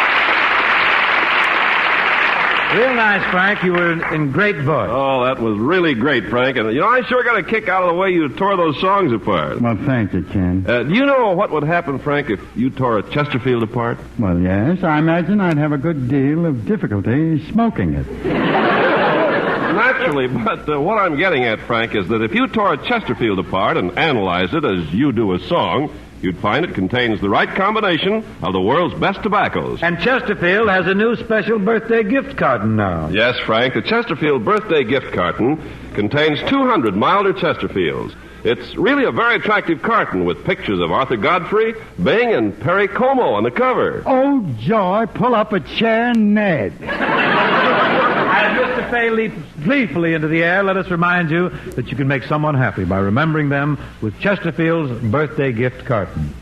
Chesterfield satisfy women and men. Chesterfield's over and over again. Milder, much milder, all smokers agree. Always buy Chesterfield's ABC.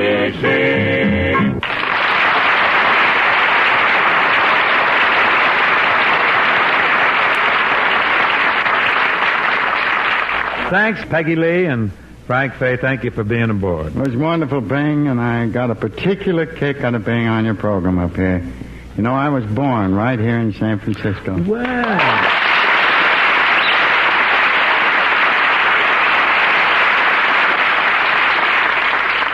Yes, sir, right south of the slot. You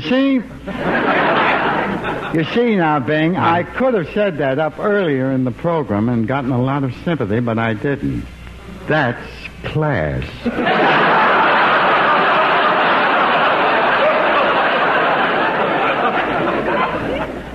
Good night, Bing. Oh, good night, nothing. Let's go over to the Lido Club and catch Joe Frisco. Now? Yes, hope to see you next Wednesday, folks, when our guest will be Lum and Abner. Meanwhile, remember Chesterfield, the best cigarette for you to smoke.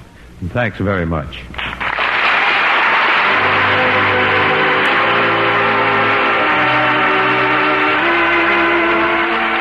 The Bing Crosby Show was produced and transcribed in San Francisco by Bill Morrow and Murdo McKenzie. Tune into the Bing Crosby Chesterfield Show next week and hear Bing and his guests, Lum and Abner. The George Burns and Gracie Allen Show follows immediately.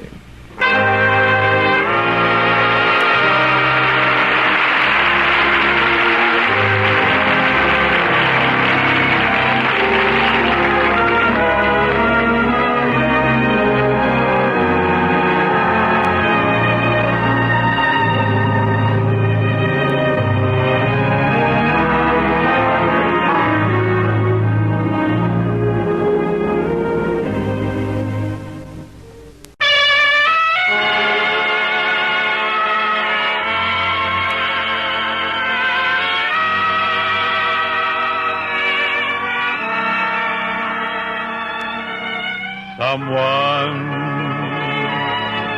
waits for me.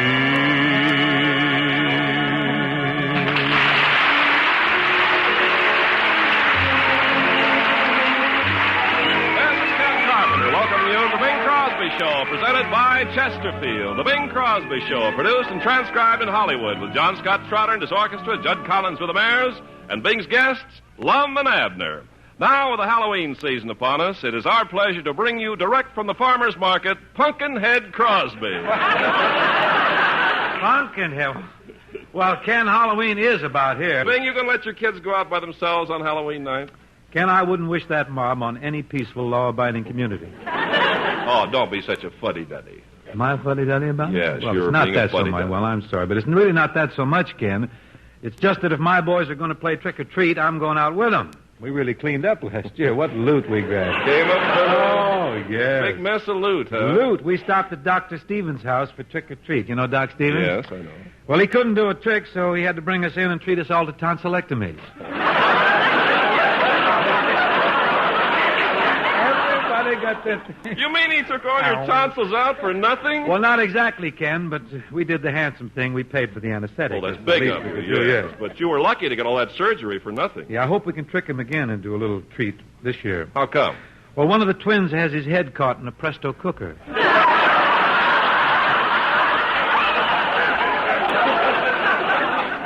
Which one? I can't tell. It's down over his face. But I think it's Phil. He's the one that likes to experiment. He's sort of mechanical-minded. And now for kiddies everywhere, here's a tune from Walt Disney's production, Ichabod and Mr. Toad.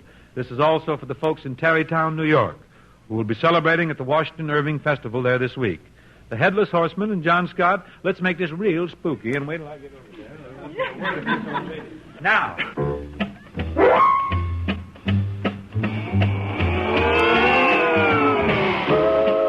Man, that's pure spooky, yeah. Now gather round while I elucidate on what happens outside when it gets late. Long about midnight, the ghosts and banshees get together for their nightly jamborees. There's ghosts with horns and saucer eyes, and some with fangs about this size. Some short and fat, some tall and thin, and there's some don't even bother to wear their skin. Oh, I'm telling you, brother, frightful sight. See what goes on in the night.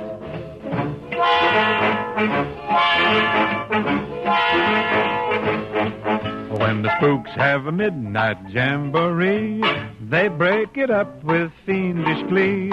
Ghosts are bad, but the one that's cursed, that's the Headless Horseman. He's the worst when he goes jogging across the land, holding his noggin in his hand.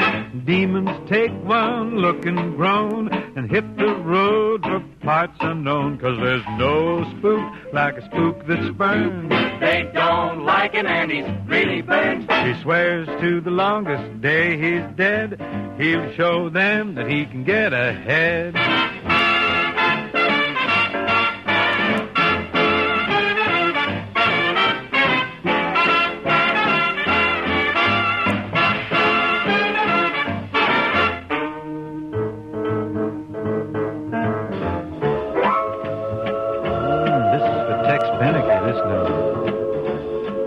So close all the windows, lock the doors, unless you're careful, he'll get yours. Don't think you hesitate a bit, 'cause he'll clip your top if it'll fit. Like some little, like some big, part in the middle or a Westmore wig. Black or white or even red, the Headless Horseman needs a head. With a hip, hip, and a clippity-clop, he's out looking for a tattoo chop. So don't stop to figure out a plan. You can't reason with a headless man.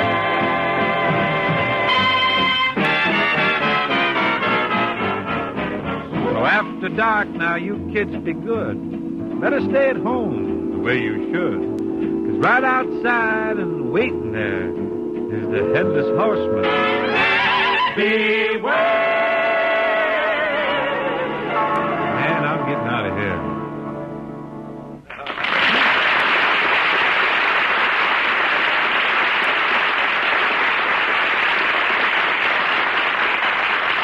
That was real Halloweeny, Bing. Halloweeny? You've coined a word, I think, then, Ken. I don't think, though, that the Headless Horseman is a good tune for the Chesterfield program. Why, as if I didn't know, not? Well, a headless horseman can't smoke Chesterfield. I know that, Ken, but our sponsor's broad-minded about things like that. He doesn't insist that we sell cigarettes to mythical characters who have no heads. Oh. Anyway, friends, next time you buy cigarettes, buy the best cigarette, Chesterfields.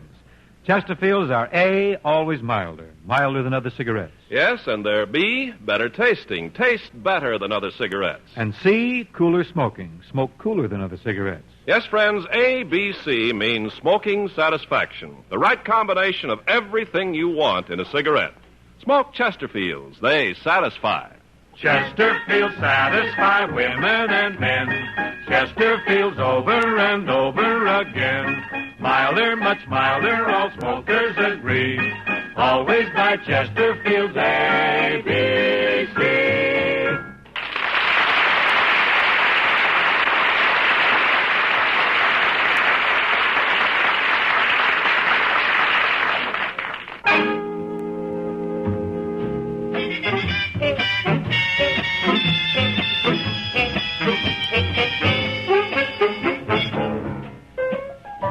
Frank Lesser's great new tune, Now That I Need You. Where are you, now that I want you, now that I want you so badly I could cry. Where are you, where did fate lead you? Funny how I dream you'd still be standing by. I had you at my beck and call. I called you any time at all. I guess I took too much for granted. I never thought I'd lie awake and sigh. Where are you, now that I need you, now that I love you so madly I could die.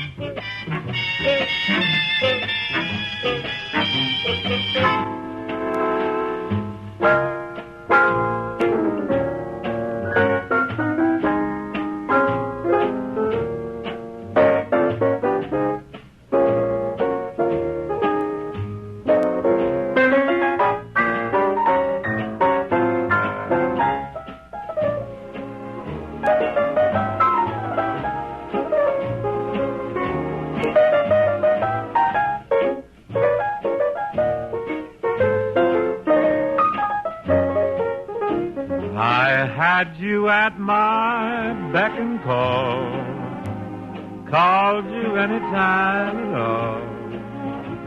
I guess I took too much for granted. I never thought I'd lie awake and sigh. Where are you, now that I need you,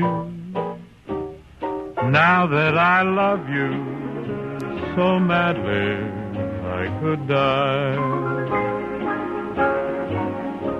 Where are you, baby, now that I need you so madly that I could die?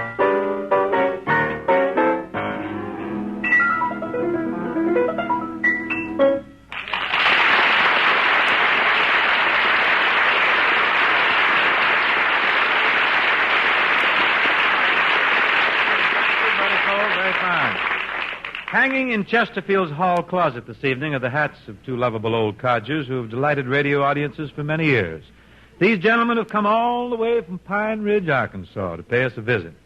And their names are as much a part of the American scene as Sears and Roebuck, Baltimore, and Ohio, or getting right to the point, Lum and Abner. Welcome, fellas. Howdy, Bean. Yeah, howdy, Bean.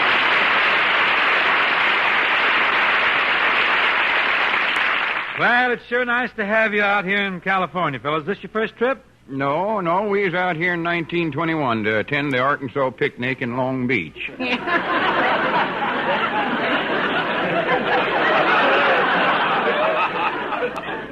Hey, Doggy, that was the best potato salad I ever ate, too. I can still taste it. Yeah, it was pretty cucumbery. Well, they do set a nice table at those Long Beach picnics, though. I remember one where they must have had a quarter of a mile of apple pie alone. Gosh, there was cheese clear to La Jolla. Yeah, and the nice part of having a picnic in Long Beach is that you don't have to wash the dishes. Paper plates? No, high tide. Yes, I guess that's the only sea-coast town in the world where the halibut have heartburn.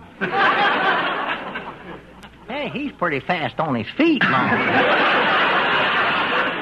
Kid's sharp for a singer. Yeah, he's clicking. Yes, But boys, while you're out here, who's taking care of your store in Pine Ridge? Nobody. We're running the store on the honor system while we're gone. Honor system? Yeah, we locked it up. You lock a store up?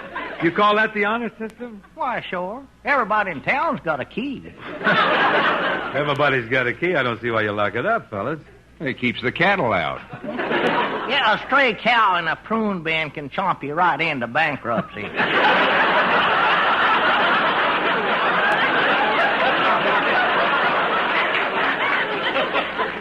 And you take brooms. Why, they can chew a broom down to a cake testing straw. Never mind, Abner. Bing understands. He's a businessman. Yeah, I'm wise. Say, Bing, did any mail come for us? We told the postmaster to forward our mail in care of you because we didn't know where we'd stay out here. We wasn't sure if the Pine Ridge YMCA had a branch out here. Oh, the YMCA's got branches everywhere. They ain't got one in Pine Ridge. Abner, they just picked out the site in 1912. Give them time.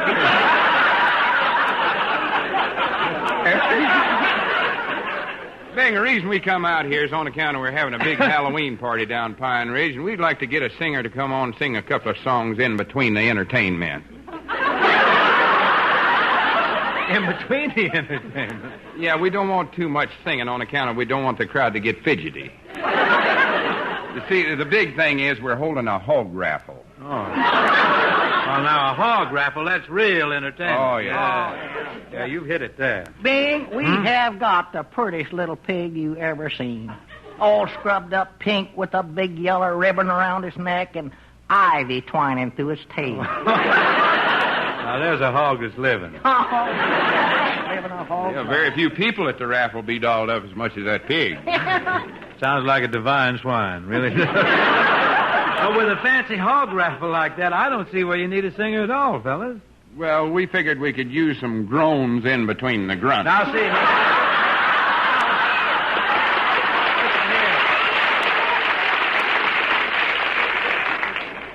You know, Bing, we got a wonderful singer there at home, Opie Case. That Opie is a real crooner. But he took sick. What happened to Opie? Well, he come down with that fancy new disease, penicillin. Yeah, a lot of it going around now, yeah. Folks gets it from eating moldy bread.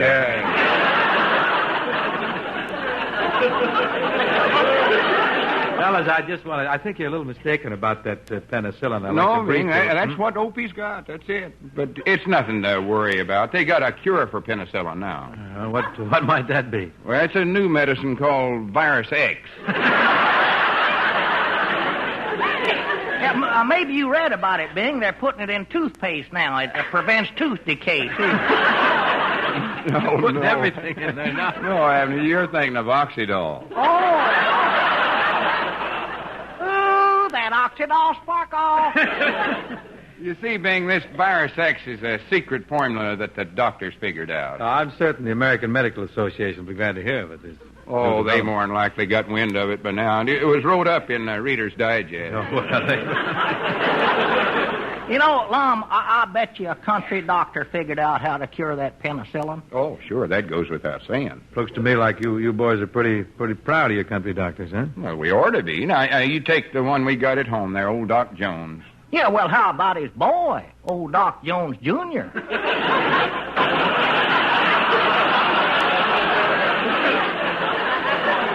Yeah, I was coming to him. Now, old Doc Jones, Jr., he come home from college, and the first thing he done is put in his office was one of them fluoroscopes. Oh, great machine. Oh, yeah. You know, the minute old Doc Jones, Jr. put that fluoroscope in his office, everything in town stopped for a week. Everybody rushed up to get their scores float. Scores Lord? Or... Scope Lord. Yeah, rack him up and Take break your it. choice.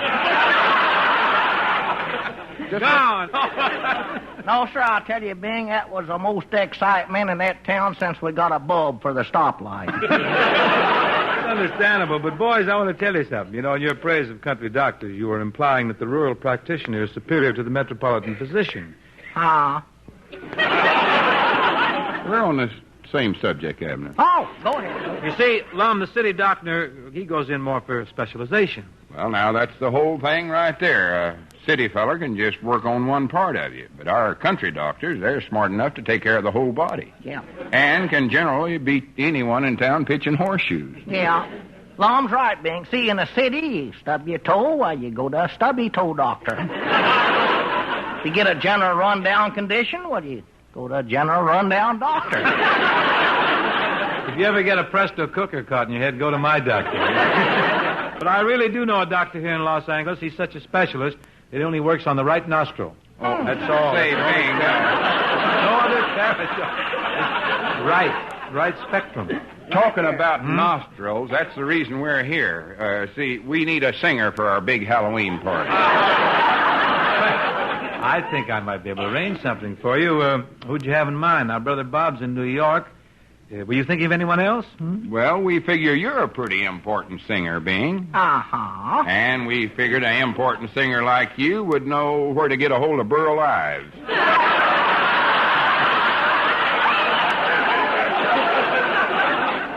Burl Ives? Yeah, we wrote to Burl, but we never got no answer. Well, maybe Burl's on a concert tour now. Why don't you try to get somebody else?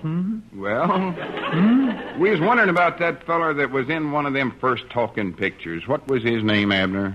You mean Al Jolson? Yeah, that's the feller, Al Johnson. I recollect the way he sung, all crouched up on the floor, yapping for his old lady.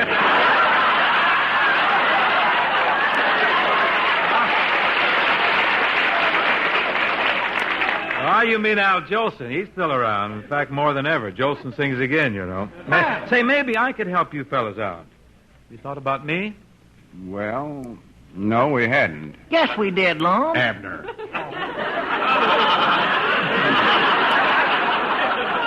Well, Bing ought to fit in pretty good on a program, Lum. He can hold his own again a hog anytime. I guess so. Besides, it's a Halloween party, and he's all dressed for it. He's ready to go. Well, I can't think of a single reason why I shouldn't go now, except maybe the money. Now, the money. Well, Bing, the money ain't important. You're an outdoor man. Well, you can pay me outdoors. I don't care. Well, it ain't going to cost you nothing while you're there, Bing. No, and you can stay right over at my place. You won't be no bother. Abner's woman, Elizabeth, is an uncommonly good cook. Oh, Lord, yes. She'll lay an extra plate for you. She'll have cornbread, chitlins, black-eyed peas, turnip greens, cold coon, and collards. Everything is good. I've heard Phil Harris sing about that stuff. I didn't know anybody ever ate it. Well, there ain't no finer victuals in the whole world. Make you lay down on the floor and cry like a baby. Oh, yeah. And, Big, did you ever taste any fried catfish? Love it. Oh, Elizabeth fries her catfish so good. It's approved by the world's outstanding authority on fish, the Good Housekeeping Seal. You sold me. I'll go phone the house and tell them to pack my knife and fork, and we'll leave for Pine Ridge right after the show, huh? Well, we got knives and forks at home. Oh, I got a special fork with built-in radar. Nothing's going to get by me. Be right back. Black-eyed peas.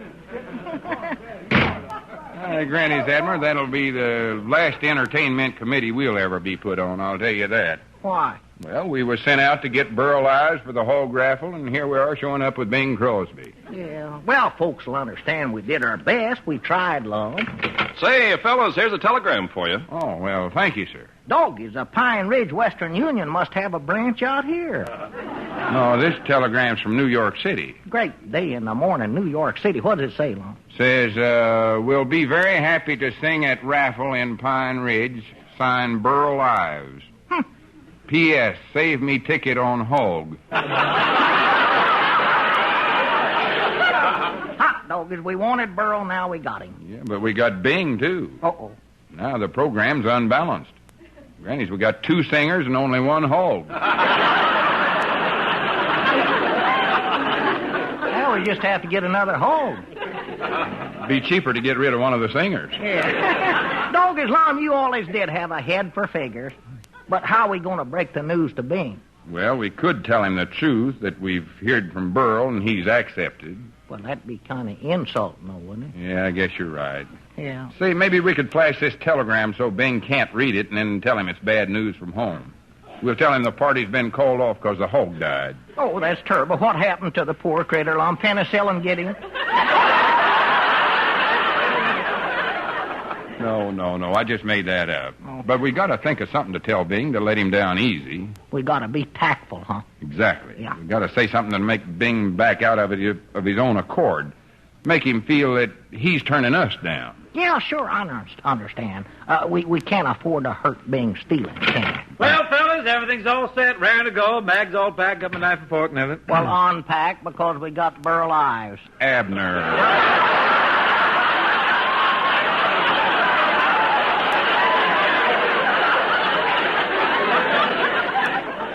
Well, either that or the hog died, maybe. Well, if you got Burl Ives, there's no need of me going clear to Pine Ridge, huh? Yeah. See, Lum, everything worked out fine. He backed out of his own accord.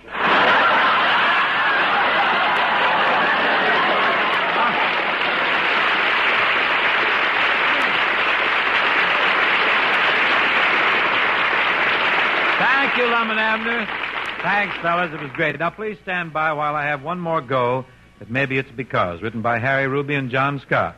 Mr. Ruby is the only fellow I know who can write smash tunes, go to his left for a ground ball, take two, and hit to right, all simultaneously.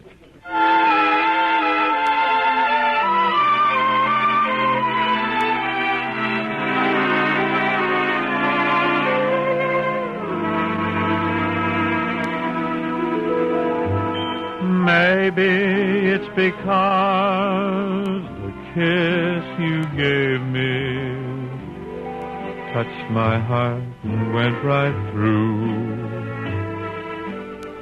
I can't tell you why, I only know that I fell helplessly in love with you. Maybe it's because the song we danced to told a story old and new. I can't figure out just why it came about or how I fell in love with you. I could say you're grand and therefore I care for you so. But there is a why and a wherefore, and I'd like to know. Supposing, baby, that maybe it's because the star I wished on made a certain wish come true. Or it just could be that you were meant for me. And maybe I was meant for you.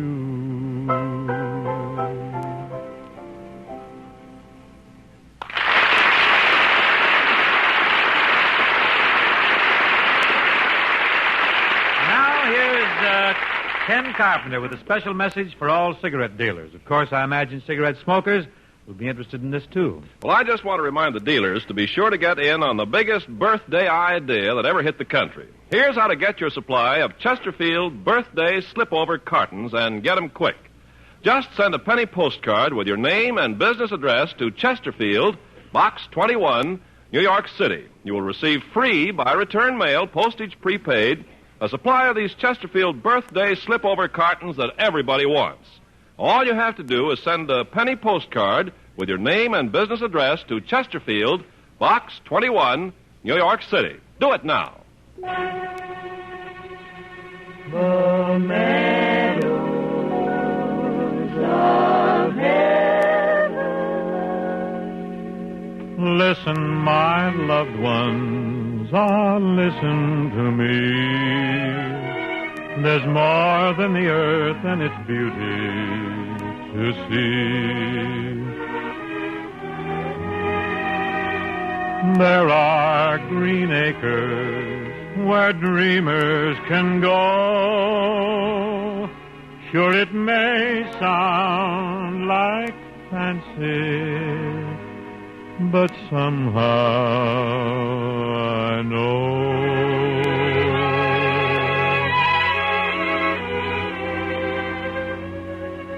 the meadows of heaven are always in sight.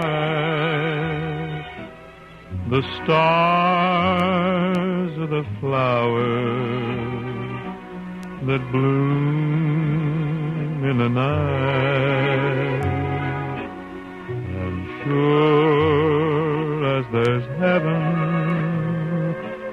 you'll find that it's true. When you're in love, those stars above are blooming just for you. The meadows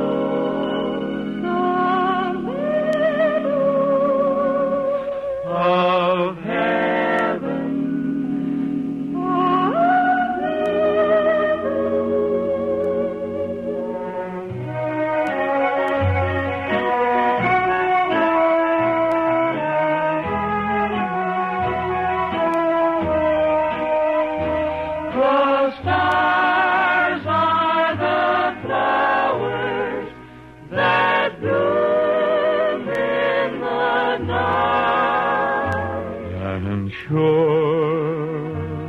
as there's heaven, you'll find that it's true.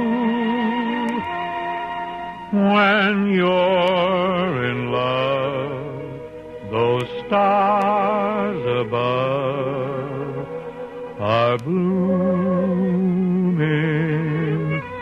just for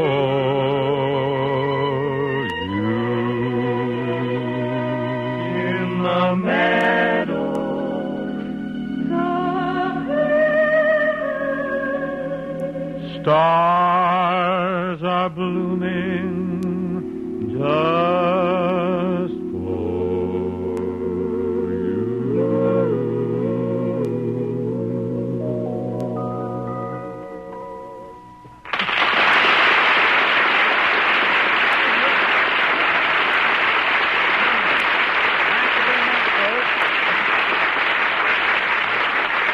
Thank you, and thanks to Lum and Abner for a very enjoyable visit.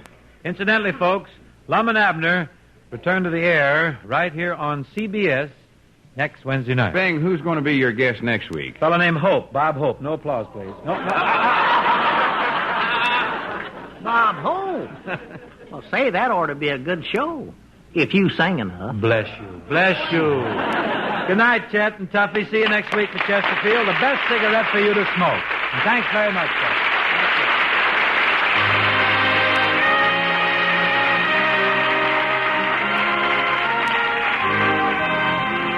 The Bing Crosby Chesterfield Show is produced and transcribed in Hollywood by Bill Morrow and Murdo McKenzie. Tune in next week when Chesterfield presents Bing Crosby and his guest, Bob Hope.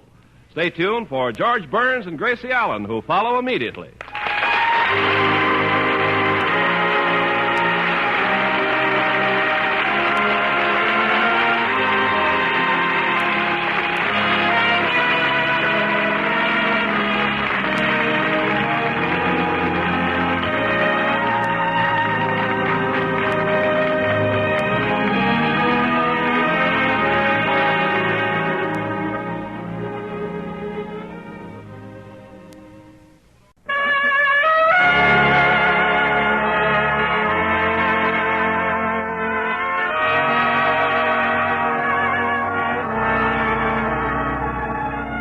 Someone wait for me.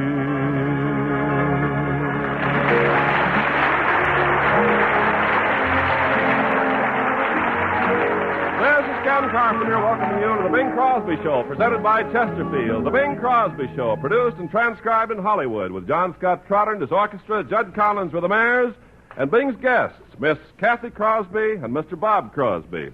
And now here's Cathy Crosby's uncle and Bob Crosby's brother, Bing Crosby. Of the Upper Slobovia Crosby, that is. Gosh, Ken, we got everybody on the show but Everett tonight, haven't we? You know, I've often wondered, Bing, why hasn't Everett been a guest on the show? Please, Ken, this program goes through Pasadena. Hey, wait a minute. That's one of Bob Hope's jokes, isn't it? Well, it laid there like one of his. By the way, I heard you on Bob's program last night. Oh, could you hear me? Yes, you came over pretty well. This is amazing. You did sound a little distant, though. Well, I always have trouble elbowing up to the mic on that show. Bing, you ought to use a little force. Fight your way right up to the mic. No, not me. I don't want to get too close to that boy. He picks pockets. How do you know? Well, because during one broadcast, I nabbed his wallet, and when I got out in the hall, it was mine. Oh. Well, I'll tell you one thing, Bing. Bob may have his little eccentricities, but he certainly is a funny fella. Yeah, he's a regular Milton Berle. He's a Henny Youngman. Yes, he is. And the way you two josh back and forth, it's just wonderful. He makes a crack about your shirt, and then you say something about his stomach. Golly, that's entertaining.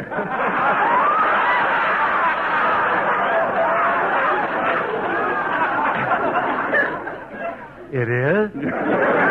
Why, sure, you fellas are a riot. Gosh, every time you two get together, I laugh so much my sides ache. Well, congratulations, Ken. We've been known to give folks a pain elsewhere. But enough of this chit-chat, Carp. I note that the Rhythmaires are assembling, and our opening selection is going to be Dear Hearts and Gently Peoply.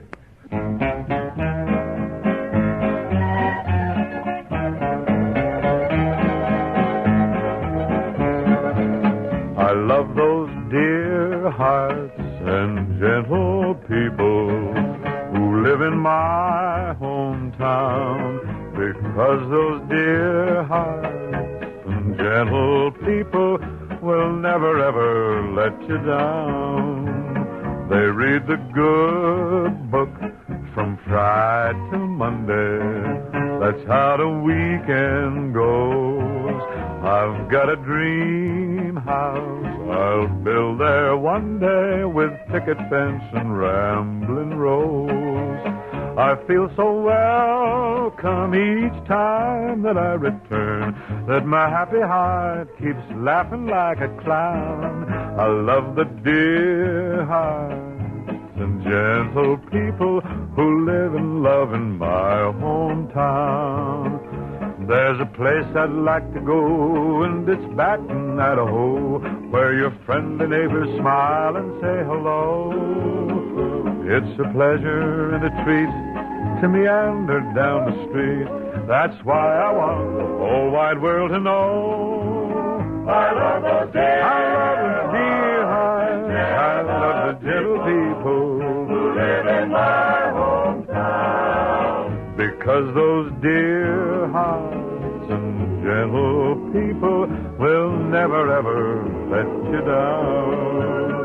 They read the good book from Friday till Monday. That's how the weekend goes. Got a dream house I'll build there one day, with picket fence and rambling rose. I feel so welcome each time that I return, that my happy heart keeps laughing like a clown. I love the dear hearts and gentle people who live and love in my hometown.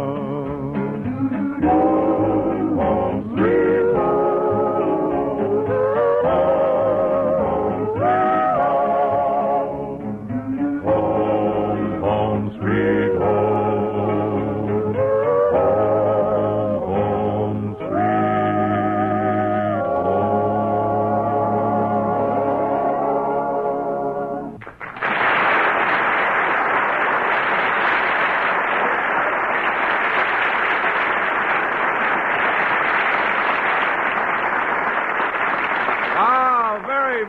nice, Bing Group. Thank you, Ken. Now, would you care to explain to the gentle people just why Chesterfield is the best cigarette for them to smoke? It's the ABCs that make a Chesterfield smoker a satisfied smoker. Because Chesterfields are A, always milder than other cigarettes. B, better tasting, taste better than other cigarettes. And C, cooler smoking, smoke cooler than other cigarettes. Yep, after you smoke a Chesterfield or two, you'll certainly notice that they taste better while you're smoking them. And they leave a clean, fresh taste when you're through.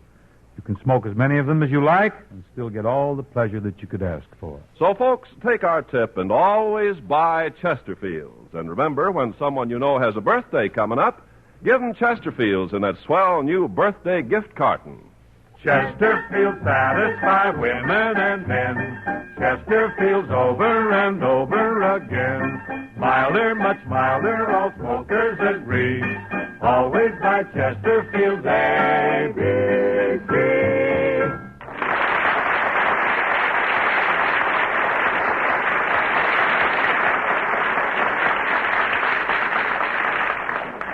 You remember old Abe Lyman, the band leader? Well, he's turned movie producer lately. He's got a picture coming out called Singin' Guns. One of the tunes in this picture is Mule Train.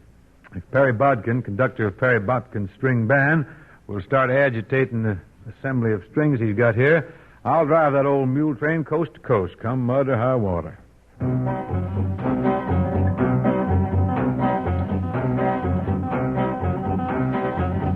Mule train. Ah, you old junkhead. Take a hold there, boy. Ah, mule train. Flippity-clopping through the wind and rain. Seems as how they never stop. Clippity-clop, clippity-clop, clippity-clippity, clippity-clippity, clippity-clopping along. Mule train. Oh, you lop-head loafer. Hi, boy. Hi. Mule train. Clippity-clopping along the mountain chain. Soon they're gonna reach the top. Clippity-clop, clippity-clop, clippity-clippity, clippity-clippity, clippity-clopping along. There's a plug of chaw tobacco for a miner in Corona, a guitar for a westerner way out in Arizona, a dress of calico for a gal in Kokomo. Get along, you, get along.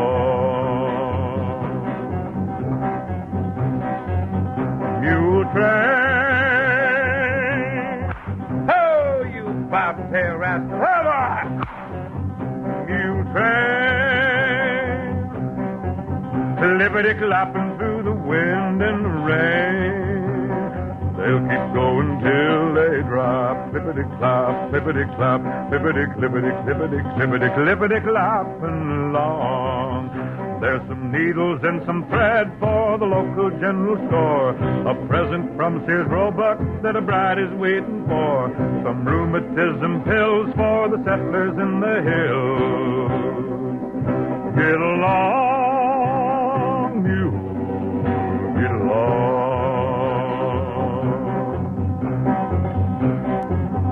Mule train. Oh, you no-count hide. Take a hold of that one. Here we are. Mule train. Lippity-clopping through the wind and the rain. They'll keep going till they drop. Clippity-clop, clippity-clop, clippity-clippity, clippity-clippity, clippity-clopping along. Mule train. Oh, Buck. On, Jenny.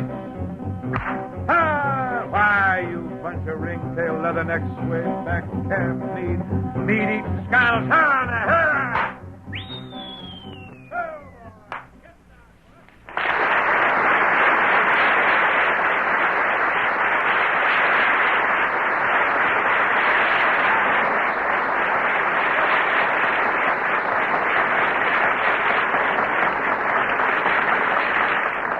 Ladies and gentlemen, I now address myself to a chore which affords me considerable pleasure, that of introducing a young man who is well known in the music world, both as a band leader and as a vocalist.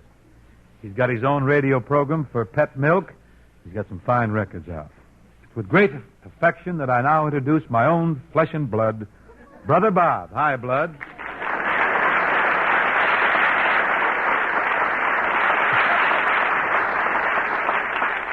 Hi, Flesh. Here now. Oh, that this too solid flesh would melt. What prompted your little visit here on the Chesterfield show tonight, Rob? Well, Bing, you know how Mother likes to see us boys get together. Mm-hmm. Well, I figured if I dropped in, it'd do her good. Possibly, but you could have dropped in at the house instead of here on my radio program. Well, this way it'll do me good, too. Mm-hmm. Say, Bing, it was nice of you to send me that ticket so I could come out here from New York. Oh, I'll bet June and the kids will be glad to see you when you arrive. I'll say they nearly tore down the bus station.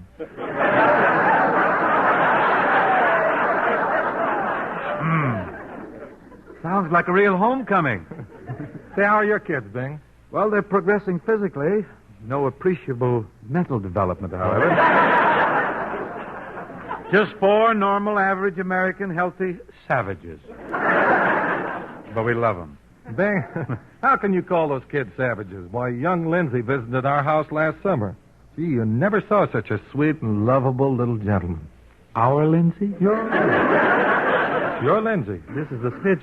Gee, you know what a tender heart that kid has? Let me Why, hear. say, he took a hike out in the woods and he saw a weasel creeping up on a bird's nest with a little baby robin in it. Mm-hmm. And don't you know that Lindsay brought it home in his arms and took it to bed with him every night? The little robin. The little weasel. That's my boy. Oh, well, really, though, Bob, your own kids, they're a little small, a little young to give you any big headaches. Well, that's right. Steve's just a baby, and little Bobby Jr. is only 5. Chris is 7, and then there's their big sister, Cathy. She's a girl. Oh, don't be smug. Gotta hand it to you, though, Bob. Did you bring Cathy down with you tonight? Oh, yes, she's right here. Well, come on out here, Cathy. Come on. Hurry up, honey. Come on over here and say hello.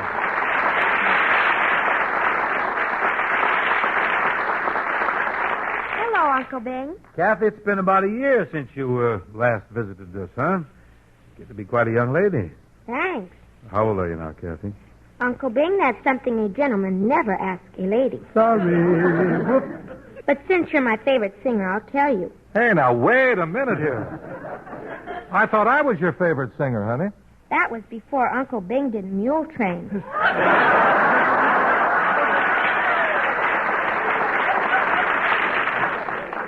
You like that record, huh, Cathy? Now, how old are you, really? 10 and a half. 10 and a half. Hmm? My boyfriend thinks I'm 11. Boyfriend. How old is he? 9. Cathy, why did you tell your boyfriend you were 11? I think he likes older women. Say, he sounds like a real sophisticate. He's gray at the temples. Gray at the temples? He cleans the erasers after school. Chalk dust, yes. Say, Cathy, you remember the last time you were on the radio with us, you sang a little song. You get something prepared for tonight? I think I could sing Dreamer's Holiday if you and Daddy will help me. Oh, you'd have to beat us off with a stick, kid. John Scott, will you assist Miss Catherine Crosby and company in the Dreamer's Holiday?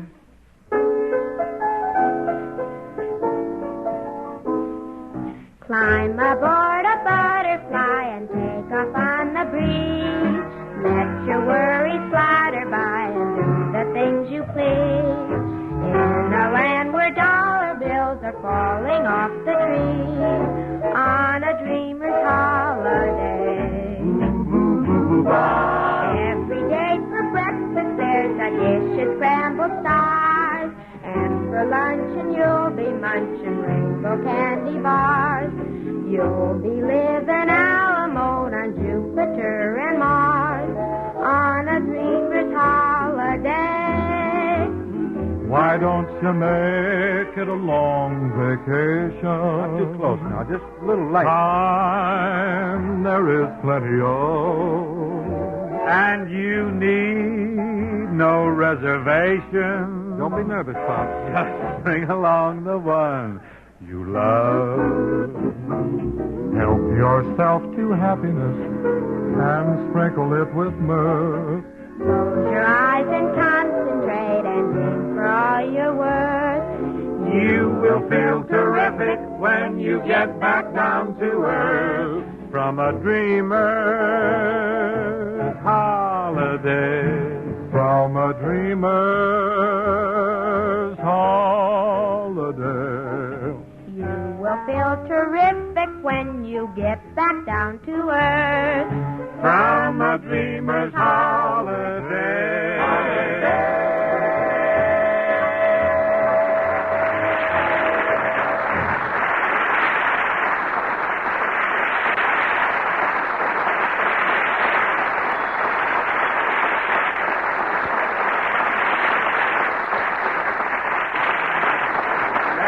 Great, Cathy. Wonderful.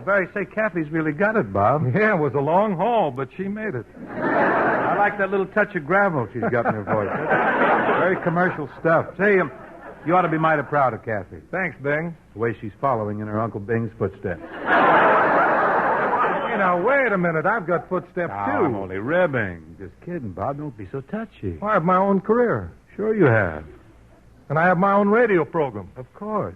And it's just as good as this one. It's better. You're kidding. No.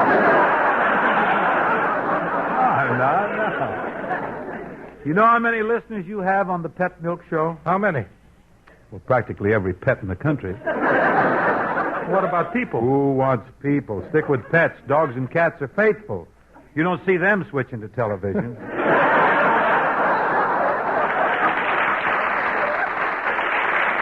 Just you never mind that talk, so boy. You don't have to be big with me, Bing. I know you're the guy, and I'm just a little old pilot fish riding on the back of a tiger shark. Tiger shark? I've never bit anybody in my whole life. And I might as well get this right off my chest. I'm tired of going through life playing second fiddle, basking in the reflected glory of another. How long endure can I this deep humiliation? I'm tired of being Bing Crosby's brother. You sound more like Betty Davis's sister. Well, let's face it, Bing. You made the Crosby name famous, and then I came along. Well, I've got too much pride and self-respect to go on like this, and I've decided to do something about it. What? I want you to change your name.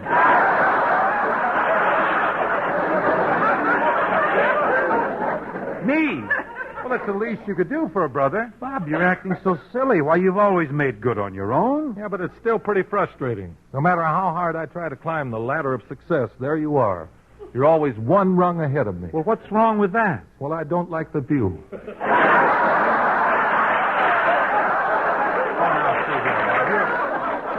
you're just being overly sensitive, that's all. Now, listen, Bob, you've got to get over this complex. I've watched you work for years, and believe me, you'd have made good as a singer with any kind of a name. Like what? Well, Bob Jolson or Bob Como, Bob Godfrey, Bob Pinza. Doesn't matter, any of those names. You can't hide talent. Well, you're just trying to cheer me up. No, I'm not. Besides, if this is your problem, why should I be the one to change my name? Well, you've had it 15 years longer than I have. Wait, just a minute. A close perusal of our birth certificate will show you that I'm precisely 8 years your senior. What? Why so shocked? You mean I've only got 8 more years before I start looking like that? You can make it in 3, you know. Well, listen. Yeah, the whole thing's ridiculous, Bob, really is. It's this whole beat. No, it's pretty embarrassing. Like the other night at the Macombo. Yeah? 500 people in that place, and they introduced me, ladies and gentlemen, Bing Crosby's brother Bob. So? Well, for 5 minutes, I had to stand there like a schnook while they applauded you.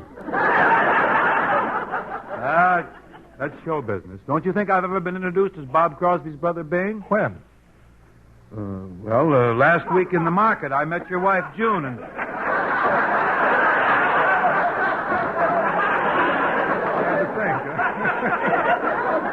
I met your wife, June, last week in the farmer's market, and she introduced me to your plumber. Well, that's a lot different. He applauded.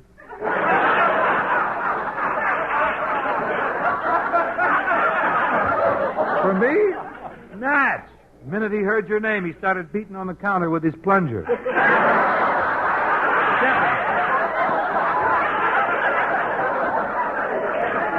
an ovation.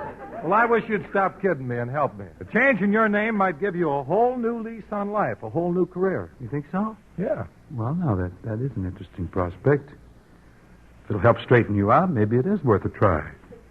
Bob, I tell you, I'm willing to grant your request. You are? Yes. To make you happy, I'll change my name. But what do I call myself? Well, look, Bing, I don't come to you with my problems. Now, why do you bother me with yours? You started this whole thing. Least thing you can do is help me pick a name now, Jack. Come on. Well, all right. Say, Ken, will you bring us a phone book? Gee, I hope I can get a name that has a nice ring to it, something that would go good with Bing, huh? How about Bong? Bing Bong? Well, it has ring to it. Ken, just hand us the phone book. Okay, we'll work this out. This phone book, Bob. I don't want to settle for a name that somebody else has. Well, then let's pick a couple of names here and then combine them. I think that'd be Let's best, see. yeah. Look, we can take the first part of this one, What Joe name? Libschnacker. Joe Libschnacker. And the last part of this one, Mamie Lockenslump.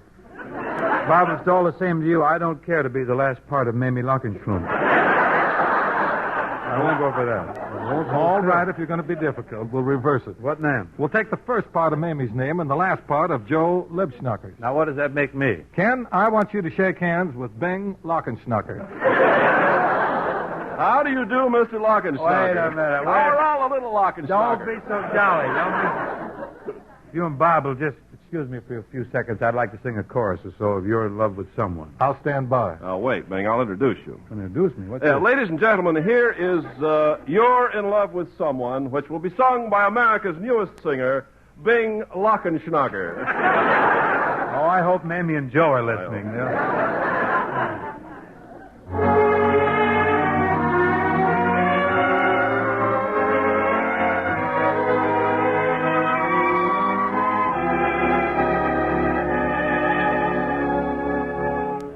You're in love with someone anyone would know. Takes up all your dreaming, and it makes you sort of glow. I guess you think your laughter covers up your sighs, but you've got a love look in your lovely eyes. Oh, you're in love with someone, anyone I know. I'd like to have his chances, the lucky so-and-so. Forever and forever, he'll be loving you naturally. If you're in love with someone like me.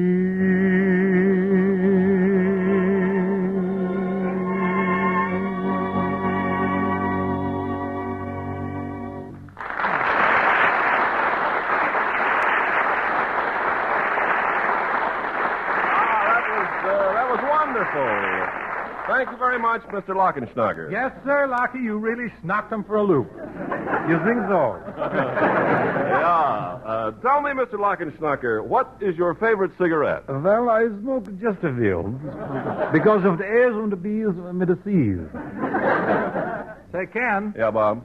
I've been wondering about this whole Chesterfield radio setup. What do you mean? Well, Arthur Godfrey has a program for Chesterfield, and Perry Como has a program for Chesterfield, and Bing Crosby has a program for Chesterfield. Say, Bing Crosby, whatever became of him? Please, Mr. Lockenschnacker, this program goes through Milwaukee. Bob, what were you getting at? Well, Chesterfield's 3 radio programs confuse me. I can understand why they have Perry Como on. He sells the ladies. Yeah. And Arthur Godfrey sells the men. Mm-hmm. What does Bing Crosby do? Well, I'll explain it to you, Bob. Bing has a very special job with Chesterfield. His job is to reach the people who borrow cigarettes.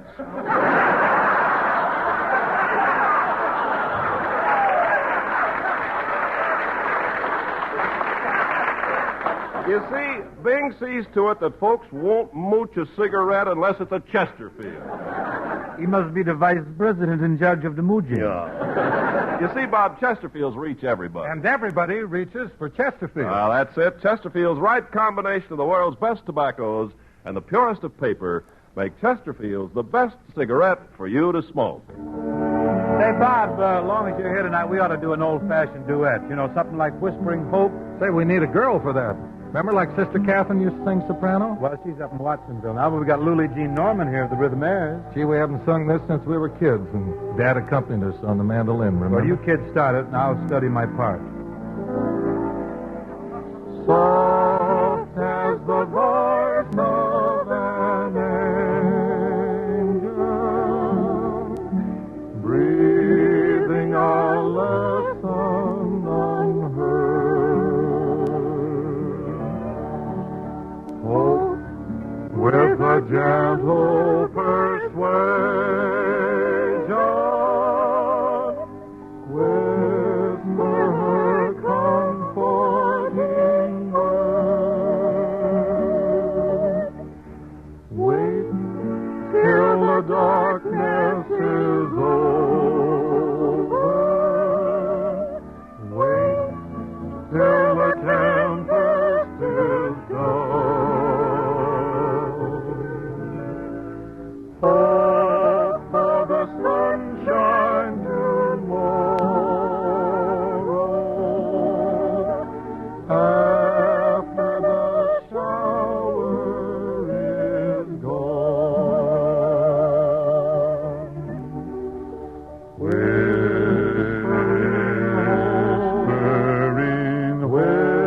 Whispering, oh, how welcome my voice, oh, my welcome my voice, making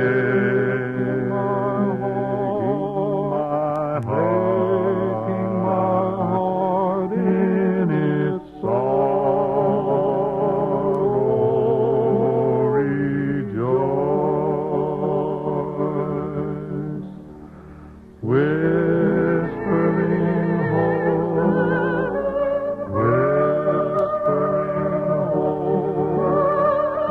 welcome my voice, oh, how welcome thy voice, making my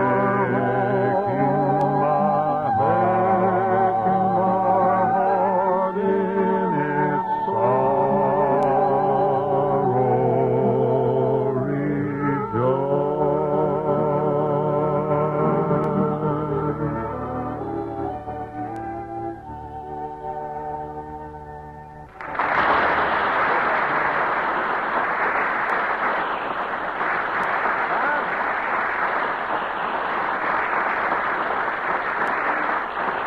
Bob, it's a pleasure to have you and Cathy with us tonight. Well, nice of you to invite us. And I hope you'll be tuned in next week when our guests will be Peggy Lee and Frank Fay. Gee, Frank was wonderful on your show a few weeks ago. Francois was fairly riotous, I thought. In fact, Bob, we received so many letters from Fay fans that we're having him back by popular acclaim. Letters, huh? Mm-hmm. That's how you get a return engagement on this show, huh? Well, yes. Come on, Daddy. Let's go. Well, what's your rush, Cathy? We've got a lot of letters to write.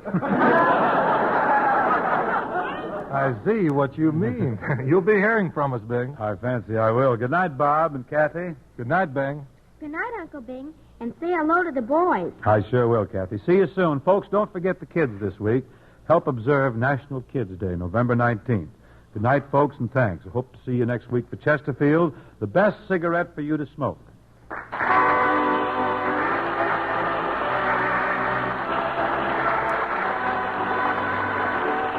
The Bing Crosby Show is produced and transcribed in Hollywood by Bill Morrow and Murdo McKenzie. Tune in next week and hear the Chesterfield Show with Bing's guests, Frank Fay and Peggy Lee.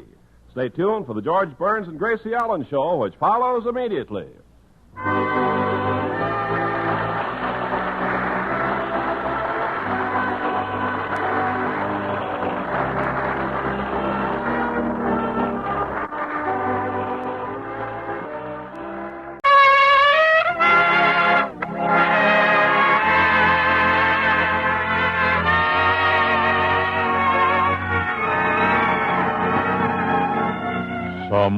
one waits for me.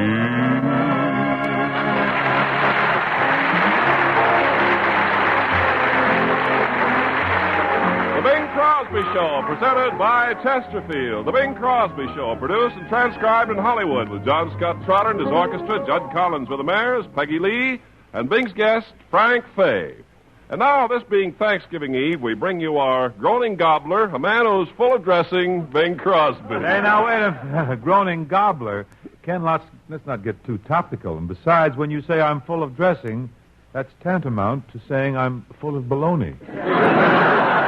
Now, Ken, I think some music is in order, and Mr. Trotter has prepared a delightful arrangement of a new novelty tune entitled Rudolph the Red-Nosed Reindeer. Rudolph the Red-Nosed Reindeer. What's the song about, Bing? Oh, it's about a hula dancer gets killed in a volcano. What do you mean? What Well,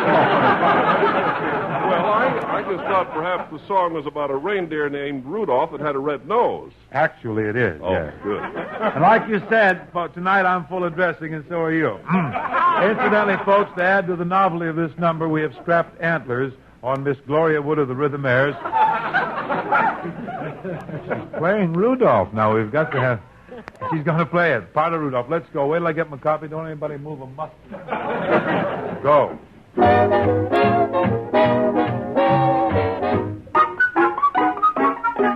You know Dasher and Dancer and Prancer and Vixen, Comet and Cupid and Donner and Blitzen. but do you recall the most famous reindeer of all? Rudolph the red-nosed reindeer had a very shiny nose, and if you ever saw it, well, you would even say it glowed. All of the other reindeer used to laugh and call him names. They never let poor Rudolph join in any reindeer games. Then one foggy Christmas Eve, Santa came to say, Rudolph, with your nose so bright, well, won't you guide my sleigh tonight? Then how the reindeer loved him as they shouted out with glee, Rudolph the red-nosed reindeer, you'll go down in history. I'm Rudolph the red-nosed reindeer. I got a very shiny nose. And if you ever saw it, you would even say it glowed. All of the other reindeer used to laugh and call me names. They never let poor Rudolph join in any reindeer game. Then one foggy Christmas Eve, Santa came to say, Why, Rudolph, with your nose so bright, won't you guide my sleigh tonight? Then how the reindeer loved me as they shouted out with glee. Rudolph the red-nosed reindeer, you'll go down in history. On Donner, on Dancer, on Prancer, on Vixen, on Comet, on Cupid, on Donner, on Jolson, on Rudolph. Rudolph the red-nosed reindeer.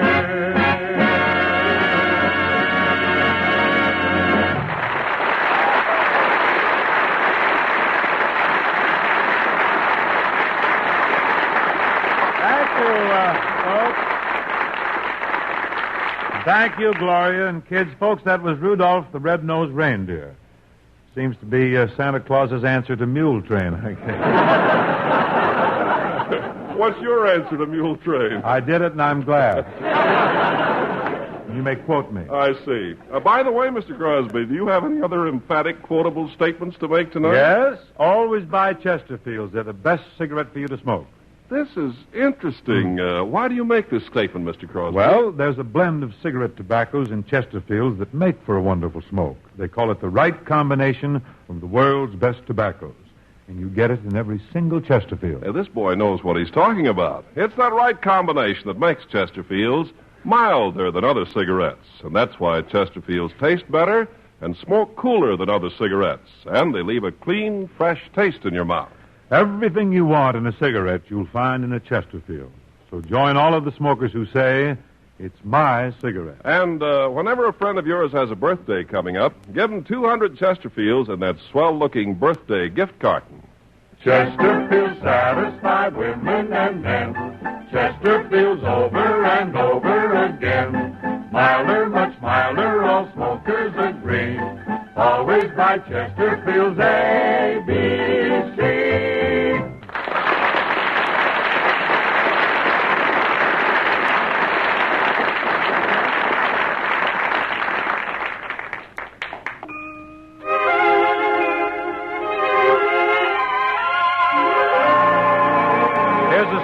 Which Miss Patty Andrews has boosted into hit classification almost entirely by her recording thereof. I can see, no matter how near you'll be, you'll never belong to me. But I can dream, can't I? Can't I pretend I'm locked in the bend of your embrace? For dreams are just like wine, and I am drunk with mine. I'm aware my heart is a sad affair. There's much disillusion there, but I can dream, can't I? Can't I adore you, although we are oceans apart? I can't make you open your heart, but I can dream, can't I?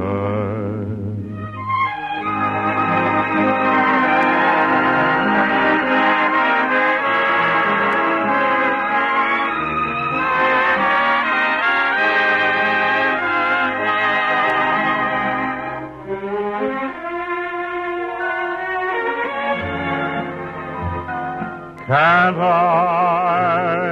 adore you, although we are oceans apart? I can't make you open your heart, but I can dream, can't I?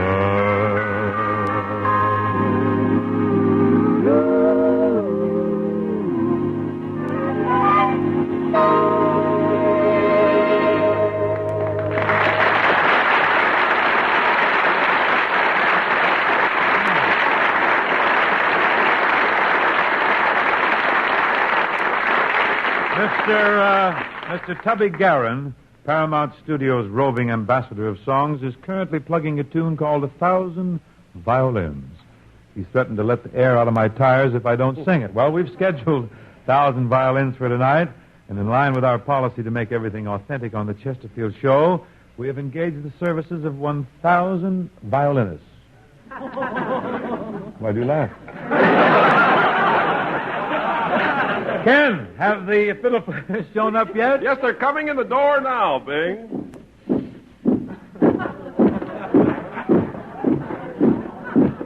Violinists?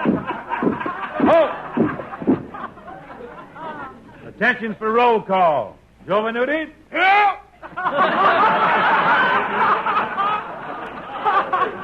Harry Bluestone? Here. Cy Bernard? Here. Mr. Russell? Here. Raul Poyakin? Here. Rakunas Poonam?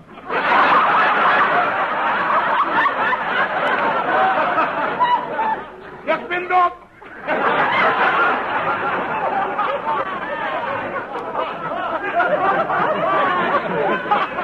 Yasha Heifetz? Are you kidding?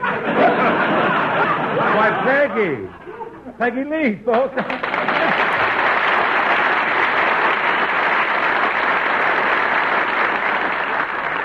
What on earth are you doing in there with all those violinists? Well, I was just walking down the hall, and I guess they decided to string along. Oh, girl. Never saw you with so many bows. You see what happened, Peggy? I was just about to sing 1,000 Violins from Bob Hope's next picture, The Great Lover. Oh, The Great Lover. Mm-hmm. Well, that must be a comedy. With a title like that, what do you think? But this song from the picture is really a nice song. You want to join me? I'd love to. Well, here we go. 1,000 Violins. John Scott, Let the Rosin Fairly Fly. They say, and gypsies know, one day, many moons ago, two lovers knew such bliss, 1,000 violins played when they were kissed. And now, like days gone by, when two gypsy lovers sigh, 1,000 violins, sighing violins, come from the sky. Ah, sweet serenade, please come to me. I need your aid to make her see, to make those lips that haunt me so, and haunt me so, want me so. My darling, take my heart and make magic music start. Be still, so we may hear those 1,000 violins so near.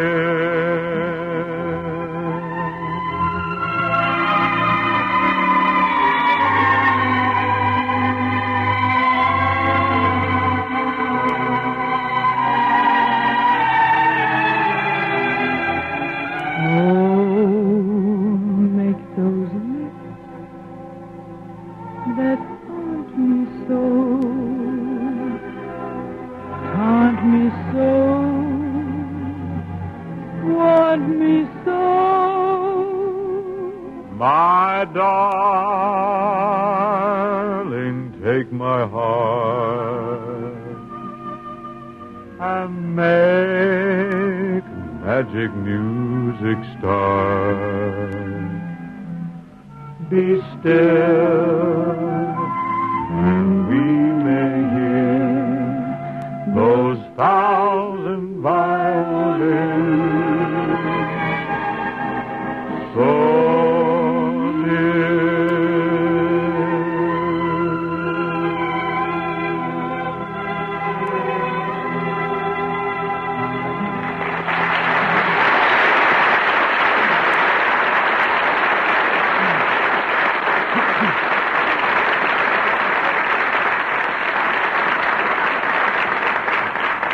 Thanks, Peggy. That was lovely.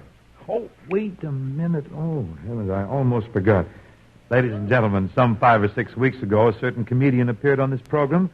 Following his appearance, we were deluged with mail. To be specific, 80,000 letters were received. Mention the name. Quiet.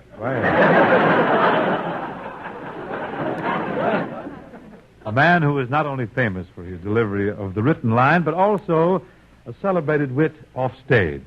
Like the time at the Stork Club, I recall, when they brought him a lobster minus a claw. He complained to the waiter, who in turn explained that the lobster had lost his claw in a fight. Whereupon this great wit, without a moment's hesitation, niftily retorted, "Well, take it back and bring me the winner."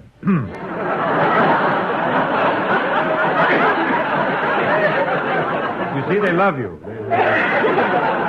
You'll get us killed. Why, ladies and gentlemen, it seems like only yesterday when this artist thrilled the audience at the Palace Theater with his rendition of And He Doesn't Live Here Anymore. Sing. Well, you must be the guy Sing, she waited for. Sing. Okay. And so, ladies and gentlemen, without further ado, here's the man who needs no introduction. Not yet, I'll tell you. That star of stage and screen. What about radio? On this program, we just cannot go out on a limb. Well, I can. The star of stage, screen, and radio, and here I am, Frank Fay.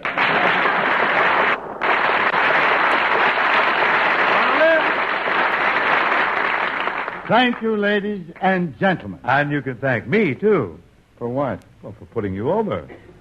You did not put me over. By your own admission, you received 80,000 letters about me. Isn't that true? Yes. Then why should I thank you? Because the letters were not all good.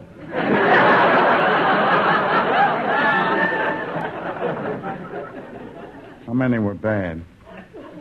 I'd rather not say. 1,000? No. 100? No. 5 or 6? No.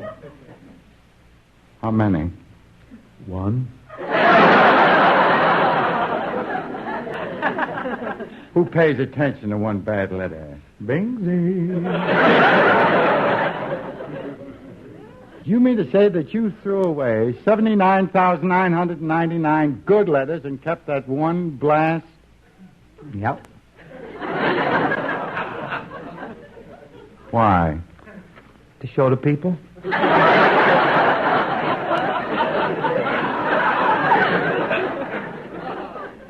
And you, the Bing Crosby, the one I always said was. Was what? I'm not going out on a limb either.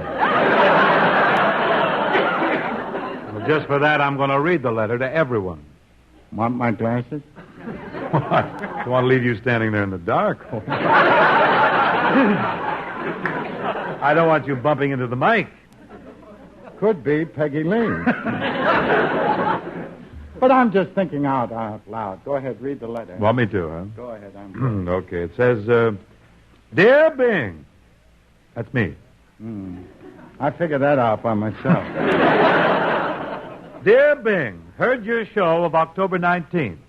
You were in great voice, but I thought you made a mistake having F-A-Y on your program. Furthermore, Bing, you could be a great comedian in your own right if you would just let yourself go. You could be a great comedian if you just let yourself go. Mm-hmm. Where? Frank, I find myself in a singular position here. I just cannot let the writer of this letter down. So for my fans' sake, I'm going to tell a joke. Oh. This is the end. I have one. Takes 2 people to tell it. You'll help me, of course. If I must. What do you mean, if I must? If it's necessary. Well, it isn't necessary at all. I just don't want to break faith with my fan, the man who wrote this letter. Go ahead. Well, now, in this joke, I'm an old woman. You are? Mm-hmm. What am I? Well, you're an old woman, too. I am? Yes, and I'm... Wait a minute. Who's the oldest? What? Really doesn't make any difference. Well, if we're both old dolls, I want to know who's the oldest. You are. I am? Yeah. Well, I don't look it. Well, hot or cold, I'm an old woman. And I'm sitting rocking back and forth on my veranda, and I'm just about to be sitting there rocking back and forth on my veranda, and I'm just a minute. Hey, just a second. What? Have I got a veranda? Yes, but mine's the biggest.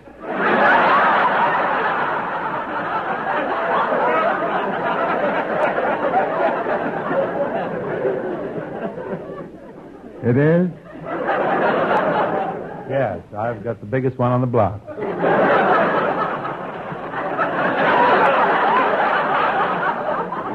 That's what everybody says. Well, I'm rocking back and forth, and I'm knitting 3 socks for my son who's in the Army. And you come walking down the street. Now, just as Have I got a son? No. If you have a son, why can't I have one? Well, you can't. You just can't, that's all. Why not? You're an old maid. Now, don't keep asking... Don't keep asking questions now. Now, you come walking down the street, you see me knitting, and you say, "Hello, Benny." Benny! That's my name. You say, "Hello, Benny," and I say, "Hello, Penelope." That's my name? I say, "Hello, Penelope," and you say, "What are you knitting?" And I say, "I'm knitting 3 socks for my son who's in the Army." And then you say, "Why are you knitting 3 socks for your son who's in the Army?" Then I tell the joke. Everybody laughs.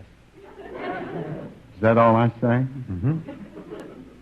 Isn't much for me to look forward to, is it? Well, it's my joke. Okay. Now, will you ask me why I'm knitting 3 socks for my son who's in the Army? No, I will not. Why not? Because I know. What? Your son wrote you a letter and said, "Dear Ma, since I'm in the Army, I have grown another foot."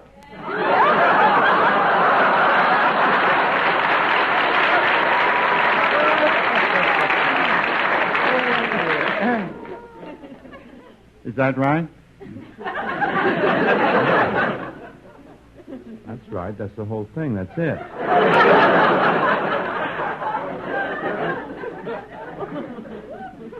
You're not mad, are you, Benny? Well, it isn't a case of being mad, Penny. It's just that I'm hurt.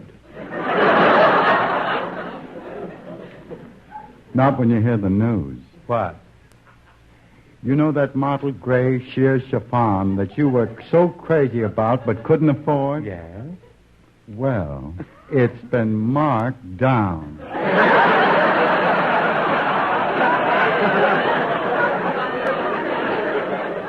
So what? $14.95, and guess what I did? What? I put a deposit on it for you, and they're holding it in will call now. Mercy me. I'm so happy I could sing. What? Frank, with you here tonight, I think I'll do something that goes back a little bit. Well, not too far. I'll be gentle. John Scott, let us away.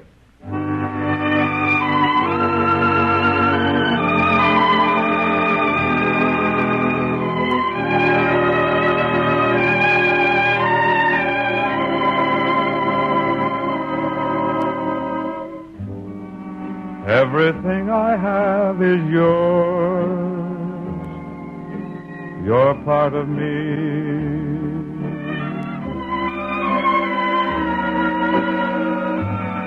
Everything I have is yours.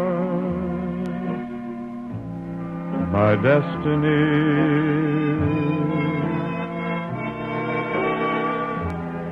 I would gladly give the sun to you if the sun were only mine. I would gladly give the earth to you and the stars that shine. Everything that I possess, I offer you.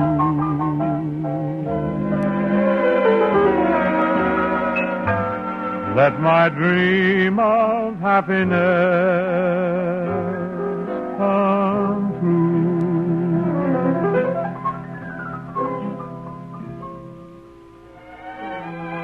I'd be happy just to spend my life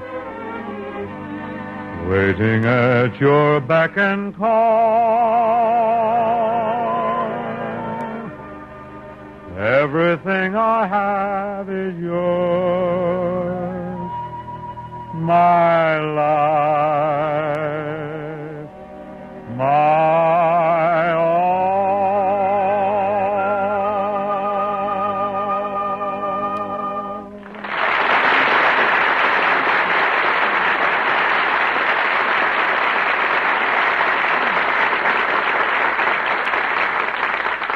Ah, very nice, Bing. You know, everything I have is yours reminds me of Chesterfield's in a way. Well, Chesterfield give you everything. Everything you want in a cigarette. That's what I mean. Folks, next time you buy cigarettes, buy the best cigarette, Chesterfields.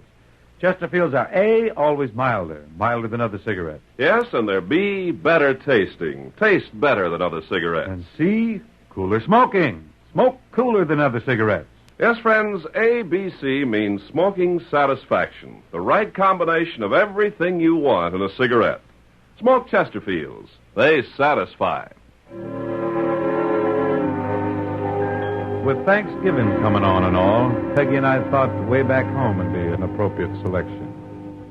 The roads are the dustiest, the winds are the gustiest, the gates are the rustiest, and the pies are the crustiest, the songs the lustiest, the friends the trustiest, way back home. The trees are the sappiest, the days are the nappiest, the dogs are the yappiest, the kids are the scrappiest, the jokes the snappiest, and the folks the happiest, way back home. I don't know why I left the homestead. I really must confess I'm just a weary exile singing my song of loneliness.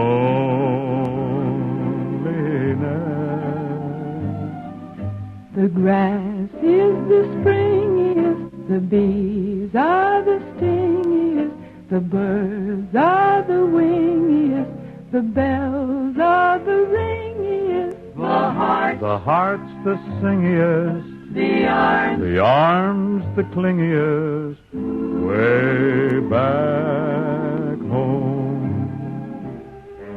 The sun is the blaziest, the fields are the daisiest, the cows are the graziest, the help is the laziest, the boys the wittiest, the girls are prettiest, way back home.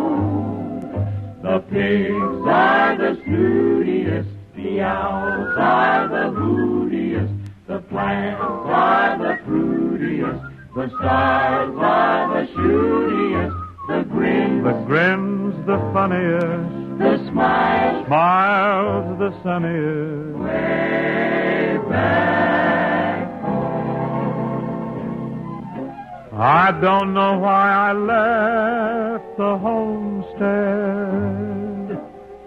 I really must confess I'm just a weary exile singing my song of loneliness.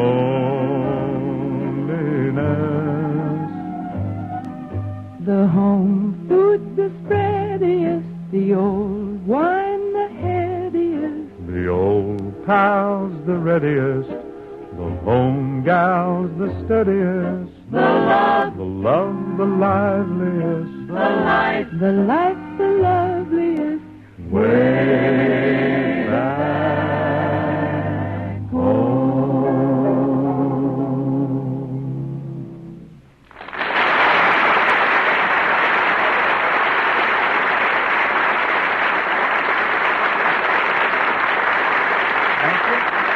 Well, that's it for this time. I want to thank Peggy Lee and Frank Fay for joining us this evening. Say, Bing, who's your guest next week? Al Jolson. Oh, goody.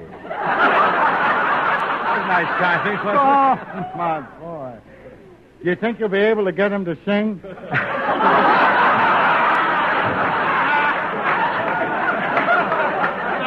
I'm laying 7-5. He comes in on one knee. Good night, Frank. Have a nice Thanksgiving, folks. See you next week for Chesterfield, the best cigarette for you to smoke.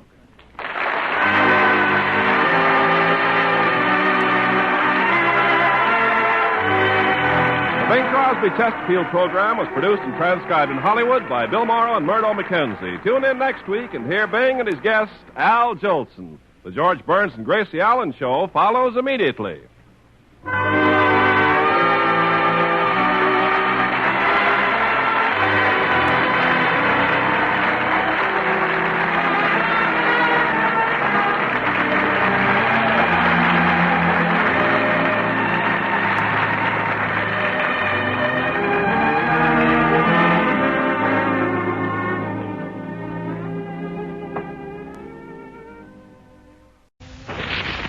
Say, Groucho was really rapid tonight, wasn't he, Ken? Yeah, imagine that couple winning $1,000. We're on the wrong program.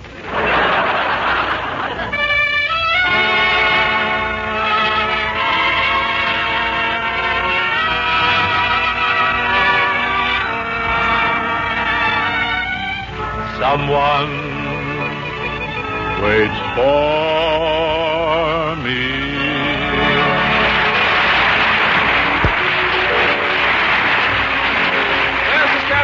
Welcoming you to the Bing Crosby Show, presented by Chesterfield. Produced and transcribed in Hollywood with John Scott Trotter and his orchestra, Judd Collins with the Mares, and Bing's guest, Al Jolson.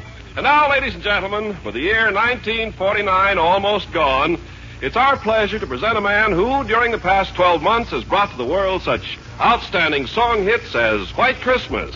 Continue, Ken. That's it. Now, wait a minute. Hey. I did a lot of other big tunes this year. Yeah? You seem to have overlooked my smash record of I'm Dancing with Tears in My Eyes because the girl in my arms is Arthur Murray. Oh, yeah. That was a big one. Very yeah. big. And then there was my excellent platter of Your Lips Seemed So Warm When I Kissed You in the Smog. Little did I know you were holding up your dog. Very big for me. That was a very big number. You did that with the Fred Waring Glee Club, didn't you? Yes. And Lassie. Ken, I don't like to be hammy, but you've completely overlooked my biggest record of 1949. This is a deathless disc. What song is that?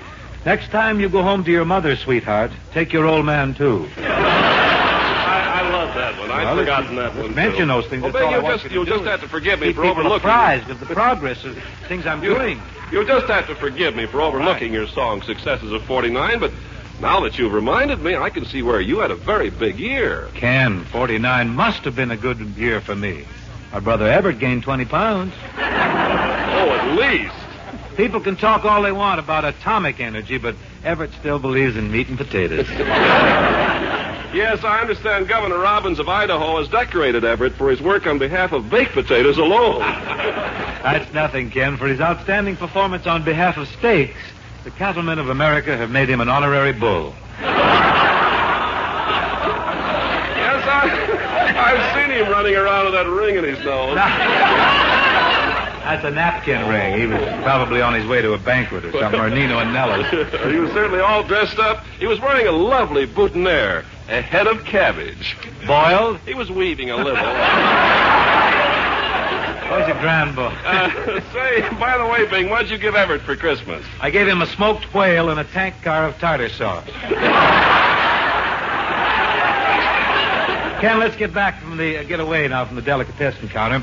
The Rhythmaires are gathering around. The girls are wearing their GE electric blanket shirts. Our opening selection, which is a little thing called I Got a Lovely Bunch of Coconuts. Let's have it, the blinking thing. Hey, John, what do you say? Stop it there. Roll, roll, a ball. Roll, roll, a ball. Roll, roll, a ball, a penny a pinch. Down at an English fair, one evening I was there, when I heard a showman shouting underneath the flare, I've got a lovely bunch of coconuts, Lovely, lovely, lovely. oh, there they are, standing in a row. Lovely, lovely, lovely, lovely. A big one, small one, some as big as your head. You gives them a twist and a flick of the wrist, that's what the showman said. I've got a lovely bunch of coconuts. Every ball you throw will make me rich. There stands me wife, the idol of me life, sing and roll a bowl, a ball, a penny a pitch.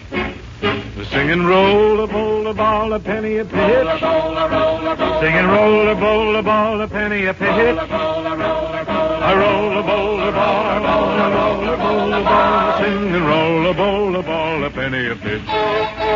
Say, I've got a lovely bunch of coconuts. Have you now? There they are, standing in a row. That adorable.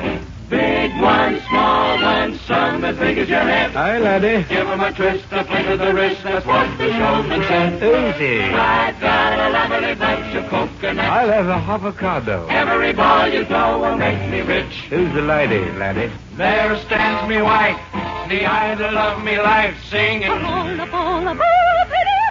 A singing, roll a ball, a penny a pitch. Harmony, please. Singing, roll a ball, a penny a Hot pitch. light for the soloista. Petit ensemble. Roll a ball. A singing, roll a ball, a penny a pitch. How about trying one out in the hall? I'll get back a little farther. I can still hear it. Try one out in the parking lot. Still leaking in somewhere. Get the scotch tape, somebody. Singing, roll a ball, a penny a pitch.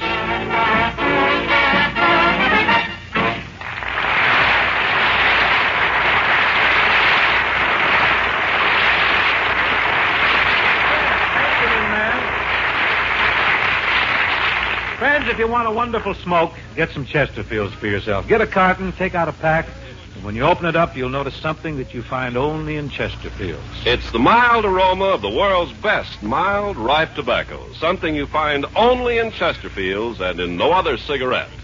This mild aroma is due to Chesterfield's perfect blend. The blend we know is the right combination of the world's best tobaccos. You'll find because of that blend that every Chesterfield will be A, always milder, much milder than other cigarettes. B, better tasting, will taste better than other cigarettes. And C, cooler smoking, will smoke cooler than other cigarettes. And what's more, you can count on every Chesterfield to leave a clean, fresh taste after smoking. So keep those ABCs in mind and always buy Chesterfield, the best cigarette for you to smoke. Chesterfield satisfy women and men. Chesterfield's over and over again. Milder, much milder, all smokers agree. Always buy Chesterfield's ABC.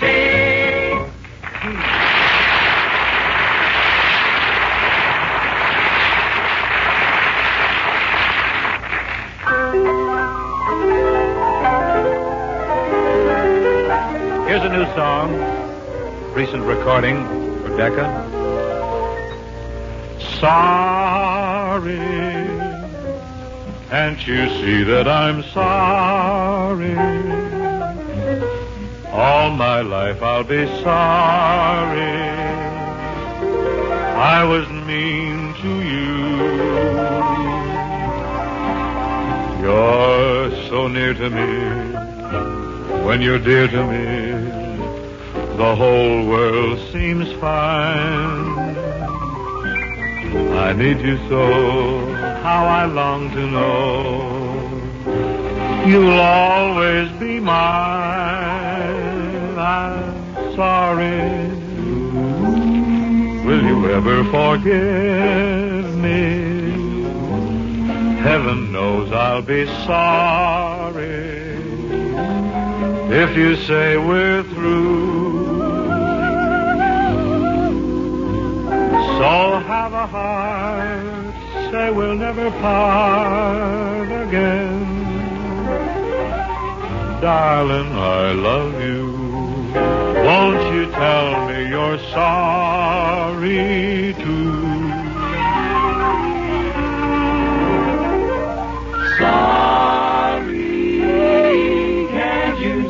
That I'm sorry. All my life I'll be sorry.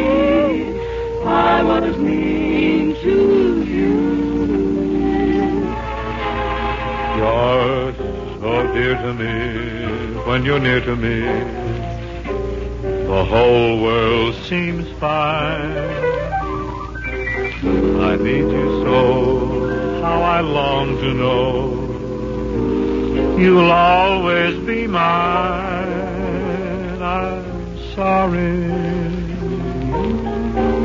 Will you ever forgive me? Heaven knows I'll be sorry. if you say we're through. So have a heart, say we'll never part again. Darling, I love you. Won't you tell me you're sorry to me, so sorry. Won't you tell me you're sorry too?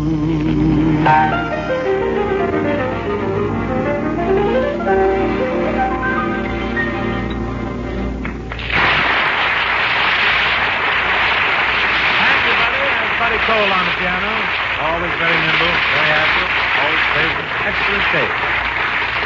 It's guest time once again, ladies and gentlemen, and once again, our guest is Mr. Jolson. I guess it's agreed that a lot of words aren't necessary to describe what he does or how well he does it. Jolie always comes on big, and he comes on singing. I've been away from you a long time. I never thought I'd miss you so. Somehow I feel your love is real. Near you I want to be. The birds are singing, it is song time. The banjo strumming soft and low.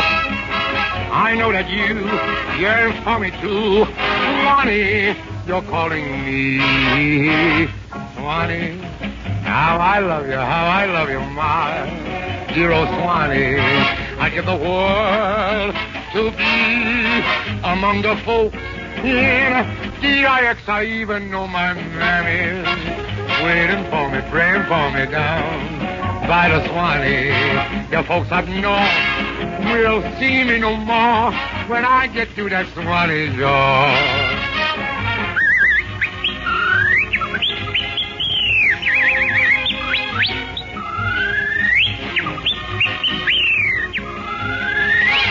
I love the old folks at home. Swanee, how I love you, my dear old Swanee. The folks up north will see me no more when I get to that Swanee.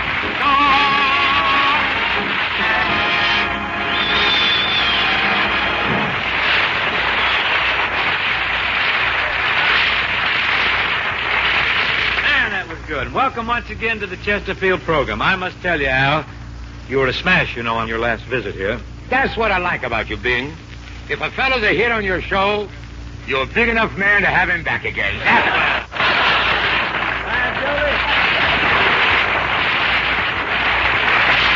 Oh, you can keep coming on back here just as long as I'm on this show. I may even come back after you left. And he can do it, too, folks. This man came back even after he left. Hey,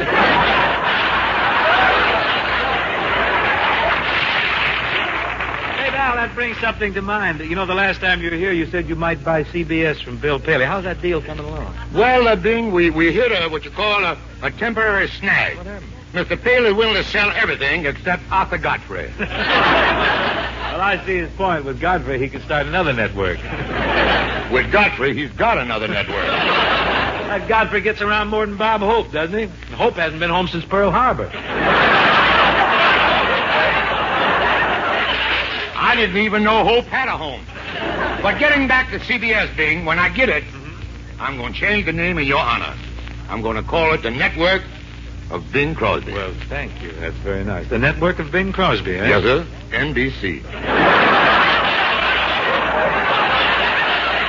But if you go through with this, I suppose you make some changes, huh? Well, naturally, I'd inject what you call additional talent at every show on the air. I'd give every program something they can all use. What's that? Jolson. I see. You know what? I prophesied what's going to happen. I can see it in the distance. Young Dr. Malone would become old Doc Jolson.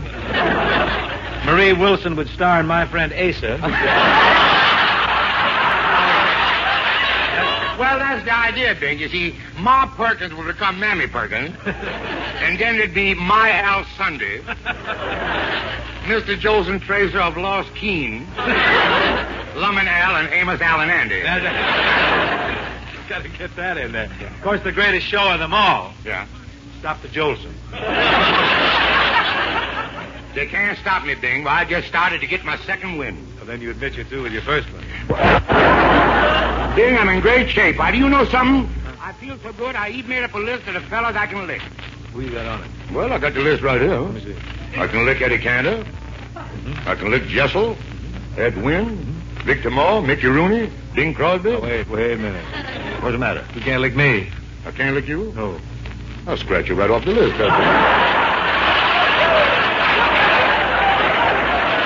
thought that joking was healthy.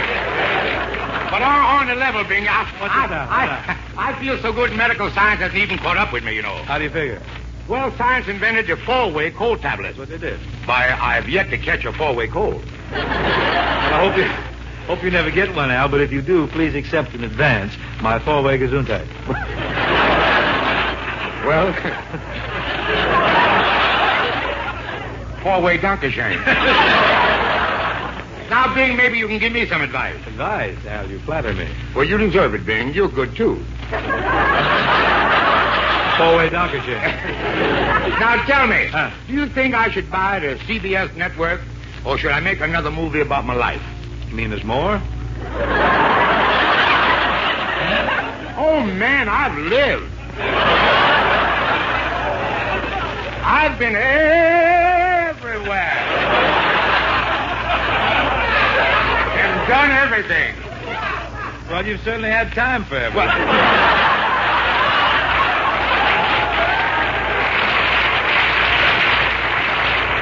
Hey, Al, don't you think 2 pictures are enough, Al, really?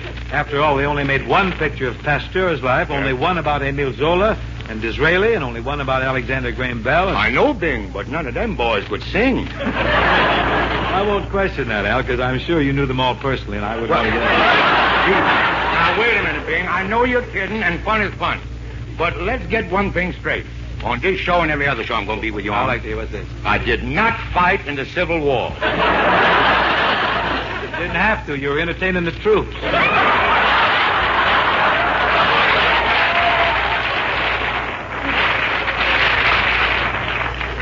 They loved me at Bull Run. You and Everett. I didn't see him. Kidding on the square. Now, I really hope you're not offended by all this talk. Oh, Bing, I love it. I love it. I know you're clowning. You know, these are the first minstrel show jokes I've done since I was with Lou Dockstader. Well, let's get back to your next movie. What part of your life could you possibly make into a picture now? Well, it's going to be the story of my boyhood, Bing. Mm-hmm. I'm thinking of calling it Huckleberry Jolson. I see. Sort of a barefoot boy with cheeks of burnt cork. Exactly. Your story should be an inspiration to every American boy who wants to go through life on one knee. Well, anyway, stop your clowning. I want to give you the idea of this picture. It begins with me walking with my childhood sweetheart in the park. Yeah. We pause at a tree, and I carve the initials S.T. and A.J.W.G.E. Who's S.T.? Sophie Tucker. Sophie Tucker? Yeah, she was a girl once. Well, she's doing all right now, but, Al, about those other initials, S.T., I get that, but A.J.W.G.E., who that? Al Jolson, world's greatest entertainer, that's who that. That's what I like about you, Al. When you're good, you're man enough to come right out and carve it on a tree, ain't you? You know, Bing, when I was in Washington, last month, Washington, D.C., that's my home, I went back to that park to look at the tree. You'd be surprised how the tree has grown and spread out. And that goes for Sophie, too. Well, I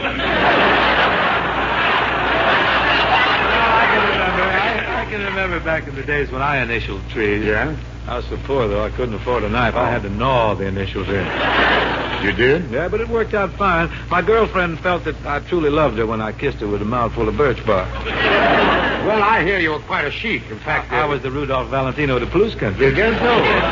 Well, your brother Bob, the one who works. Hmm? Bob told me that you were quite a ladies' man when you was a boy, I was. He told me. Those were the days. On Saturday nights, I used to borrow my brother Everett's necktie, my brother Larry's keychain. There wasn't a girl in the neighborhood who wouldn't go to the movies with me. Oh, Bing, you were lucky, son. What do you mean? Well, when you were a kid, they had movies. Well, they flickered a little, but there's movies. Yeah, when I was a young boy, all we had were young girls. But that was sufficient.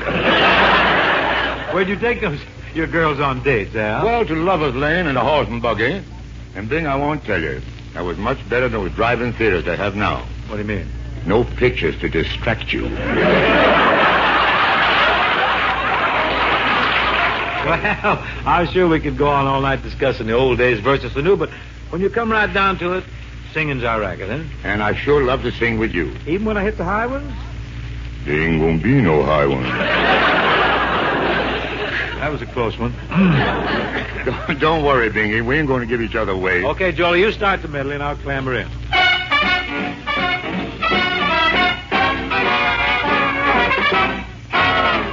I heard Robin this morning. Man, you was up early. I'm feeling happy today. Good for you. Don't pack my cares in a whistle.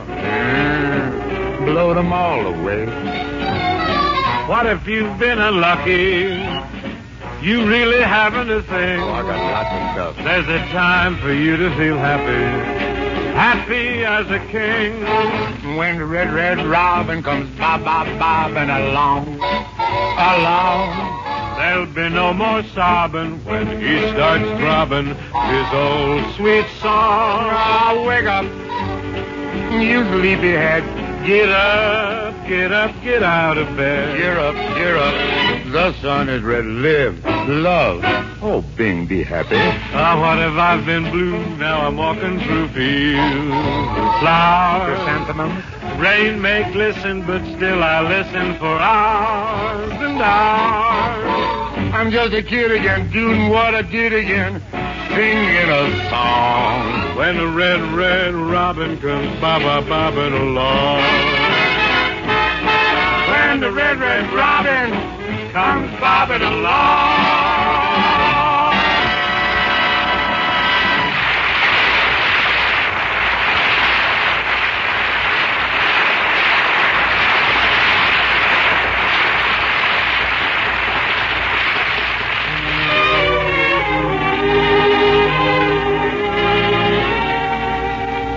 Are the stars out tonight? I don't know if it's cloudy or bright, 'cause I only have eyes for you, dear. The moon may be high, but I can't see a thing in the sky, 'cause I only have eyes for you. I don't know if we're in a garden or on a crowded avenue. You are here, so am I. Maybe millions of people pass by, but they all disappear from view. And I only have eyes for you.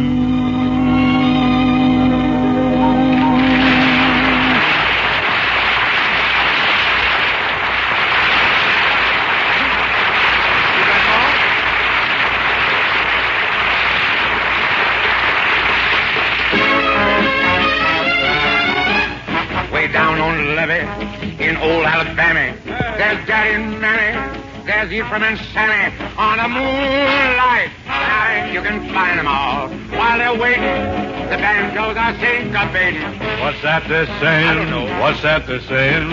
While they keep playing, I'm humming and I'm swaying. It's the good ship Robert E. Lee that's come to carry the cotton away. Watch them shuffling along. I'm watching, baby, see them shuffling along. Go take your best gown. Get your real pal, go down to the levee. I said the levee. I'm gonna join that righteous shuffling throng. Get that music and song. It's simply great. Great. Wait on the levee, waiting for the Robert E. Lee. That's Red Nickel. Red Nickel? Yes, he plays you on board, plays for the quadrille, plays for the captain's He dinner. do? He's a mess, Oh, ain't he? yeah, he is. Watch them shuffling along. Chug, chug, chug. See them shuffling along. Go take your best gal, your real pal. Steady. Go down to the levee. I said to the levee. Join that shuffling throng. Hear that music and sound. It's simply great. Great. Way down the levee. Way all around the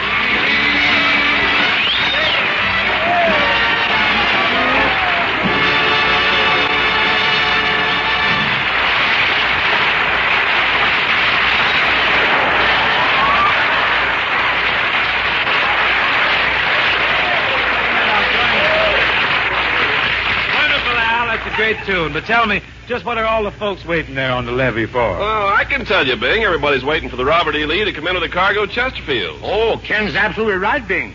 The folks are waiting for Chesterfield. You sure? Sure. I'm positive.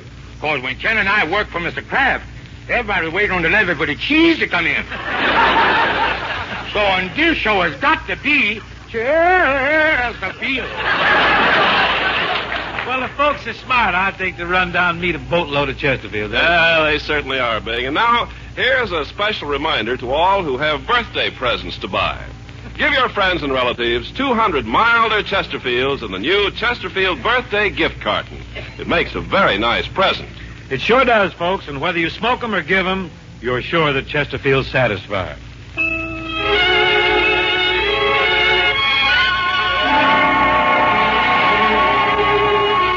Members of the songwriting fraternity have always been kindly disposed toward dreaming. We've just finished dreaming about a white Christmas. We had Dreamer's Holiday, and now I can dream, can't I? I can see no matter how near you'll be, you'll never belong to me. But I can dream, can't I? Can't I pretend that I'm locked in the band of your embrace? For dreams are just like wine, and I am drunk with mine. I'm aware my heart is a sad affair. There's much disillusion there, but I can dream, can't I? Can't I adore you, although we are oceans apart? I can't make you open your heart, but I can dream, can't I?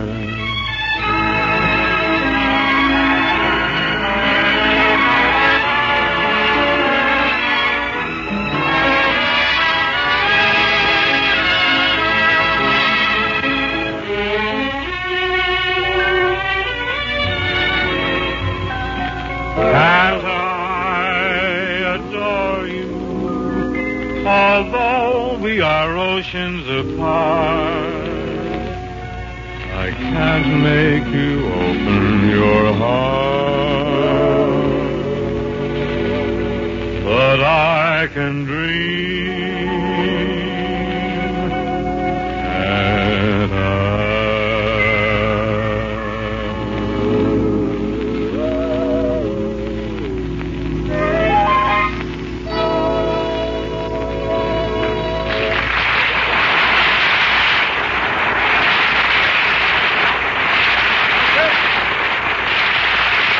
for this session. Before making way for Burns and Allen, I want to thank Al Jolson for being with us and brightening the evening with his dynamic personality. Ain't he the sweetest boy? I mean that. Tell me, Bingsy, who's going to drop in and brighten your evening next week? Al, we got to have a big guest next week, someone who can follow you. I'll be here. Al, I was hoping you'd say that. In fact, I was sure of it. Well, all I can say is four-way Dankeschön to you. And the same to you. I'll see you next week. Good night, folks. Happy New Year. We'll be back right here next week Same time for Chesterfield. The best cigarette for you to smoke.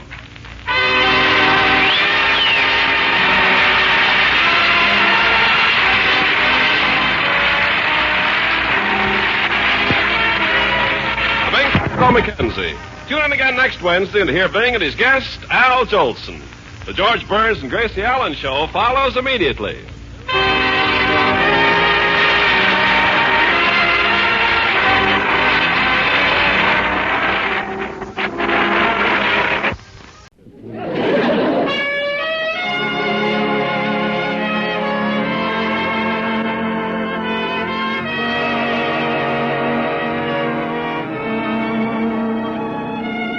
Someone waits for me.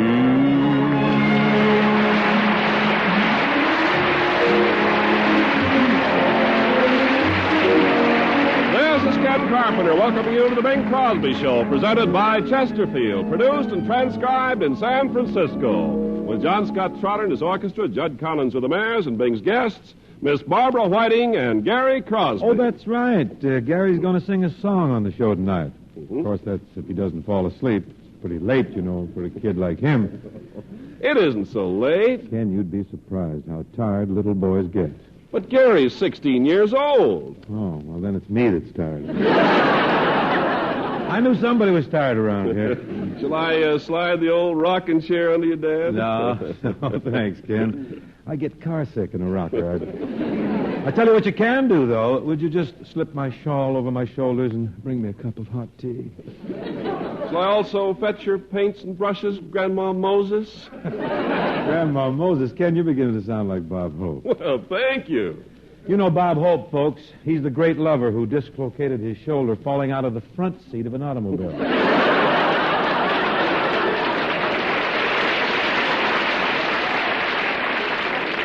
Bob didn't fall out. He was thrown out of the front seat. Well, if he's really a great lover, he should have been thrown out of the back seat.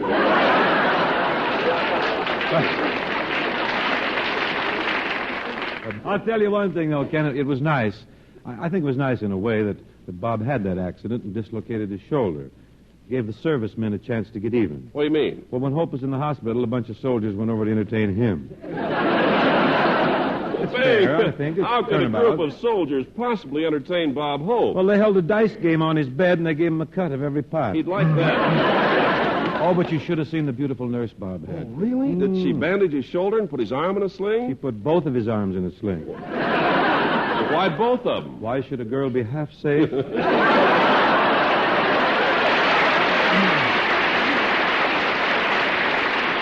I see the rhythm mayors are gathering around now, and that's my cue to get ready for the opening selection, which is a little item called Quicksilver.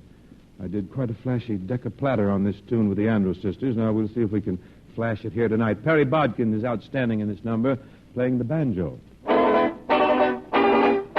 Quicksilver, Quicksilver, into someone's eyes.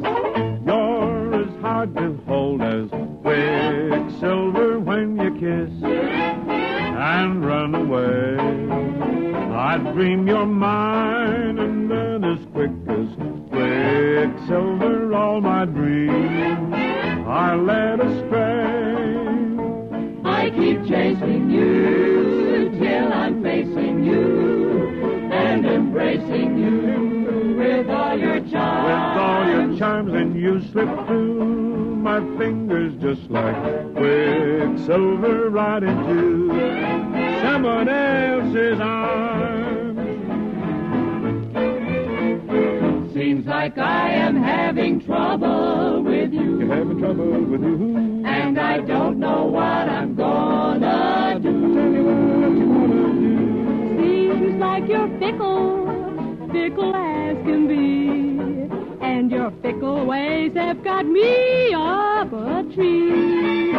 You're as hard to hold, Quicksilver, when you kiss. When you kiss and run away. Oh, you kiss and then I dream you're mine, and then I dream you're mine, Quicksilver, all my dreams are led astray.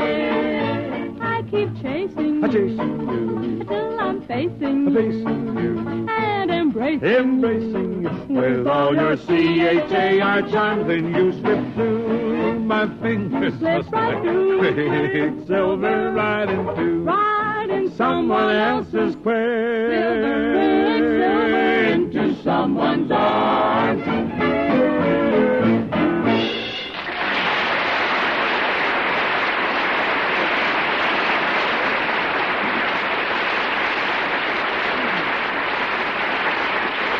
Jolly little item.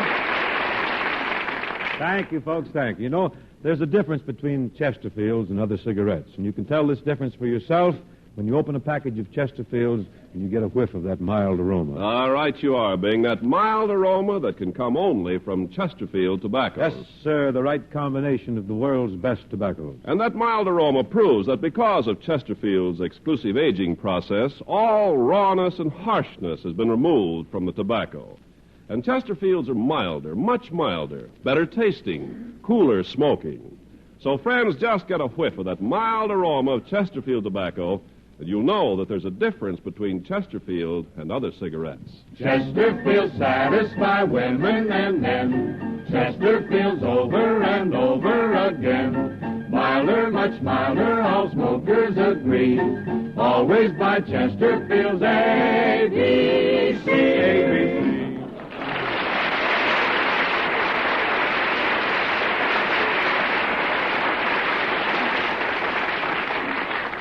You know, we got Barbara Whiting on the show tonight, and I thought it would be appropriate, be nice, to do one of her father's songs. It's a new song called Sorry. Buddy Cole at the piano.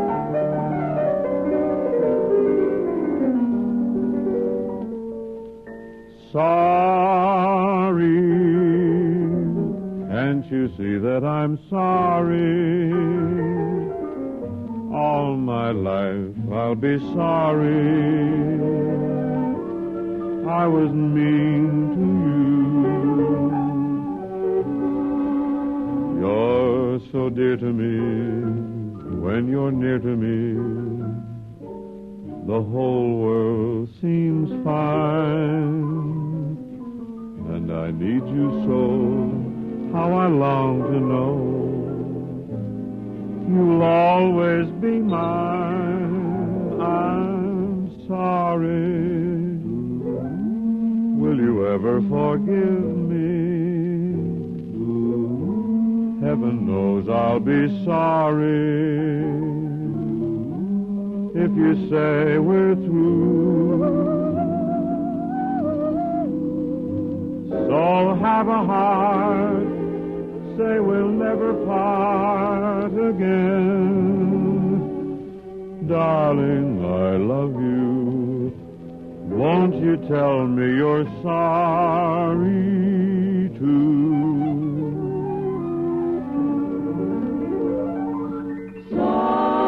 Sorry, can't you see that I'm sorry?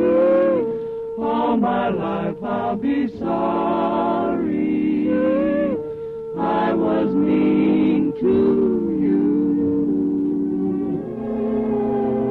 You're so dear to me. When you're near to me, the whole world seems fine. I need you so, how I long to know you'll always be mine. I'm sorry. Won't you ever forgive me? Heaven knows I'll be sorry if you say we're through. So have a heart, say we'll never part again. Darling, I love you. Won't you tell me you're sorry? Sorry, so sorry. Won't you tell me you're sorry?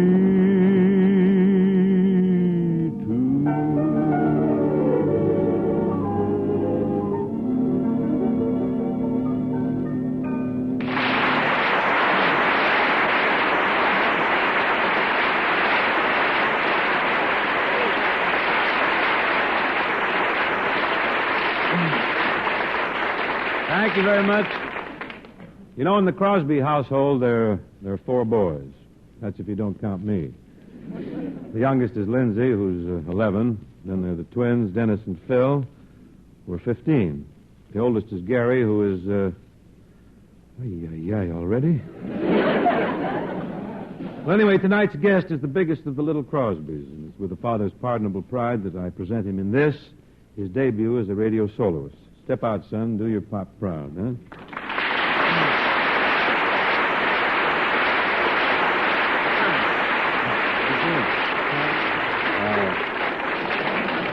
Thanks, Dad. Say, isn't that a new ensemble you're wearing, a new suit there? Gary, you look pretty sharp. Yes, sir. That's Mom's idea. She even made me put on this necktie. Oh, well, certainly, I would hope so. You're appearing before the public tonight. You are too, Dad. Where's your necktie? You're wearing it.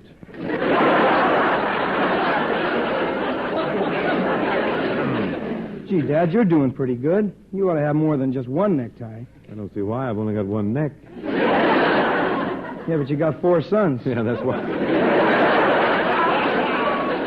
That's why I can only have one of you on the show at a time, too. Say, by the way, did you practice your song this afternoon, Lou? I don't have to practice, Dad. I want to sound like my favorite singer. Well, I see, but, son, what you don't realize is that I do practice. Oh, I know you do, Dad. Maybe I'm taking too much for granted here. Just who is your favorite singer? Elroy McDougal. I never heard of him. Where's this McDougal ever sung? He sings in our glee club at school. All the fellas think he's going to be another Morton Downey.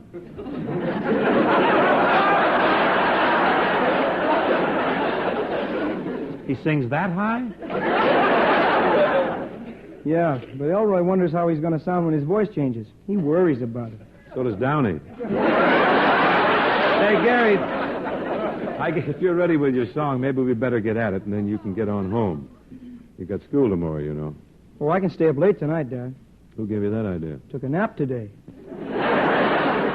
A nap? When did you take a nap? This morning. Didn't get up till 10:30.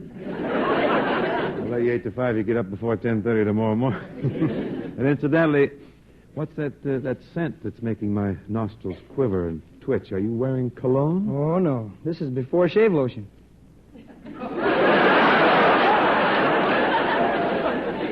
Before shave lotion? Yeah. Turns fuzz into whiskers. Oh,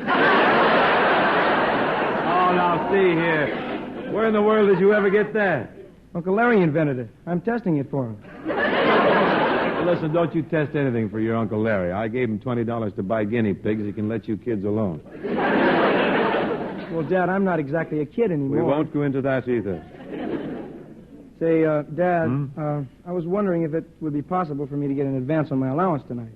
Gary, I don't like to be the stern parent, but if you want extra money, you can do what I did when I was a kid. Oh, Dad, I don't want to stand on the street corners and sing. I didn't sing on street corners until after I joined Paul Whiteman's band.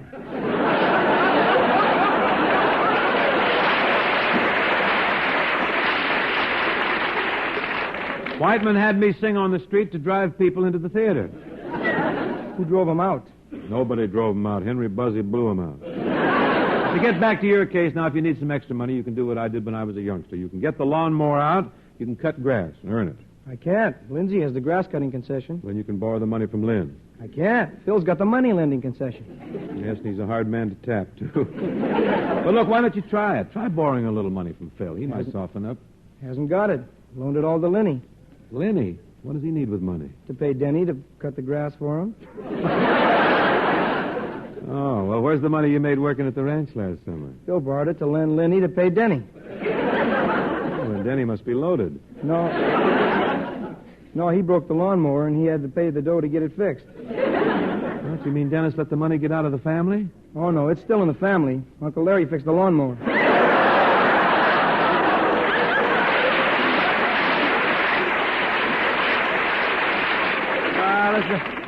That's a long story. But I don't see why you need any money anyway. As long as you're going right home to bed, there's no need of it. I hadn't planned on going right home to bed tonight. No, you hadn't. No, I thought I might go out for a bite to eat later and maybe take in a movie. Well, that might be an idea. We might do that.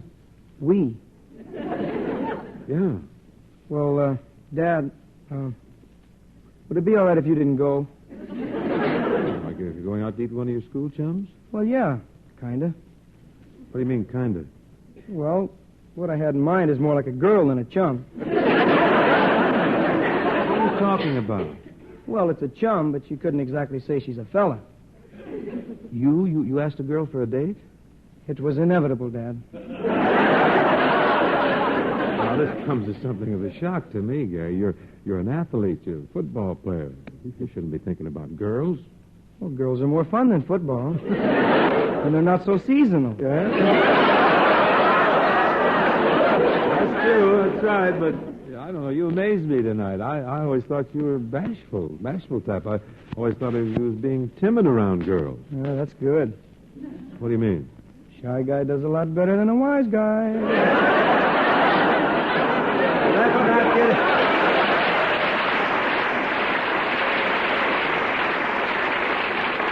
Let's not get into techniques. I realize that you should be going out on dates, but really not so soon.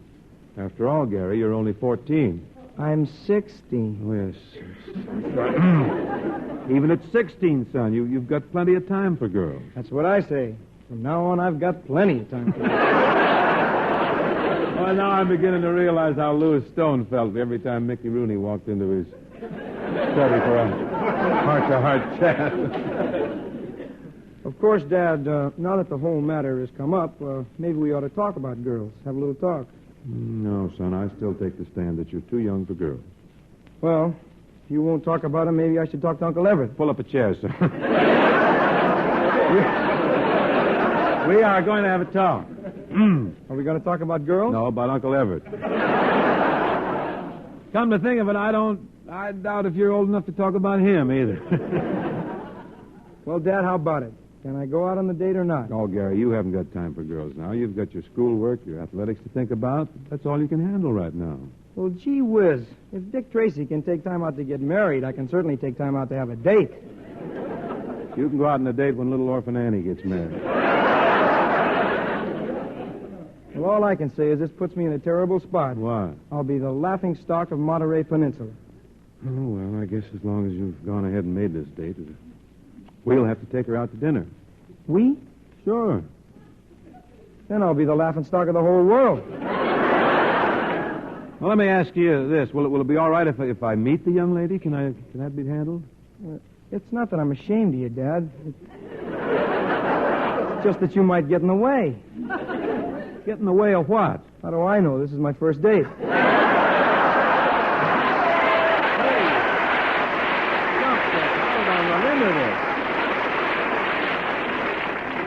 Now, don't get excited.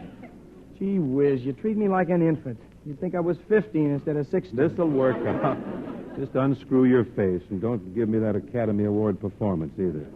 Well, all I can say is, gee whiz. Well, thank you, Corliss Archer. Now, first of all, who is the young lady that you have a date with, and where is she? Well, she's a real doll, and she's right here. She's right here? Barbara, this is my father, Mr. Crosby. Mr. Crosby, this is Miss Barbara Whiting. Well, hello, Barbara. Hello, Mr. Crosby.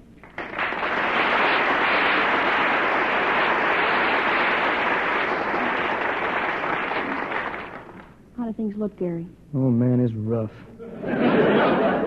Did you try crying? It always works for me. Nothing will work. The groaner's solid granite. All right. All right, kids, break up this huddle now, if you don't mind. Gee, Mr. Crosby, this is the biggest thrill of my entire life. Oh, gee, Barbara. I mean your father. Oh. Mr. Crosby, it's such a thrill meeting you after all these years. All what years? I've got the biggest collection of your records of anybody in school. And you know something, Mr. Crosby? What? On your real old ones, you sound just like Elroy McDougal. That was before Dad's voice changed. I never should have changed it. Today I could have been another Morton Downey, you know that? Oh, we like you the way you are, Mr. Crosby. All the girls in my class are just dying to meet you. Why? Because you're loaded with sons.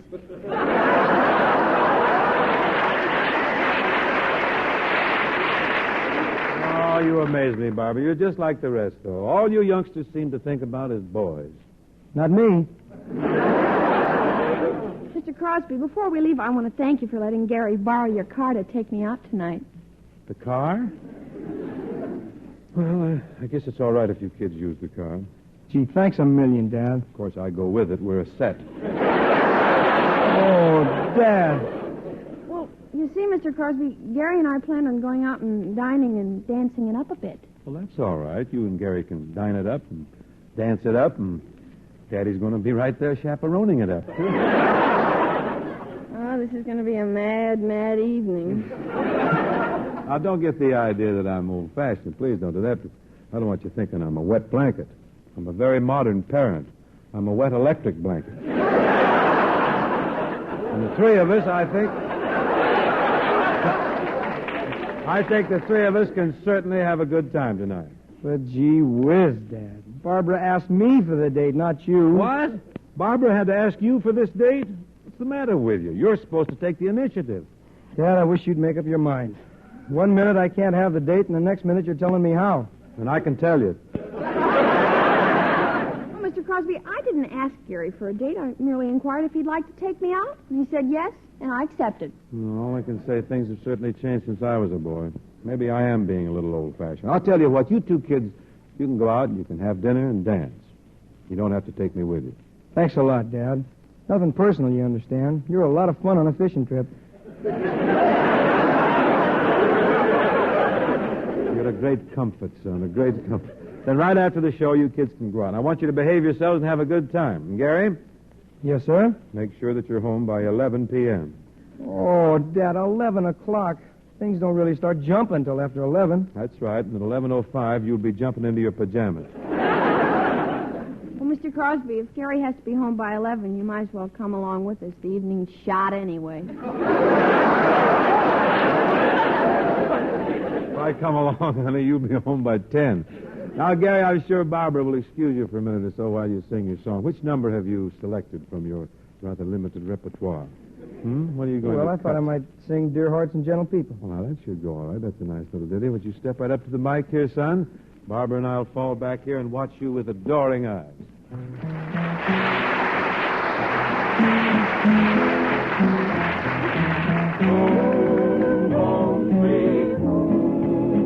I love those dear hearts and gentle people who live in my hometown, because those dear hearts and gentle people will never, ever let you down. They read the good book from Friday till Monday.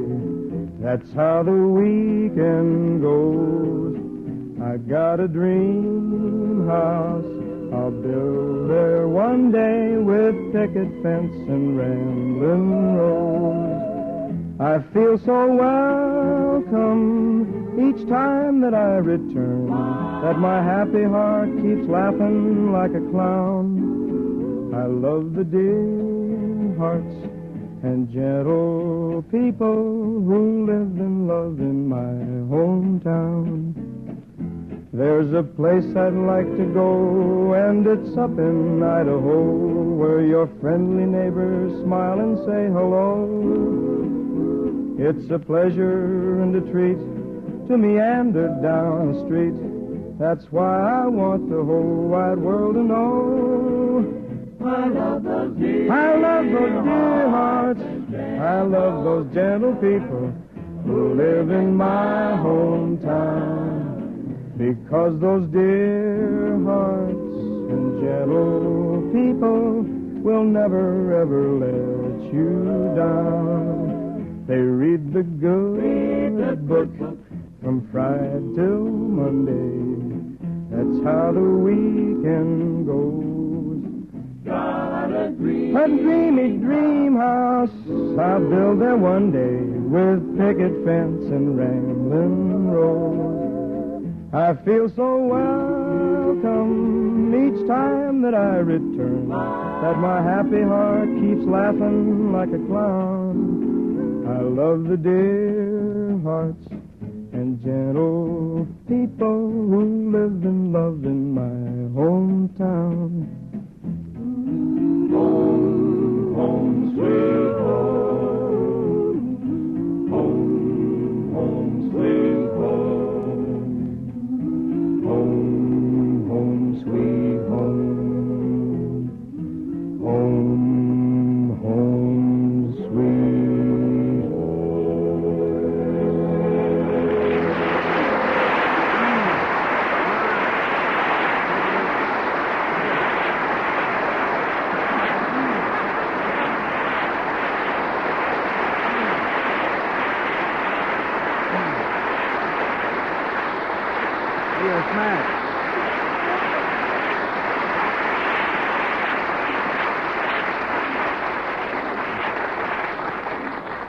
That was okay, Gary. Thanks, Dad. Now, ladies and gentlemen, Mr. Ken Carpenter approaches with a few words of tremendous import. Well, Bing, I just wanted to remind the folks that Chesterfields are the right blend of the world's best tobaccos. Chesterfields are, always milder than other cigarettes because of that blend. And they're B, better tasting, taste better than other cigarettes because of that blend. And they're C, cooler smoking, smoke cooler than other cigarettes because of that blend. And, folks, when your friends have a birthday coming up, remember them with Chesterfield's gay red birthday carton. Makes a very nice present for every smoker. I have a new picture coming out soon called Riding High. The following is the ballad from the piece by Jimmy Van Heusen and Johnny Burke. Won't say that grass will grow or ivy will climb, but darling, I'd say we got a sure thing this time. I'd say that we're on our way to a star, and take a tip from me. We are.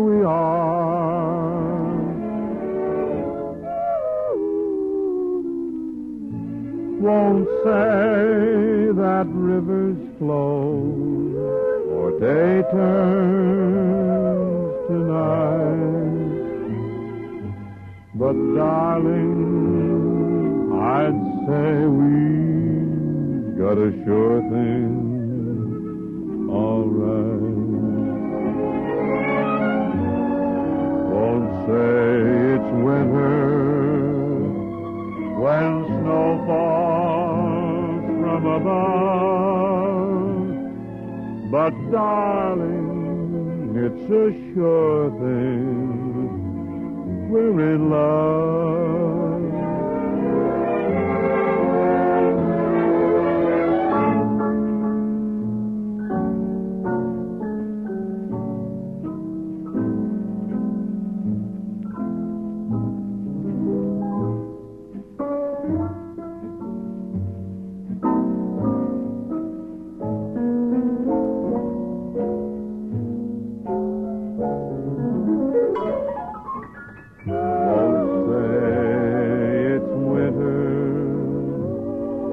When snow falls from above,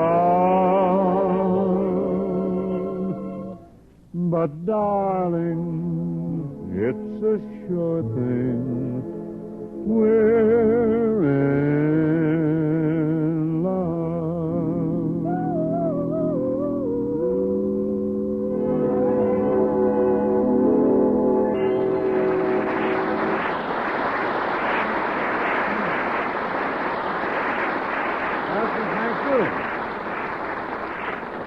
That just about gets it for tonight. My thanks to Barbara Whiting and to Gary for dropping in to help the old man out. Oh, it was wonderful, Mr. Crosby.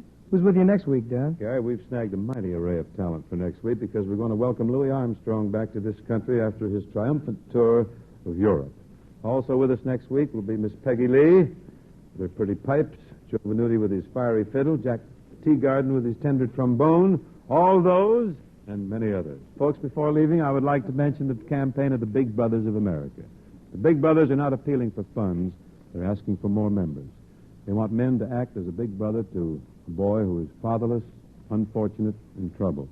They want to add many more men to the thousands who are now giving friendship and affection to boys who need it desperately in order to find the road that leads to a happier life. Thanks very much, and good night.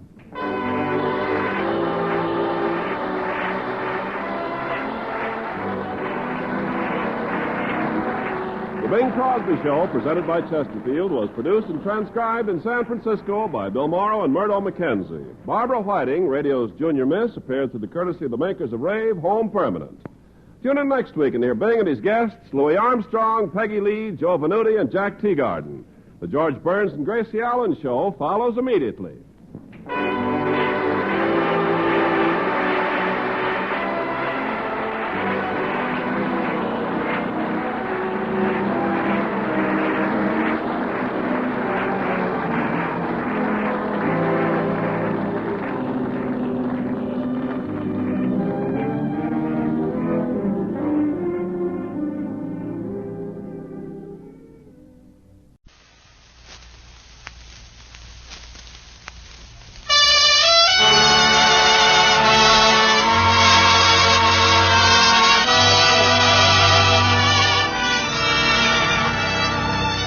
Someone waits for me.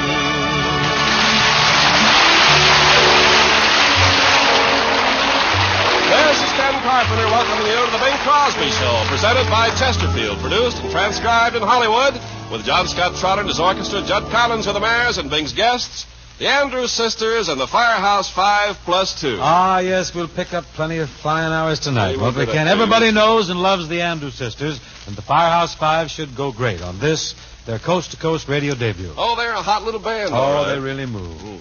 Gee, I was just thinking, Ken, seems like only yesterday that I was playing with a little band like that. What was that? We were called the Spokane Musical Dogs. The Spokane Musical Dogs? That's right. Our motto was throw us a bone and we'll play and groan. Oh, a big, great group. That was rather a direct appeal for meat, wasn't it? We had another motto, too, Ken. Drop a buck in the tuba, we'll play Vesta La Juba. Went in for classical stuff, Oh, huh? yes, young, brave, fearless in those days. I'll bet the Musical Dogs are really quite a flash up around Big, Spokane. very big, very. We were invited everywhere.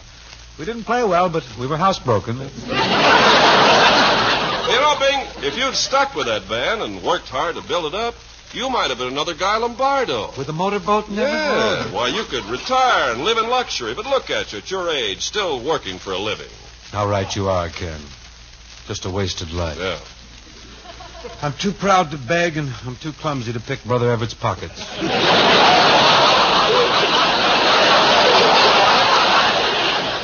I think now, Ken, we should get on with the opening selection of this little soiree, which is Bibbidi Bobbidi Boo, from the new Walt Disney full-length Technicolor picture Cinderella. If John Scott and the Rhythmaires are ready and assembled, I'm sure I am. Bibbidi bobbidi, bibbidi bobbidi, bibbidi bobbidi, bibbidi bobbidi. Salagadoola, menchikaboola, bibbidi bobbidi boo. Put 'em together and what have you got? Bibbidi bobbidi boo. Salagadoola, menchikaboola, bibbidi bobbidi boo. It'll do magic, believe it or not. Bibbidi bobbidi boo. Salagadoola boo means manchikaboola roo. But the thingamabob that does the job is bibbidi bobbidi boo. Salagadoola, manchikaboola, bibbidi bobbidi boo. Put 'em together and what have you got? Bibbidi bobbidi boo.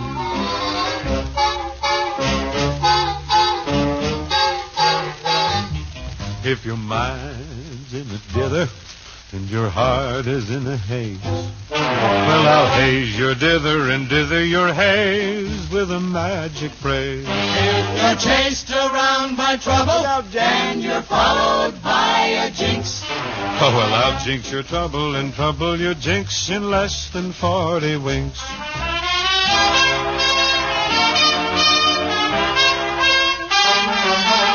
Salagadoola, menchikaboola, bibbidi bobbidi together, and what have you got? Bibbidi-bobbidi-boo. Boo-boo, salagadoola, menchikaboola, bibbidi-bobbidi-boo. It'll do magic, believe it or not. Bibbidi-bobbidi-boo. Salagadoola-boo means manchikaboola-roo. But the thingamabob that does the job is bibbidi-bobbidi-boo. Bibbidi-bobbidi-bibbidi-bobbidi-bibbidi-bobbidi. Salagadoola, menchikaboola, bibbidi-bobbidi-boo. Put 'em together and what have you got? Bibbidi-bobbidi, bibbidi-bobbidi, bibbidi-bobbidi, bibbidi-bobbidi-boo. Bibbidi-bobbidi-boo.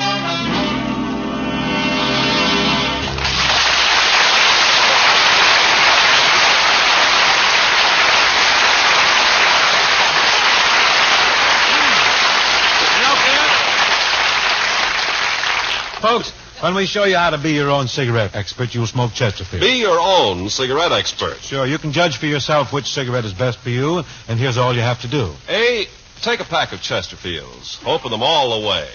B, get a whiff of the pleasantly mild aroma that comes from that Chesterfield pack. C, check that milder Chesterfield aroma against any other brand. That milder Chesterfield aroma comes from the right combination of the world's best tobaccos. No other cigarette has it. What you put into a cigarette is what you get out. And into every Chesterfield, we put mild, ripe tobaccos. Out of every Chesterfield, you get a smoke that's cooler, better tasting, much milder. So that's why much milder Chesterfield is the best cigarette for you. Always buy Chesterfield. Chesterfield satisfy women and men. Chesterfield's over and over again. Milder, much milder, all smokers agree. Always buy Chesterfield's ABC.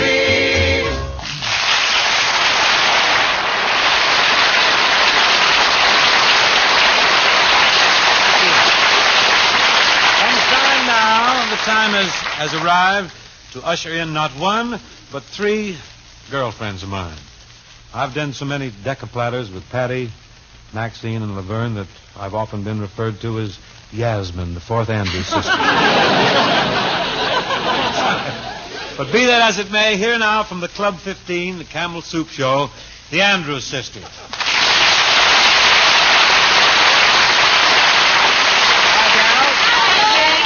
So now, before we go any further, girls, I want to congratulate you. I really do. On your platter of I Can Dream, Can't I? Which has been adjudged the top-selling record of 1949. Well, thanks, Bing, and we're very grateful. I'd also like to say one more thing, too. I'd like What? to throw in. I think you were very sneaky to run and record that tune without me. Yeah. What happened? What's the matter? Yeah, but you sneaked in Mule Train without us. And incidentally, thanks loads. What do you mean?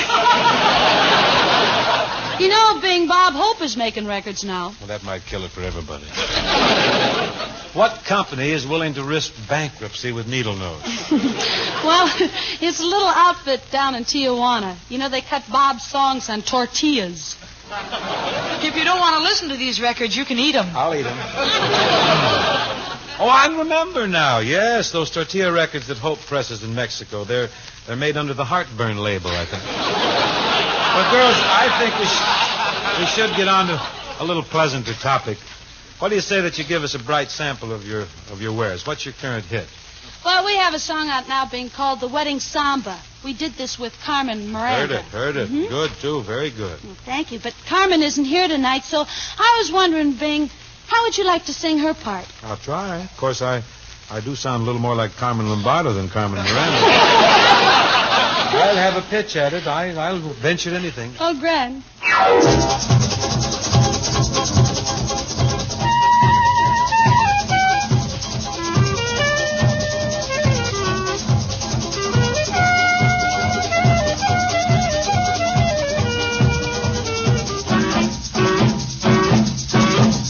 Way down in the land of the Rio Grande, when people are married, they always have a dance.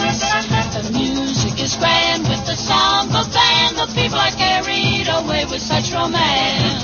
Ole, ole, the wedding samba will bring a timid senorita to her feet. And when they play the wedding samba, she'll say I do and seal it with a samba beat. So that's how it goes in fiesta time. The beat of a samba is always in the air. And everyone knows it's fiesta time and joins in the samba around the happy pair.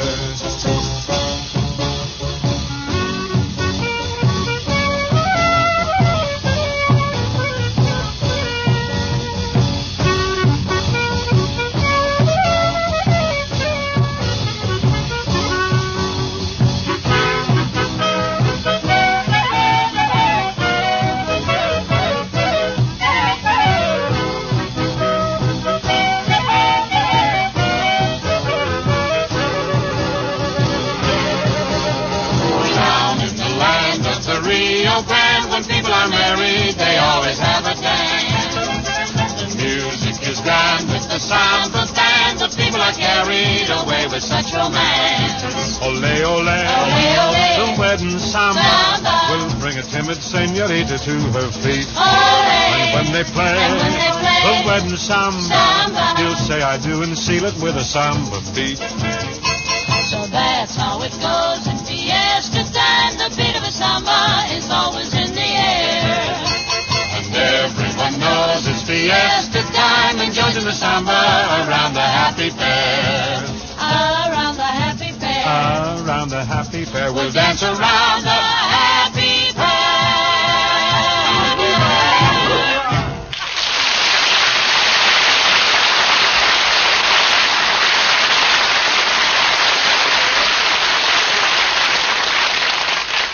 That was very good, girls. Well, you are good too, Carmen. Thank you. I usually work with a bowl of fruit on my head or something. Well, while we're rolling here, shall we segue into new Decca release? Have I told you lately that I love you? Okay. John Scott. Segue, eh? Steady. Have I told you lately that I love you? Could I tell you once again somehow? Have I told with all my heart and soul how I adore you? Well, darling, I'm telling you now. This heart would break in two if you refuse me. I'm no good without you anyhow. Dear, have I told you lately that I love you? Well, darling, I'm telling you now. Have I told you lately that I miss you? When the stars are shining in the sky. Have I told you why the nights are long when you're not with me? Well, darling, I'm telling you now. This heart would break in two if you refuse me. I'm no good without you anyhow. Dear, have I told you lately that I love you? Well, darling, I'm telling you now. Have I Told you lately when I'm sleeping, every dream I dream is you somehow. Have I told you who I'd like to share my love forever? Well, darling, I'm telling you now. This heart would break in two if you'd refuse me. I'm no good without you anyhow. Dear, have I told you lately that I love you? Well, darling, I'm telling you now.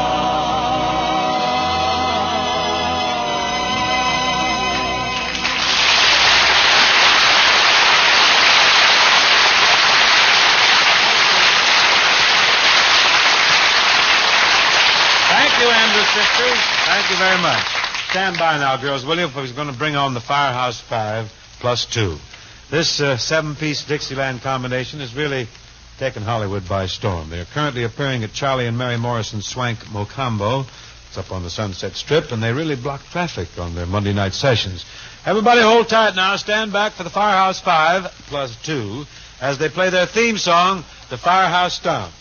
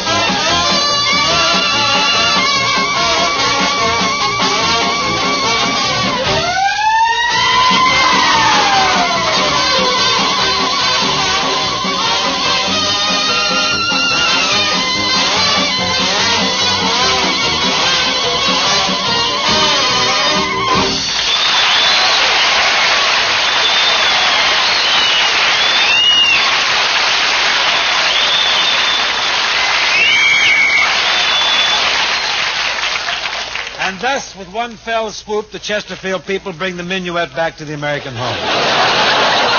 It's really quite an outfit here, folks. The boys are they're dressed up as firemen, complete with red shirts, white suspenders, and firemen's hats.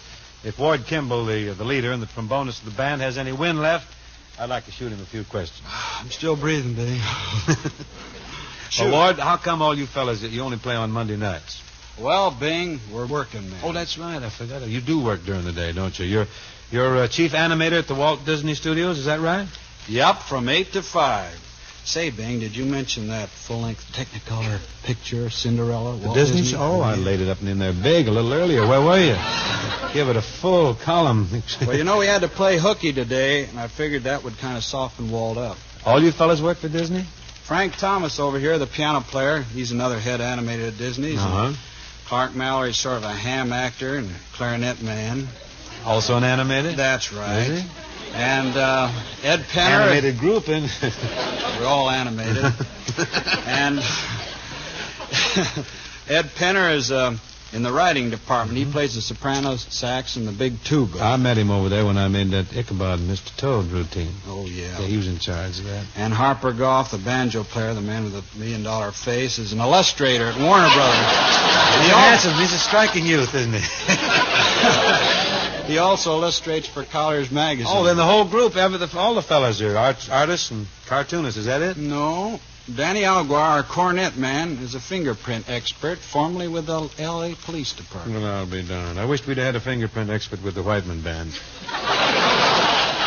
I always wondered who was getting my shirts. I think it was Joe Venuti, but You could have used a fingerprint expert with the Spokane Musical Dogs. Anyway, Ward, what about Monty Montjoy there, your drummer? What does he do? Oh, he's the real talent of the band. Yeah? He's a Santa Monica beachcomber. He'll only rehearse at high tide. Well, that's when the grunion are running. You get plenty to eat. Well, now I think you fellas are due for an encore, and if you don't mind, I'd like to clamber aboard and with you and get in this here. Good. What'll we do? Well, how about Yes, Sir, That's My Baby? Bing, grab your fireman's hat and let's do it in a real boardwalk tempo. Okay, give me my hat.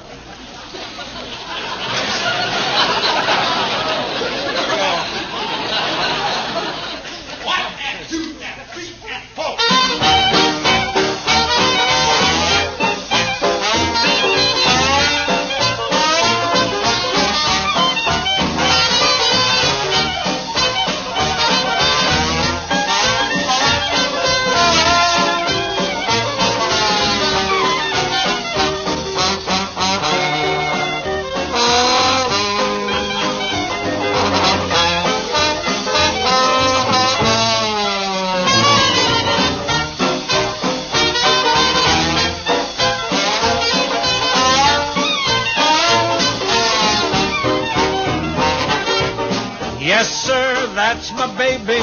No, sir, I don't mean maybe. Yes, sir, that's my baby now. Yes, ma'am, we've decided.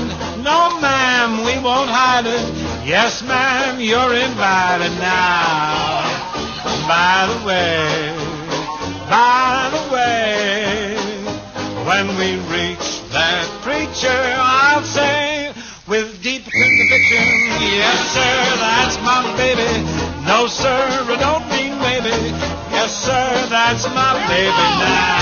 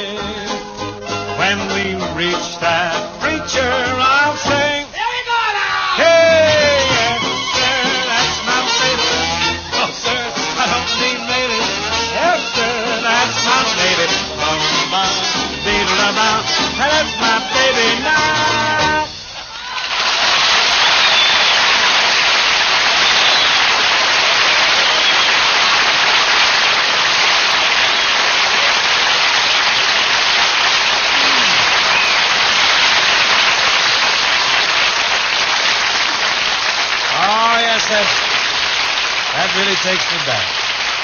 We'll tell you exactly where. Thanks very much, Ward Kimball and the Firehouse Five. Get the pinochle game started. I'll be over in a minute. Now, the Andrews sisters returned to sing I Can Dream, Can't I?, which was voted the best-selling record of 1949, with Miss Patty Andrews as the featured soloista. Say, Bing, you better jump in here with us. I'll have to do my part lying down, Patty. You know, singing with that band isn't exactly like singing with Wayne King. Oh, Jeff, don't worry. I'm fagged, I tell you. Dream on, dream on. I can see, no matter how near you be, you'll never belong to me. But I can dream, can't I? Can I pretend that I'm locked in the bend of your embrace? For dreams are just like wine, and I am drunk with mine. I'm aware my heart is a sad affair. I'm sorry.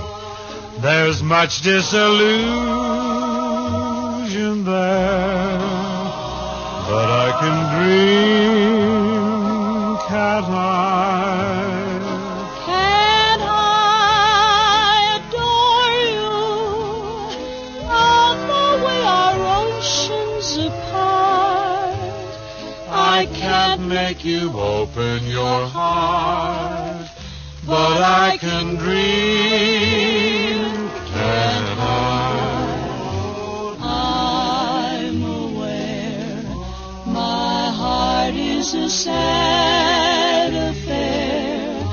There's much disillusion there, but I can dream.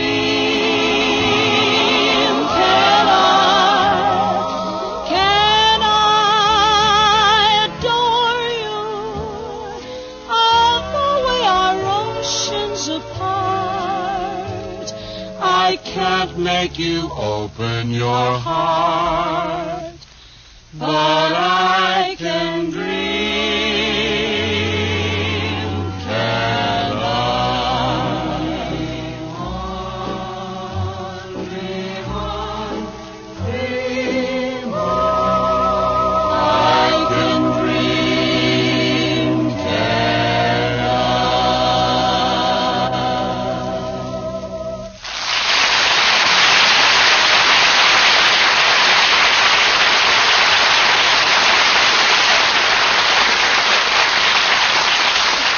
Thank you, Patty. Maxine and Laverne. That was really, really smooth.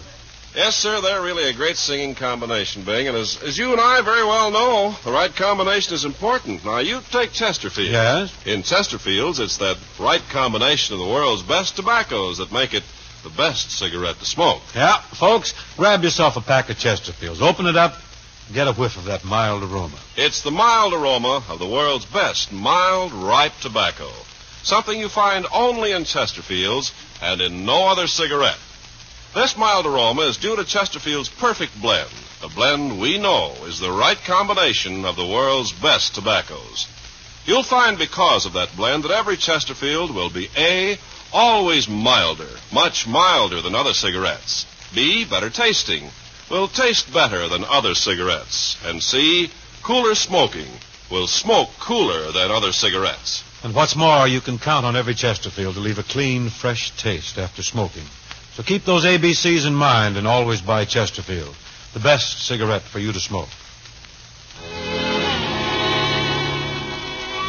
Here's a song called Sure Thing. It happens to be from a new Paramount picture called Riding High.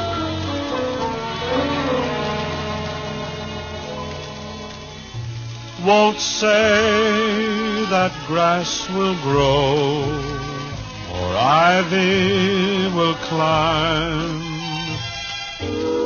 but darling, I'd say we've got a sure thing this time. I'd say that we're on our way to a star,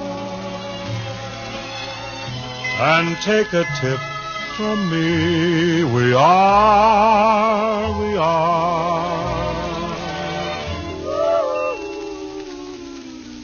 Won't say that rivers flow or day turns to night, but darling, I'd say we've got a sure thing, all right. Won't say it's winter when snow falls from above, but darling, it's a sure thing, we're in love.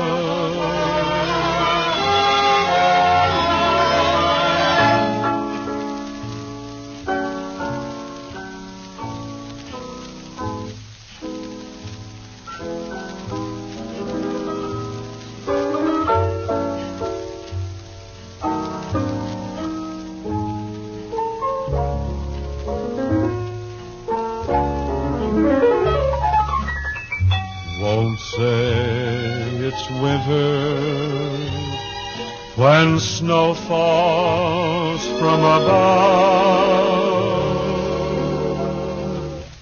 but darling, it's a sure thing, we're in love.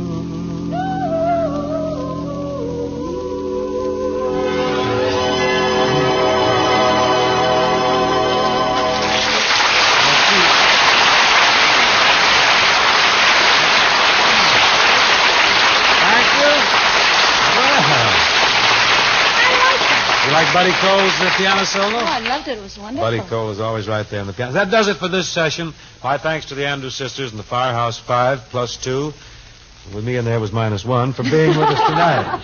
Oh, we had a lot of fun, Bing. Say, who's with you next week? Next week, Patty, our guest will be Mr. Bob Crosby. Oh, that's wonderful. You and your brother Bob are going to cut it up again, we're huh? going to make the biggest kind of monkey shine. Oh, wow. Good night, girls. Good night, Bing. See you next week for Chesterfield, folks. The best cigarette for you to smoke. Thanks very much. Thank you.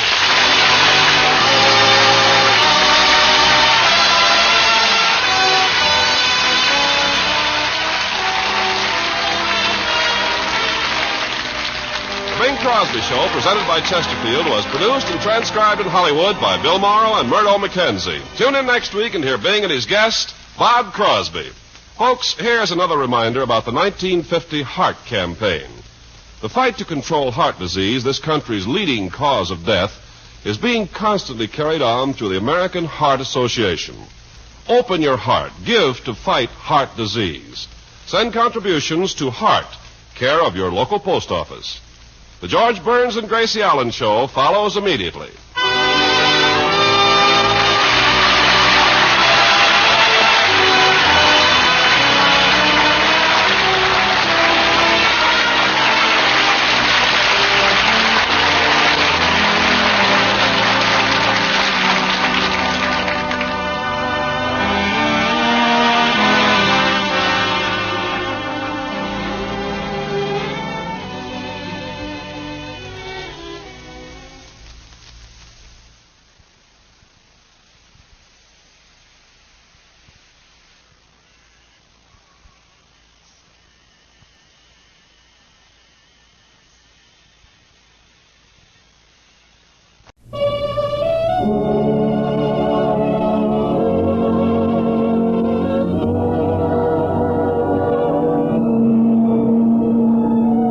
Someone waits for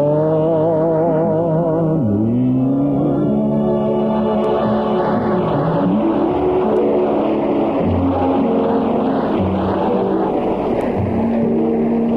This is Ted Carpenter. Welcome you to the Bing Crosby Show, presented by Chesterfield. Produced and transcribed in San Francisco with John Scott Trotter and his orchestra, Judd Collins with the Mayors, and Bing's guests, Gary Cooper and Gary Crosby. And now, ladies and gentlemen, from San Francisco, the city of the Golden Gate, we bring you Bing Crosby, the gentleman of the golden voice.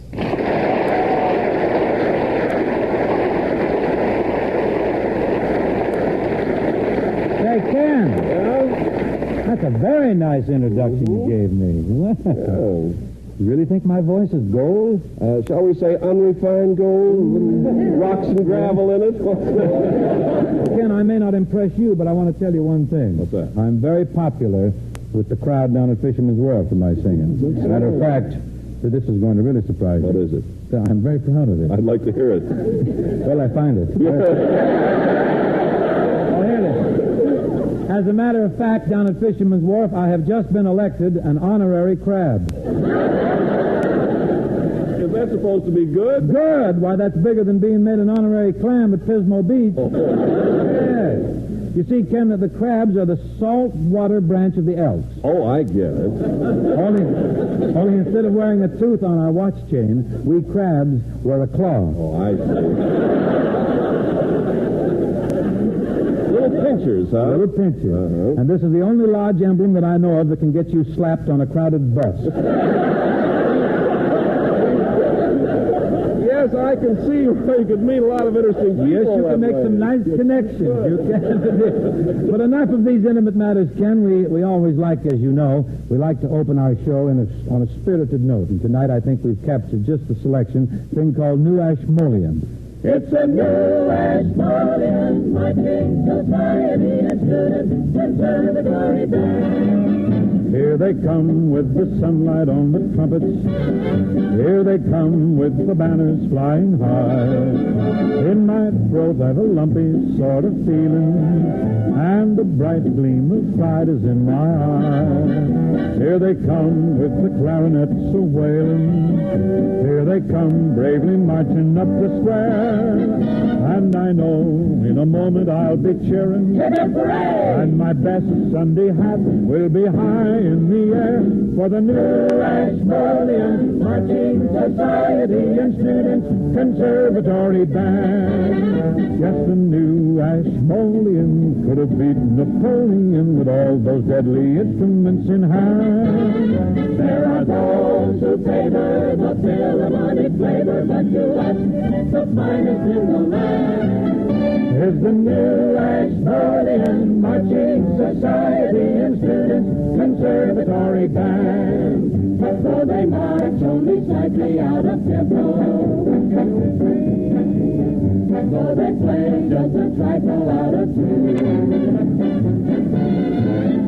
though there's just a suggestion in the oboe of the sound of the hound beneath the moon. Oh, the trombone's a little independent, and the drummer not exactly choice. Still, the old college spirit is upon me, and I shout every time at the top of me voice for the new Ashmolean Marching Society and Student Conservatory Band. Well, if you're analytical, sensitive or critical, you like it more the farther back you stand. But to me, it's bully. Why, it satisfies me fully when I hear that thunder close at hand. The silver cornet, the clarinet, the slide trombone.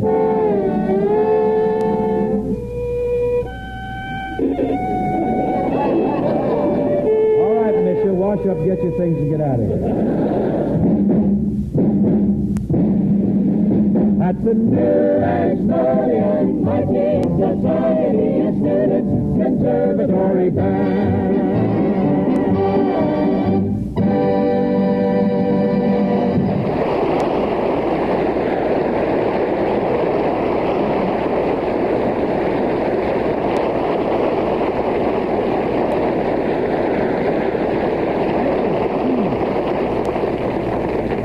Hey, folks, do me a favor, will you? See for yourself which cigarette is the best. Be your own cigarette expert. It's easy. It's simple as ABC. A, take a pack of Chesterfields and open it all the way. B, get a good whiff of the pleasantly mild aroma that comes from that pack. C, check that milder Chesterfield aroma against any other brand. That milder Chesterfield aroma comes from the right combination of the world's best tobaccos. And no other cigarette has it. Only Chesterfield. Yes, sir. What you get out of a cigarette is what you put into it. Into every Chesterfield, we put mild, ripe tobaccos. And out of every Chesterfield, you get a cooler, better-tasting smoke. A much milder smoke. Of course, the milder a cigarette, the better it is. And that's why much milder Chesterfield is the best cigarette for you. Always buy Chesterfield. You'll like 'em. It's a great cigarette. Chesterfield satisfy women and men. Chesterfield's over and over again. Milder, much milder, all smokers agree. Always buy Chesterfield's ABC.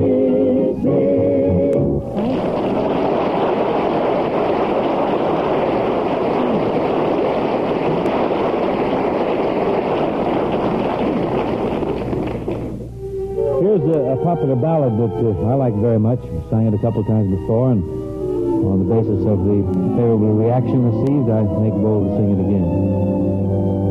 Why remind me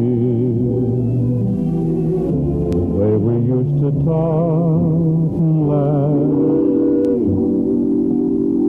I don't need any photograph to think of you. Why remind me the way we danced the whole night long? I don't need records of our song to sing it through.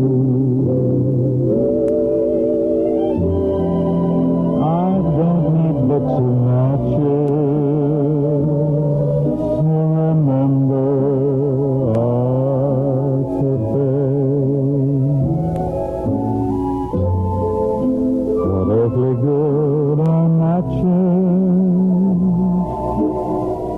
Swift flame of yesterday, why remind me? I know our love has played its part. I'm only asking of my heart to stop reminding me of you.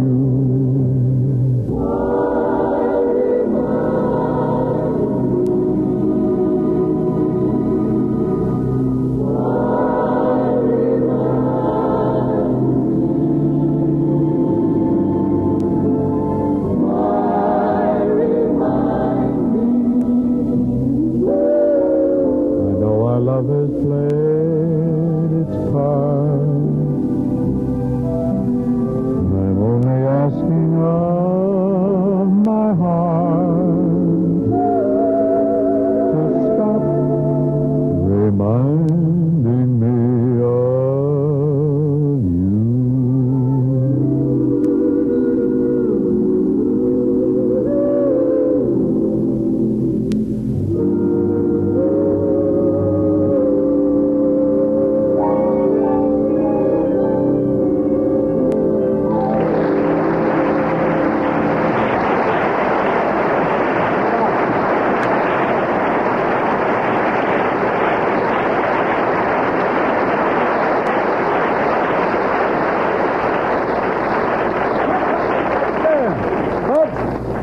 Tonight's guest is a fellow who's very close to the Crosby clan. In fact, we named our oldest boy after this fellow.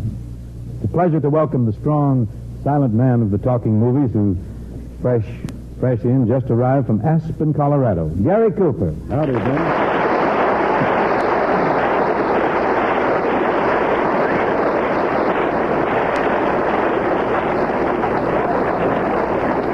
Hey, Coop, I want to tell you it's great to see you. Really wonderful. But one thing puzzles me. How did they ever drag you away up here to San Francisco, away from all that good skiing and all that good hunting up there in Aspen, Colorado? How'd they do that? Well, Bing, as much as I enjoy hunting and skiing, I'm a man who thinks of the future. Mm-hmm. So I decided it was time to lay aside my skis and head for the city and take care of business.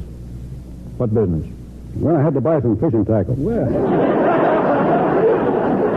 now, ain't that a pity? Isn't that a mess? Shopping for fishing tackle. Very exhausting work. Yep, now once I had to raise my arm and point. Holy cow. Man, you had it. You really had it. But you got a good bird dog. I'm surprised you didn't bring him along to your point. Well, I couldn't bring the bird dog. He's not city broke. Well, I guess Mayor Robinson's got enough problems up here. Streetcar fares and one thing. But Gary, it's a real pleasure. It really is nice to have you up here, and it's a pleasure to be standing here alongside a guy who's as lazy as I'm supposed to be. Maybe you don't have to take a back seat to anyone when it comes to being lazy. No? And you got the back seat to prove it.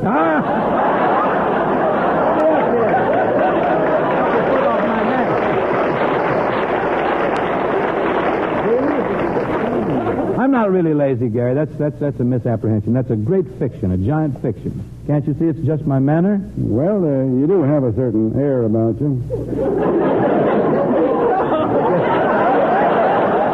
I guess I've been around that mule train too. What do you mean? I mean, I like the way you work in pictures. You're so natural. Well, you know something? I stole that from you. You mean I'm natural, too? Sure. A great racket, isn't it? Us getting paid for standing in front of a camera and proving we can't act.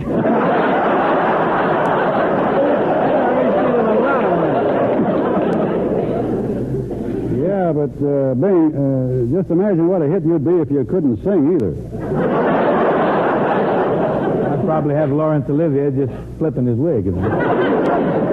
Say, tell me something, Gary. How come you never do any singing in those pictures you make?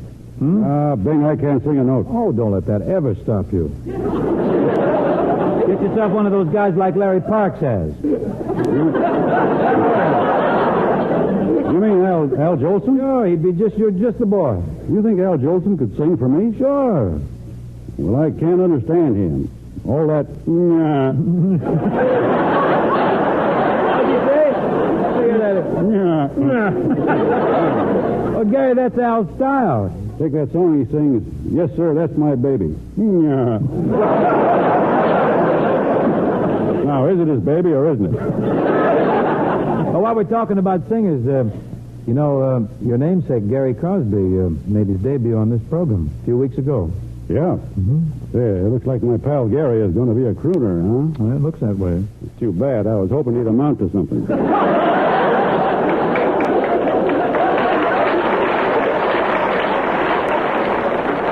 Somewhere in there I sent a slight slur.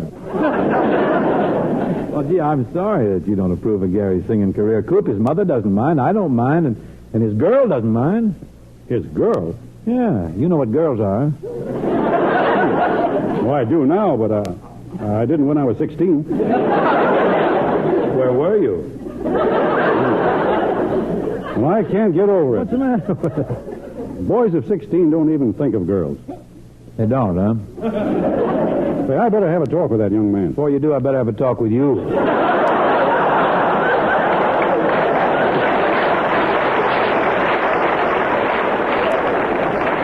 I'll bet when you were Gary's age, you went out with girls, didn't you? Yep. And you didn't think they were too young, did you? Nope.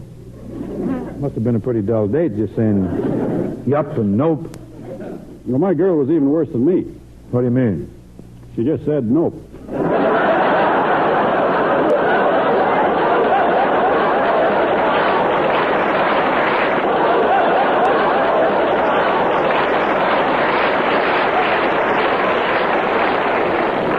I don't see why you're making such a fuss about Gary. You just said you had dates when you were young. Well, I can remember the very day young Gary was born, 16 years ago. Hey, that's right. I'd forgotten that. You were with me, weren't you, Coop? You remember how relaxed I was waiting for the stork? Yep. But you wouldn't have been so relaxed if you'd known that stork was going to turn out to be a homing pigeon. Your first child was about to be born, and I was walking up and down in the waiting room. Well, I was walking up and down, too. Sure, but you were out on the golf course. Oh, now, wait a minute. I got there in time for the big event, didn't I? You sure did. Darn right I did. I'll never forget that day. There I was pacing up and down, and you were about on the 17th green. Gosh, I can remember that day at the hospital as if it were yesterday. Waiting for a baby is no joke. Yes, sir, that's my baby. Yeah.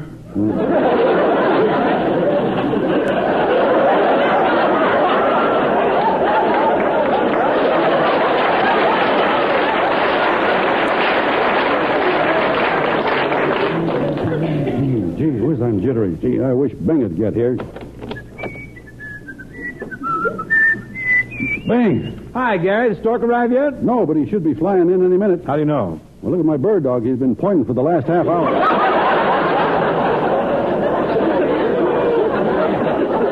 How long have you been here? Well, since Friday. Gary, you mean you've been here a whole week all alone? Well, not exactly. Dixie got here Thursday. Would you care for a glass of water? No, but I'll tell you what you can do for me. You put that glass on the floor there, and I'll practice a little putting. Bang!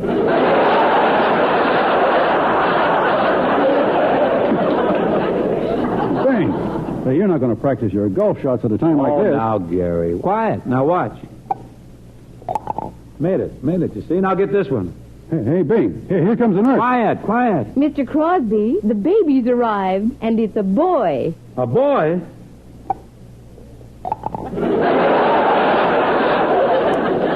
Yippee! Hey, Gary, where you going? I'm going to tell Dixie. Oh, no, let's surprise her. And here's Dr. Stevens with the baby. Oh, here he is. Congratulations, Mr. Crosby. Hey, Gary, look at him. Yeah. Say, hello, little fella. Say, I'm your Uncle Gary.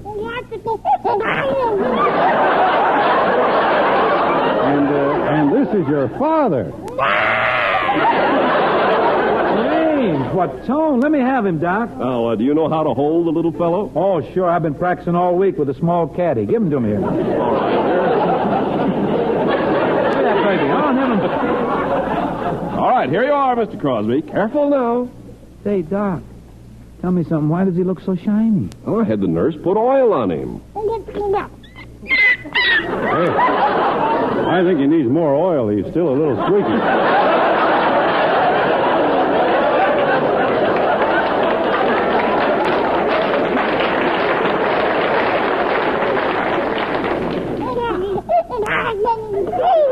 Oh, say, he's a beautiful child. Look at that blonde hair. Takes after his mother. Takes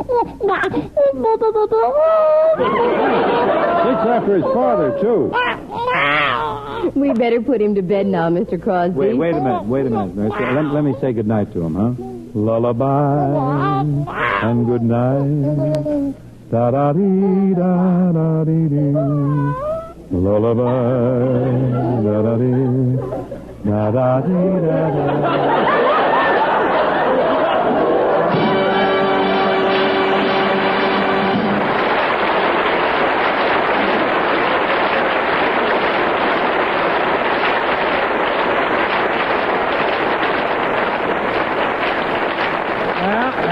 That's fact. That's about what happened, with the exception that I was too nervous to hold a golf club, much less putt around the waiting room of the hospital. Say, you know, Coop, Gary Crosby's here tonight. Well, I'd like to say hello to him. Come on out here, Gary. Right here, Dad.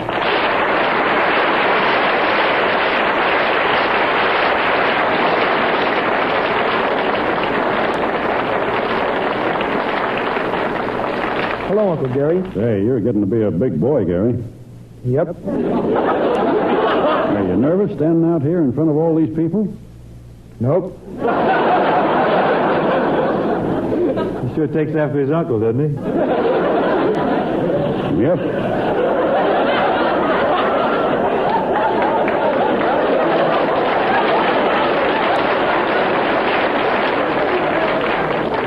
Gary, how about doing a little song with me? What do we do, Dad? Well, you remember a few weeks ago I did a real old song with Groucho Marx? You mean Play Some Simple Melody? That's the one. Let's do that for the folks right now, and you sing Groucho's part. Well, that's a pretty big job for me. Well, we'll get by all right. Grab the ukulele now and let's go. Won't you play some simple melody like my mother sang to me? One with a good old-fashioned harmony. Play some simple melody. Musical demons set my honey to dream, and won't you play me some rag and set that classical drag to some sweet, beautiful rag. And when the music is choppy and you play it from the copy, you get all my applause. And that's just simply because I want to listen to rag. Musical demons set my honey to dream, and won't you play me some rag and set that classical drag my mother's some sweet, beautiful rag. And when the music is choppy and you play it from the copy, you get all my applause. And that's just simply because I want to listen to rag.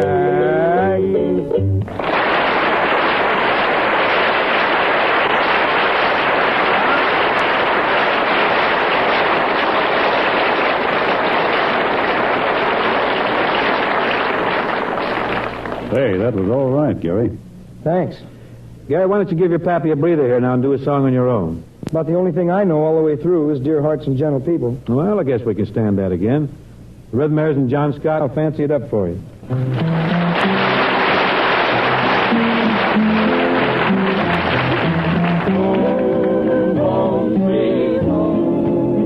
I love those dear hearts and gentle people who live in my hometown, because those dear hearts and gentle people will never ever let you down. They read the good book from Friday till Monday. That's how the weekend goes.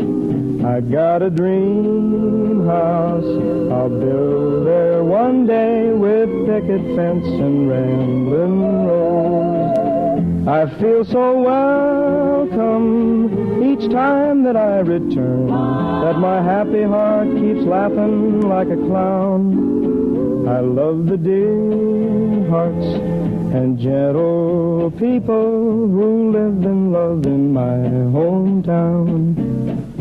There's a place I'd like to go, and it's up in Idaho, where your friendly neighbors smile and say hello. It's a pleasure and a treat to meander down the street. That's why I want the whole wide world to know. I love those dear hearts. I love those gentle people who live in my hometown. Because those dear hearts and gentle people will never ever let you down. They read the good book from Friday till Monday. That's how the weekend goes. Got a dreamy dream house I'll build there one day, with picket fence and rambling rose. I feel so welcome each time that I return, that my happy heart keeps laughing like a clown. I love the dear hearts and gentle people who live and love in my hometown. Home, home, sweet home. Home, home, sweet home. Home, home, sweet home. Home, home, sweet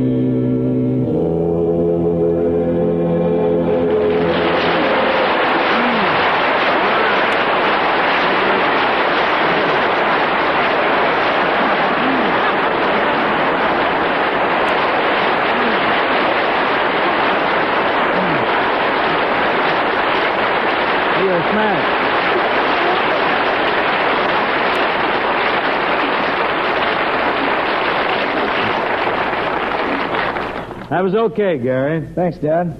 You know, folks, there's a big difference between Chesterfield and other cigarettes, and that difference is why so many people are smoking Chesterfields.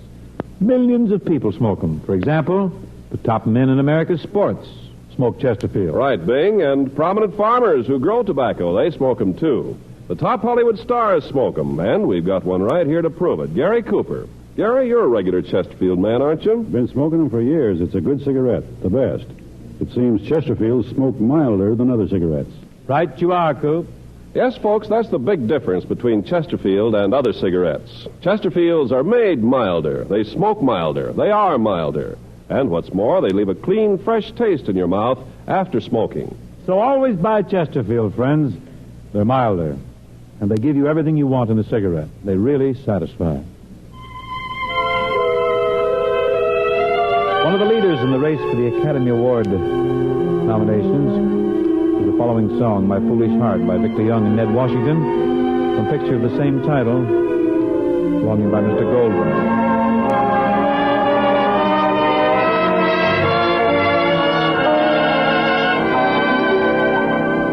The night is like a lovely tune. Beware my foolish heart, how white the ever-constant moon. Take care, my foolish heart. There's a line between love and fascination that's hard to see on an evening such as this. For they both give the very same sensation when you're lost in the magic of a kiss. Her lips are much too close to mine. Beware, my foolish heart. But should our eager lips combine, then let the magic start. For this time it isn't fascination or a dream that will fade and fall apart. It's love. This time it's love, my foolish heart.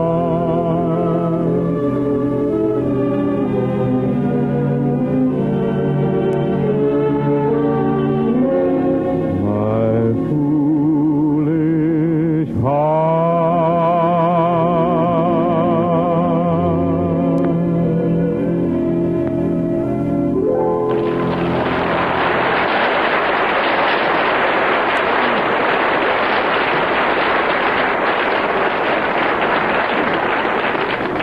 Buster, that represents the closer for tonight. My thanks to Gary Cooper for joining us up here in San Francisco. And thanks to Gary Crosby, too.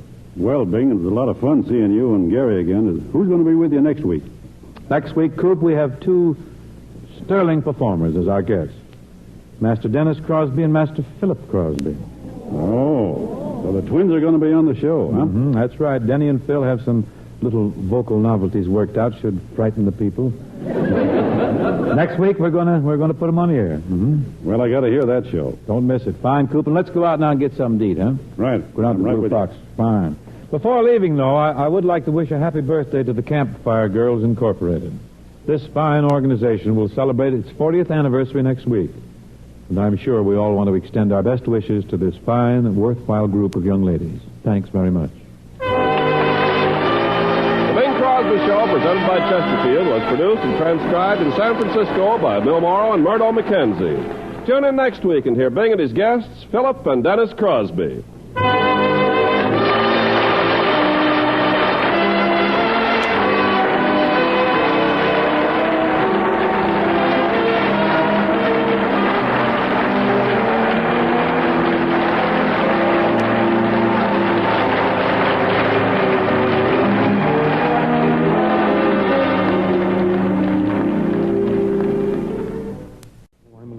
Tonight.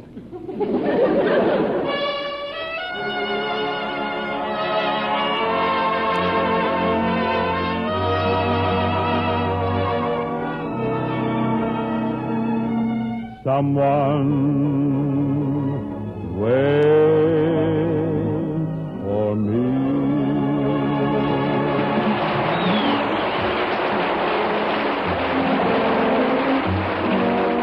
This is Ken Carpenter welcoming you to the Bing Crosby Show, presented by Chesterfield, produced and transcribed in San Francisco. With John Scott Trotter and his orchestra, Judd Collins were the mayors, and Bing's guests, Dennis Crosby and Philip Crosby. Oh, the twins. Some guests, huh? Well, I think it's very nice on our March 15th broadcast that you should have two little dependents with you, don't you? There's more, you know. Yes, I know. I know. Bing, you had your brother Bob on the show a couple of times. Uh-huh. Your niece, Cathy Crosby. Yeah, very good. Gary, your oldest boy. Mm-hmm. And now the twins. What are you going to do for guests when you run out of Crosbys? That is impossible. Woods are full of them, Scratching the surface. Ken, the Crosbys come in flocks and swarms like locusts, the Japanese beetle, grasshoppers, the tsetse fly, or the saber-toothed titmouse. They just abound. The saber-toothed Oh, very lethal animal. There's a plague of Crosbys. We are definitely a blight. A blight on the American scene. And the sad part is, Ken, that up to now, we have baffled science. Nobody's come up with the Crosby cure, huh? Nope. Can't make it. Nobody can get it. I'm sure some scientist will think of something. Carp, in saying that, I'm positive that you've brought a message of hope to scores of long-suffering humans. Say, by the way, Bing, I want to ask you about your brother Everett. Science gave up on him. No, I didn't mean it. What I meant was, how come you've never had your brother Everett as a guest on the show? Saving him for television. Oh, is Everett visual? Oh, he's a sight. Oh. Ken, it's time now for the opening number, which happens to be Copper Canyon, written by Livingston and Evans. This is from the Paramount picture Copper Canyon, and if the Rhythmaires and John Scott are ready, I guess I'm all set to head up for the canyon my own self.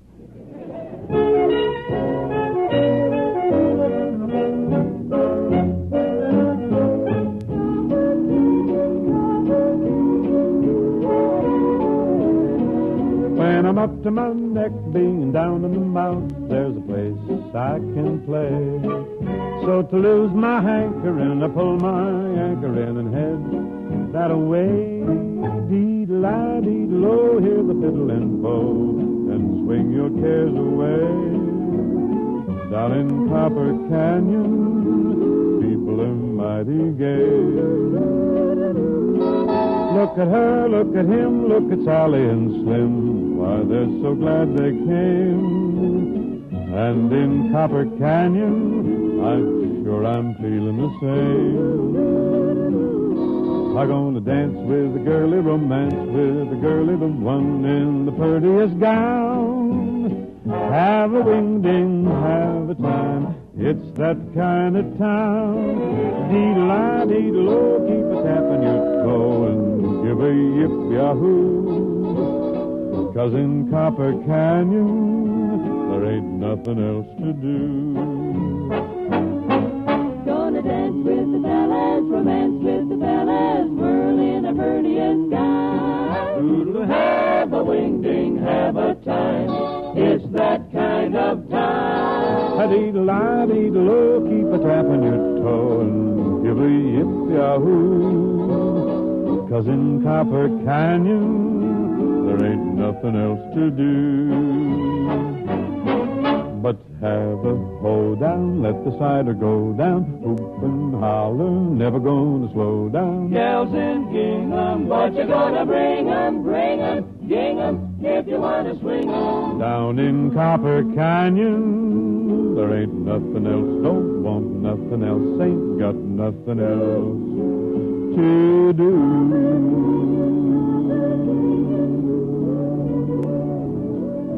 Down in Copper Canyon.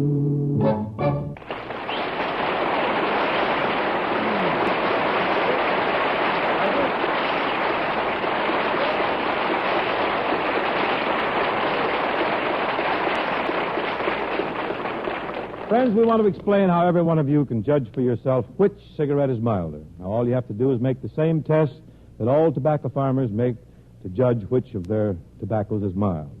Yes, be your own cigarette expert. It's as simple as ABC. A, buy a pack of Chesterfields and open the top all the way. B, smell the pleasantly mild aroma that comes from that Chesterfield pack. C, compare that milder Chesterfield aroma with what you get from any other brand. As soon as you do, you'll find that Chesterfields do have a milder aroma. And then when you light up, you'll find that Chesterfields smoke milder. That's because tobaccos that smell milder smoke milder. You see, that milder Chesterfield aroma comes from the right combination of the world's best tobaccos. No other cigarette has it, only Chesterfield. What goes into a cigarette is what you get out of it. And into every Chesterfield, we put mild, ripe, properly aged tobaccos. So out of every Chesterfield, you get a cooler, better tasting smoke, a much milder smoke. So be your own cigarette expert. Yes, friends, make this test yourself. Buy Chesterfields today and enjoy more smoking pleasure than any other cigarette can give you. Always buy Chesterfield.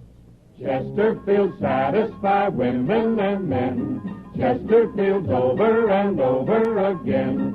Milder, much milder, all smokers agree. Always buy Chesterfield's ABC.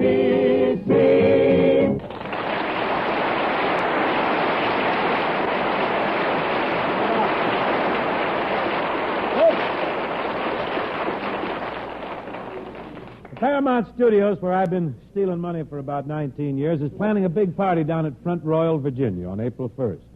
Seems they're going to have a big premiere of a new picture titled Riding High, which I am somewhat involved. Here's Sunshine Cake, one of the bright tunes from Riding High.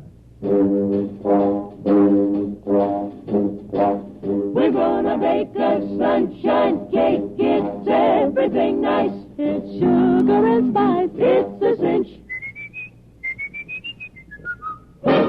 We'd ought to bake us a sunshine cake. It does more good than a big fixed egg. Well, start. Start with a tablespoon of trouble. Then add a small and let it bubble up.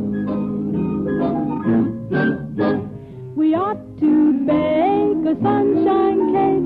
It really isn't so hard to make. Fresh tears, a pound or two of pleasure, kind you needn't use a measure cup. Any questions, ladies? Then we proceed.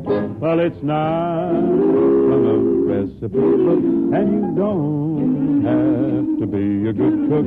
Or run to the oven and look. For such a simple dish, all you do is wish. So why not bake a sunshine cake? Of course, it may keep your dreams away. But friends say there's nothing like the flavor. Don't wait to do your friends a favor. And for goodness sake, But what are we waiting for? Let's bake the sunshine cake. it's got vitamins A, Vitamins B. vitamins L-O-V-E. If you're fat, it's for that. If you're thin, pack it in. What's wrong if you get a double grin? We'd ought to bake a sunshine cake. Of course, it may keep your dreams away. Of course, Friends say there's nothing like the flavor. friends say there's nothing like the flavor. Don't say just do your friends a favor. Don't goodness sake, do your friends a favor. And for goodness sake, What are we waiting for? Let's bake the sunshine cake.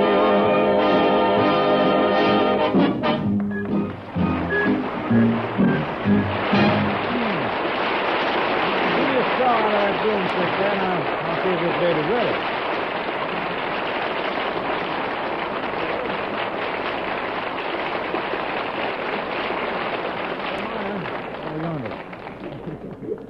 Well, sir, looks like it's old family night here once again. For as announced earlier, we got double trouble with us this evening.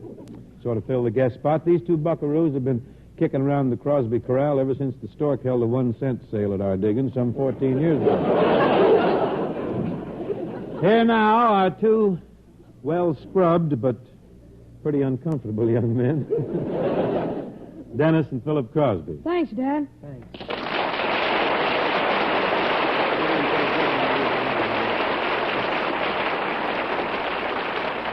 Well, sir, I must say, I've got to tell you this. Hurts me, but I've got to tell you that you look real flashy tonight. Very debonair. We owe it all to soap and water. Congratulations. I'm glad the four of you finally got together. He used the soap, and I used the water. And now, wait, what's this? As far as a cursory scrutiny indicates, you're very sharp, though. You're really dressed to the teeth. Incidentally, did you brush them? You ought to know, you fell our toothbrushes, and they were wet. I also know it's very easy to wet a toothbrush without brushing your teeth. True, but it sure fools the average toothbrush feeler.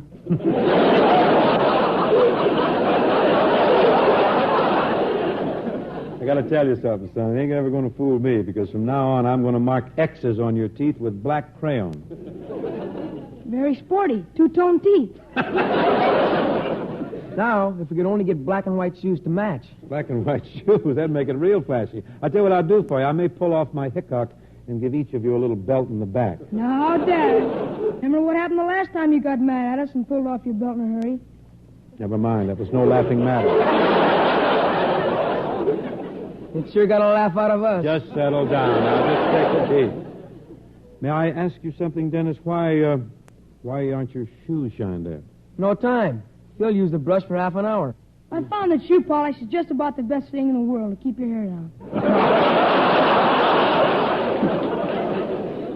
He's a real dude, isn't he, Dad? Anybody with hair's a dude, I think.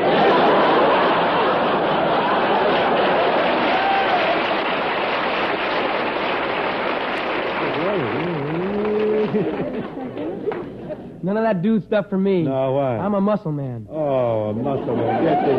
Yeah, you're a regular Samson with Delilah's figure. If you ask me, that's a pretty good arrangement. Here now. Who asked you?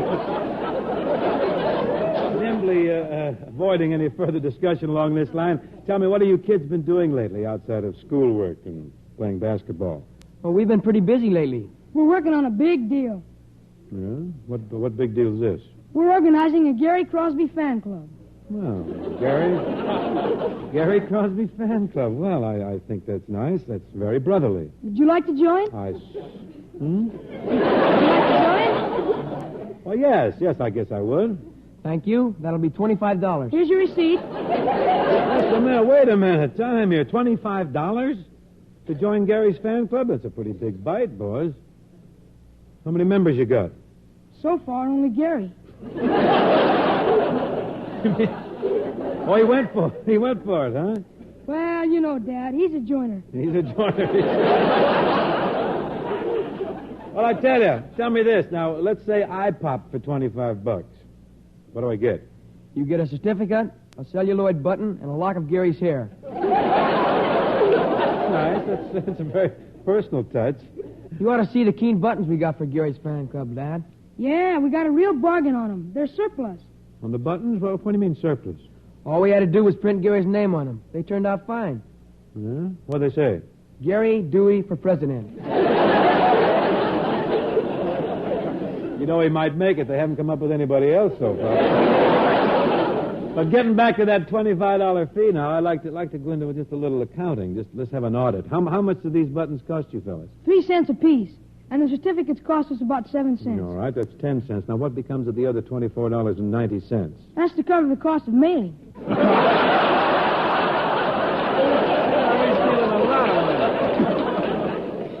All right, I'll join the fan club, but because of the fact that you won't have to mail the stuff to me, you see, we live in the same place, I wouldn't be at all surprised if I should get in for, say, 25 cents.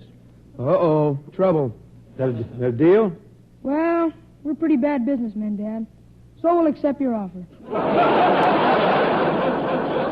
Well, I'm glad. And I want to compliment you on starting this fan club for Gary. It's very nice. Don't you think it would also be a nice gesture if you started one for your dad, too? Don't worry. We're going to take care of you, Dad. Yes, Gary's fan club is bound to get too big, and we'll be very happy to throw the overflow your way. Throwing my way, huh? I'd make a picture. Well, that's sweet, but fellas, while we're on matters financial, I want to tell you that Gary got paid $25 for appearing on this program. Did you know that? What do you boys think you're worth? We'd better not discuss that. Matters of that sort are handled by our agent, D.L. Crosby. D.L. Crosby? Yes, Dixie Lee Crosby.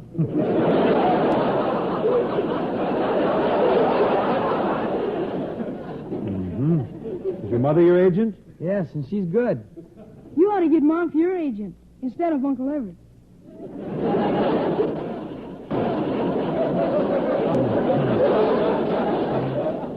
You think so, huh?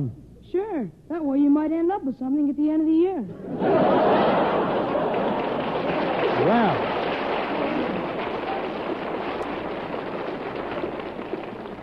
Seems to be a schism developing here in the crowd. You know something? You sold me, though. You boys have something you'd like to sing for the folks tonight? A little ditty you could warble? Phil's got a number he'd like to do. Kind of a surprise for you. I thought I might sing a song of yesteryear. Oh, you did. Yesteryear. Oh, well, why don't you step right up to the mic? I'm taking an awful chance here, but I'll go ahead. Take us back, son. Dennis, you want to make a little announcement here? Yeah. Ladies and gentlemen, Mr. Philip Crosby will sing Thanks, which is made famous by our agent's husband.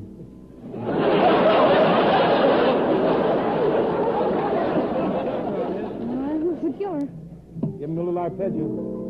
Oh, thanks for all the lovely delight I found in your embrace. You're not suffering enough. Suffer a little. I'm thankful, though I know it's ending all too soon. And thanks for unforgettable nights I never can replace, and memories that linger like a haunting tune. It is better to have loved you, dear, and lost. You're in pain. Than never to have loved at all. It is better, for no matter what the cost, I held the world in sway, an emperor for a day, and thanks taking me on the road to paradise. We lost our way, but still I must convey my thanks. Great, good.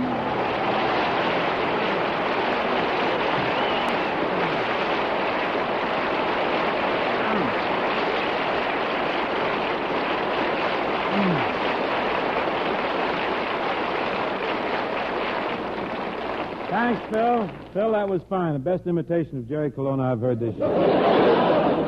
But actually, I think I have a vague idea of what you were driving at. I really do. That was okay, Dad, but people just don't sing that way anymore. You're telling me. What do they sing like? What do you got to do? Today you got to blast a song. Blast a song? Yeah? What's that? I don't know from blasting. What do you do? It's got to be a Ghost Riders or Mules or Birds or something. Well, thank you very much, Mr. Deems Taylor. What would you care to illustrate? Give us a little rundown on what you think the current trend is, but get in front of the mic or you'll be in Ashtabula, Ohio. I think the big thing today is a song like this. Let me hear My heart knows what the wild goose knows, and I must go where the wild goose goes. Wild goose, brother goose, which is best? A wandering foot or a heart at rest? Let it fly, let it fly, let it fly away.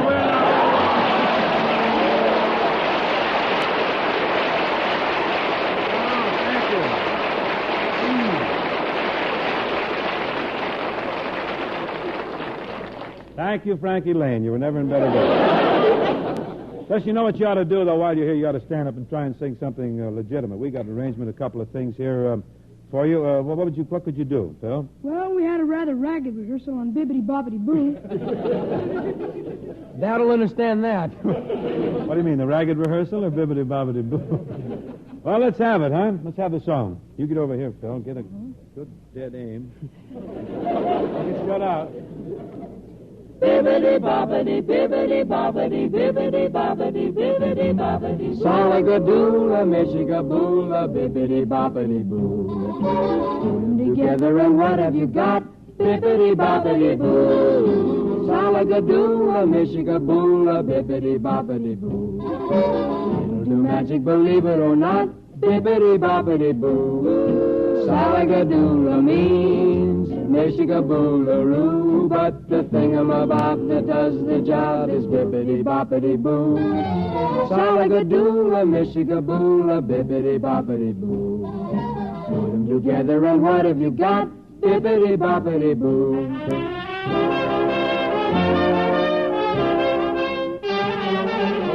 Oh, bibbidi. Oh, boppidi. Oh, bibbidi. Oh, boppidi. Salagadoola, Michigaboola, bibbidi bobbidi boo. Oh, bibbidi. Put 'em together and what have you got? Bibbidi bobbidi boo. Oh, bibbidi. Salagadoola, Michigaboola, bibbidi bobbidi boo. Oh, bibbidi. It'll do magic, believe it or not. Bibbidi bobbidi boo.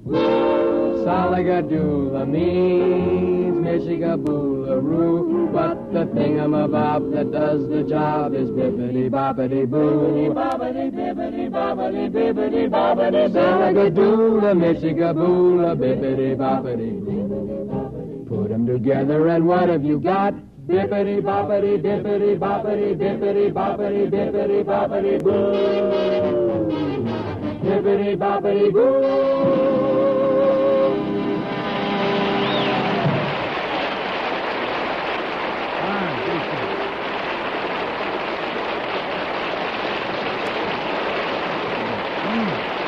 Thanks, boys. Very good, man.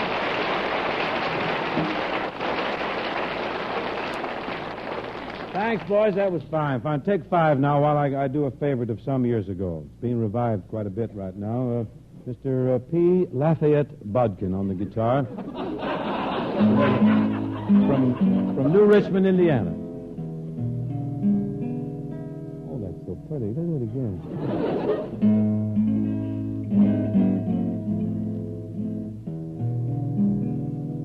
Martha, rambling rose of the wildwood. Martha, with your fragrant fragrance divine. Rosebud of the days of my childhood, watched you bloom in the wildwood, and I hoped you'd be mine. Martha, now your eyes beam at twilight, sparkling like each dewdrop at dawn. Martha, when I look for your love light, I awake with a sigh, and I find you are gone.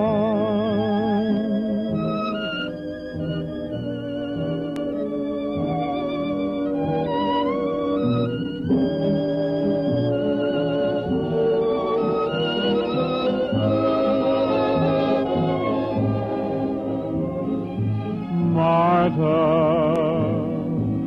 when I look for your love light, I awake with a sigh, and I find you are gone.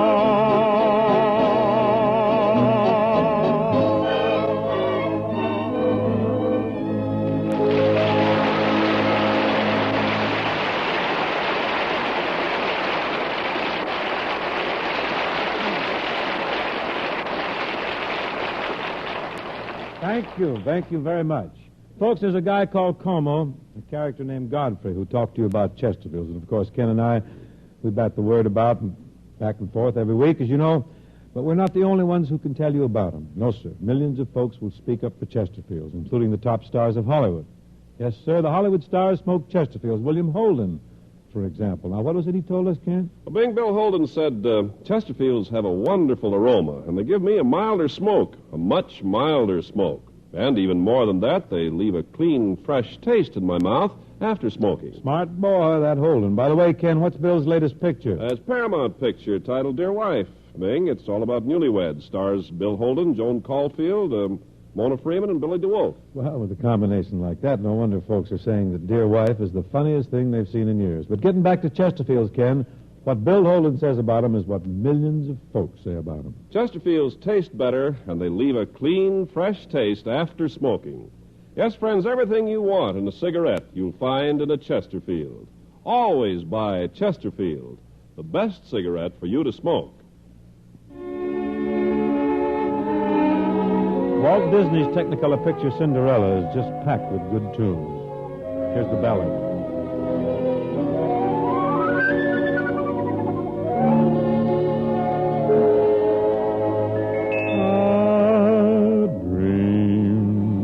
A wish your heart makes when you're fast asleep. In dreams you will lose your heartache.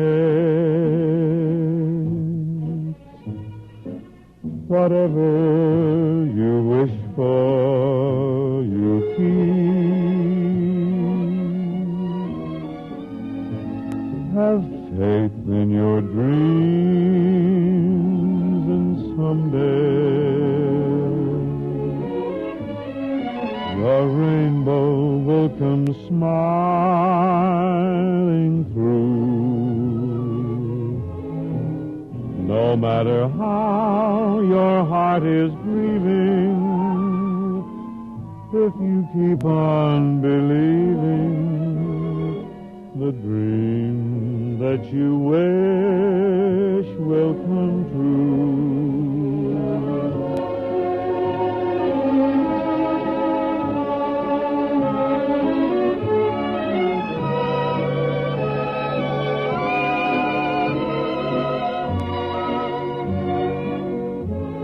No matter how your heart is grieving, if you keep on believing the dream that you wish will come true.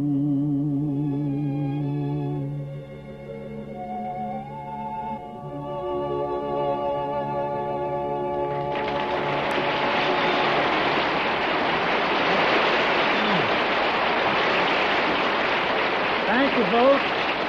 Thank you very much. Nice arrangement, John. Well, that about gets it for tonight. But before I leave, I want to tender my profound thanks to Master Dennis, Master Philip Crosby for hooking it up with their pappy here tonight. Say, Dad, who's going to be with you next week? You know something, Dennis?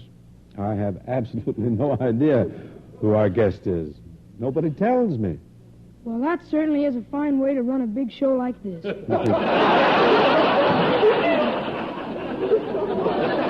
No criticism, please. Just wash up, get your money, and I'll call you. Don't call me. See you next week for Chesterfield, folks. That's the best cigarette for you to smoke.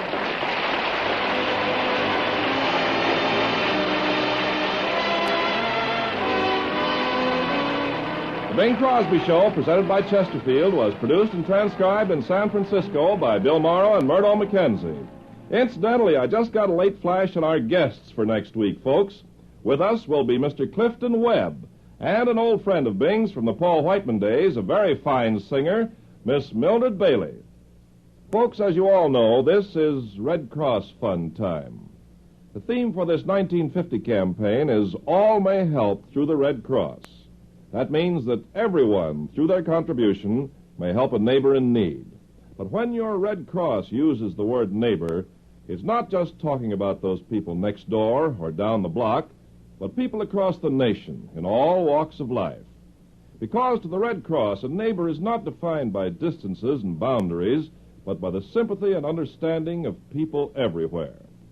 And that's an idea that brings everyone together in a friendly spirit, no matter who they may be. And it's an idea, too, that gives everyone a chance to help. That's right.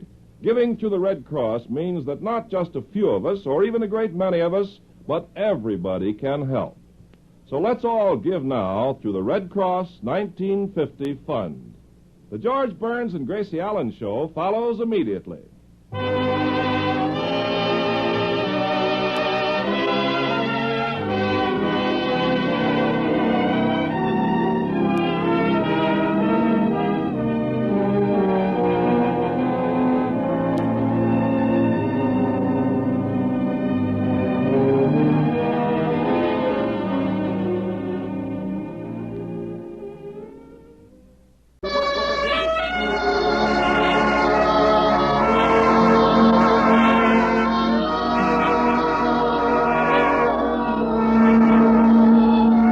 Someone waits for me.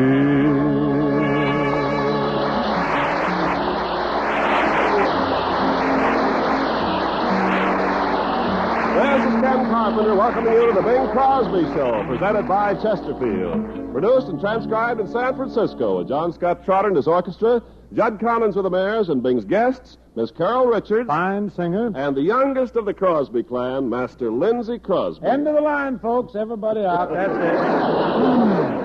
Das ist alles, Mayor. I think so. Dixie and I, we look in every corner of the house and we find there's no more cotton jammers there. We've come to the end of it. Well, Bing, there are not many people in radio have the easy setup you have. What do you mean? Well, anytime you want a guest artist for the show, all you got to do is throw a kid in the car and drive down to broadcasting.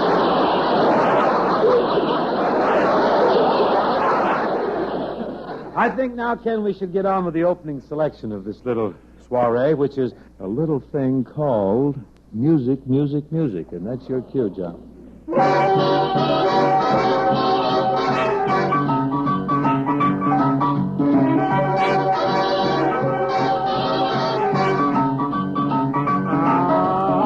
Put another nickel in the Nickelodeon.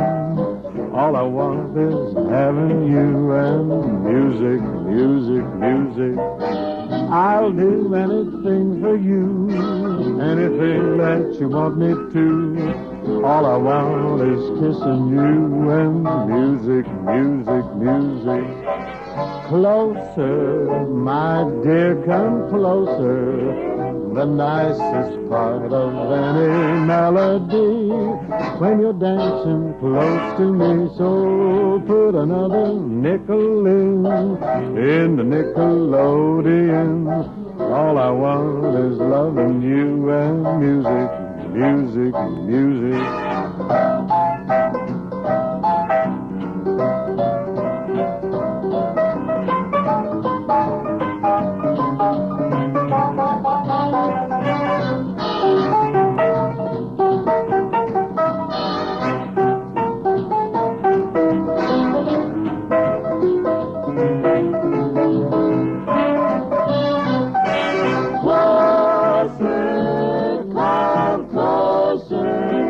The nicest part of any melody when you're dancing close to me.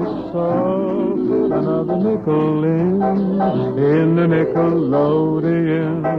All I want is loving you and music, music, music, music.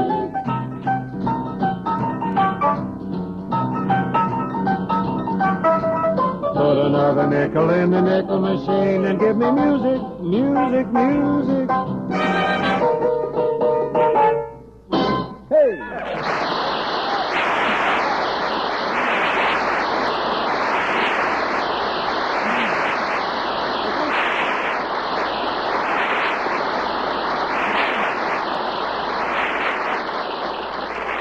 Must tell you, the boy playing that minuet-type piano was Mel Hankey. Nice going, Mel.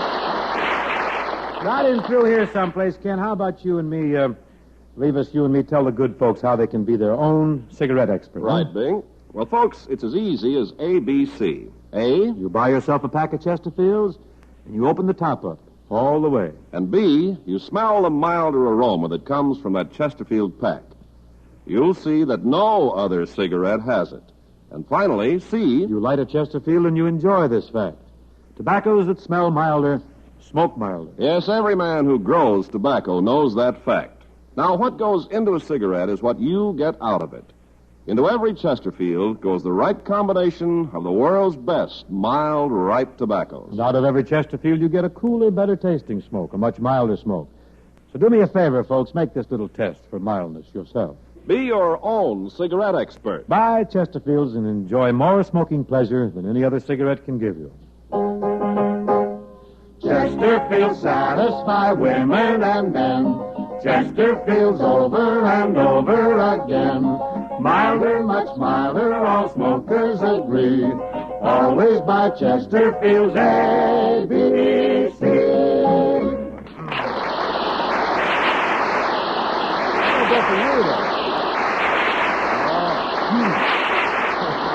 Say, here we have a rather nice lilting thing. It's written by Sammy Fain and Paul Webster.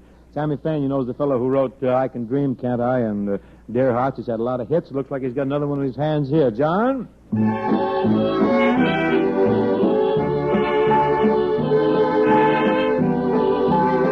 I fell in love, lock, stock, and barrel. I wanted so to know that she'd care. But the lock wouldn't turn, and the stock wouldn't sell, and the barrel was empty as air. Wanted so to sing a love song of wedding bells and roses in May. But the words wouldn't rhyme, and the bells wouldn't chime, and the roses were paper mache. Then I had a happy thought, and a ring I bought for her finger. And the ring I chanced to bring was the ring that rang the bell. Now we're in love, lock, stock, and barrel. And all because a girl and a boy found lock had a key, sold the stock, COD. Now our lives are a barrel of joy. Well, Spade Cooley. I fell in love, lock, stock, and barrel. I wanted so to know that we cared, but the lock wouldn't turn, And the stock wouldn't sell, and the barrel was empty as air. I wanted so to sing you a love song of wedding bells and roses in May, but the words wouldn't rhyme, and the bells wouldn't chime, and the roses were paper mache. Then he thought a happy thought, and the ring he bought for her finger. And the ring he chanced to bring was the ring that rang the bell. Now we're in love, lock, stock, and barrel, and all because a girl and a boy Found the lock had a key, sold the stock, COD. Now our lives are a barrel of joy. Now our lives are a barrel of joy.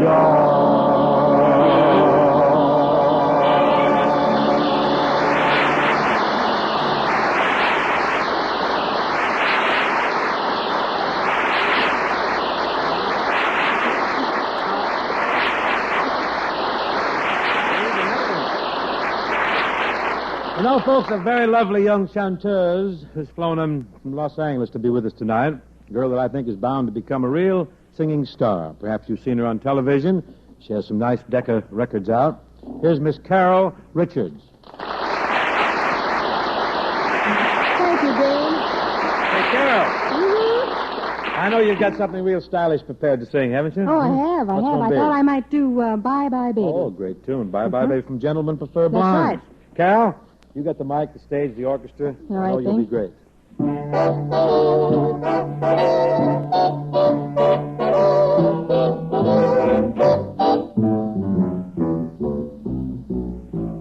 Bye bye, baby. Remember you're my baby when they give you the eye. Although I know that you care, won't you write and declare that though on the loose you are still on the square?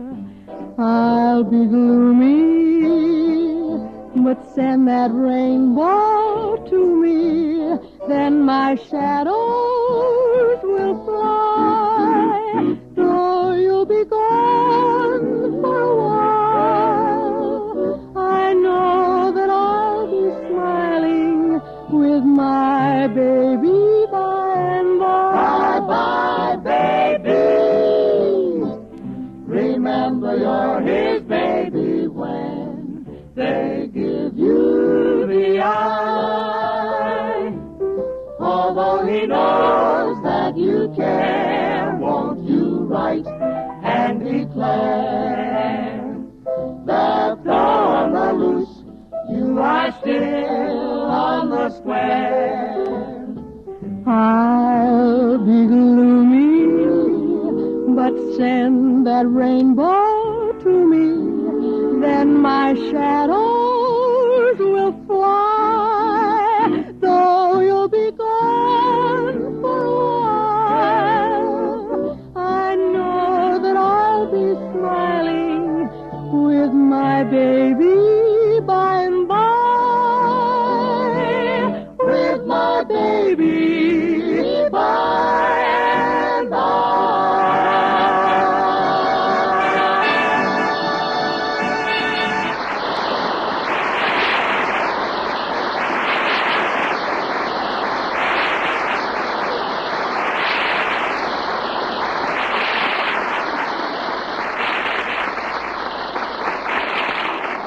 Thanks, Carole. That was very nice, very nice. Ladies and gentlemen, Our next guest comes to us through the courtesy of the Junipero Serra Elementary School, which is conducted by the Sisters of Notre Dame at Carmel, California.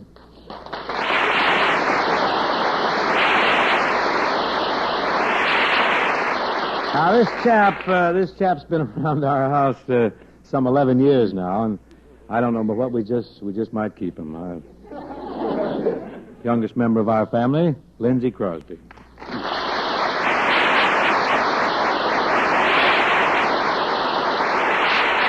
Thanks. Hey, it's nice to see you, Mr. Crosby. It's nice to see you, Mr. Crosby. Nice of you to take time out from what must be an exhausting schedule. I'm Make this appearance, Mr. Crosby. Glad to do it, Mr. Crosby. So tell me, Mr. Crosby, how do you happen to be up here in San Francisco? I came up with you. That's right. I want to tell you something. You know, you got to be on your toes tonight. Do I have to be on my toes and on this box, too? Well, you know why we got you up on that box there? We got to get you so you can talk direct into the mic, you see. Oh, I see. If I don't come up, you got to come down. That's it. And if you dig into your meat and your potatoes and your spinach a little more, you wouldn't have to stand on that box. Well, I'd rather stand on a box and eat spinach any day. You know something? So would I. Do you mean that, Dad? I confess I do. Well, I'd sure wish you'd express those liberal views at the dinner table once in a while. Well, you know, at the dinner table, I'm only half boss. Your mother, that's the one that cracks the whip there. Say, Dad, when's Mom going to be on the program? Can't get her. She wants too much money. Well, maybe you ought to get her anyway. Come up with it? Yeah. Really? Spring? Mom still sings a pretty good song, you know. That's right. So do you, of course. Thanks very much. You're my pal. You're my pal, too. You know, come to think of it, now that we're talking about pals, the only time that you and I really go to the mat over anything, it's over homework or bathing. Oh, but Dad, you never have any trouble getting me to go swimming. I'm not talking about swimming. I'm talking about old-fashioned scrubbing. Dad, I don't think we should discuss our personal problems here, do you?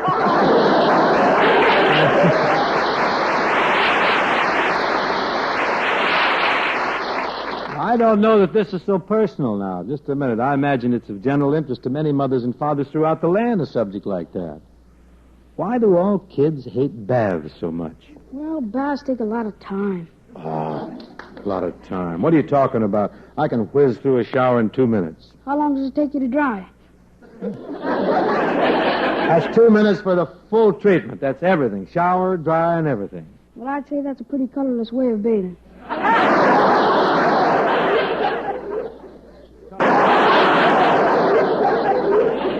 Colorless, huh? You'd say that. That's what I'd say.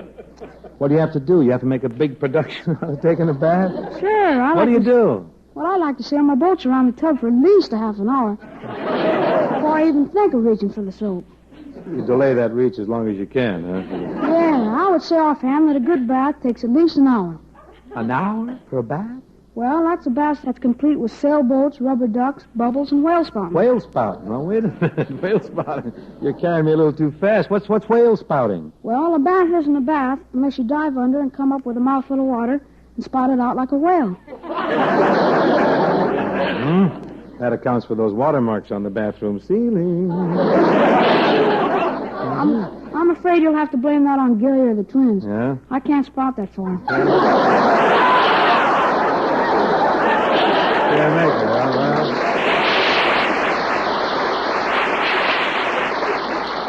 Well, you'll be making it before long. Say, it's about time for your specialty, don't you think? Would you mind telling the folks, tell them what type of work you do? What do you mean, Dan? Well, for instance, how do you sing in relation to your brothers? Could you give us a little description of your musical background? What do you do? Well, Gary's singing is a little arty. Little arty, huh? The twins is a little hokey. And you? Well, I'm a little shaky. Now, wait a minute.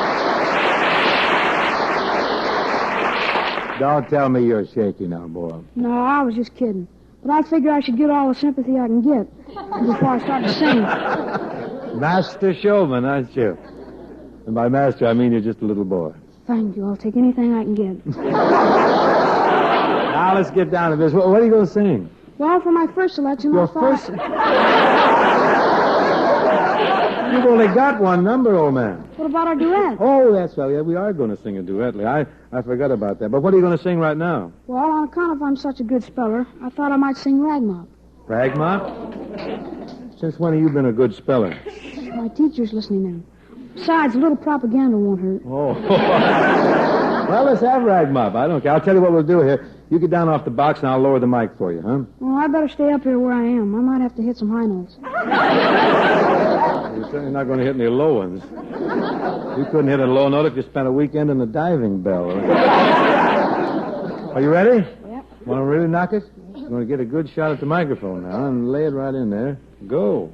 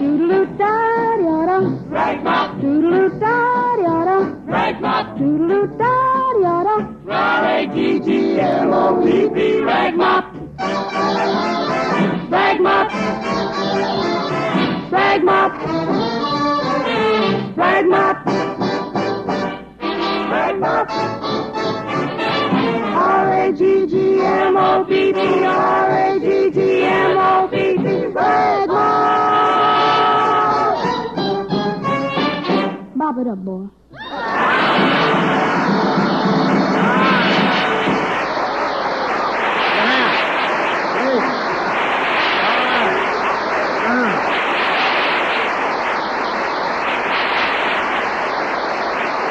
That's great, Lynn.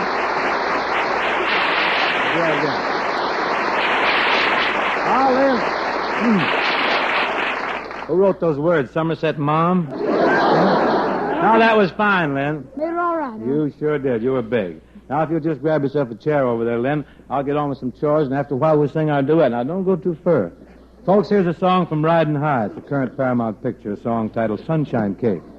Carol Richards and I, we did a Decca recording on this tune, and inasmuch as Carol's here tonight, we thought we'd do a sort of an in-person version. You ready, Carol? Ready. Okay, then, John Scott. We're gonna bake a sunshine cake. It's everything nice. It's sugar and spice. It's a cinch. We'd ought to bake us a sunshine cake.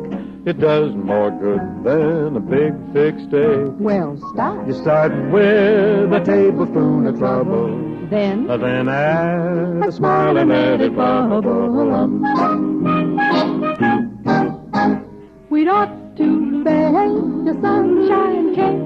It really isn't so hard to make. How now? Fresh tears upon the tube of pleasure. Kind words You needn't use a measure cup. Any questions, ladies? Then we proceed. Well, it's not from a recipe book, and you don't have to be a good cook. Or run to the oven and look. With such a simple dish, all you do is wish. Why not bake a sunshine cake? Of course, it may keep your dreams away. Friends say there's nothing like the flavor. Don't wait to do your friends a favor. And for goodness sake, Well, what are we waiting for? Let's make a sunshine cake.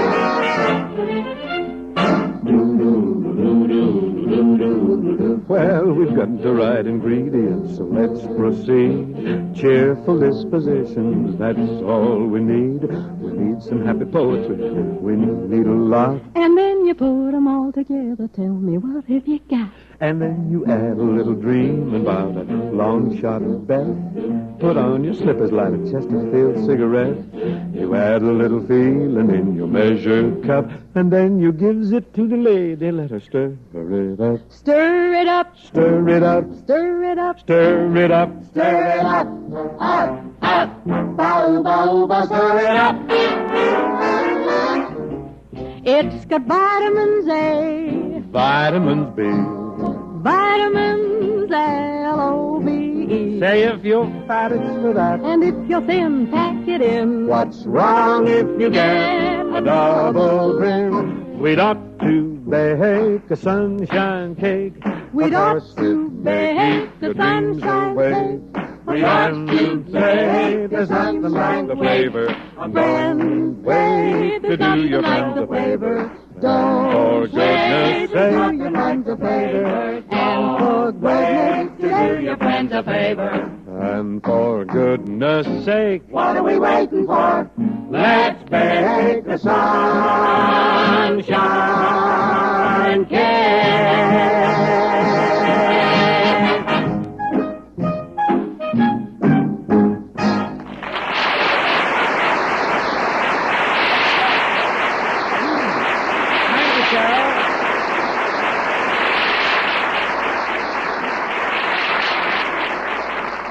Thank you, Carole. Folks, when you take a look around, you'll notice more and more people smoking Chesterfields. More and more folks all the time, and it's easy to figure why. It's really easy, because Chesterfields are milder than other cigarettes, and they taste better than other cigarettes. Yes, Bing, that's the reason so many people smoke Chesterfields. Millions of people, including the top men in America's sports, prominent tobacco farmers, and the top stars of Hollywood. Oh, the Hollywood stars smoke 'em all right. Broderick Crawford, for example. Just the other day, Brod said to me, Bing, the reason I like Chesterfields best is because they're really mild. They're milder than other cigarettes. Didn't get a chance to do much talking to Brod about his picture activity. I wonder what he's been doing since that smashing Academy Award performance that he gave in All the King's Men, Ken. Well, Bing, right now, Brod is starring in a Paramount picture called Cargo for Cape Town, along with John Ireland and Ellen Drew. Oh, a sea story, isn't it? Oh, there's a real sea story, complete with hurricanes and fires, fights, mutinies, everything else you can think of. Sounds real fancy. Better go see it, folks, when you have a chance. And don't forget what Brod Crawford told us. Chesterfields are much milder, and they taste much better. Yes, sir, everything you want in a cigarette you'll find in a Chesterfield. So remember those ABCs. Always buy Chesterfield. It's a great cigarette.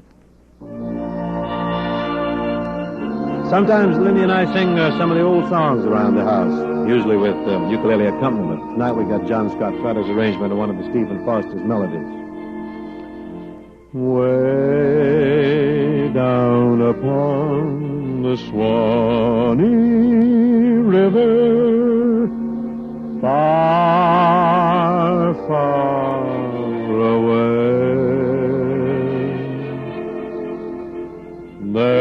there's where my heart is turning ever.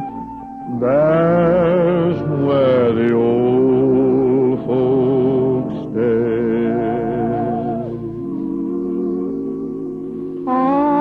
all up and down the whole creation. Sadly I roam, still longing for the old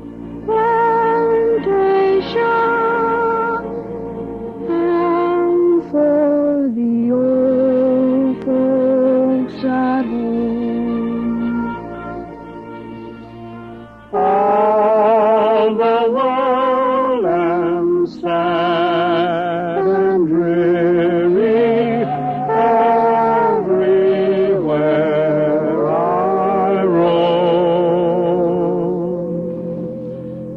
Oh, how my heart is growing weary, far from the old folks at home. All the world am sad and dreary, everywhere I roam. Oh, how my heart is growing weary, far from the old folks at home.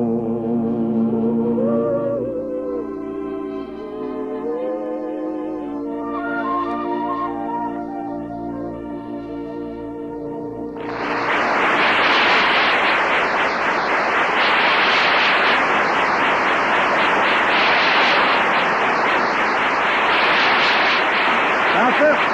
Thank you, Lynn.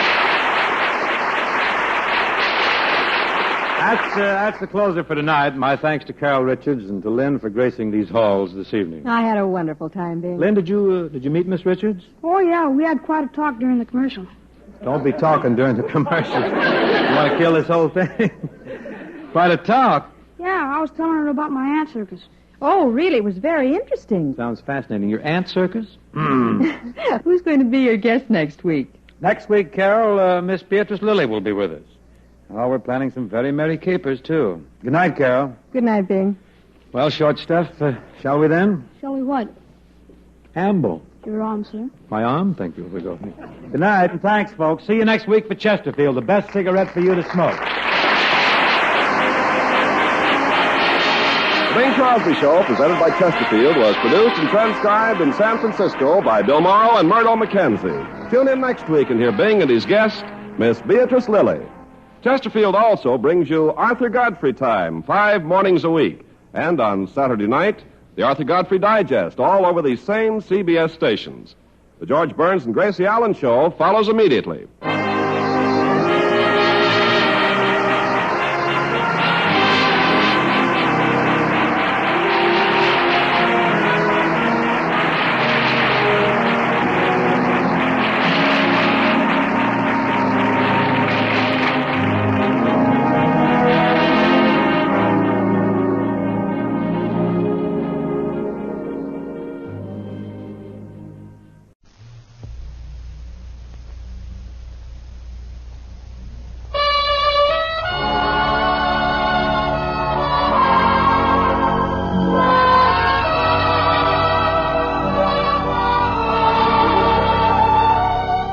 Someone waits for me.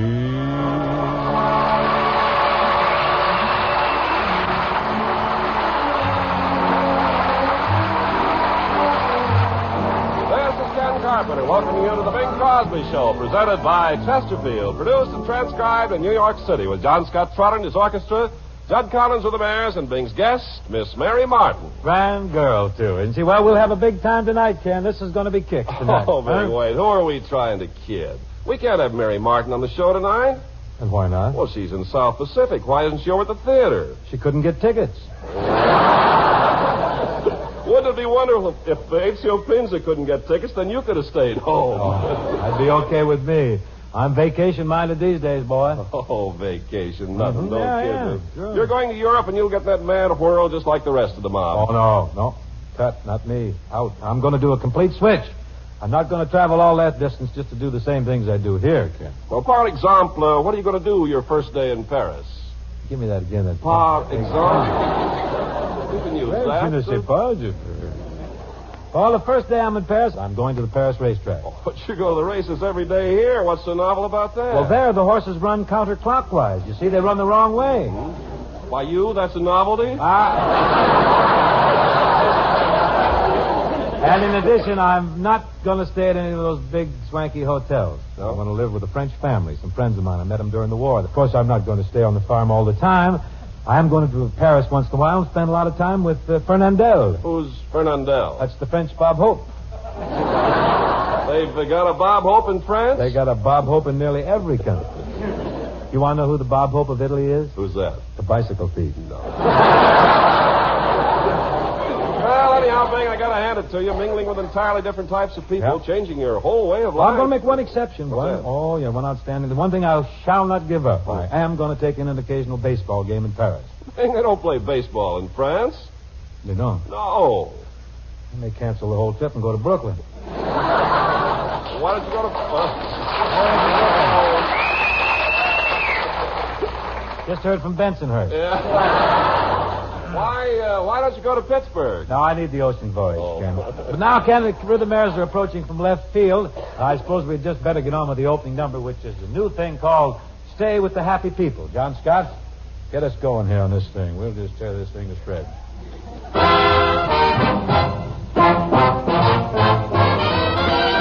Ah, when old Mr. Grouch sat on his gloomy couch, told us that the end of the world was near. My happy heart rose with a start, hollering, let's get out of here. We've got to stay with the happy people. Have your fun, live in the land of joy. Stay with the happy people. Face the sun, life is a Christmas toy. Down through the countless ages, tears have been contagious. Take it from me that misery is just looking around for company. So stay, stay, stay with the happy people. We gotta stay happy. Don't wrinkle your brow, it's strictly out of style.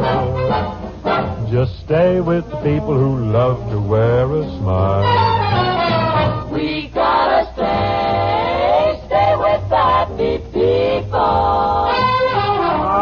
Have your fun, live in the land of joy. We gotta stay with the happy people. Face the sun, life is a Christmas toy. Down through the countless ages, tears have been contagious.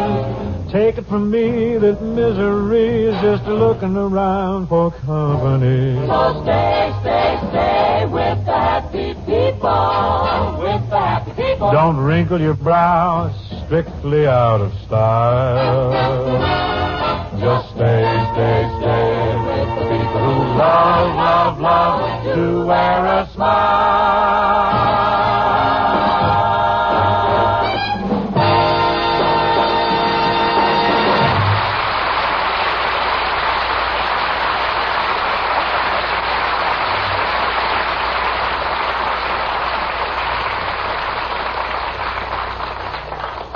You know, for some time now, Ken and I have been telling you that Chesterfields leave a clean, fresh taste in your mouth after you smoke them. And it's true, too. But Ken has a letter here which proves that much more scientifically. Ken, tell the good people about it, huh? Well, folks, this letter is from Arthur D. Little, the well-known industrial research organization of Cambridge, Massachusetts.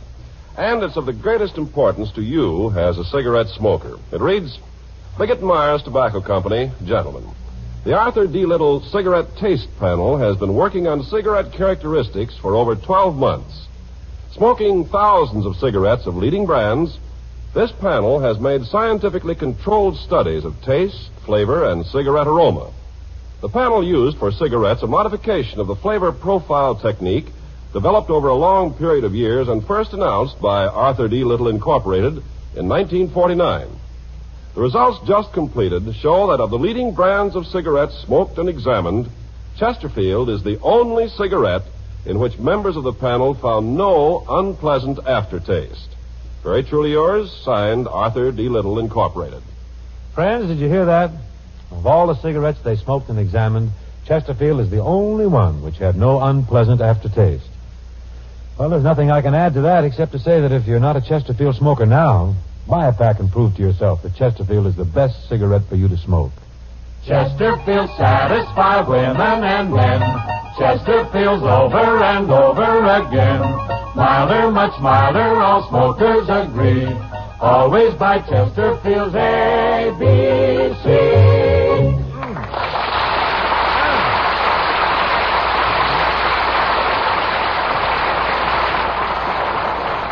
Well, folks, here we come now to Crosby Opportunity Time. It's the portion of our program which is devoted to giving a break to struggling young talent. We have with us tonight a little girl from Texas. It says on her card here that she's a singer. Now, as you folks know, if this little lady is a success on this program tonight, she goes right to Arthur Godfrey's program. Which one, I don't know. So let's give a big struggling reception to a struggling young talent from Texas, Miss Mary Martin.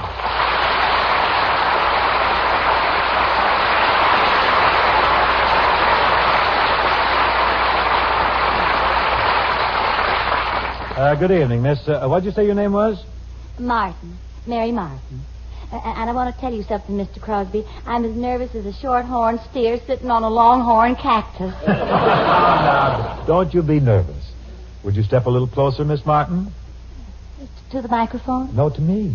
Oh, no, I'm a respectable Southern lady. Oh, I wish the struggling young talent would stop struggling. How old are you, miss? Well, how old are you? What are you going to sing? Huh? Well, I thought I might sing I'm in Love with a Wonderful Guy by Rodgers and Hammerstein. Well, now, that's a very good song. Very nice song. But don't you think for your first time on the radio you should sing something in a little more commercial tune? Do you have any songs by Victor Herbert or Nick Kenny? No, but Nick Kenny has plenty of songs by Victor Herbert. You get killed in his column. Are you sure this is your first trip to the big city, huh? Yes, sir. Now, if you don't mind, I'd just like to sing. You still want to do I'm in Love with a Wonderful Guy, huh? Mm-hmm. I've been rehearsing for a long time, and I know most of the words. Yes, I get Well, I'm here to help you, even though, frankly, I don't think you've made a wise choice. Mr. Crosby, sir, I do appreciate your trying to help me, and I take it mighty kindly that you're showing me such an interest in my career. But if I may make a suggestion, I do think it would help me a lot more if you just keep your big fat mouth out of my face.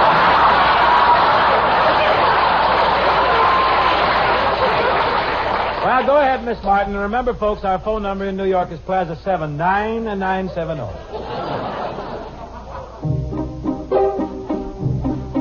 I expect every one of my crowd to make fun of my proud protestations of faith and romance.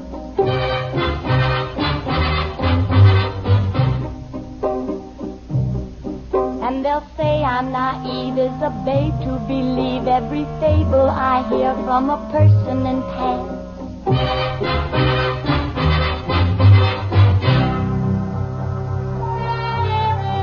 Fearlessly I'll face them and argue their doubts away.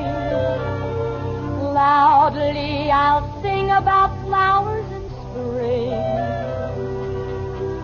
Flatly I'll stand on my little flat feet and say, love is a grand and a beautiful thing.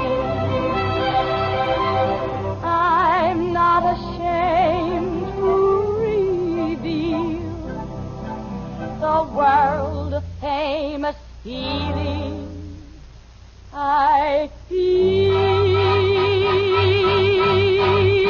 I'm as corny as Kansas in August. I'm as normal as blueberry pie. No more a smart little girl with no heart. I have found me a wonderful guy.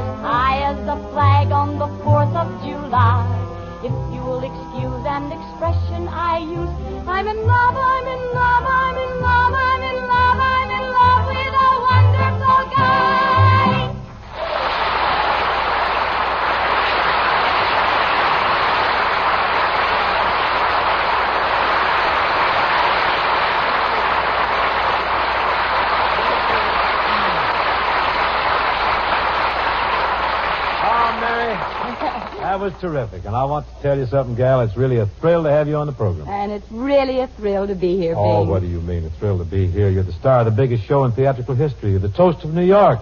You're really riding high.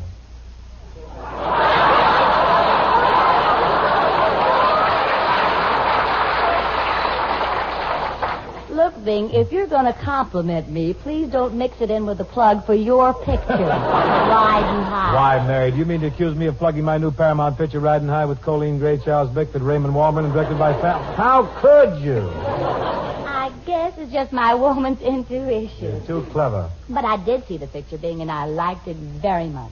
How did you think I looked? Well, I can't go to see a picture tonight because I'm in the theater, and so I had to catch the early morning show, and at that time of the day, you never looked good. I brighten up after the prices change. Besides, Mary, you must realize that I'm at that awkward stage in life. Well, what do you mean, awkward stage? Well, my biggest son is almost as old as I am.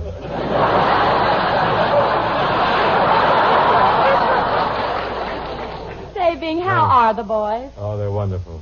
They're crazy about you, too. They play your records all the time. Good. Matter of fact, they've entrusted me with a fairly serious message for you. What's that? A proposal of marriage.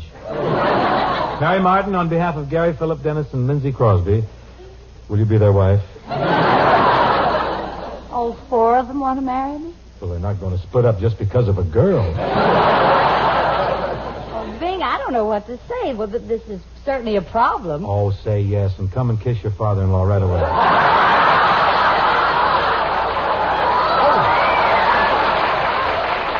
You're always trying to kid me. Remember when I first came to work at Paramount? I was really a cut-up then, wasn't I? Yeah.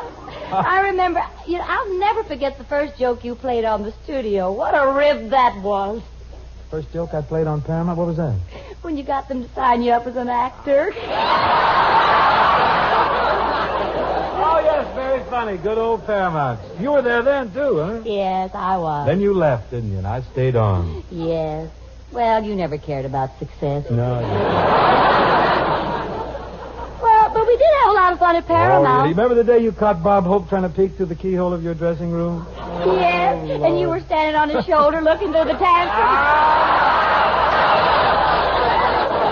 That's impossible. Nobody can stand on Hope's shoulders. They're too round. You can't. Well, anyway, we did have a lot of fun at Oh, Paramount. what kicks. I suppose things there changed a lot. Oh, yes. You know, Hope has your old dressing room now. He finally got in there, huh?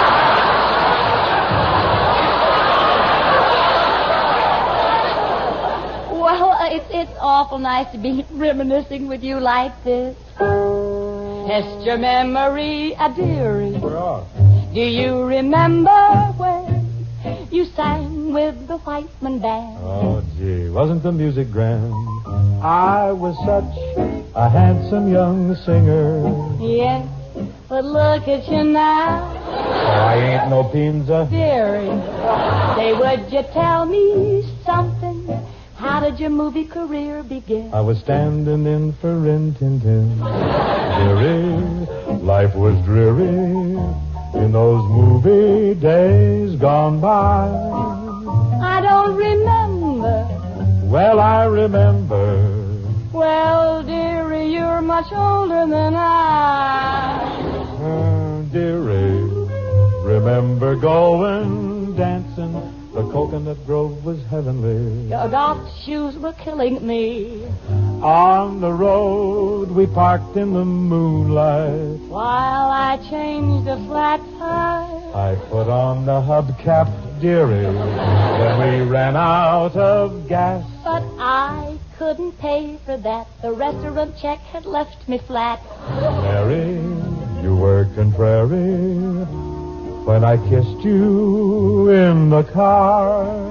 Do you remember? Oh, do I remember? My dearie, I'm still wearing the scar.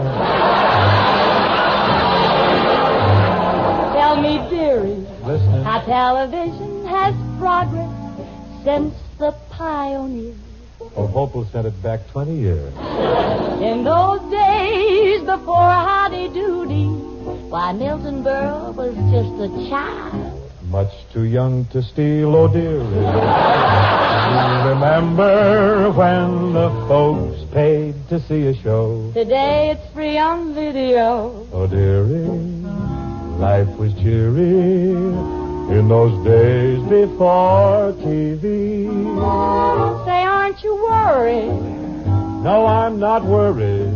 Well, dearie, you're a much richer than me.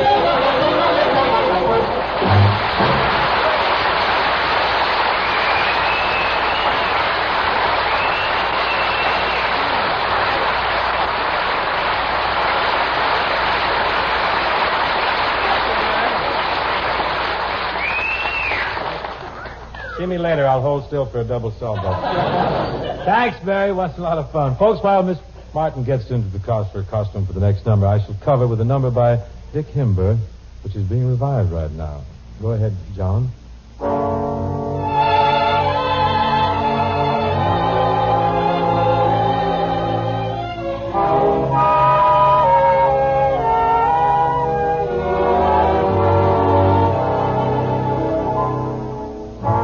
It isn't fair for you to taunt me. How can you make me care this way? It isn't fair for you to want me if it's just for a day. It isn't fair for you to thrill me. Why do you do the things you do? It isn't fair for you to fill me with those dreams that can't come true, dear. Why is it you came into my life and made it complete? You gave me just a taste of high life. If this is love, then I repeat, it isn't fair for you to taunt me. How can you make me care this way? It isn't fair for you to want me if it's just for today.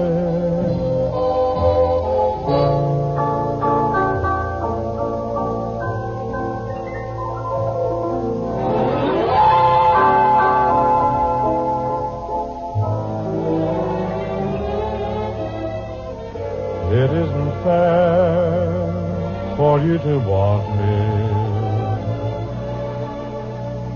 if it's just for today.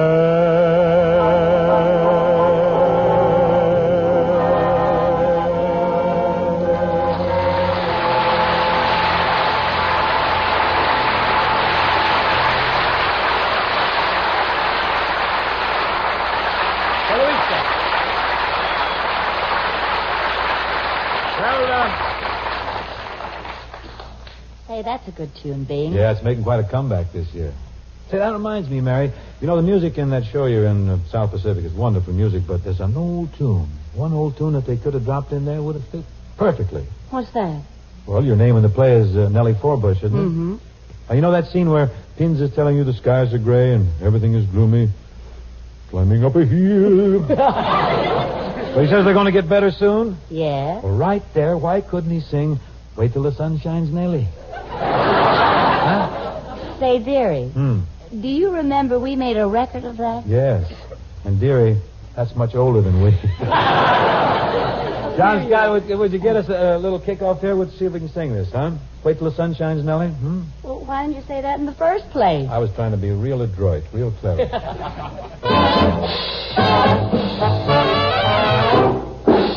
Wait till the sun shines, Nellie, when the clouds go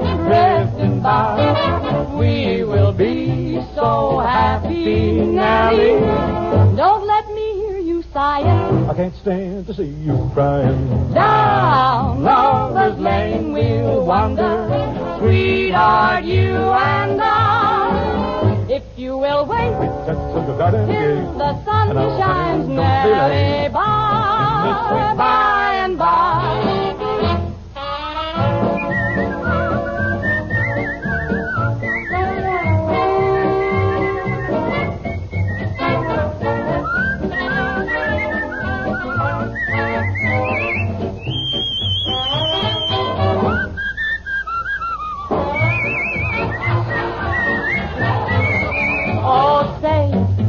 Things are gonna be okay in the sweet by and by. Wait till the sun shines, Nellie, when the clouds go drifting by. We will be so happy, Nellie. Don't let me hear you make a sigh. Don't let me hear you make a sigh. Way down in Lover's Lane we'll wander, sweetheart, you and I. We'll be so happy together, but it all depends on the weatherman. Oh, Nellie, don't you sit there and sigh. If you will wait till the sun shines. In the sweet, In the sweet, in the sweet. just be discreet and wait till the sweet by and by.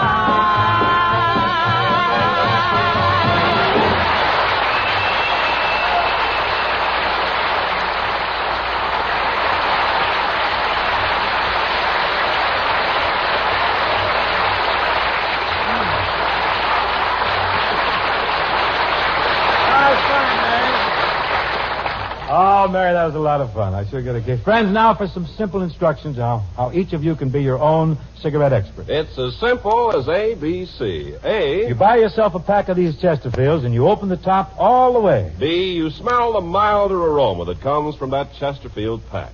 No other cigarette has it. And lastly, C. You light a Chesterfield and you enjoy this fact. Tobaccos that smell milder, they sure do smoke milder. Yes, every man who grows tobacco knows that fact. Tobaccos that smell milder do smoke milder. Now, what goes into a cigarette is what you get out of it. Into every Chesterfield goes the right combination of the world's best mild, ripe tobaccos. And out of every Chesterfield, you get a smoke that's cooler and better. Smoke that's much milder with no unpleasant aftertaste. So make our little mildness test for yourself. Be your own cigarette expert. Buy yourself Chesterfields today and enjoy more smoking pleasure than any other cigarette can give you. Here's a grand old song. It's been a favorite of American families for many years. Mary Martin and I like to sing it for you.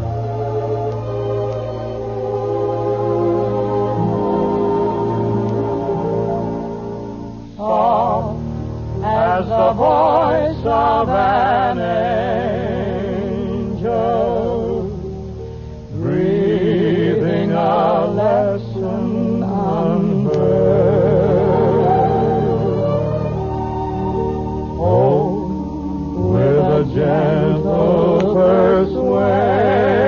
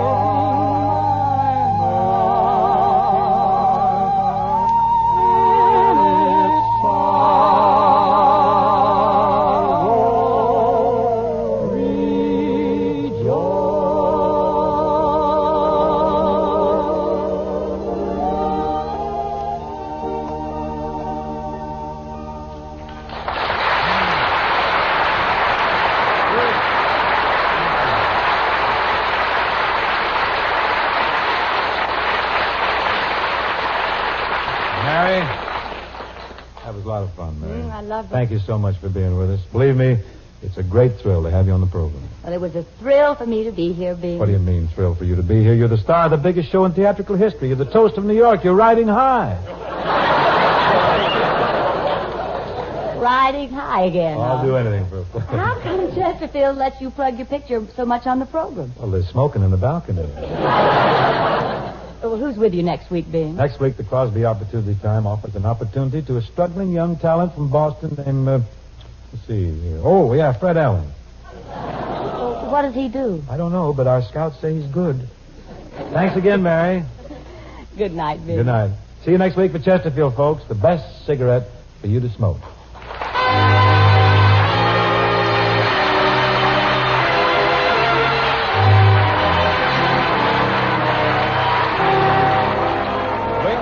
Show presented by Chesterfield was produced and transcribed in New York City by Bill Morrow and Murdo McKenzie. Tune in next week and hear Bing and his guest, Fred Allen. Chesterfield also brings you Arthur Godfrey Time 5 mornings a week. And on Saturday night, the Arthur Godfrey Digest, all over these same CBS stations. The George Burns and Gracie Allen Show follows immediately. This is CBS, the Columbia Broadcasting System.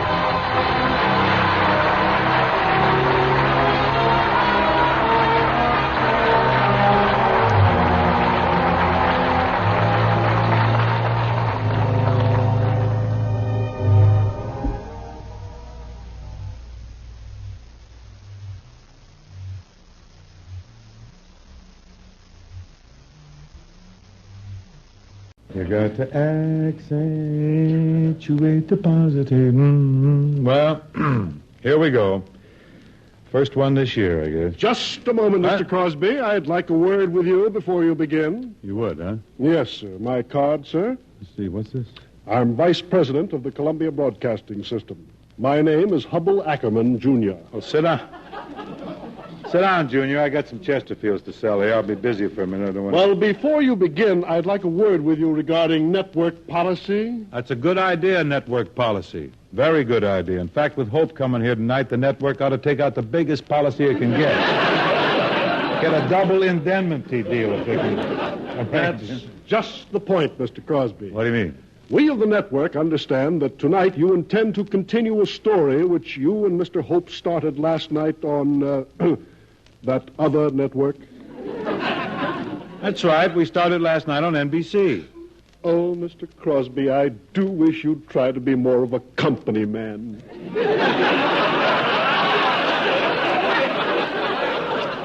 Well, I try, but I'm just not a square, I guess. I can't handle it. Must I remind you, sir, that CBS has purchased you lock, stock, and barrel? You guys will buy anything. I'm sorry, Mr. Ackerman, but Bob and I have cooked this little thing up, and he's coming here tonight to do it with me. No, he isn't. Mr. Hope had his chance to be a member of the CBS family, and he refused. Now the ship has sailed. Aloha.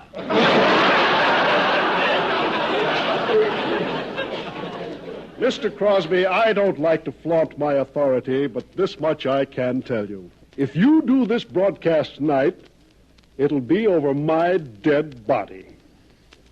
Oh. Well.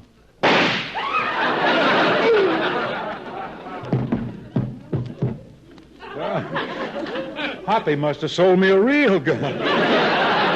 The theme, John Scott.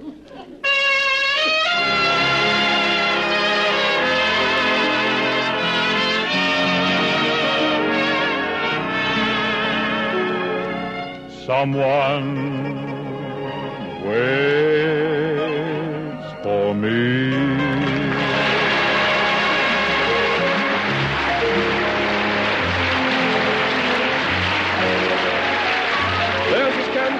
Welcoming you to the Bing Crosby Show, presented by Chesterfield, produced and transcribed in Hollywood with John Scott Trotter and his orchestra, Judd Collins with the Bears and Bing's guests, Miss Judy Garland and Mr. Bob Hope.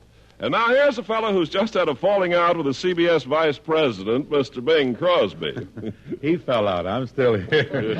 Well, we got to get rolling now, Ken, so if you'll drag the late vice president away from the mic, make a little room here, I'll introduce our honored guest of the evening. Folks, one of the more choice contenders in the season's cinema sweepstakes is MGM's tuneful tinted tintype titled Summer Stock. Tonight we boast the presence of the star of that merry piece, Miss Judy Garland.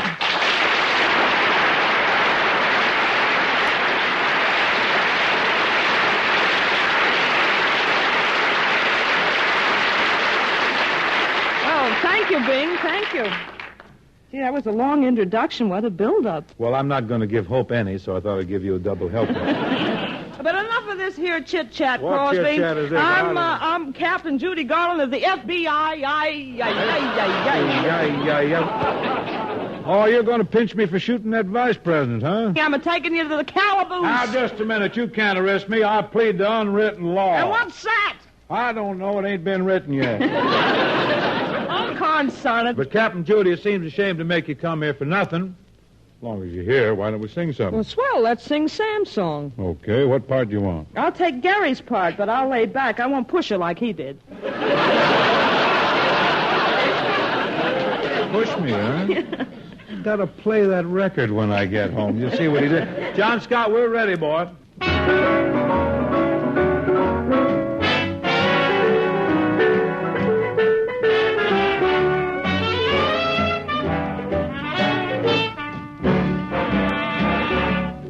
Here's a happy tune you love to croon. They call it Sam's song.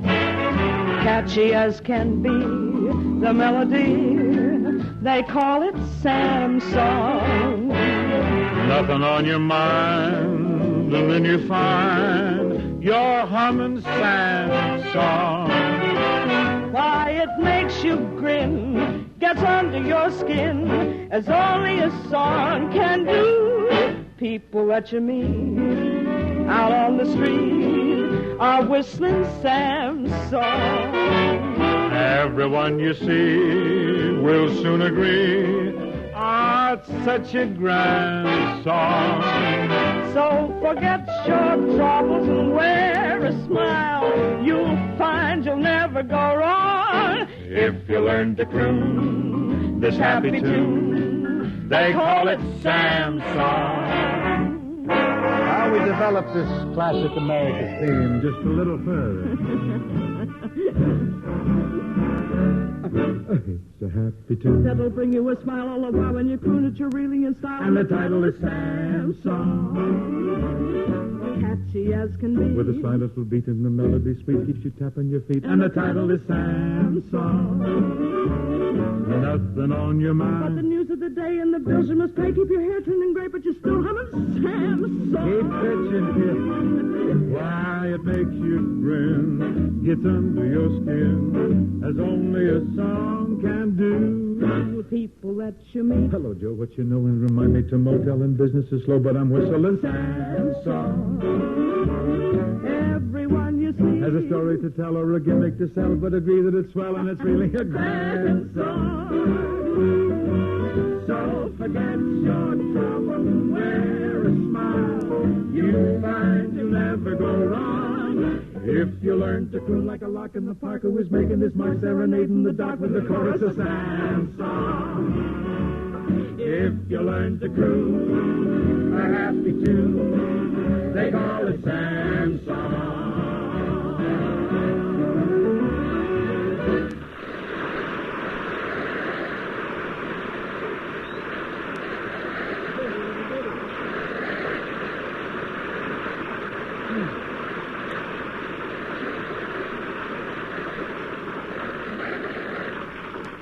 Hope says it, Godfrey says it, and Bing says it. Tobaccos that smell milder, smoke milder. That's the real test for mildness in a cigarette, and as old as tobacco itself. All right, Bing. Tobaccos that smell milder, smoke milder. Here's how you can prove it, friend. Make your next pack Chesterfield, then open them, smell them, and smoke them. That's right. Open them. Open your pack of Chesterfields. Then smell them. Smell that milder Chesterfield aroma. An aroma no other cigarette has. Compare it with the cigarette you've been smoking. Now smoke Chesterfields and prove what every tobacco farmer knows. Tobaccos that smell milder, smoke milder. And Chesterfield mildness follows through and leaves a clean, fresh taste in your mouth. That's right, Bing. You know, folks, America's first cigarette taste panel, composed of smoking experts, after smoking leading brands of cigarettes over a period of more than a year, told us this fact. Chesterfield is the only cigarette in which members of the panel found no unpleasant aftertaste. Take a tip from us, folks. Make your next pack Chesterfields, and you'll always buy a Chesterfield.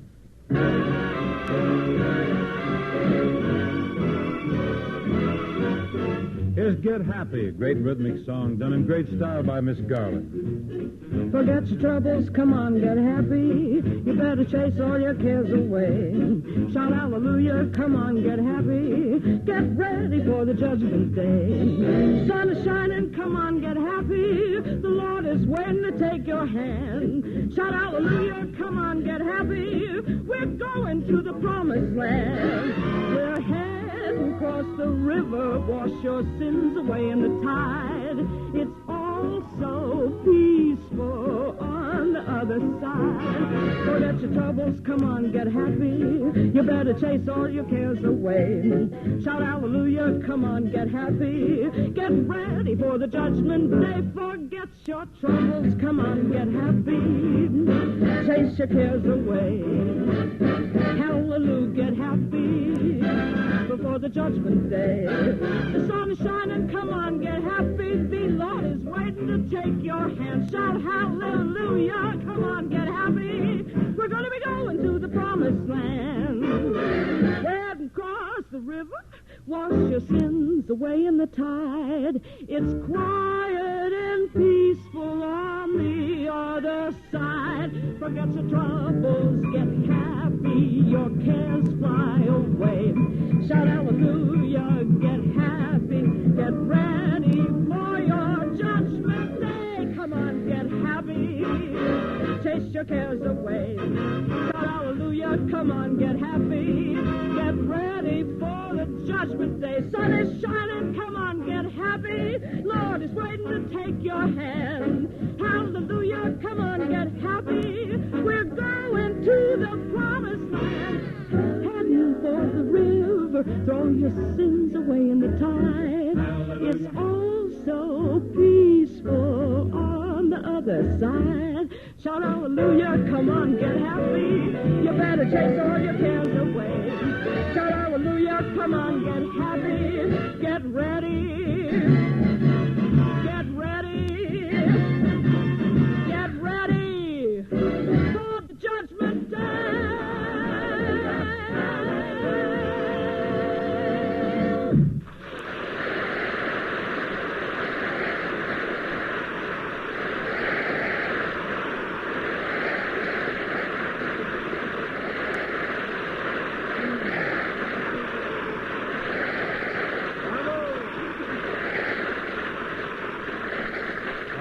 Bravo, Judy. Wonderful. I tell you, gal, when you sing, you give everybody in this American country something to shoot at.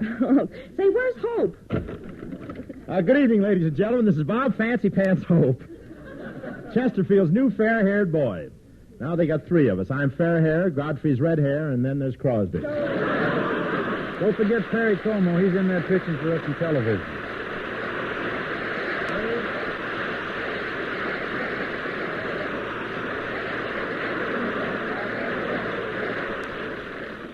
Please, don't stop them, please. Well, Judy Garland, say, you're a sight for sore eyes. Thank you. Well, I'm here, too. I know, you gave me the sore eyes. You're the one that's on television. You've given everybody erratic orbs. Don't be bitter, old-timer. You'll get into that new medium yet. I suppose so. They're working on the wide screen. You'll make it. I imagine they'll get to me. Eventually they'll start scraping the top of the barrel. Yes. It's about time you had your barrel scraped.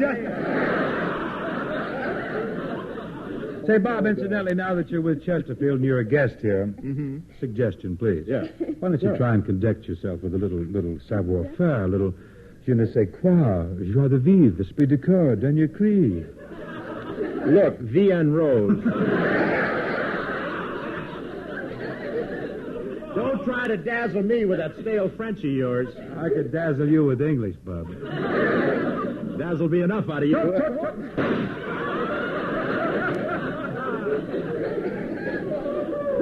Say, listen, you vice president killer, why'd you take a shot at me? That shot came from the audience.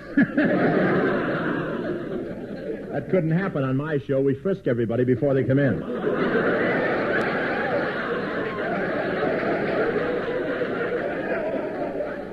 If I come to your show next week, I'm going to wear a diving bell.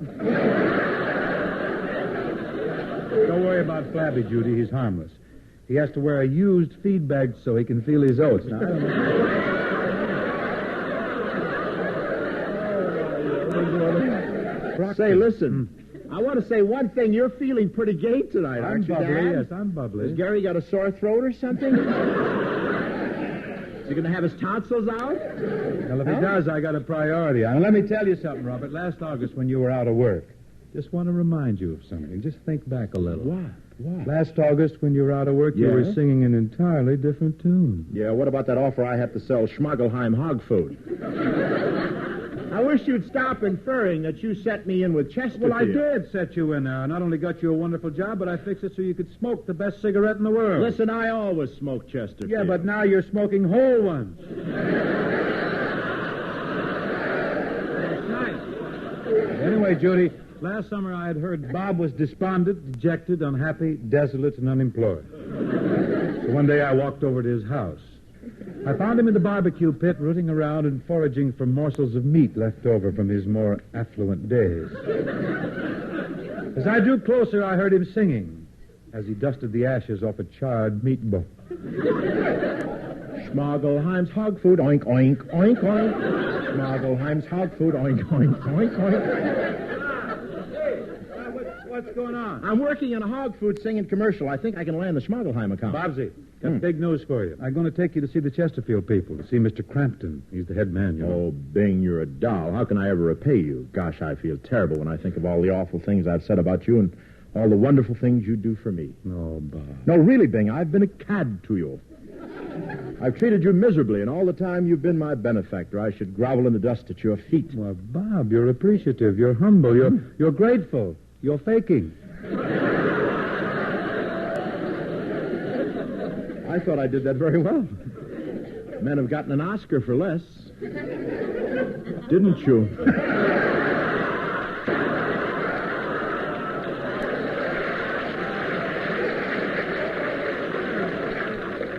You won't get an Oscar till they award him for vagrancy. Wait a minute. Now, come on, will you? And be on your best behavior. Really watch it, will you, kid? Because the Chesterfield people, they never heard of you.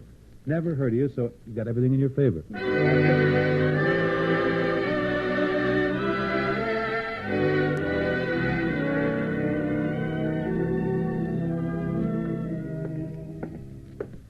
Now, here's the Chesterfield office right here.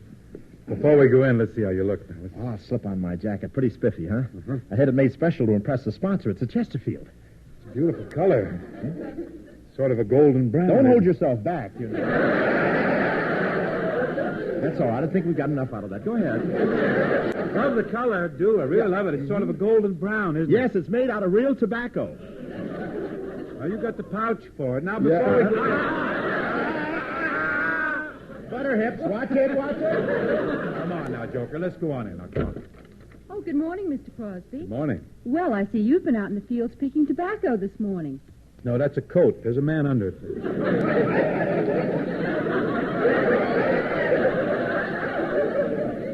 Go right in, Mr. Crosby. Mr. Crampton's expecting you.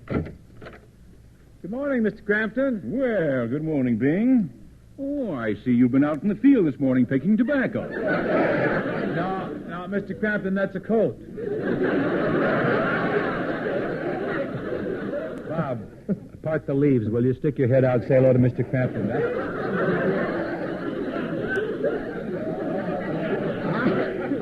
How do you do, Mr. Crampton? African speak. How are you, Crappy? Tobaccos that smell milder smoke milder. Well, bless my soul. This man has had his basic training. Oh, he's correct. He's quick, very quick. Not talented. Well, Bing, don't just stand there. Have a seat. And, Mr. Ho? Yes, sir? You curl up right there in the ashtray. Say, Mr. Crampton, I spoke to you about Mr. Hope on the phone, you remember? He's a pal of mine. I was wondering if we could find a place for him in the Chesterfield family. My buddy. This fellow's desperate, Mr. Crampton. He's very anxious to work, and, of course, money isn't important. No, I'll take the factory. Say, that's rather amusing. Not very amusing, just rather. I suppose we could use another program, but, Bing, do you really believe this man has the figure and the personality to get through his advanced training? Advanced training? What's that? Oh, Bob, you see, all of us fellows who work for Chesterfield, we have to go out and meet the public. Each of us is assigned to a certain territory. Well, I like to get out and meet the people, and I can hustle plenty of Chesterfields. Where do I operate? My secretary will give you your cigarette tray and your black nylons. Have your hair done and report for work at Ciro's tonight.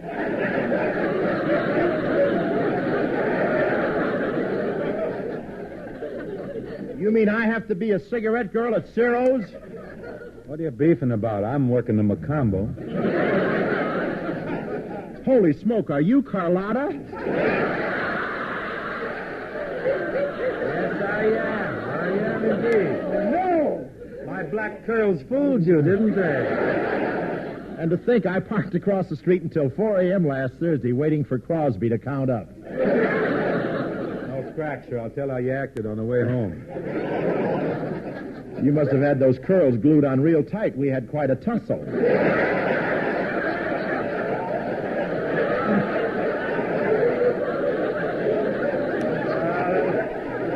It was rough, plenty rough. I did enjoy slapping your face. Yes, you and did. incidentally, I'll thank you to return my garter.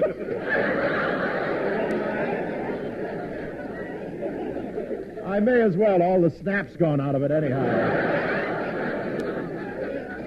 Imagine me thinking you were Carlotta. I don't see how you fooled me. You look more like a used Carlotta. Oh. Madman Muntz is writing on this show now. Well, there you are, Judy. That's how it happened. Don't believe a word he says. Come here, Judy. I'll give you the real load. Now, if my two charming compatriots will excuse me, I have a song to sing right about here. It's called I Cross My Fingers.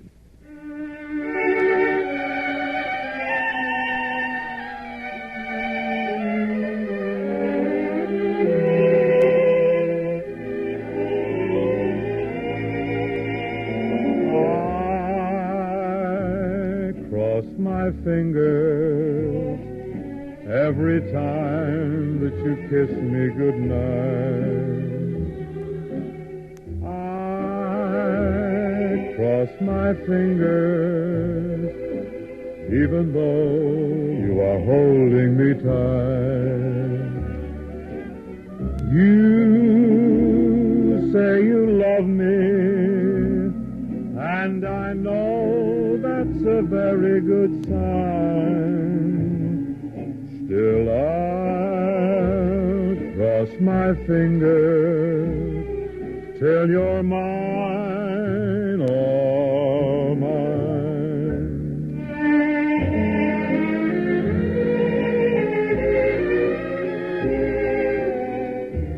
I cross my fingers every time that you kiss me goodnight. I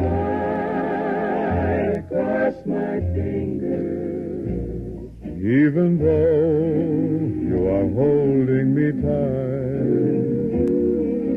You say you love me, and I know that's a very good sign. Still, I'll cross my fingers till you're mine, all mine.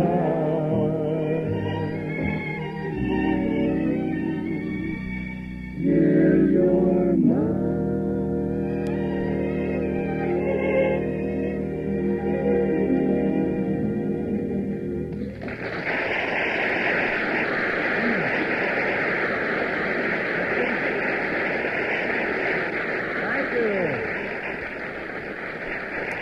Well, come on, Bob. Bob. Now step up here to the mic, Robert. We're going to tell everyone how to be his own cigarette expert. Well, that's been kicked around. What's this? What's been kicked Well, around? all summer long on the radio, I heard people say, be your own beverage expert, be your own bedsheet expert, be your own meatball expert, be your own expert. Well, that's okay. As Fred Allen once said, imitation is the sincerest form of radio. What he said? With the epic remarks. But remember, we were first with the expert idea. Right you are. Be your own cigarette expert. Take your own pack of Chesterfields, then open them, smell them, and smoke them. Yes, open your pack of Chesterfields and smell them. What you smell is a milder tobacco aroma you'll find only in Chesterfields.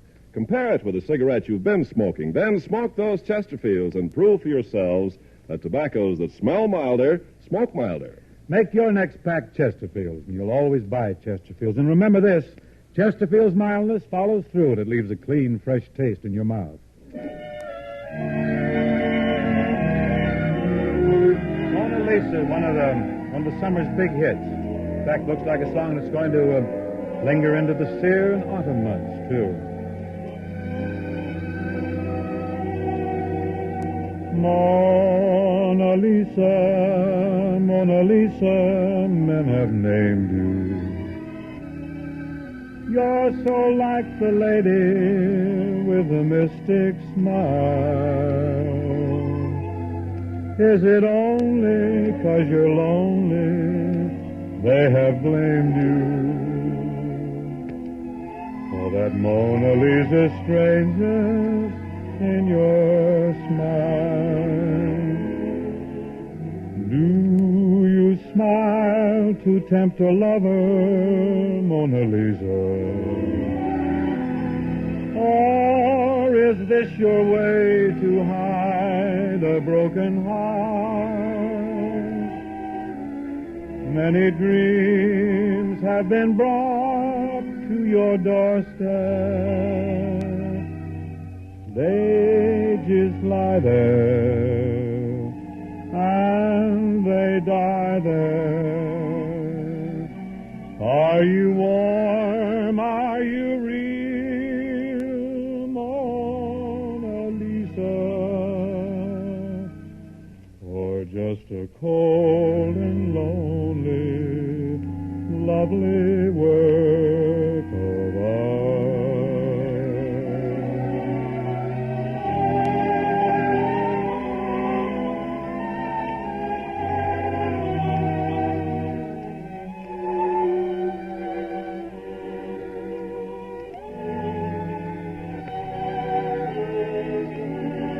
Are you warm? Are you real, Mona Lisa? Or just a cold and lonely, lovely work of art?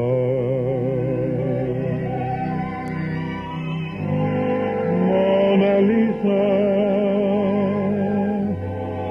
Mona Lisa, Mona Lisa.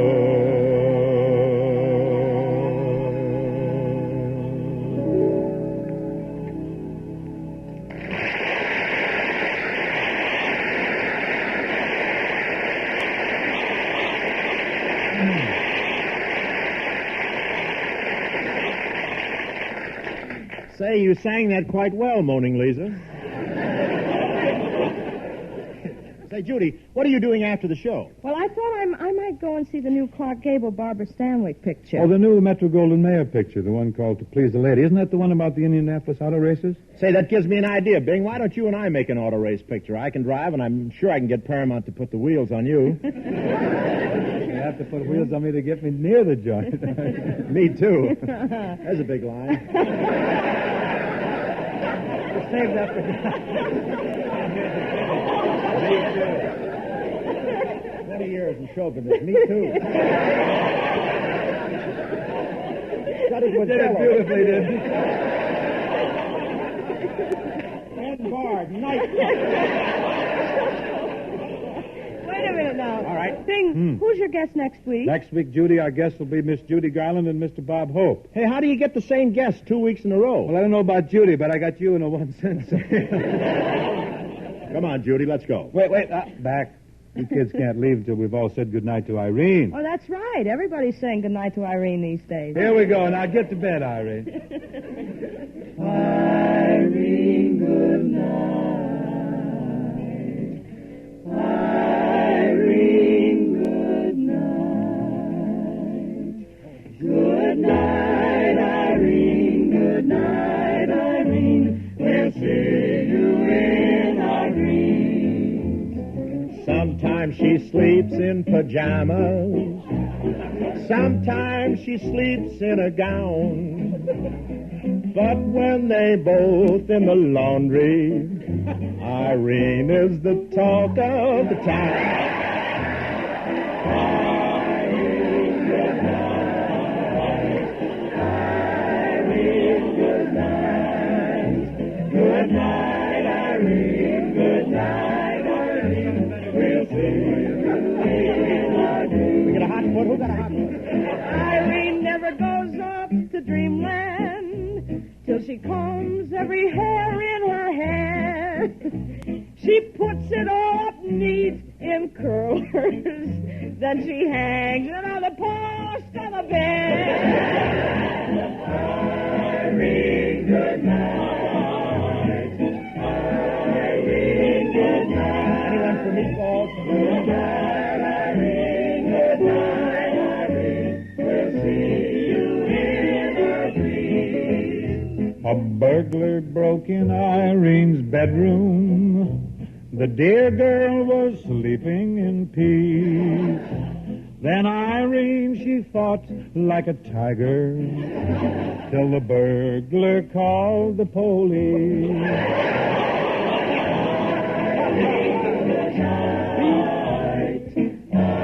Irene, good night. Cut out drink Ovaltine, or just drop dead.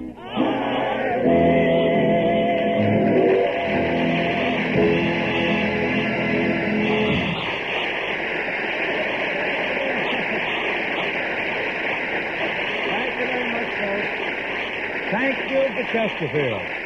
The best cigarette for you to smoke.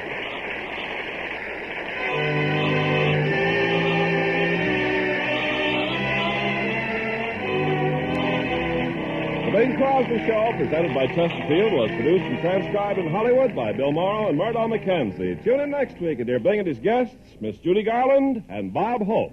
Remember, friends, October is Community Chest Month, so give generously. Give enough for all Red Feather services.